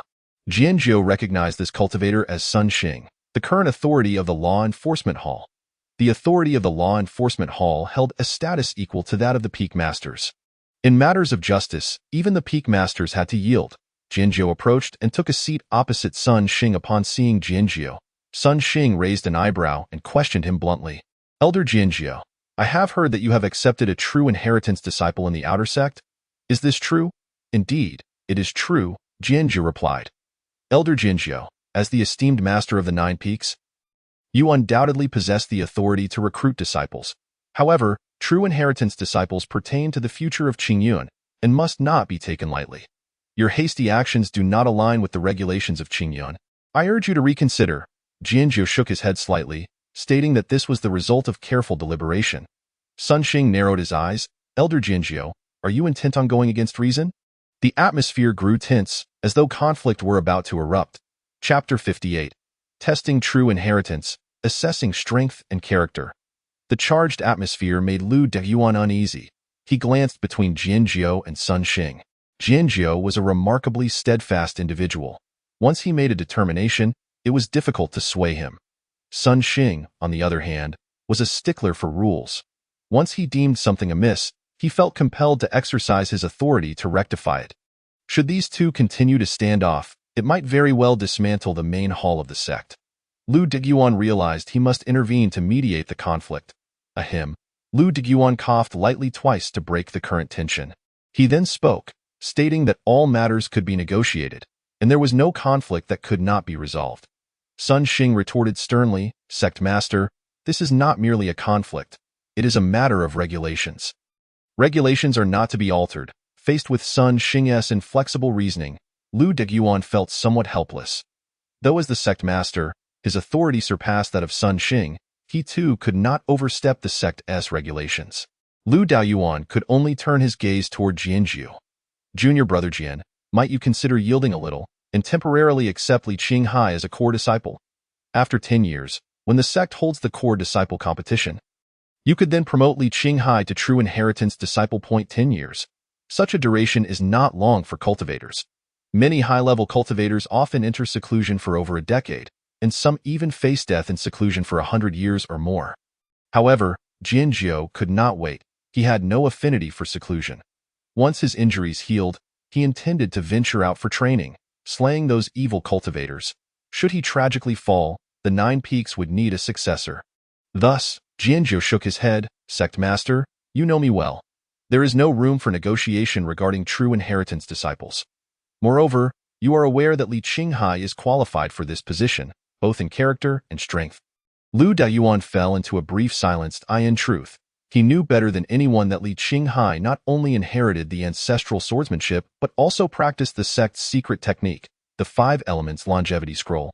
Such a disciple, if not to perish, would not only qualify as a true inheritance disciple but could even become a saint's son. However, such sect secrets could not be disclosed. In light of this, he decided to advocate for Li Qinghai. With this thought, Lu Daoyuan turned his gaze to Sun Xing. Elder son, I have met Li Qinghai a few times previously. He possesses a pure character and considerable strength. There would be no issue in designating him as a true inheritance disciple. Sun Xing furrowed his brow. He had not anticipated that a mere outer sect disciple would garner the attention of both Jianzhou, the master of the Nine Peaks, and Lu Daoyuan, the sect master of Qingyun. However, regardless of how grand their praises, Sun Xing only trusted his own judgment. Sect master, he is merely an outer sect disciple. His innate talent is evident, yet his potential remains limited. Even if he currently possesses some strength, having claimed the top position in the outer sect competition, once he establishes his foundation, he will likely fade into obscurity.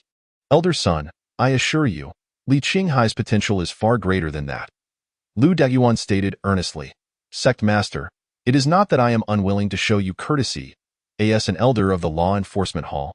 I only believe in evidence, only in what I have witnessed with my own eyes. Sun Xing remained unyielding. Lu Daoyuan pondered for a moment, suggesting, how about this?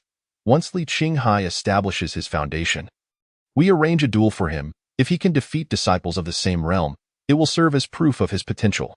Sun Xing hesitated. In his mind, The most appropriate course of action, according to sect regulations, would be to have Li Qinghai participate in the core disciple competition 10 years hence. However, the competition would merely test strength. If he were to grant the sect master some leniency, an early assessment would not be out of the question.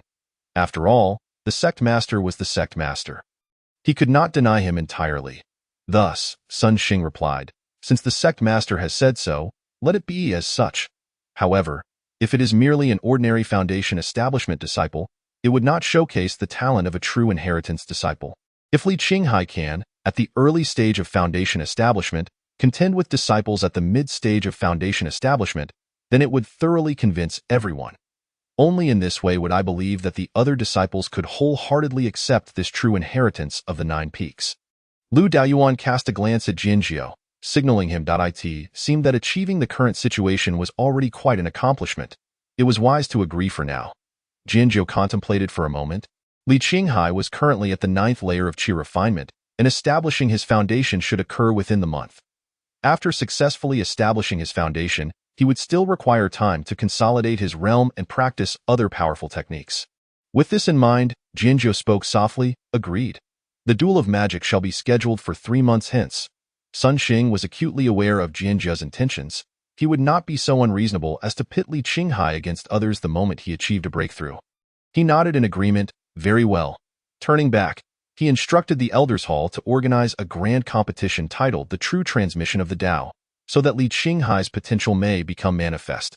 Lu Daoyuan smiled faintly, relieved that this dilemma had finally been resolved. However, at that moment, Sun Xing added, Master, as you know, true transmission disciples are likely to become peak masters in the future, and their character is of paramount importance. I believe Li Qinghai's character also warrants an assessment. No problem, Lu Daoyuan and Jianjiu replied in unison. They exchanged a knowing glance and shared a smile, indicating a deep mutual understanding for them.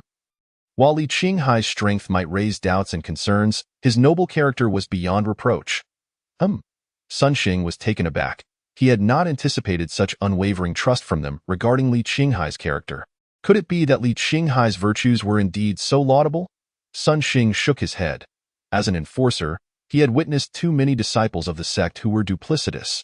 However, these disciples, while morally corrupt, typically did not violate sect rules, and he often turned a blind eye.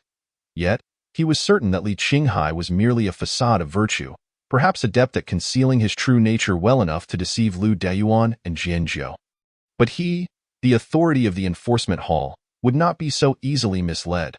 With his keen insight, what malevolent spirits could he not discern? With this thought, Sun Xing confidently snorted. Master, Elder Jianjiu, when may I put Li Qinghai to the test? Jianjiu pondered for a moment. Li Qinghai had just participated in the grand competition, and this duel would likely require him to consolidate his insights. Let him have a few days of seclusion. Sun Xing nodded. Very well, I shall grant Li Qinghai 10 days. Once that time has elapsed, I shall assess his character. However, prior to this, I hope Elder Jianjiu will not divulge these matters to Li Qinghai. Of course, Jianjiu replied with a confident smile. Did they truly need to remind Li Qinghai about his character? What a jest! Chapter 59. Yi Feng personally participates in the true transmission of the Tao. Attempting to eliminate Li Qinghai after Lu Daoyuan and the others reached an agreement, they departed. Jianjiu returned to the 9 peaks. Scanning the surroundings with his spiritual sense, he sensed that Li Qinghai was cultivating within his chamber and approached. As long as Li Qinghai was not attempting a breakthrough, there was no need to worry about any risks of losing control due to interruption. Upon sensing someone enter, Li Qinghai ceased his meditation and opened his eyes. Jianjiu approached the bedside and spoke first. I have something to inform you. What is it? In 3 months, there will be a duel titled The True Transmission of the Tao. According to the rules, you must challenge a disciple at the mid-stage of foundation establishment while you are still at the early stage. Prepare well and strive to enhance your strength. Tio have me, at the early stage of foundation establishment, face a mid-stage disciple. Do they truly regard me as a prodigy? Yet, I am merely a practitioner with a mixed spiritual root, utterly lacking in talent. How can I possibly contend? Li Qinghai responded, somewhat at a loss. However, he held no sway in this matter and could only respond with a hint of resignation. Very well, I shall endeavor to cultivate diligently. Jianjiu was slightly taken aback. Do you not wish to inquire why this duel is being held? As an outer sect disciple who has attained true transmission, it is inevitable that some will harbor jealousy. This duel is, in essence, to ensure that the other disciples of the sect accept and acknowledge this true transmission. Li Qinghai explained. Jinju nodded slowly. You see things clearly. Since you understand, I shall say no more. Focus on your cultivation. With that, Jinju departed from the wooden hut.as for the matter of character assessment. Jinju honored Sun Xing's agreement and refrained from mentioning it to Li Qinghai. In truth, he felt no need to remind Li Qinghai of such an evaluation. After Jinju left, Li Qinghai began to contemplate quietly. With his current talent, it would undoubtedly be quite challenging to surpass a mid-stage foundation establishment practitioner in a duel. To elevate his strength, he needed to cultivate more formidable spells to bridge the gap in power. Currently, he practiced the Qingyun sword technique and the Samadhi true fire technique. Both of these spells possessed great potential, and new techniques would be available after reaching foundation establishment. Techniques such as the sword drawing technique could expedite the infusion of spiritual energy and enhance the power of his sword. The Samadhi true fire technique would allow him to transform internal fire into earth fire upon reaching foundation establishment, resulting in a qualitative leap in strength. All in all, he needed to focus on reaching foundation establishment first. In the past, achieving foundation establishment would have been quite arduous, requiring at least a month. However, following the recent external sect competition, his dantian had expanded significantly, coupled with the abundant spiritual energy of the 9 peaks and the aid of medicinal pills. Breaking through to the 10th layer of qi refining today was entirely feasible. Time to cultivate. Li Qinghai resolved, no longer hesitating. He retrieved several spirit-gathering pills from his storage bag, consumed them, and immediately resumed his meditation. Meanwhile, in the cave dwelling of Yifeng, who was immersed in his cultivation, he heard a voice call from outside. Is junior brother Yi present? Yifeng opened the door to the cave, and a well-groomed young man entered.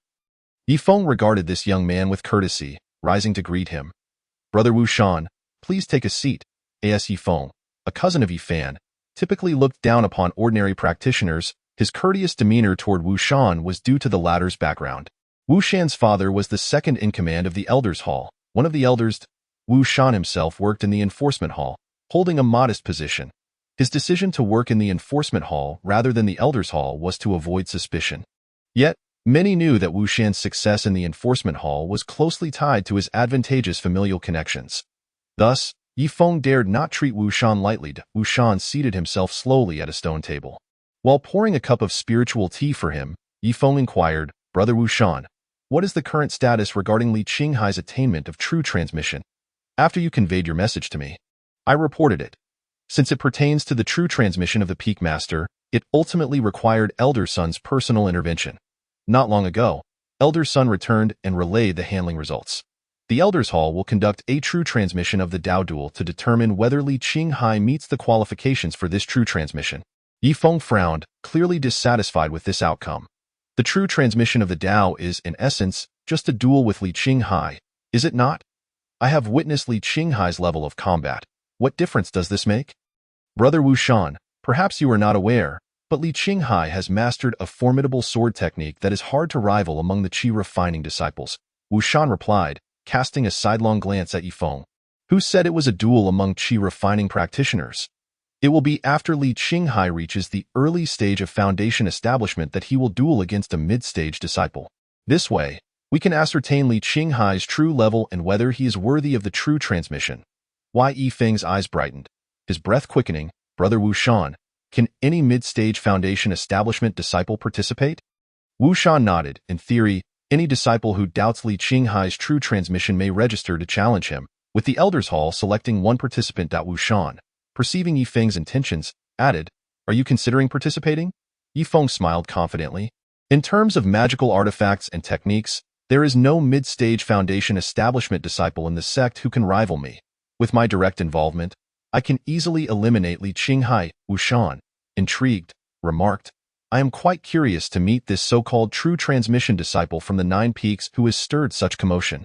I wonder what it is about him that incites such animosity in you. Why Yifeng gritted his teeth. That meddlesome brat has caused me considerable embarrassment. If I do not eliminate him, I shall find no peace. Wu Shan, Uninterested in listening to Yifeng's grievances, rose, very well, I must take my leave. Yifeng forced a smile, presenting a storage bag to Wu Shan. Brother Wu Shan, travel safely. Wu Shan nodded slightly, satisfied with Yifeng's attitude and willing to offer further assistance. Feel free to register. You will certainly be allowed to participate in this true transmission of the Tao. Whether you can eliminate that Li Qinghai depends on your own abilities. Thank you, Brother Wu Shan. Once I have dispatched Li Qinghai, I shall ensure to express my gratitude properly. Wu Shan replied nonchalantly before turning to depart. After seeing Wu Shan off, Yifeng promptly sat cross-legged on his bed. Li Qinghai, the time of the true transmission of the Tao shall be your demise. With that, Yifeng closed his eyes and began cultivating, determined to elevate his strength to its peak state, ensuring that he could effortlessly annihilate Li Qinghai when the time came. Chapter 60. The magnanimity of the true inheritance master. After Wu Shan departed from Yifeng's cave dwelling, he soared directly towards the Hall of Elders. Upon reaching his destination, he descended gracefully from the sky. The surrounding disciples, upon sighting Wu Shan, promptly bowed in respect. Senior brother Wu Shan, we pay our respects. Wu Shan, however, regarded these disciples with disdain, not deigning to cast even a glance their way, and strode unabashedly into the Hall of Elders. The numerous disciples, faced with Wu Shan's haughty demeanor, could only seethe in silence. After all, this was the Hall of Elders, and Wu Shan's father held the esteemed position of Vice Hall Master. With the current Hall Master in seclusion, the Vice Hall Master wielded considerable authority. Who would dare provoke Wu Shan? Yet, Wu Shan was not there to see his father. Rather, he was merely seeking amusement by visiting his Tao companion, Zhou Dandan. Although he had several clandestine Tao companions within the law enforcement hall, he had grown weary of them and sought a change of pace with Zhou Dandan, his companion from afar. By fortunate coincidence, as soon as he entered the Hall of Elders, he encountered Zhou Dandan approaching him. Wu Shan flashed a smile. Dandan, it has been several days. Have you missed me? Zhou Dandan shot him a disapproving glance. Do not speak such words in public, Dato. Then shall I visit your cave dwelling, and we can converse more privately? Wu Shan replied with a mischievous grin. Zhou Dandan shook her head slightly. I fear that is not possible. I must first deliver the rewards from this outer sect competition to Li Qinghai at 9 Peaks. Wu Shan expressed mild discontent. What is the rush? The sky is about to darken. It wouldn't hurt to send it tomorrow. Zhou Dandan replied earnestly, it is one thing for ordinary outer sect disciples, but Li Qinghai is a true disciple. We cannot afford to be negligent. Had it been any of his other Tao companions who dared to defy him thus, Wu Shan would have been infuriated. However, Zhou Dandan was a principled and diligent female cultivator. Wu Shan was quite fond of her temperament, having invested considerable effort to cultivate a persona of unwavering devotion to attract her. Thus, he suppressed his displeasure and offered a faint smile, then let us go together. I am curious to see just what sort of true disciple Li Qinghai is. Very well, let us proceed. Sometime later, after the burning of an incense stick, Wu Shan and Zhou Dandan arrived at 9 Peaks. Spotting a house with lights aglow, they approached. Standing before the wooden dwelling, Zhou Dandan gently called out, Is Li Qinghai in? Please wait, came the voice of Li Qinghai from within. Soon, the door swung open, and Li Qinghai scrutinized the pair before him. Who might you be? Zhou Dandan extended a storage pouch with a polite smile. True disciple Li, this is the reward for you from this competition. Li Qinghai accepted the pouch, expressing his gratitude. Thank you. Wu Shan, observing Li Qinghai, felt a surge of discontent. Firstly, Li Qinghai had interrupted his dual cultivation with Zhou Dandan, and secondly, he found Zhou Dandan's excessive courtesy towards Li Qinghai vexing.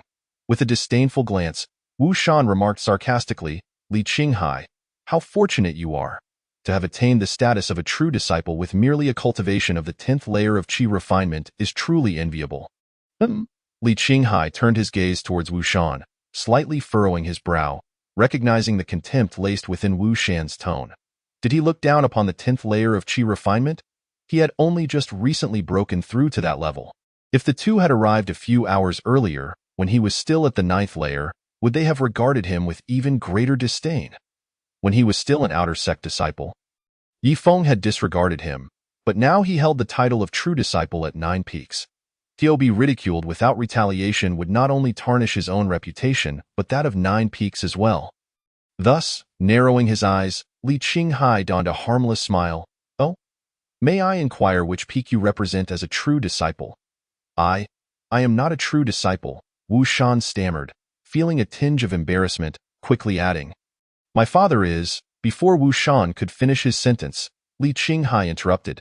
"Oh, so you are merely a junior disciple." Li Qinghai's tone was indifferent, his demeanor dismissive, as if to imply that Wu Shan was unworthy of dialogue due to his lack of status as a true disciple. Wu Shan clenched his fists tightly within his sleeves, his eyes brimming with resentment and humiliation. Regardless of one's strength, a true disciple's standing within the sect was irrefutably superior to that of all other disciples. This was an undeniable law. Under the weight of Li Qinghai's status, Wu Shan found himself utterly powerless. Yet, his own lineage was not to be underestimated. In a cold voice, Wu Shan declared, "True disciple Li, my father is an elder in the Hall of Elders. I believe you ought to show me some respect." "An elder in the Hall of Elders, is it? That is indeed impressive." Li Qinghai nodded slightly. Wu Shan let out a huff, mistakenly believing Li Qinghai had conceded. Little did he anticipate that Li Qinghai would follow up with, "Then why hasn't your father made you a true disciple? Is it your own lack of desire, or is it that your father is incapable?" Li Qinghai. At that moment, a surge of fury overwhelmed Wu Shan, and he bellowed in rage. The aura of a late-stage foundation establishment cultivator suddenly erupted within him. He intended to demonstrate absolute power to crush Li Qinghai, making him aware that in the face of overwhelming strength, all verbal disputes were futile. However, just as his momentum began to swell, a disdainful snort emanated from another room. This cold sound seemed to contain boundless authority, instantly dissipating all of Wu Shan's formidable energy. He felt as if he were but a floating weed upon the ocean, subject to the whims of fate. Such was the power of a nascent soul elder. It was Elder Jianjiu, cursing himself for having forgotten about Elder Jianjiu's presence in his anger towards Li Qinghai. Wu Shan trembled slightly, beads of cold sweat cascading down his brow. Thankfully, Elder Jianjiu deemed it beneath him to deal with such a minor disciple. The oppressive aura swiftly faded away. Wu Shan gasped for breath, feeling as though he had narrowly escaped a near-death experience. The pressure from Jianjiu had only affected him, leaving Li Qinghai entirely unaffected. Observing Wu Shan's drenched visage and expression of terror, Li Qinghai raised an eyebrow, momentarily taken aback, yet, upon reflection, he surmised that it was likely Elder Jianjiu's doing. Not wishing to miss an opportunity to further unsettle Wu Shan, he cleared his throat and spoke slowly. "Never mind, as a true disciple, I am magnanimous. There is no need for you to be so frightened." Wu Shan's eyes widened in fury, wishing desperately for mutual destruction with Li Qinghai. It was evident that Yifeng sought to eliminate Li Qinghai for good reason. This fellow certainly deserved to be silenced. Yet, Wu Shan conveniently overlooked the fact that it was he who had first provoked Li Qinghai. Of course, given his habitual arrogance, Li Qinghai's resistance was an unforgivable transgression in his eyes. Only with Li Qinghai's disappearance could Wu Shan's heart find solace. However, as a foundation establishment cultivator, attempting to harm a nascent soul cultivator was akin to courting death. Taking a deep breath, Wu Shan glared fiercely at Li Qinghai before turning to depart. Zhou Dandan, wearing an apologetic expression, addressed Li Qinghai, "True disciple Li, I sincerely apologized. I hope you do not take it to heart." As Wu Shan's departing voice echoed, "Why are you still here?" Zhou Dandan offered Li Qinghai a slight bow before swiftly following after Wu Shan. Chapter 61. The Curse of Inability to Establish Foundation. Li Qinghai watched the pair retreat into the distance, his mind falling into contemplation. The attitude of the female cultivator towards him had been quite favorable, exuding a sense of integrity. In contrast, the male cultivator was not only arrogant and overbearing but also narrow-minded. Were he merely an ordinary cultivator, it would be one thing. Yet, he possessed a significant background as well. It seemed unlikely that he would easily let this matter go. Li Qinghai felt somewhat exasperated. He had yet to resolve his issues with Yifeng, and now an unexpected adversary had emerged. It appeared prudent to exercise caution for the time being. As long as he remained within 9 peaks and refrained from reckless behavior, with Elder Jianjiu as his formidable ally, he had no cause for concern regarding potential downfall. With this thought, Li Qinghai's heart felt unburdened, free from any lingering worries. A mind devoid of distractions was the optimal state for cultivation. He closed the door to his room and settled down cross-legged on his bed. Just as he was about to enter a meditative state, he noticed a storage pouch in his hand. Curious about the rewards from the outer sect competition, he promptly examined the contents. Within, he found several spirit stones, approximately 1,000, alongside a vial containing 10 spirit-gathering pills, and a small wooden box housing a single foundation establishment pill. Li Qinghai, feeling a rush of delight upon discovering the foundation establishment pill, scrutinized it closely. The pill was a light brown shade, smooth and round, exuding an inviting aroma. So, this is the foundation establishment pill. It truly is a rare treasure, specially housed in an exquisite little wooden box. I have now reached the 10th layer of qi refinement. After a few more days of cultivation to fine-tune my state, I should be able to establish my foundation upon consuming this pill. Anticipation bubbled within him at the prospect of establishing his foundation. Suppressing his excitement for the moment, he closed the wooden box and shifted his attention to the remaining items. Among them was a tome inscribed with 3 prominent characters: Fire Serpent Technique. Li Qinghai, filled with curiosity, casually flipped through the pages of the manual. To his surprise, he discovered that it was a high-grade fire-based cultivation technique of the mysterious tier. This technique possessed 2 distinct forms. For cultivators in the qi refining stage, they could cultivate small fire serpents, using several of them together to fend off enemies with impressive power. For those in the foundation establishment stage, they could cultivate a large fire serpent, which, when condensed, exhibited overwhelming might. However, there was no record of any spells for the nascent soul stage within this fire serpent technique. Li Qinghai couldn't help but curl his lips slightly, feeling a tinge of disdain. Despite being a high-grade technique, it only offered 2 forms of spells. How could that possibly compare to his versatile swordsmanship, the Qingyun sword art? He set the fire serpent technique aside for the moment and began to inspect other items. He casually picked up a token.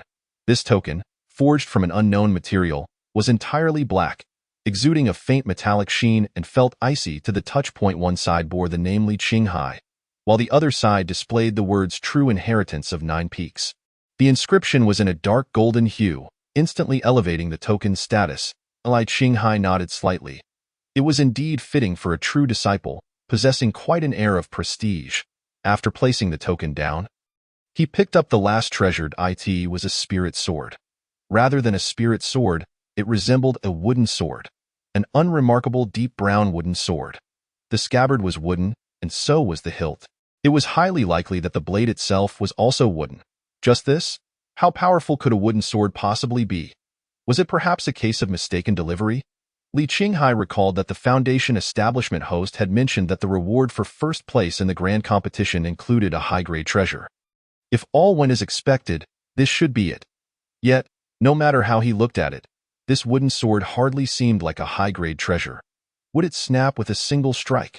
With deep skepticism, Li Qinghai drew the wooden sword. Near the hilt, 3 small characters were carved. Earthwood sword, earthwood. If it was indeed earthwood, then the sword might actually possess the quality of a treasure. Li Qinghai had previously read about earthwood in books.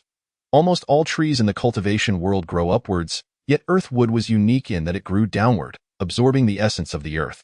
A single earthwood tree less than a foot tall could rival the hardness of rock if it measured a yard. It could be used to forge ordinary magical artifacts. Trees capable of being forged into treasures would need to be at least 10 yards in height during their lifetime. Such high-quality earthwood was quite rare and precious. Li Qinghai immediately felt satisfied. It seemed that the reward from this grand competition was indeed quite generous. He decided to test its power. The earthwood sword soared from his hand and then descended from the air. With a resounding thud, the wooden floor of the cabin was pierced, creating a sword hole. Li Qinghai beckoned, and the earthwood sword flew back into his hand. Upon careful inspection, there were no signs of damage. Li Qinghai couldn't help but exclaim, "Truly, it is earthwood. It is indeed remarkably sturdy." Then, Li Qinghai pondered once more. He still had a fire departure sword in his possession. This was a genuine spirit treasure, which he was currently unable to wield. Thus, the high-grade earthwood sword could serve as an intra-magical artifact for him. However, to utilize a high-grade treasure, one must reach the foundation establishment stage. Many things required one to attain that level. It could be said that everything was in place, save for the foundation establishment. Time to cultivate. Li Qinghai took a deep breath, calming his mind and entering a state of cultivation. In 9 peaks, spiritual energy was particularly abundant. Therefore, Li Qinghai no longer restrained himself. The 5 Elements Longevity Scroll unleashed its full power, fervently absorbing the surrounding spiritual energy. Instantly, the spiritual energy in the vicinity began to converge towards Li Qinghai's small wooden cabin. At that moment, Jianjiu was also slowly engaging in breathing exercises. Around his wooden cabin, a rich concentration of spiritual energy gathered. As Li Qinghai inhaled and exhaled, a trickle of spiritual energy was even drawn towards him from Jianjiu's vicinity. The perception of a nascent soul cultivator was naturally formidable. Even the slightest disturbance could be sensed with incredible speed. Jianjiu slowly opened his eyes, extending his consciousness beyond the wooden cabin. Upon seeing Li Qinghai, this mere qi refining cultivator siphoning his spiritual energy, he was taken aback. Although he was merely practicing in his daily routine without deliberately operating any techniques, he was still a nascent soul cultivator. Even the automatic absorption of spiritual energy by a nascent soul was not something Li Qinghai could rival. Is that the secret technique? Jianjiu's eyes lit up, and he immediately transmitted a message to Lu Daoyuan. Elder brother, did you grant that secret technique to Li Qinghai? On the other end, Lu Daoyuan, who was in the midst of his own cultivation, sensed something and opened his eyes. He took out a transmission wooden tablet to listen and replied, "Yes, I have allowed Li Qinghai to practice it. Thank you, elder brother. By the way, didn't you say before that you couldn't make that decision alone? Was it approved by the ancestor?" Lu Daoyuan fell silent for a moment, letting out a soft sigh. If Jianjiu knew the drawbacks of cultivating the 5 Elements Longevity Scroll, he would likely not be so grateful that Li Qinghai was only practicing one of its volumes. The complete secret technique required the ancestor's approval. When would Li Qinghai be able to cultivate the full secret technique? Jianjiu quickly sought to advocate for Li Qinghai. Once he reaches foundation establishment, I will ask the ancestor. All right, I appreciate your assistance, elder brother. Lu Daoyuan did not respond further. A sense of guilt lingered in his heart, making it difficult for him to accept Jianjiu's gratitude. For Lu Daoyuan understood that no disciple who had previously practiced the 5 Elements Longevity Scroll had ever succeeded in reaching foundation establishment. Some lacked the fortune and faced misfortune before reaching foundation establishment, perishing along the way. Others failed during their breakthrough and met their demise. It remained uncertain whether Li Qinghai would be able to succeed in foundation establishment and break the curse of the 5 Elements Longevity Scroll. Lu Daoyuan shook his head with a sigh, slowly closing his eyes once more to continue his cultivation. Clearly, he held little hope regarding Li Qinghai's foundation establishment. Chapter 62. Li Qinghai becomes famous. Lu Beishue and the agreement with the Golden Elixir Granier night passed in the morning. The once tranquil Qingyun sect buzzed with unusual excitement. Following a day of fervent discussion, Li Qinghai's name had thoroughly spread throughout the entirety of the Qingyun sect. Typically, the disciples would merely exchange pleasantries and occasionally share insights into their cultivation experiences. However, things were different now, as nearly every encounter commenced with, "Have you heard of Li Qinghai? Do you know he is now a true disciple?" Such explosive news was undoubtedly a significant event within the Qingyun sect.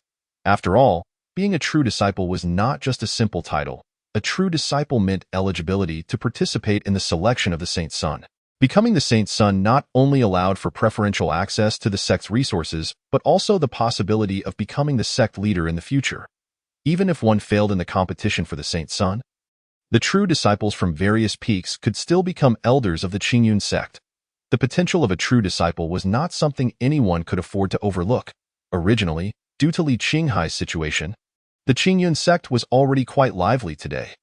Little did they know that the Deacon Hall happened to post a notice. Disciples flocked to the Deacon Hall, for it was where they could receive sect tasks and earn contributions. Thus, the Deacon Hall was the most frequented place among the sect's disciples. Upon seeing that the notice had been personally affixed by the Golden Elixir Deacon, the disciples assumed it must be some significant sect task. They hurriedly rushed over. After reading the contents of the notice, all the disciples erupted in an uproar. In 3 months, there will be a questioning of true disciples. Foundation establishment stage disciples can sign up.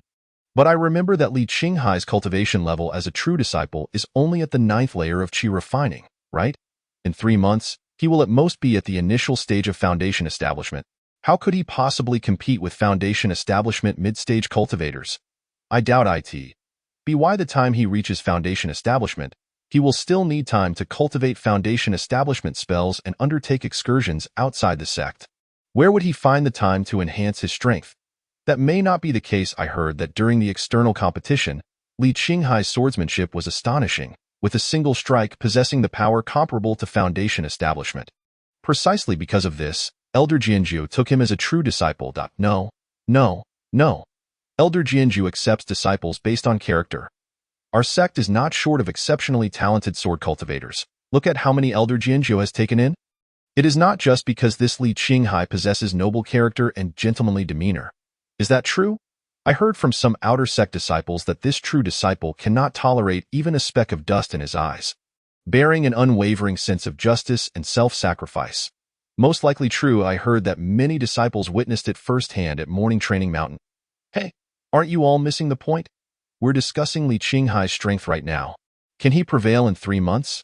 After all, he is a true disciple. He should be able to defeat ordinary foundation establishment mid-stage disciples, right? But what if he is not ordinary? Wouldn't that mean this true disciple could vanish in just 3 months? What's the use of speculating now? We will see for ourselves when the time comes. Indeed, we will witness how this true disciple, Li Qinghai, performs. At that moment. The entire Deacon Hall was abuzz with excitement. Everyone was eagerly discussing this new true disciple, Li Qinghai. Perhaps in terms of strength, Li Qinghai was still no match for other true disciples. Yet, in terms of the fervor of discussion, he undoubtedly overshadowed them all. Viewed from the perspective of a star, he was undoubtedly a rising sensation. Li Qinghai was naturally unaware of this matter. At this moment, he remained quietly cultivating in his humble cabin, preparing for the foundation establishment. Likewise preparing for the same was Liu Beixue, seated in her residence. Liu Beixue sat cross-legged, slowly regulating her breath. Just then, a voice resonated from outside. Is fellow Taoist Liu Beixue within? Liu Beixue opened her eyes and stepped outside. Opening the door, the visitor was a female cultivator dressed in the attire of the Deacon Hall. She handed a storage bag to Liu Beixue. Fellow Taoist Liu Beixue, this is your reward from the recent grand competition. Please accept it. Thank you, Liu Beixue replied. You are being too kind. It is my duty to assist. Allow me to congratulate you on securing a place in the grand competition and advancing to the inner sect. It turned out she was here to deliver the rewards from the competition. Liu Beixue, indeed, felt her background was insufficient. She had waited a day to receive her reward. Unlike Li Qinghai, who had now become a true disciple, the Deacon Hall would not dare to treat her with such neglect. Nevertheless, for Liu Beixue, receiving the reward was already a cause for gratitude, as previously, she might have faced direct deductions. With Yifan absent from Qingyun's sect and Yifeng in secluded cultivation, naturally, no one was there to suppress Liu Beixue anymore. Moreover, many were aware of the close relationship between Liu Beixue and Li Qinghai. Now that Li Qinghai had become a true disciple of the Nine Peaks, no short-sighted disciple would dare to trouble Liu Beixue further. Liu Beixue returned inside with the storage bag. Sitting back on her bed, she glanced at the contents within. Hundreds of spirit stones, 8 gathering spirit pills, a low-grade profound technique, a high-grade magical artifact, and a token for inner sect disciples. However, none of these mattered much to her. She ignored them and instead took out a small box. Upon opening it, she discovered a foundation establishment pill nestled inside. Liu Beixue was unfamiliar with the foundation establishment pill. At that moment, Granny Jean Dan emerged, nodding slightly. Indeed, it is a foundation establishment pill. Although its quality is not exceptional, with your aptitude, consuming it will surely ensure your successful foundation establishment. Liu Beixue gazed at the foundation establishment pill in her hand, filled with emotion. She had initially entered the grand competition solely to secure a foundation establishment pill for Li Qinghai, never expecting that so much would unfold in the end. Granny Jean Dan remained somewhat silent. She was well aware of Liu Beixue's intentions, as this was their agreement. Initially, upon learning that the outer sect competition was approaching, Liu Beixue hoped to facilitate Li Qinghai's entry into the inner sect. Fearing that Li Qinghai might lack the necessary strength, she sought Granny Jean Dan, requesting a powerful technique for him to cultivate. Naturally, Granny Jindan was reluctant to comply. Thus they struck a deal. She would bestow upon Li Qinghai her sacred-level secret technique, the 3 mystical true fire art, in exchange for Liu Beishue's departure from Qingyun sect. Of course, persuading Liu Beishue to leave Qingyun sect was also for her own good, as the sect possessed very few ice-type techniques, which were unsuitable for her cultivation. Liu Beishue aimed to join one of the 10 great sects, the extreme cold sect. There, she could truly showcase the full potential of her spiritual root. With her talent, she could even vie for the position of saintess within the extreme cold sect. However, without a formidable technique to support her in Qingyun sect, even with exceptional talent, achieving significant accomplishments would be exceedingly challenging. Ultimately, after weighing her options, Liu Beishue agreed to the arrangement. Yet, she also wished to undertake one final task for Li Qinghai, that was to personally participate in the outer sect competition. She aimed to place within the top 3 to secure a foundation establishment pill for Li Qinghai. By doing so, with the 3 mystical true fire art, he could enter the top 10 and gain access to the inner sect. Coupled with the foundation establishment pill she would gift him, as long as he successfully established his foundation, life in the inner sect would be relatively easier. Only then could she leave with peace of mind to pursue her own path. Unforeseen, however, was the fact that all her plans were disrupted. Li Qinghai himself seized the top position and became a true disciple. Chapter 63. Granny Jindan's Persuasion. The anomaly of foundation establishment. Though Liu Beishue's original plans had changed, Granny Jindan's secret technique had indeed been imparted. She was unwilling to see this agreement rendered void, as she desperately needed Liu Beishue to enhance her strength promptly. In Qingyun sect, there was little future to be found. After a moment of contemplation, Granny Jindan spoke slowly.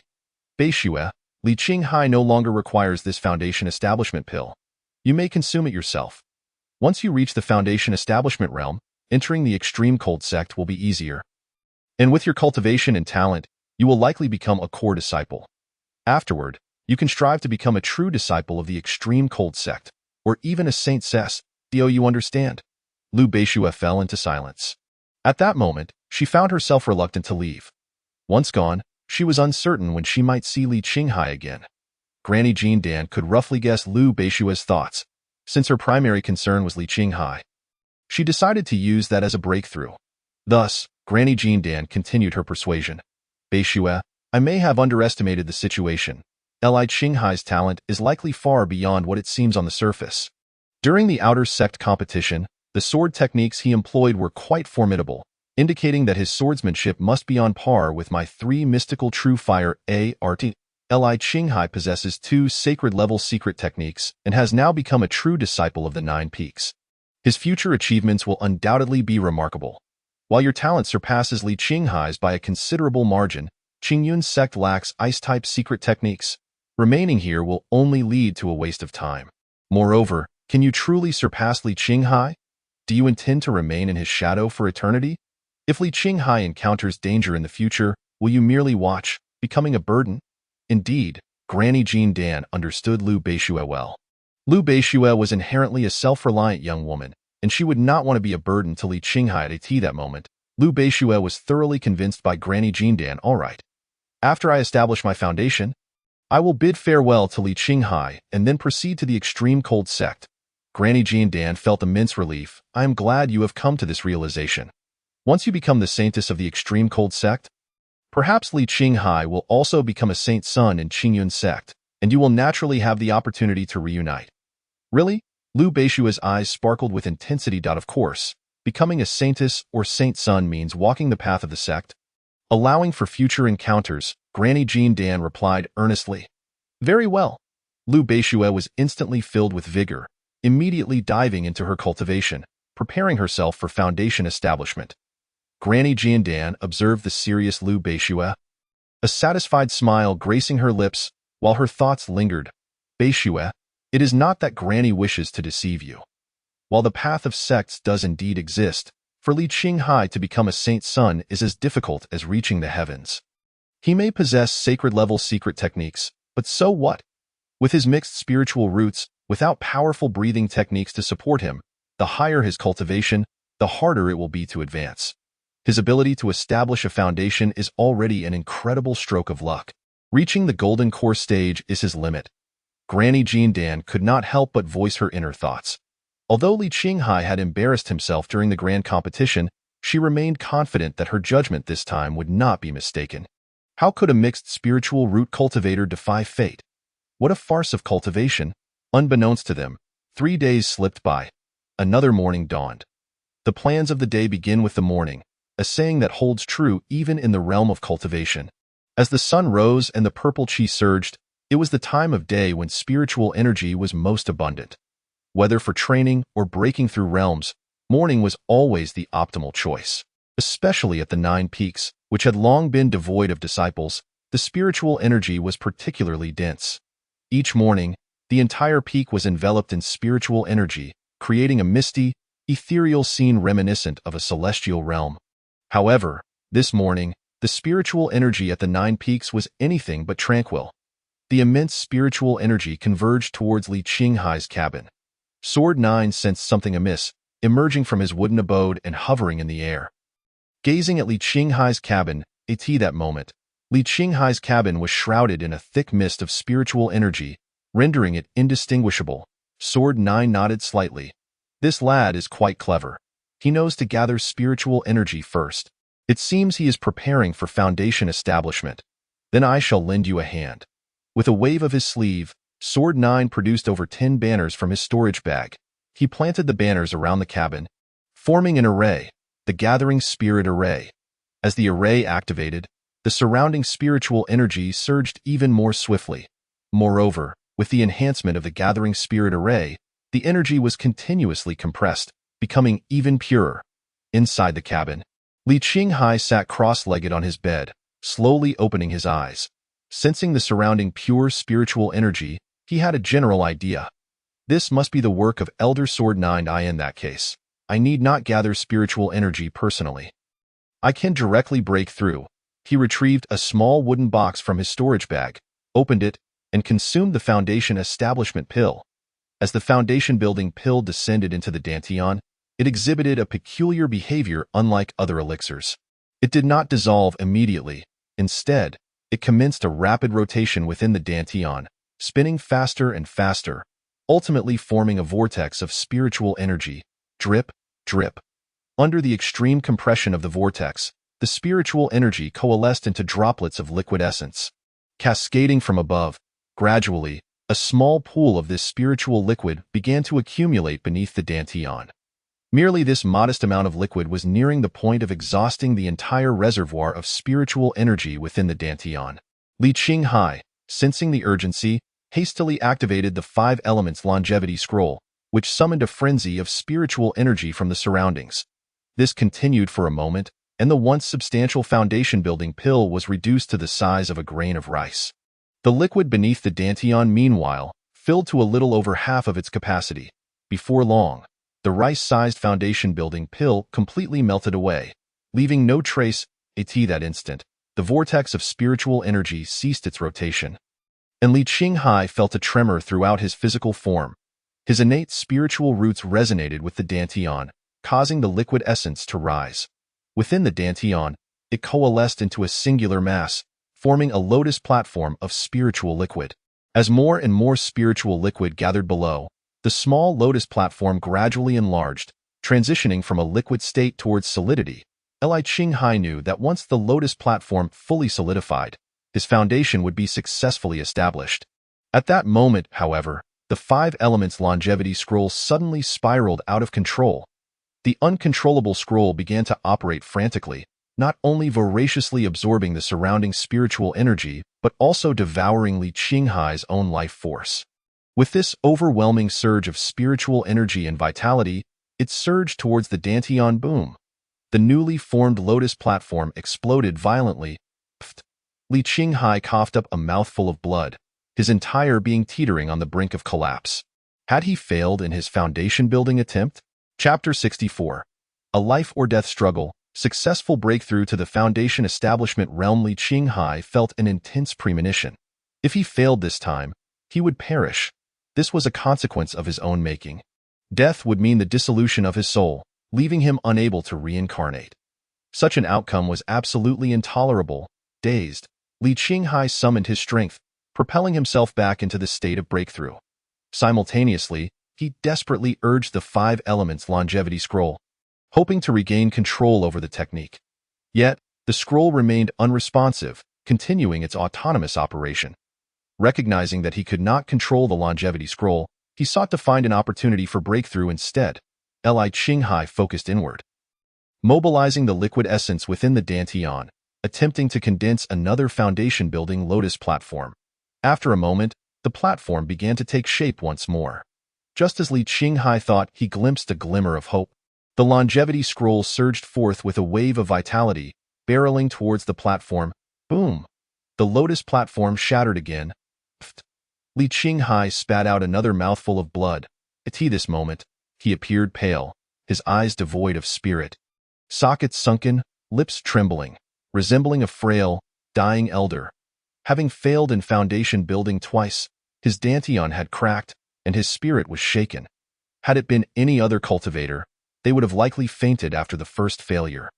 Fortunately, due to the presence of the Book of Fortune, Li Qinghai did not experience the overwhelming agony. A faint glimmer of consciousness lingered in his mind. This last remnant of awareness was akin to a dim flicker of candlelight, preventing him from slipping entirely into darkness. Stay calm. Remain composed. Li Qinghai repeatedly admonished himself, forcing his mind to steady. He pushed his body upright once more, gazing inward at the Dantian. The newly formed lotus platform had already disintegrated, and the Dantian was on the verge of complete annihilation under the impact. Such a Dantian could no longer withstand further turmoil. Li Qinghai knew that if he failed in foundation building once more, he would face certain death. Daunted, he refrained from reckless actions and began to carefully observe, searching for a solution.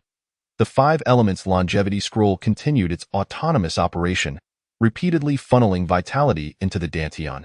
This incessant influx caused Li Qinghai's body to grow increasingly emaciated, his skin dulled.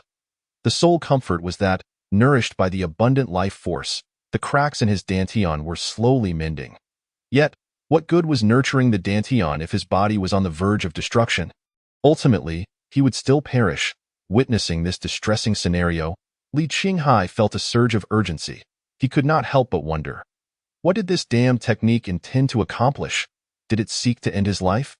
A method devoid of consciousness could not harbor such murderous intent. Perhaps, under certain exceptional circumstances, it had triggered an instinctual reaction. Yes, it was the foundation building. Each attempt at foundation building seemed to destroy his lotus platform. Did it desire to prevent his success? Or perhaps it simply deemed the lotus platform unworthy. Yet, what difference did that make? He had no alternative methods for foundation building. Just as Li Qinghai was at his wit's end. Cursing his misfortune, an unexpected change occurred within the Dantian. Under the nurturing of his entire life force, the Dantian had now fully restored itself. Simultaneously, the liquid essence within began to rise. The azure liquid, infused with immense vitality, coalesced in the center of the Dantian, gradually forming a prototype of a Tao platform. Li Qinghai was taken aback. In all the texts he had perused, foundation building was always associated with a lotus platform. How was he alone forming a Tao platform? Despite his confusion, Li Qinghai felt a sense of relief. If he could succeed in foundation building and survive, that was already a blessing. What did it matter what kind of platform it was? Just as he believed the foundation building was stabilizing, another anomaly arose. Following the formation of the Tao platform, it suddenly began to rotate, exhibiting an alarming capacity for devouring. The liquid essence beneath the Dantian was drawn into the vortex, consumed by the Tao platform. In mere moments, the liquid within the Dantian was entirely depleted. Insatiable, the Tao platform embarked on a frenzied quest for more, its overwhelming appetite sweeping through the entire Dantian. The 5 Elements longevity scroll, now ensnared, accelerated its operation. Instantly, Li Qinghai's pores widened, desperately absorbing the external spiritual energy. Simultaneously, the vitality of his physical form was also drawn into the Tao platform. Having already lost a portion of his life force, Li Qinghai appeared increasingly frail. At this moment, he was visibly withering, resembling a desiccated corpse, skin parched and cracking like parched earth. Damn! Li Qinghai gasped in shock. At this rate, he would perish from loss of life force before he could even complete his foundation building. Yet, the technique was already operating at its utmost capacity, drawing in spiritual energy. If that alone could not satisfy the Tao platform, there was little else he could do. Wait. The elixirs. In a moment of inspiration, Li Qinghai extended his gaunt hand to tap his storage pouch. Several bottles of foundation-building elixirs appeared in his grasp. With his life force nearly depleted, even holding the bottles felt like a Herculean effort. Akin to lifting mountains, he struggled to pour the elixirs into his mouth. Gulp. One foundation-building elixir was swallowed.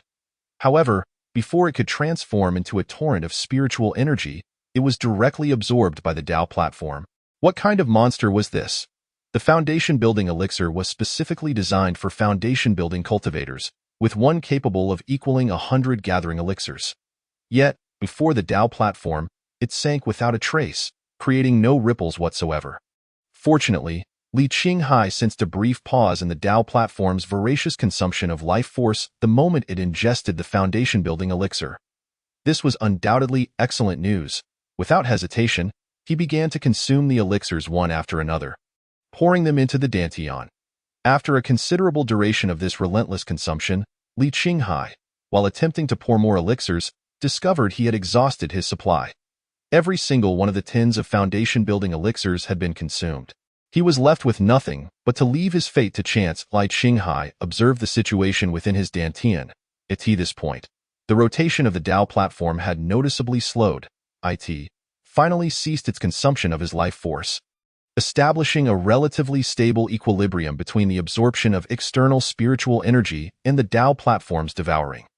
Outside the wooden cabin, Jianjiu floated in the air, gazing at the incessantly flowing spiritual energy.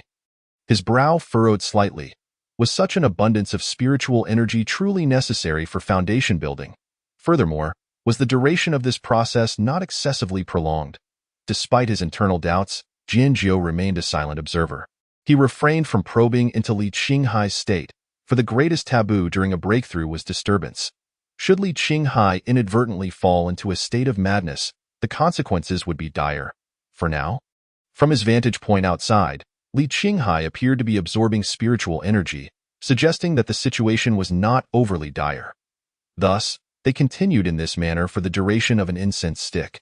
At last, the Tao platform came to a halt. In that instant, a tremendous surge of energy radiated outward from the Tao platform, its center erupting with power.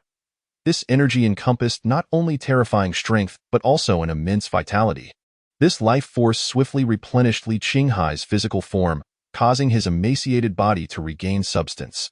Simultaneously, this terrifying power surged forth, sweeping outward. The furniture within the wooden cabin shattered under the force. The spiritual energy surrounding the cabin was forcefully repelled. Outside, Jianjiu, witnessing this spectacle, was both astonished and elated, murmuring softly to himself, "Foundation building has succeeded." The mere pressure of foundation establishment is surprisingly comparable to the breakthrough of Dan formation. Chapter 65. Regaining the qualification for cultivation. Lu Daoyuan seeks an audience with the ancestor. Jianjiu was quite astonished by the formidable breakthrough pressure emanating from Li Qinghai.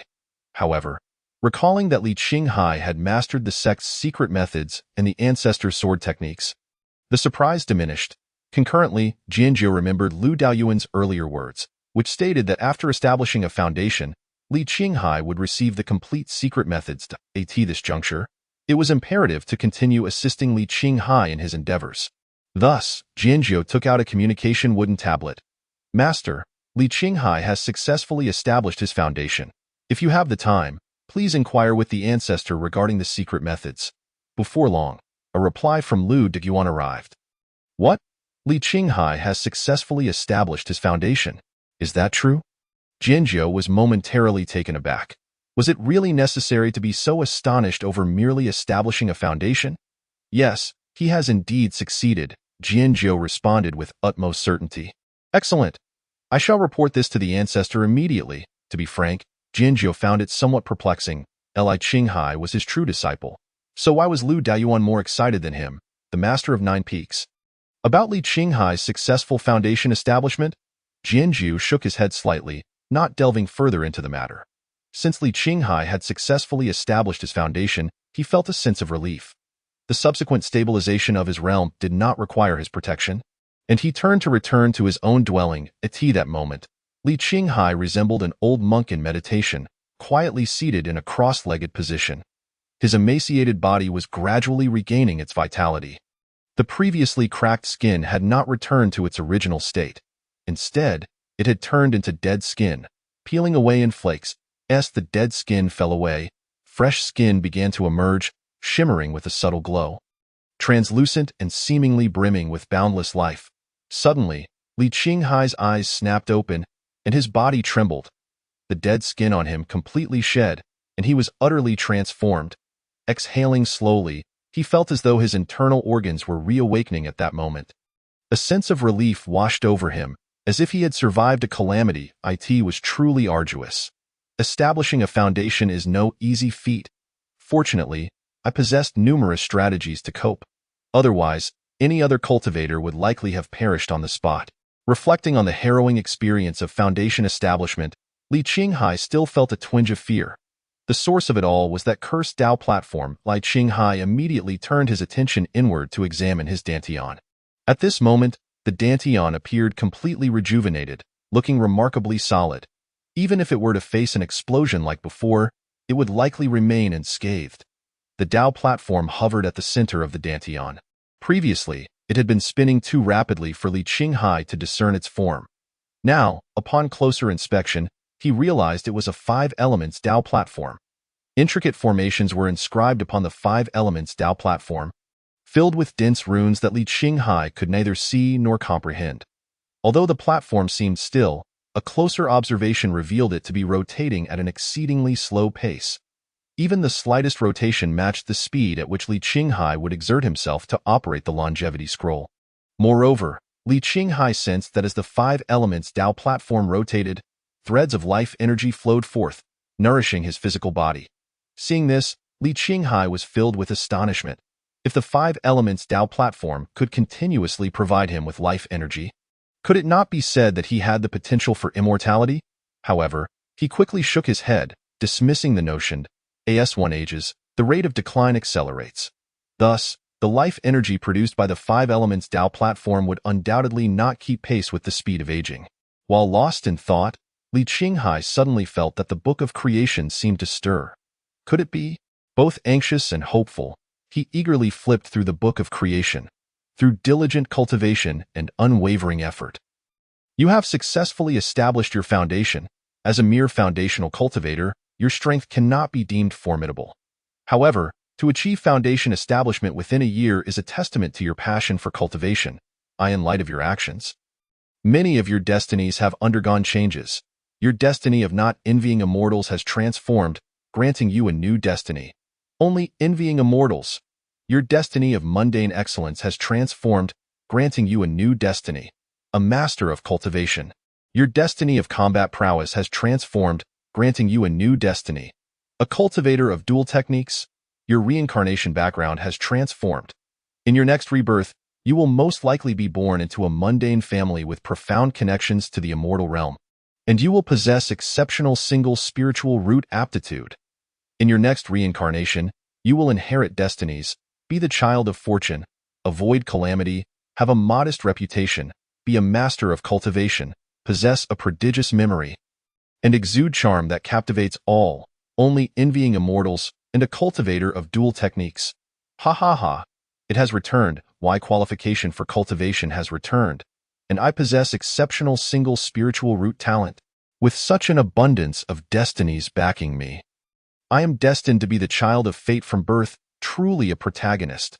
I can indulge in reckless pursuits once more. At this moment, Li Qinghai was overwhelmed with excitement, wishing to hasten his demise.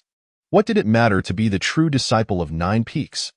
This pitiful talent had nearly cost him his life during the mere act of foundation establishment. In the next life, possessing single spiritual root aptitude would make foundation establishment as effortless as drinking water. Li Qinghai leaped from his bed, poised to venture out for some reckless fun. Suddenly, he remembered that he had just undergone a transformative foundation establishment, and his body was filthy and reeking. He needed to take a bath first. After all, He was now a true disciple and ought to maintain some dignity. Li Qinghai knew that behind his small wooden cabin, there was a small lake fed by a stream, perfect for a refreshing bath. Elated at regaining his qualification for cultivation, he hummed a tune as he stepped outside. Meanwhile, upon learning of Li Qinghai's successful foundation establishment, Lu Daoyuan did not tarry for a moment. He immediately made his way to a forbidden area. Arriving above the forbidden zone, Lu Daoyuan produced a token and infused it with spiritual energy. The token soared from Lu Daoyuan's hand, darting downwards toward the mountain range. Lu Daoyuan followed closely behind. Soon, the previously tranquil sky rippled. Lu Daoyuan followed the token into the formation, disappearing into the air. The scene shifted, and Lu Daoyuan found himself amidst verdant mountains and clear waters. This range was suffused with spiritual energy, resembling a celestial realm. Numerous caverns had been excavated within the mountains, inhabited by the ancestors of the Qingyun sect. Of course, most of them had long since passed into the afterlife. Many ancestors often chose to enter a state of closed-door meditation as their final moments approached, seeking an opportunity for ascension. Consequently, those who perished within the caverns constituted the vast majority. Lu Daoyuan's visit was not to seek out the departed ancestors, but rather to find the one who preferred not to be in closed-door meditation, Ancestor Howren. Decades prior, Lu Daoyuan had visited once, and this time he was well acquainted with the path, quickly arriving at Ancestor Howren's cave dwelling. Disciple Lu Daoyuan seeks an audience with Ancestor Howren. Chapter 66. Ancestor Howren personally oversees the examination. After calling out, there was no response from within the cave. Lu Daoyuan knew that Ancestor Howren was likely occupied, so he patiently awaited a reply. After a brief moment, a deep voice finally resonated. "Come in." As the words fell, the cave door slowly opened. Lu Daoyuan entered the cave and beheld Ancestor Howren, whom he had not seen for many years, yet who had changed little. Ancestor Howren did not possess the ethereal demeanor typical of many powerful old cultivators. Instead, he had short white hair, each strand standing upright like a multitude of sharp swords. An incongruous detail was that he held a smoking pipe in his mouth, resembling those elderly men in the mundane world who sit on thresholds, basking in the sun while puffing on their pipes. Ancestor Howren was similarly seated on a mat, before him a long table adorned with a pot of wine and various books. Previously, Lu Daoyuan had stolen a glance and noted that these books were not powerful cultivation methods, but rather folk tales, strange stories, and romantic anecdotes from the mundane world. Seeing Ancestor Howren engrossed in reading once more, Lu Daoyuan couldn't help but wonder if he had been reading for decades since his last visit. Such a passion for literature was rather daunting. He recalled how Ancestor Howren had once boasted about sweeping through the books of an entire capital city. With so many books, it was indeed enough material to last him for quite some time. While Lu Daoyuan was momentarily lost in thought, Ancestor Howren slowly raised his head, tapping his smoking pipe. As he did so, he inquired, "What brings you here? I recall that the selection for the saint's disciple is still a few years away. Is there some despicable rogue cultivator attacking our mountain gate? Those wretches must be quite bored." Lu Daoyuan's lips twitched slightly. Every conversation with Ancestor Howren left him feeling hopelessly exasperated. After all, he was an elder. Could he not speak with a modicum of decorum? Despite having read so many books, had none of that wisdom seeped in? Coughing lightly, Lu Daoyuan silently scolded himself. It must be the ancestors' influence. "I have always been quite refined." He lowered his head slightly and quickly explained, returning to the ancestor, "Our sect has not been attacked. There was but a single disciple who, having diligently practiced the 5 elements of longevity scroll, successfully broke through the foundation establishment stage. He came forth to seek the guidance of the venerable ancestor regarding whether the complete scroll should be entrusted to him for further cultivation." "HM?" The illustrious Howran ancestor was slightly taken aback, pondering which young lad had demonstrated such remarkable prowess to achieve foundation establishment, even with a perilous and nonsensical secret technique. In response to the ancestor, it was stated that this disciple was named Li Qinghai, who had also received the transmission of the sword technique from the esteemed Qingyun ancestor, and was now a true disciple of the 9 Peaks. "Oh? I recall that the old fellow Qingyun had concealed that tome of the Qingyun sword technique very discreetly. How did this lad manage to unearth it?" This young fellow is indeed fortunate. Lu Daguan felt that he could no longer continue this conversation with the ancestor. If he persisted, he feared he might leave without the ability to articulate a single word. He needed to swiftly conclude the dialogue. I humbly request the ancestor's guidance. And how is this Li fellow? In reply, it was conveyed that Li Qinghai was a person of integrity and noble character, indeed a rare gentleman. Is it true that this Li possesses such commendable qualities? It was affirmed that Li Qinghai's character was indeed worthy of recognition. I find that hard to believe. Lu Daguan took a deep breath. If he could best Hao Ran ancestor, he would surely give him a good thrashing. It was utterly infuriating. The Hao Ran ancestor then picked up a tome from the table. Little Yuan, let me tell you, within this book, there are many so-called gentlemen, and yet, some gentlemen forsake their wives and children for the sake of fame and fortune. Others, in their pursuit of advancement, align themselves with thieves. In this world, there are no true gentlemen. Lu Daguan replied earnestly, Ancestor, I too held such beliefs previously. Yet, Li Qinghai is indeed a veritable gentleman. Upon hearing Lu Daguan's repeated affirmations, the Hao Ran ancestor suddenly became intrigued. Ha ha ha, if that is the case, I would very much like to meet this Li Qinghai. It was noted that the law enforcement hall was about to assess Li Qinghai's character, providing an excellent opportunity for the ancestor to observe. The Hao Ran ancestor rose from his cushion, stretching lazily. Excellent. I have been quite bored with reading lately. This will be a delightful diversion. Ancestor, are you to emerge from seclusion? What is there to fuss about? I was never truly secluded, to begin with. Then I shall prepare a warm welcome for you, ancestor. Prepare a warm welcome? Spare me the pomp. Let us get straight to business. Yes, thereafter, Lu Daguan led the Hao Ran ancestor out of the restricted area. Ordinarily, the emergence of the ancestor would warrant the gathering of all sect disciples to pay their respects. However, the Hao Ran ancestor had little fondness for such formalities, leaving Lu Daguan with no option but to escort him directly to the main hall of the sect. He then notified Jianjiu, Sun Xing, and Wu Liantian. Wu Liantian, being the father of Wu Shan and an elder of the law enforcement hall, was summoned as assistance would surely be needed for the impending assessment. Thus, Lu Daguan called him forth as well. When Lu Daguan conveyed the message to them, it was with an almost commanding tone, urging them to arrive promptly. Consequently, Jianjiu and the others did not delay, and in mere moments, the three of them arrived at the sect's main hall. Upon encountering the Hao Ran ancestor, they were left speechless in shock. They hastily performed their greetings, yet the Hao Ran ancestor, disliking such formalities, urged them to hasten their proceedings. Thus, within the hall, Lu Daguan and the others took their seats on either side, while the Hao Ran ancestor occupied the central position. Typically, matters concerning assessments were managed by the law enforcement hall. Therefore, Wu Liantian cautiously turned to the Hao Ran ancestor and inquired, Ancestor, how shall we conduct the assessment? Do you have any ideas? Having perused numerous tomes, the Hao Ran ancestor was naturally adept at such matters. After a brief contemplation, he asked, which disciple in our sect is the most fearsome? Wu Liantian pondered for a moment and replied, Zhou Kuei from the Five Peaks. He is tall and formidable, with a beard that exudes an intimidating aura. The Hao Ran ancestor nodded in agreement. Very well, let us have him abduct a female cultivator and observe how Li Qinghai responds. He then added, this female cultivator must possess at least a fair countenance, embodying the delicate charm of a refined lady. Understand? Understood.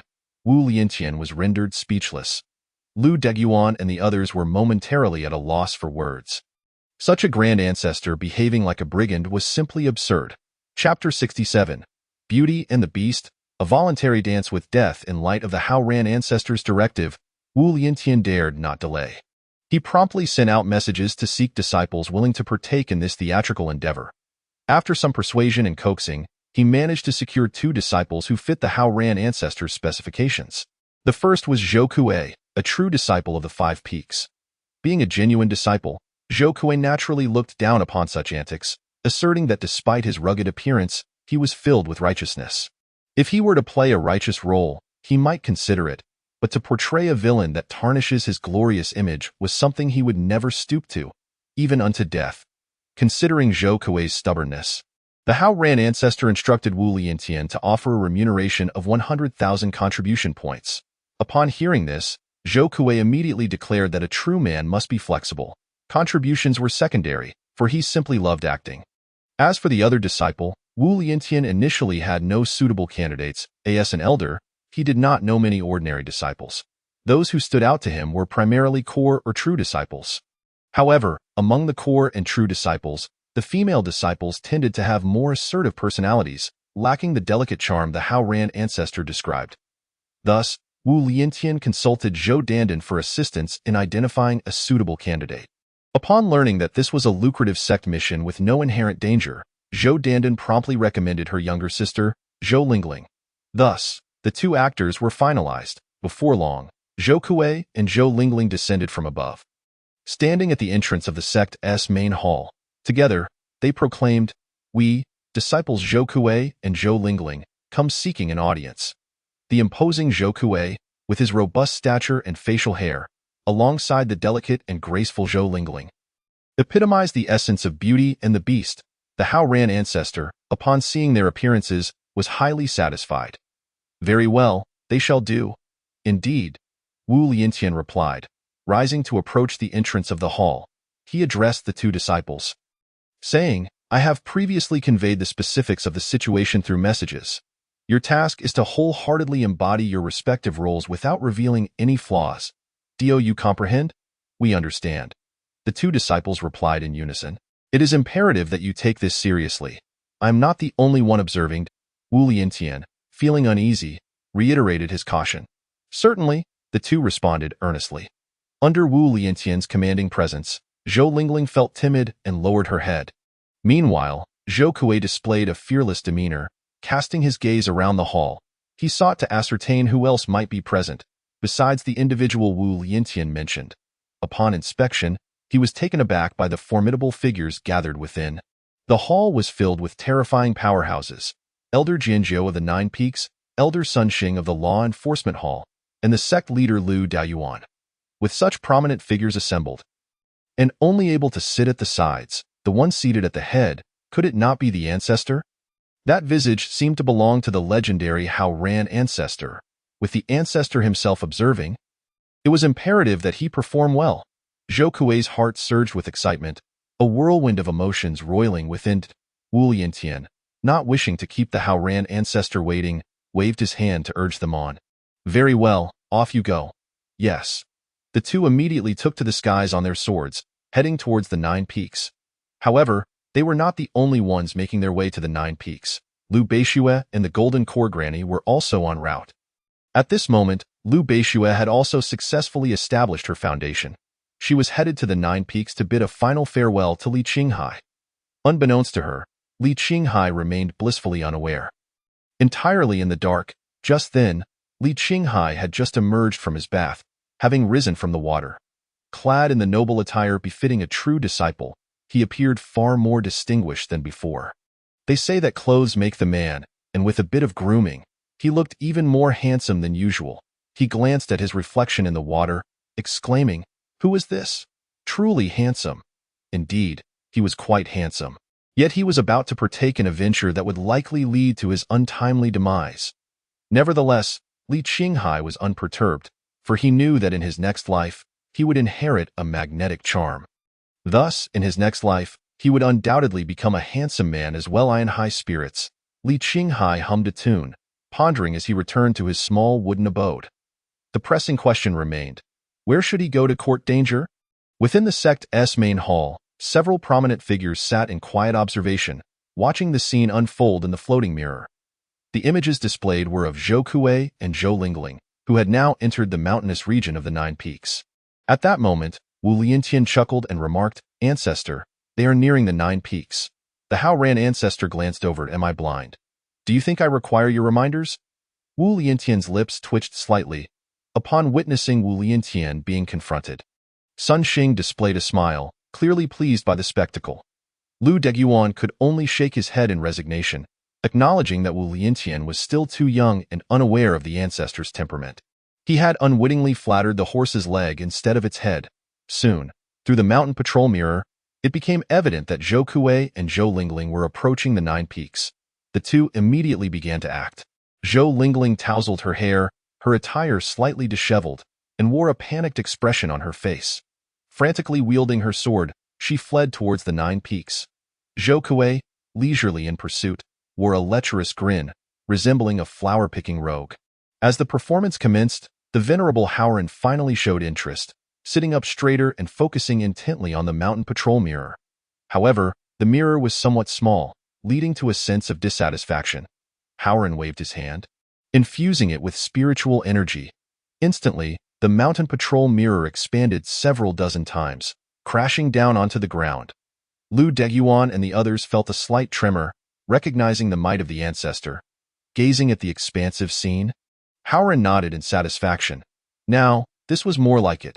A larger screen made for a more enjoyable experience. At that moment, Li Qinghai returned from the back mountain to the small wooden cabin. Throughout his journey, he found himself at a loss regarding where to meet his demise. Just as Li Qinghai was feeling somewhat despondent, he suddenly heard voices. Ha ha ha, little Lingling, run a bit faster. The more you run, the more excited I become. Woo woo, please spare me. Help, help. He, shout all you want. No one will come to save you. Li Qinghai immediately turned to look. He saw a burly man chasing after a pitiful young girl.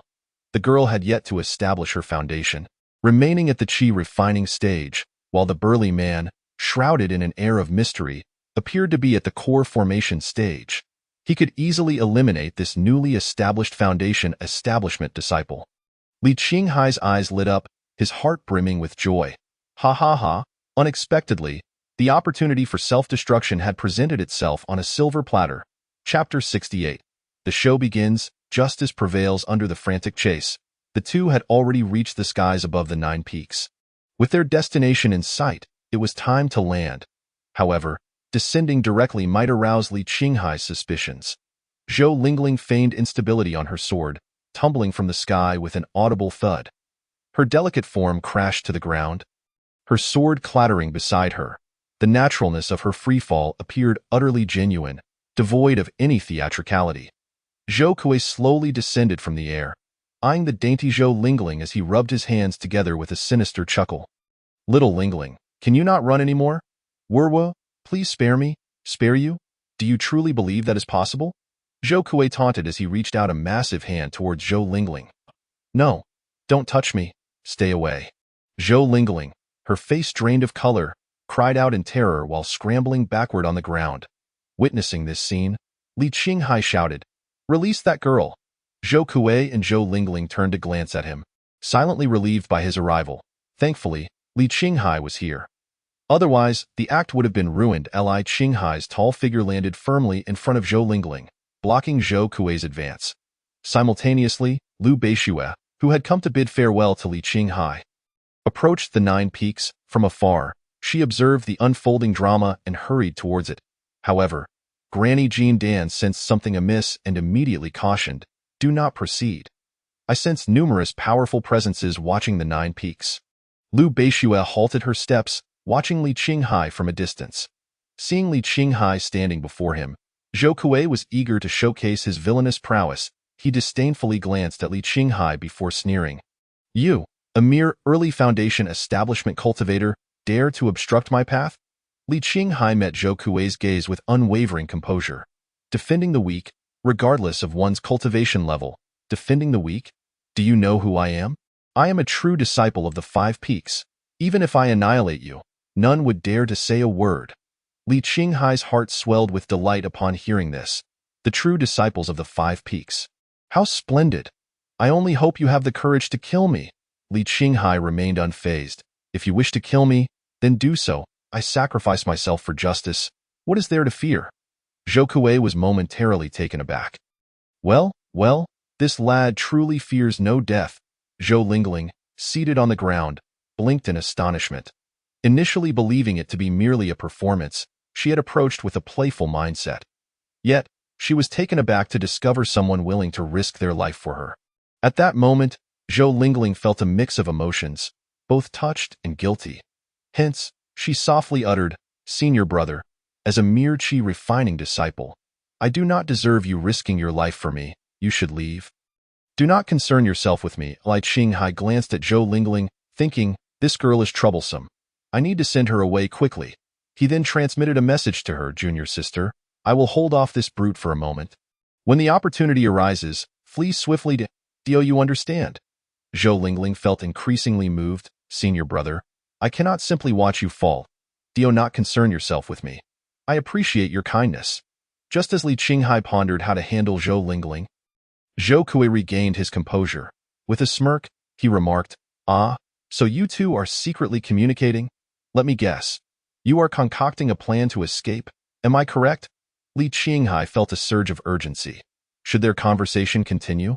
If Jianzhu returned, he would be doomed. This situation must not unfold. A swift resolution was imperative. With this in mind, Li Qinghai resolved to provoke Zhou Kui further. Suddenly, he turned and grabbed Zhou Lingling, infusing her with a surge of spiritual energy. He then tossed her backward and shouted, "Run!" Following that, he slapped his storage bag, retrieving the wooden sword and preparing for battle. Each movement was fluid and decisive. Devoid of hesitation, Li Qinghai was confident that with such actions, Zhou Kui would refrain from attacking him. Zhou Kui, however, had not anticipated this sudden turn of events. As a mid-core formation cultivator, he reacted swiftly. In this situation, if he did not strike, it would appear disingenuous. Thus, Zhou Kui's aura surged dramatically. The pressure of his core formation power erupted. Li Qinghai, gripping the wooden sword, felt his arm drop as if the sword weighed 1,000 pounds, rendering him unable to lift it. His entire being was immobilized under the weight of this formidable aura. Experiencing the might of core formation left Li Qinghai both astonished and exhilarated. Excellent, truly, a core formation cultivator can render me utterly powerless. Just like this, go on, kill me. Zhou Lingling, having been thrown by Li Qinghai, was also affected by the pressure, plummeting from the sky with a thud, landing on the ground. The series of tumbles left her feeling somewhat dizzy. Zhou Kui, ignoring Zhou Lingling, fixated on Li Qinghai, laughing heartily. "You think you can save someone in front of me? You underestimate me, a core formation cultivator." Li Qinghai felt exasperated. Why hadn't he killed him yet? This fellow, with his fearsome demeanor, seemed to relish in conversation. Could he not act swiftly and cut the chatter? He needed to provoke him further. With righteous indignation, Li Qinghai proclaimed, "What does it matter if you are a core formation cultivator? In broad daylight, to forcibly abduct an innocent maiden, scoundrels like you deserve to be eradicated. If I possessed the cultivation of core formation, I would not rest until you were annihilated." Zhou Kui's lips twitched. Since becoming a true disciple, no one had dared to insult him to his face. Even other true disciples would think twice before speaking to him in such a manner. Given his volatile temper, he would have engaged in a fierce battle. However, this was merely a performance. Yet, despite the nature of the act, he could not simply ignore the affront. Earlier, Wu Lianshan had mentioned applying some pressure on Li Qinghai, as long as it did not result in loss of life. With this in mind, Zhou Kui ceased pretending. His eyes widened in fury. "You have some guts, ignorant of your own limitations. Let us see how long you can maintain this bravado." With that, Zhou Kui's aura surged once more. If his previous display was merely the pressure of a core formation cultivator, what followed was the oppressive might of a mid-core formation cultivator. The terrifying weight bore down on Li Qinghai. For Li Qinghai, a newly established establishment cultivator, resisting this force was utterly impossible. Li Qinghai groaned, blood spilling from his lips. Although he felt no pain, he was undeniably suffering from the impact. Watching his own blood flow, a sense of elation surged within him. Yes, just like that. Keep intensifying the pressure. Li Qinghai was thrilled internally while outwardly maintaining a facade of composure. Standing tall, he continued to project an image of defiance. Feigning difficulty yet resolutely declared, "I reiterate, you vile scoundrel, I will not rest until one of us is dead." What audacity! This one still refuses to yield. Li Qinghai, how can he be so righteous and awe-inspiring? Chapter 69. Facing Death with Courage. Seeing Li Qinghai with blood trickling from the corner of his mouth yet remaining unperturbed, standing tall despite the overwhelming pressure, and confronting death while steadfast in his principles left the onlookers in utter shock.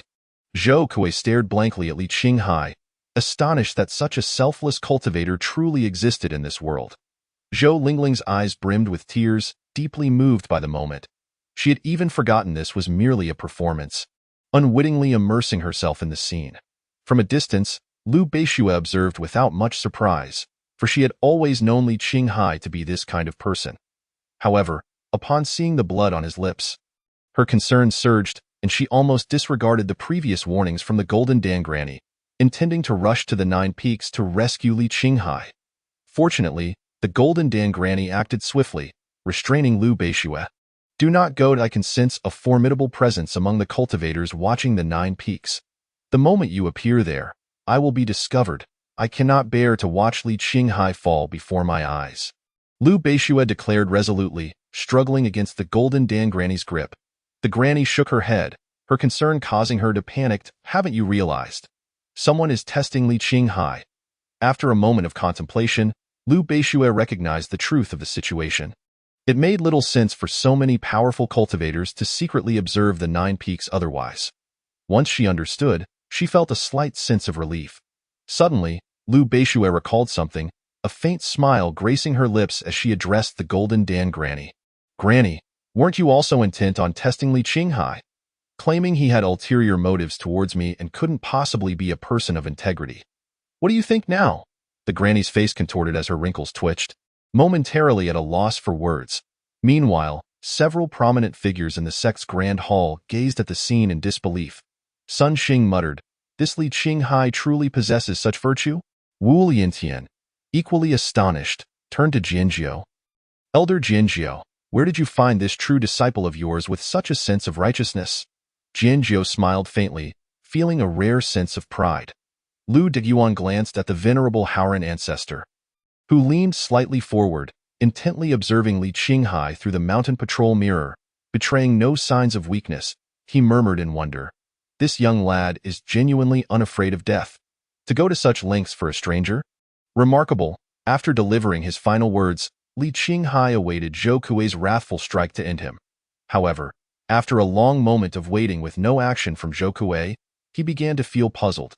Could it be Zhou Kuei intends to abandon his murderous ways and attain enlightenment? This was unacceptable. Having come this far, his blood could not be shed in vain. You coward! If you lack the guts to kill me, then scram back where you came from.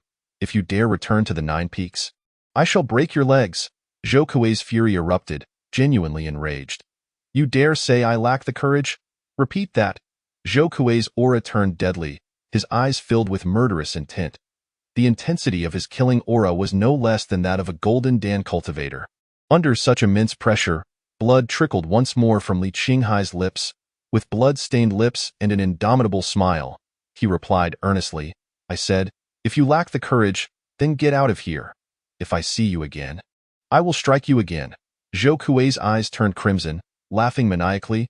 Then let me show you just how bold I am. In an instant, Zhou Kuei raised his hand and delivered a punch to Li Qinghai's chest. Bang! Li Qinghai was sent flying, crashing heavily beside Zhou Lingling. With a cough, he spat out a mouthful of blood. Realizing he was still alive, Li Qinghai inwardly cursed. What kind of pathetic Golden Dan cultivator is this? How weak! Why didn't he just kill me with one punch? I'm not anemic. A few mouthfuls of blood won't be my end. Coughing violently in anger, he spat out several more mouthfuls of blood. Zhou Lingling, witnessing Li Qinghai's condition due to her, felt tears welling up in her eyes. In that moment, she was utterly engrossed, as if the performance had become all too real. As Zhou Kui advanced menacingly, she resolutely cried out, Do not harm him. I will go with you. Whatever you wish to do to me, I will comply. Zhou Kui, brimming with murderous intent, momentarily paused, suddenly regaining his senses. Wait, I'm merely acting. Why do I suddenly wish to kill Li Qinghai? Thankfully, Zhou Lingling's timely reminder averted a potential catastrophe. In that case, Zhou Kui continued along her line. Very well, it is about time for this to conclude. I shall spare his life. Come with me. Zhou Kui retracted his menacing aura. Believing the act had reached its end, Zhou Lingling gazed affectionately at the fallen Li Qinghai, softly expressing, Senior brother, thank you for everything you have done for me. If there is a next life, I shall surely become your Dao partner. Zhou Kui scoffed, thinking, this girl is truly professional. She could wrap this up, yet here she is, putting on such a tragic performance. What a theme of sublimation! Li Qinghai's face twitched in exasperation. Damn it! I kindly saved you, and you repay me with this? You won't let me die. You even speak of a next life? To be my Tao partner? My resolve cannot be shaken, not even by that scheming Liu Beishue. How could a mere girl like you sway my heart? You wish to obstruct my path. I shall not allow it. In a moment of inspiration, Li Qinghai swiftly retrieved 2 talismans from his storage bag, one a wind talisman, the other a ground-shrinking talisman, gifted to him by Liu Yaoyao. He intended to send this bothersome girl away. He pressed the wind talisman to Zhou Lingling's left leg and the ground-shrinking talisman to her right leg. The talismans glimmered, activating simultaneously. Li Qinghai sprang to his feet and seized Zhou Lingling's wrist, forcefully throwing her away. With the talisman's aid, Zhou Lingling was propelled far from him. Watching her retreat swiftly, Li Qinghai shouted excitedly, "Hurry and leave. Do not return, senior brother." Zhou Lingling cried, tears streaming down her face, utterly moved by his actions. Li Qinghai, now elated that the nuisance had departed, gripped his wooden sword firmly, pointing it at Zhou Kuei. "If you wish to pursue her, you must first step over my corpse." Everyone stood in stunned silence, gazing at the fearless Li Qinghai, filled with respect. Chapter 70. This is the pillar of the sect. Nurture him well. Li Qinghai, with the wooden sword aimed at Zhou Kuei, displayed an unwavering determination to fight to the death. Yet, internally, he was overjoyed. Not only have I managed to let this brutish man's beauty escape, but I am also daring to challenge a Golden Dan cultivator with merely my foundation establishment realm. Such a masterful act of self-destruction. Not even a Golden Dan cultivator could remain unscathed. They would have to engage me to the bitter end. This is no small feat. I can finally move on, however. Zhou Kuei, witnessing Li Qinghai's audacity, felt a mix of anger and deep admiration. Yet, he was mostly frustrated. He had no idea where Zhou Lingling had been thrown off to, and now he was left alone. How could the act continue? Under normal circumstances, he should be so enraged that he would chop Li Qinghai into 8 pieces. However, such a conclusion was impossible. Forget it. I must leave quickly before any flaws are revealed. With this thought, Zhou Kuei quickly devised a response. Ha ha ha! Zhou Kuei laughed 3 times, dissipating the awkwardness of the moment. Then, adopting a grim demeanor, he coldly declared, "I, Zhou Kuei, do not slay nameless individuals. Boy, state your name." Li Qinghai. Li Qinghai responded loudly. Zhou Kuei furrowed his brow slightly, pretending to ponder. Li Qinghai, you are the true disciple just accepted by Elder Jianjiu? A sense of foreboding pricked at Li Qinghai, but he maintained his composure. Indeed. Humph. I had intended to eradicate you here, but Elder Jianjiu has shown me kindness. Out of respect for him, I will spare your life. Li Qinghai's expression shifted. Zhou Kuei, fearing he might say too much, took flight, leaving Li Qinghai in shock. Wait, you were just leaving like that? Weren't you saying earlier that as a true disciple of the 5 Peaks, no one would dare speak against your slaughtering me? You're running away faster than a rocket. Am I not also a true disciple of the 9 Peaks? Why are you so frightened? You seem fierce, yet you turn out to be a coward.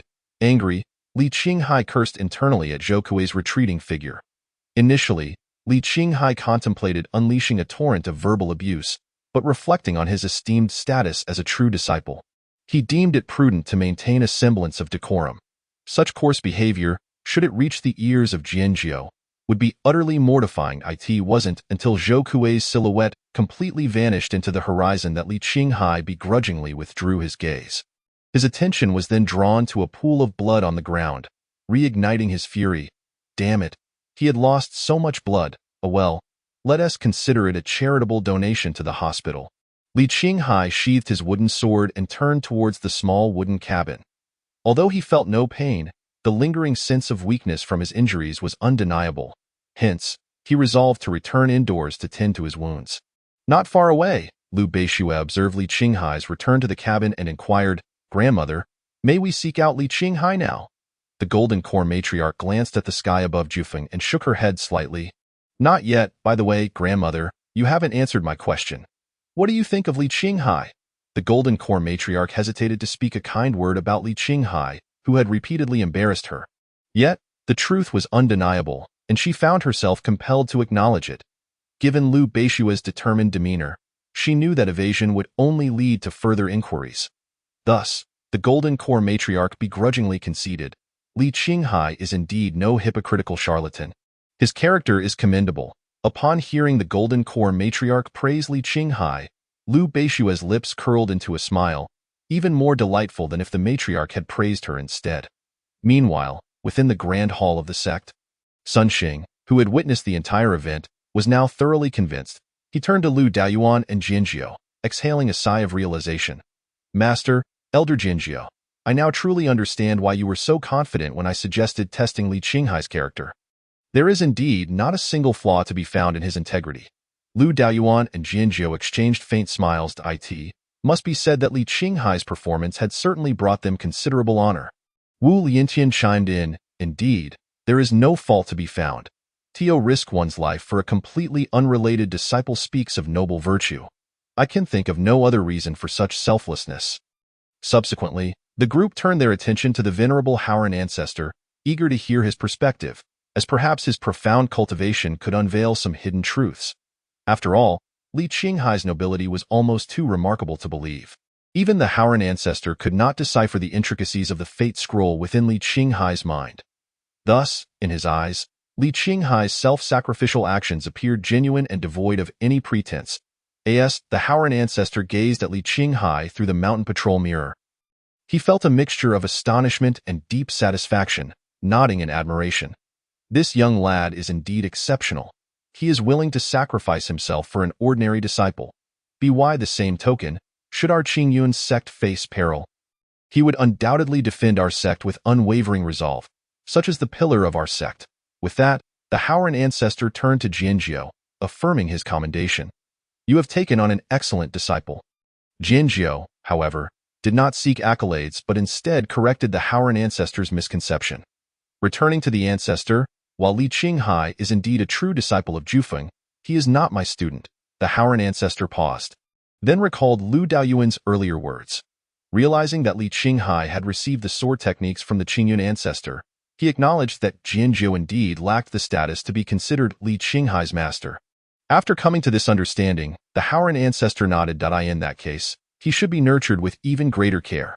Rest assured, ancestor, I shall do so, Jinjiu replied. Sun Xing and Wu Liantian exchanged glances, contemplating the implications of the ancestors and Jinjiu's conversation. Growing increasingly astonished, Li Qinghai is not Jinjiu's disciple? Then whose disciple could he be? In the Qingyun sect, the two most formidable sword practitioners were undoubtedly the Howren ancestor and Jinjiu.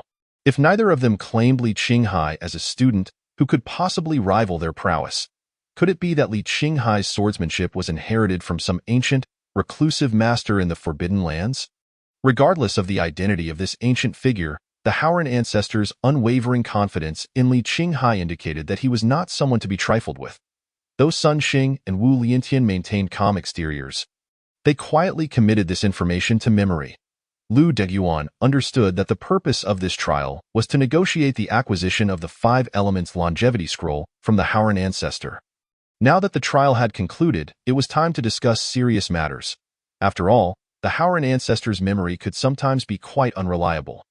Thus, Lu Daoyuan prompted, Ancestor, regarding the cultivation method I mentioned earlier, he merely referenced the method without divulging the secret.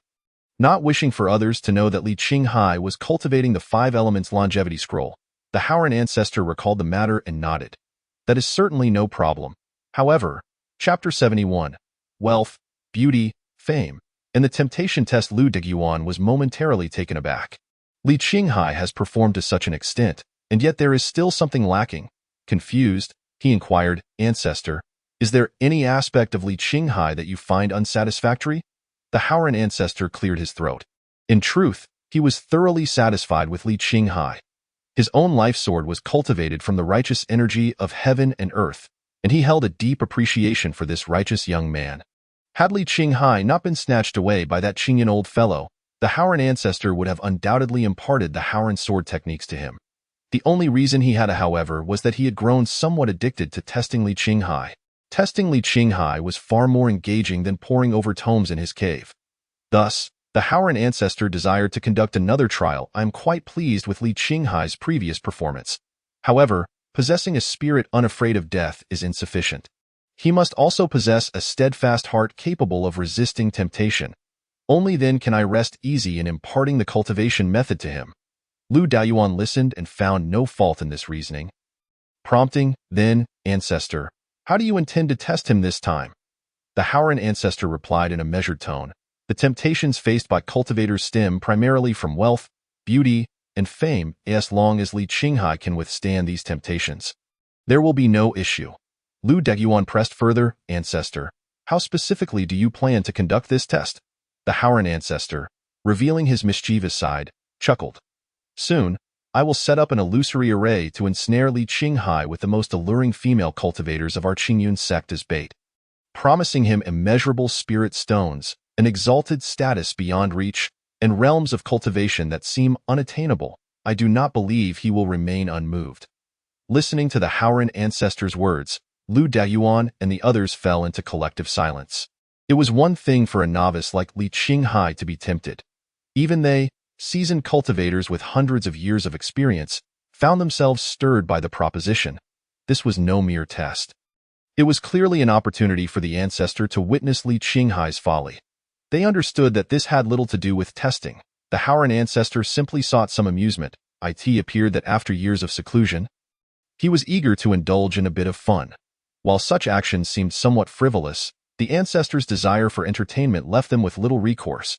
As the Howren ancestor noticed the silence from the assembly, he scoffed lightly. What? Is my test not to your liking? Wu Liantian immediately offered a compliment. Your wisdom is unmatched, ancestor. This test is nothing short of brilliant. We are in complete agreement. Lu Daoyuan and the others remained quiet, unable to bring themselves to join Wu Liantian in flattery. Their tacit acceptance had become their final line. The Howren ancestor nodded approvingly. Very well then, which female cultivator in our Qingyun sect is deemed the most exquisite? Wu Liantian replied, in our Qingyun sect, the most beautiful is none other than the true disciple of Sanfeng, Xiao Hongzhuang. Good. Use sound transmission to summon Xiao Hongzhuang so I may see her. Understood. Without hesitation, Wu Liantian immediately sent a sound transmission. For him, performing well in front of the ancestor could elevate his position from the second in command of the service hall to a true power holder. As long as he served the ancestor diligently, his future was assured. After a brief wait, they had yet to see Xiao Hongzhuang, but Zhou Kuei arrived instead.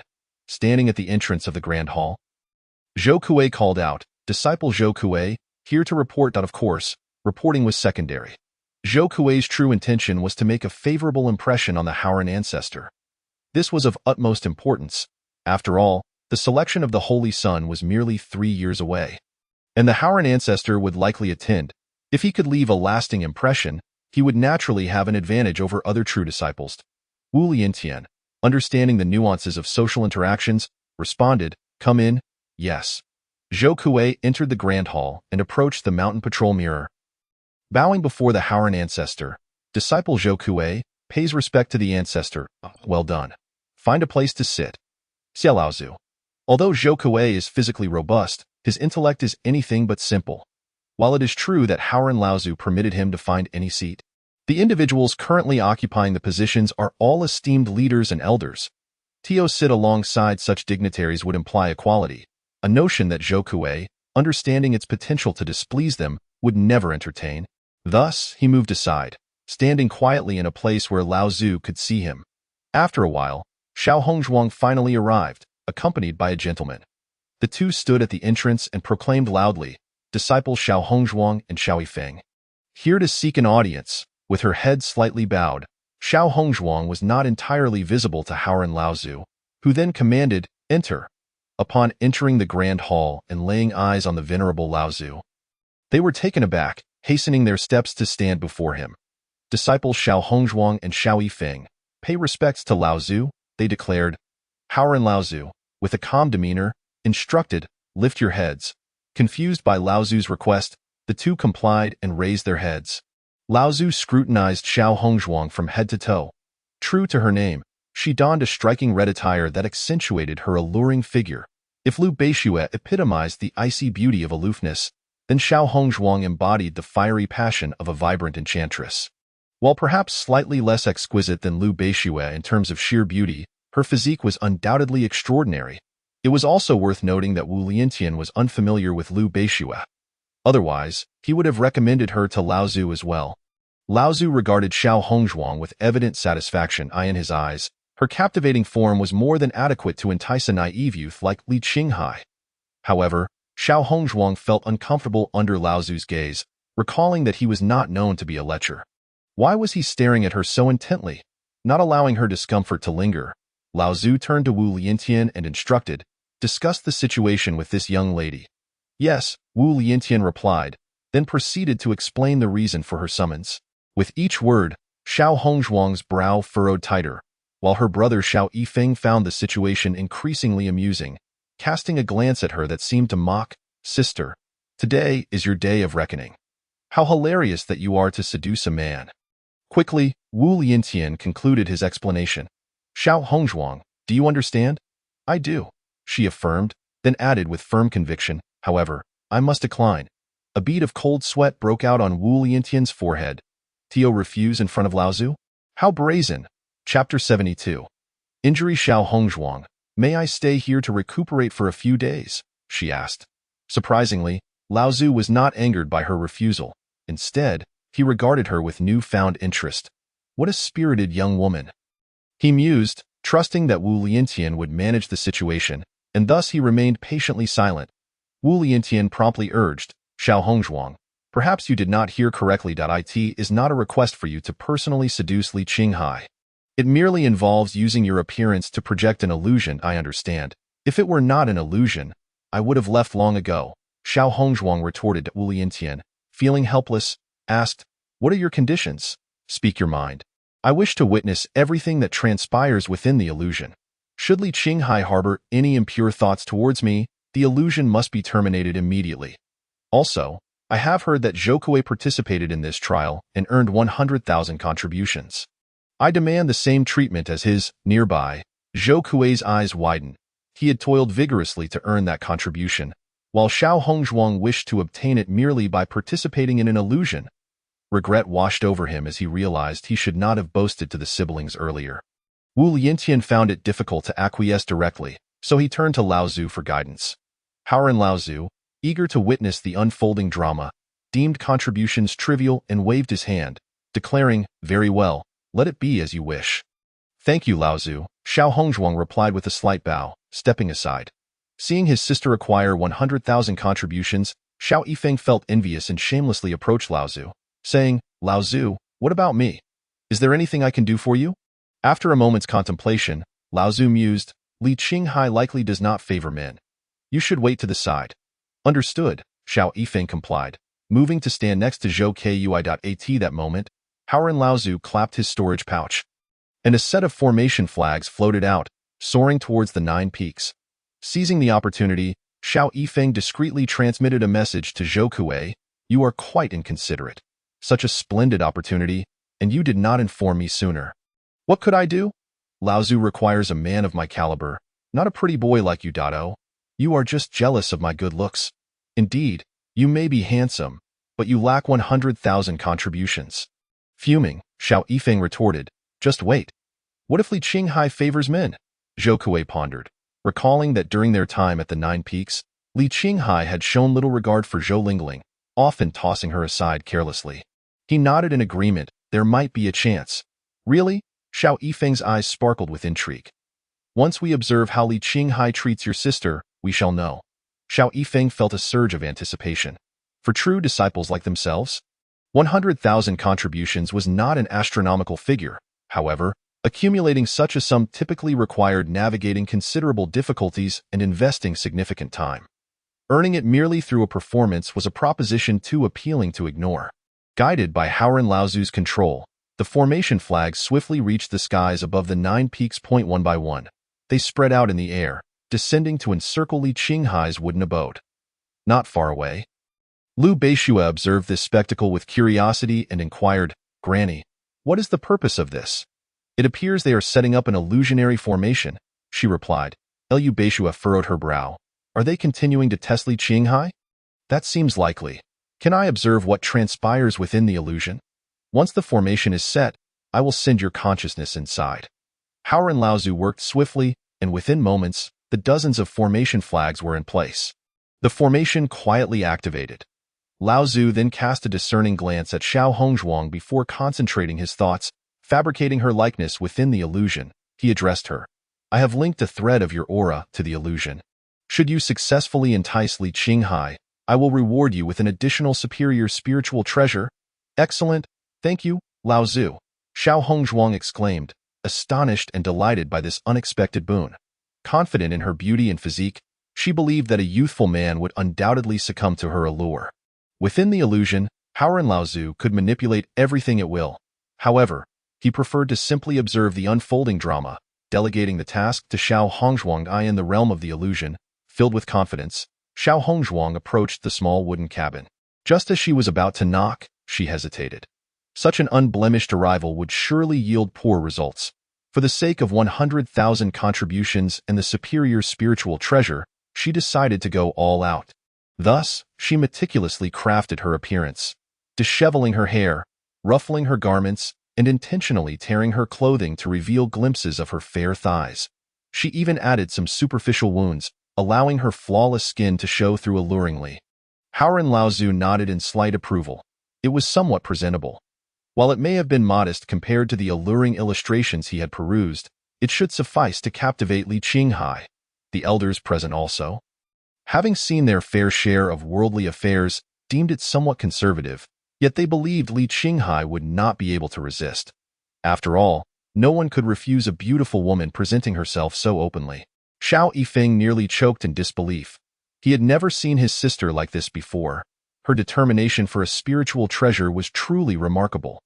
Though it was merely an illusion, it felt excessively generous towards that scoundrel Li Qinghai. Liu Beixue, witnessing this scene, clenched her fists in anger and frustration, cursing vehemently, "Vixen!" Yet, Jean Danpapa wore a smile, secretly praising, "What a splendid trial! It will surely reveal Li Qinghai's lecherous side to Liu Beixue, dispelling any lingering affections she may harbor." At that moment, Xiao Hongzhuang was fully prepared. Taking a deep breath to adjust her state, she finally knocked on the door with a sense of urgency. "Is anyone there?" she called out weakly. "Who is it?" came Li Qinghai's voice from within. "Friend," Xiao Hongzhuang replied, feigning vulnerability. Confused, Li Qinghai slowly opened the door. Upon seeing Xiao Hongzhuang in such a state, his eyes widened in surprise. With a slight bite of her crimson lip, she implored, "Friend, I am gravely injured. May I enter and recuperate for a few days? By heavens, such a seductive creature seeks refuge in my abode? Is this not purely a destruction of my resolve? Li Qinghai, you have now regained your qualification for cultivation. Courting death is indeed your true path. You must not be lured by the temptations of the enchanting skeleton." Li Qinghai earnestly admonished himself several times, and his resolve immediately became as solid as a rock. Upon noticing Li Qinghai's silence, Xiao Hongzhuang resorted to her ultimate ploy. Pretending to be injured and dizzy, she was about to fall into Li Qinghai's embrace. Upon seeing this, Li Qinghai could not allow her to succeed. He swiftly closed the door, using it to push Xiao Hongzhuang outside. Simultaneously, a calm voice emanated from within the room. "You may sit outside and cultivate." Xiao Hongzhuang was left dumbfounded. Others witnessing this scene were equally bewildered. Chapter 73.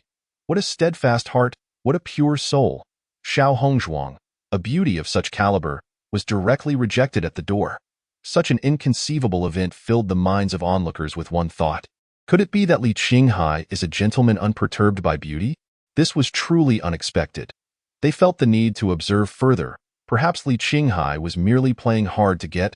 The elders, including the venerable Howren, expressed their astonishment while continuing to watch intently. Meanwhile, Xiao Hongzhuang, staring at the closed door, felt an overwhelming mix of shame and anger. As the renowned beauty of the Qingyun sect, she was accustomed to being the object of desire for countless male cultivators. How could she now be barred from entry by Li Qinghai? Naturally, the strong-willed Xiao Hongzhuang was indignant. She refused to believe that with her beauty, she could not win over this Li Qinghai. As the saying goes, a man pursues a woman, there lies a mountain. A woman pursues a man, there lies but a veil. If she were sufficiently proactive, Offering Li Qinghai a taste of sweetness, he would surely be unable to resist temptation. With this thought, Xiao Hongzhuang took a deep breath, already formulating her plan. She slightly shifted her thoughts, causing her garments to reveal a hint of her alluring collarbone and the concealed allure that inspired boundless curiosity. Upon witnessing this scene, Liu Beishue could not help but curse under her breath, "Vile vixen." The golden elixir granny smiled with satisfaction, recognizing that such allure would likely unsettle the hearts of even seasoned cultivators, let alone a hot-blooded youth like Li Qinghai. Subsequently, Xiao Hongzhuang knocked on the door once more, softly calling out, "Fellow cultivator, you saw that I am in disarray. It is quite inconvenient for me to cultivate outside. Please, allow me to enter. I promise I will not trouble you." Li Qinghai stood behind the door, silently reciting Amitabha. Form is emptiness, emptiness is form. Xiao Hongzhuang bit her lip, resolute in her determination to not be thwarted. "Alas, fellow cultivator, I will not cultivate outside any longer. However, I wish to change my attire. If I could do so inside, I would leave immediately. Is that acceptable?" Her feeble voice carried a hint of a pitiful allure. Li Qinghai felt quite helpless. This could not continue. While daytime was manageable, nighttime would pose a greater challenge against the seduction of this enchantress. Wait, hold on, temptation? Yes, this did not seem like an injured soul seeking solace, but rather a deliberate attempt to entice him. Was this vixen intentionally attempting to disrupt his resolve? After a moment's reflection, Li Qinghai devised a plan. With a creak, he slowly opened the door, inadvertently catching sight of Xiao Hongzhuang's slightly exposed bosom. A surge of wicked thoughts arose within him, eager to delve into the depths of her allure. Thankfully, Li Qinghai remained vigilant, affirming that this vixen was indeed luring him, thus dispelling the wicked notion from his mind. Upon seeing the door open, Xiao Hongzhuang's heart leaped with wide-eye in a delicate tone. She asked, "Fellow cultivator, would you allow me to enter and change my clothes?"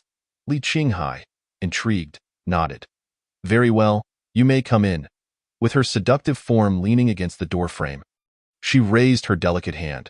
"Fellow cultivator, I find myself unable to move. Could you lend me your support?" Li Qinghai smiled gently. "Of course." Xiao Hongzhuang's lips curled into a satisfied smirk, thinking, "Li Qinghai, you cannot resist my allure after all." Humph! Little did she know, Li Qinghai swiftly summoned his wooden sword from his storage pouch, extending it toward her with earnestness. "Here, use this for support." The smile that had graced Xiao Hongzhuang's lips abruptly faltered. "Really? This will do."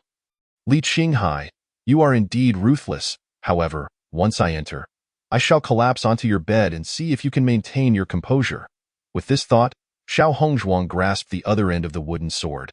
Li Qinghai then guided her into the room, simultaneously using his spiritual energy to assist her, wary of her potentially feigning weakness to fall into his embrace.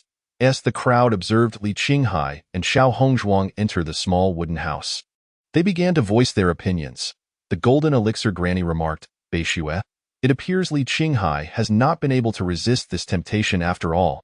Lu Beishue clenched her silver teeth, as if she wished to shatter Xiao Hongzhuang. "This vixen, into pieces." The venerable Howren chuckled, "Well, it seems Li Qinghai has held out longer than I anticipated." Wu Liantian concurred. The elder's keen eyes discerned Li Qinghai's true nature. Sun Xing also nodded, Li Qinghai permitting Xiao Hongzhuang to enter. A lone man and a woman in a room together. Surely he harbors other intentions. Within the hall, the real Xiao Hongzhuang revealed a triumphant smile. Simultaneously, she felt a sense of relief in her heart. Thankfully, she had finally succeeded in tempting Li Qinghai. Otherwise, where would the reputation of the Qingyun sect's flower go? Now that she was inside, she could deliver a decisive blow to Li Qinghai. The small wooden house was not spacious. After just over 10 steps, they were nearing the bed where Li Qinghai sat in meditation. Xiao Hongzhuang's eyes sparkled, and feigning a worsening injury, she gasped and staggered onto the bed, her alluring form presenting itself to Li Qinghai. Inciting thoughts of indulgence, "Fellow cultivator, could you come help me?" Li Qinghai's eyes widened. This vixen was indeed here to disrupt his resolve. He could only wonder whose wicked idea this was, truly malicious. Fortunately, Li Qinghai was no naive novice. In his previous life, he had accumulated vast knowledge and experience. and thus maintained a modicum of self-control. He immediately stated with righteous firmness, "Fellow cultivator, you appear gravely injured. It would be best for you to recuperate here." Having said this, Li Qinghai turned and strode away. With a resounding bang, he firmly closed the door behind him. Xiao Hongzhuang was once again left in disbelief. The venerable Haoran and the golden elixir granny were equally astonished. It turned out that Li Qinghai allowing Xiao Hongzhuang entry was not due to any romantic inclinations, but rather a desire for her to recuperate. What a remarkable resolve! What a pure soul!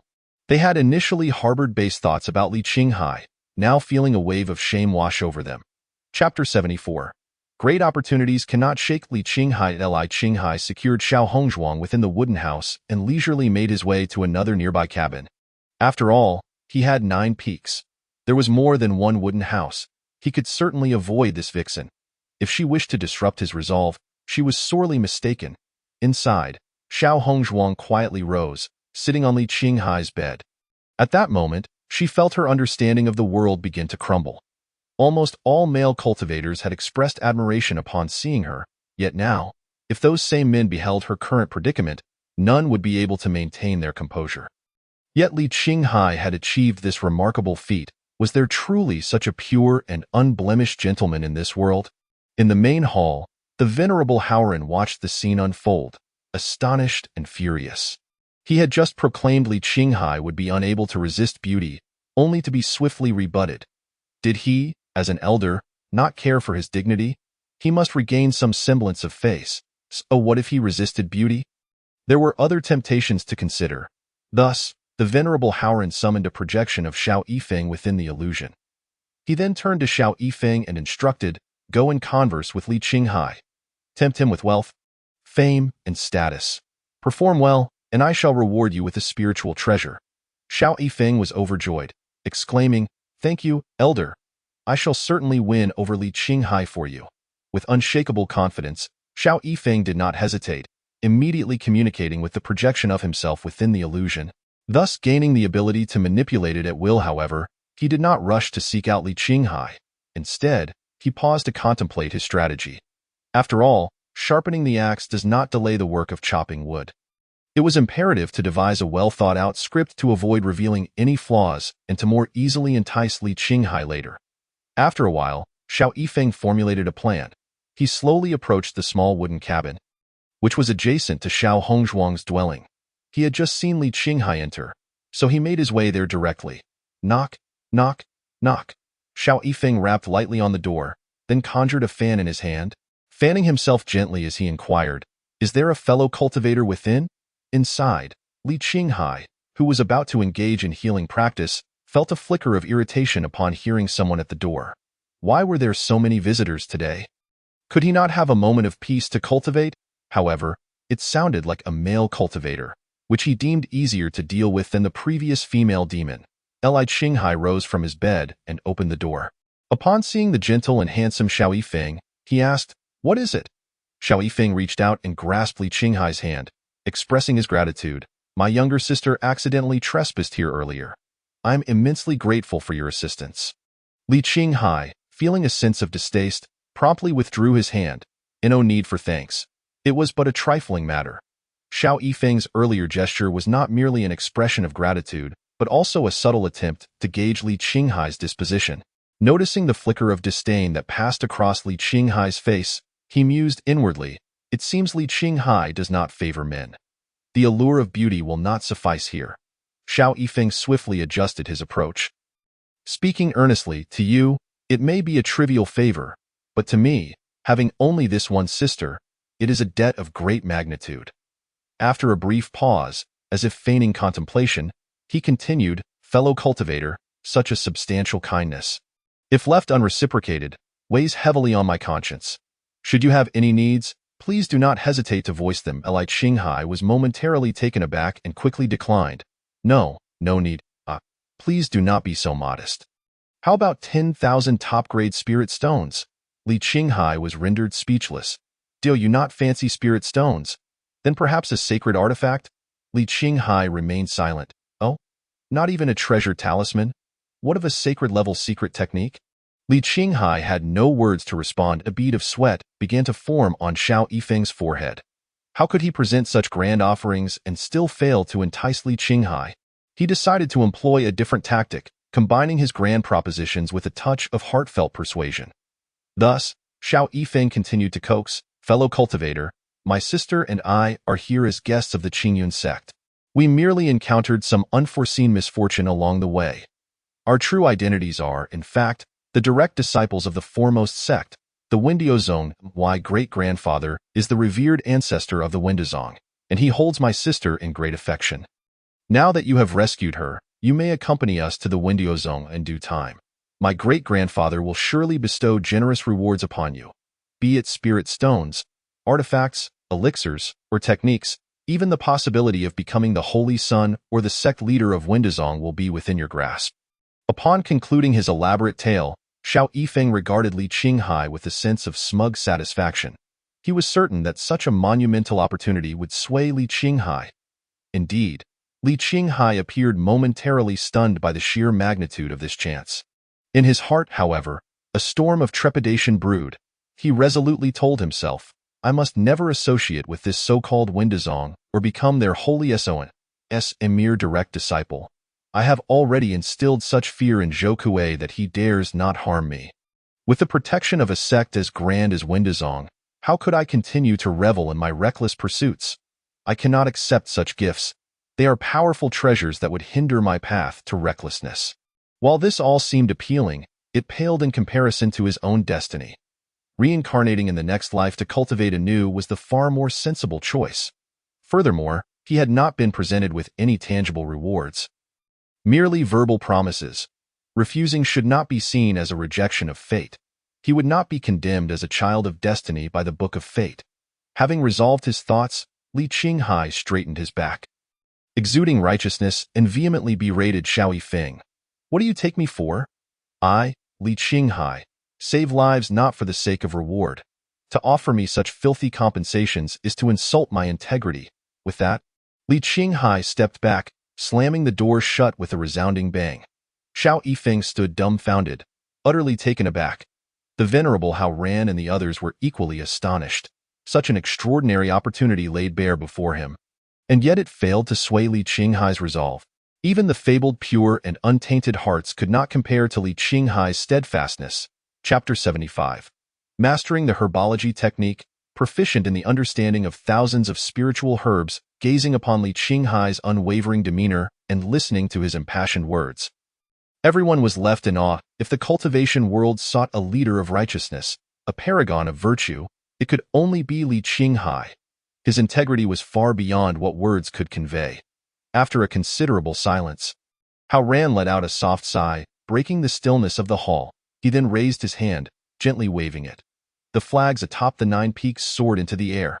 The illusion dissipated, and Xiao Yifeng and Xiao Hongzhuang vanished along with it. Soon, all the formation flags returned to Hao Ran's grasp.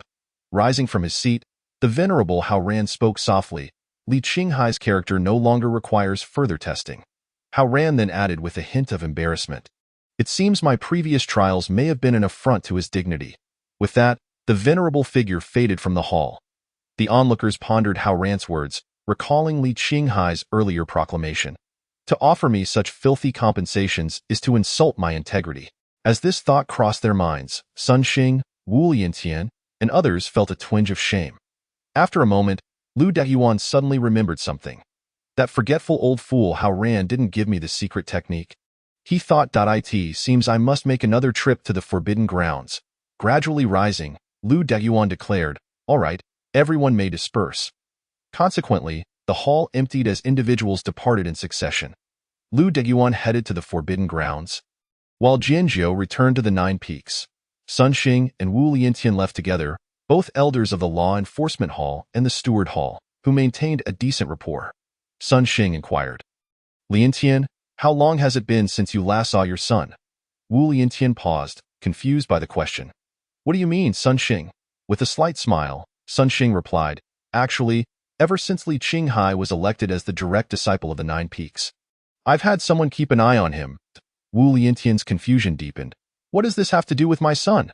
Sun Xing replied nonchalantly, I happened to catch sight of your son getting into quite a disagreement with Li Qinghai.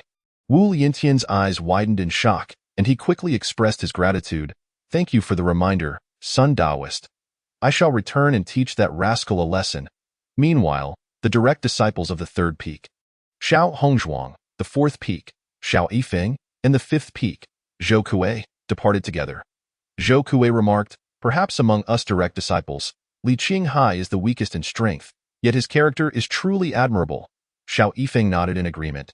Indeed, he scoffs at spirit stones, sacred artifacts, and secret techniques. When he declared he would be ashamed to associate with me, you cannot imagine the shame I felt at that moment, as Xiao Yifeng spoke. He turned to his sister, Xiao Hongzhuang's sister. Why are you in a daze? Why are you not speaking? Xiao Hongzhuang huffed. What is there to say? Zhou Kuei chuckled. Xiao Yifeng, could it be that your sister is not in a daze but rather thinking about Li Qinghai? Xiao Yifeng, ever the mischievous brother, quickly chimed in. Indeed, just look at her expression. She is surely thinking of a man. Xiao Hongzhuang glared fiercely, gritting her teeth. Zhou Kuei, Xiao Yifeng, you are courting death. The two burst into laughter, hastily making their escape. Meanwhile, in the Nine Peaks mountain range, Liu Beishue bit her lip, feeling a mix of joy and sorrow. It was hard to fathom how such contrasting emotions could coexist on a single face. She was elated that Li Qinghai had resisted temptation and had not fallen prey to the charms of Xiao Hongzhuang, the vixen. Yet, she was disheartened that Xiao Hongzhuang, with beauty comparable to her own, had reached such heights and still could not capture Li Qinghai's heart. The pressure she felt was immense. No, I must become even more perfect. One day, I will surely win Li Qinghai's affection. The golden core granny, unaware of Liu Beishue's thoughts, would undoubtedly be infuriated if she knew. With pressing matters at hand, she said, the presence of those powerful cultivators has dissipated. You may go and bid farewell to Li Qinghai now. All right, Liu Beishue replied. Liu Beishue regained her senses and flew towards the Nine Peaks. Suddenly recalling something, she addressed Granny Jindan. Granny, do you remember our earlier wager? Wager? What matter? Granny Jindan inquired, her expression one of confusion. You wished to track and test Li Qinghai, yet I opposed your idea. Subsequently, you declared that if Li Qinghai were a person of virtuous character, you would bestow upon him a great fortune. Upon hearing Liu Beishue's words, Granny Jindan finally remembered. Indeed, she had uttered something akin to that. However, it was because she believed that no one is without flaws, and she was certain that Li Qinghai harbored a dark side.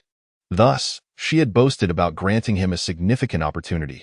Now, it seemed that Li Qinghai was impeccable. Even she, who was adept at finding faults, could not uncover a single blemish in his character. As a prominent figure, one must maintain their dignity. Promises made must be honored. Yet, the dilemma was that she had little of value to offer. What she possessed were merely a few personal secret manuals. Contemplating this, Granny Jindan's thoughts shifted, and a manual emerged from her necklace, landing in Liu Beishue's hands. Liu Beishue glanced at it. The grass and wood technique. Granny, is this your idea of a great fortune? It appears to be a rather mediocre skill. Are you merely brushing me off?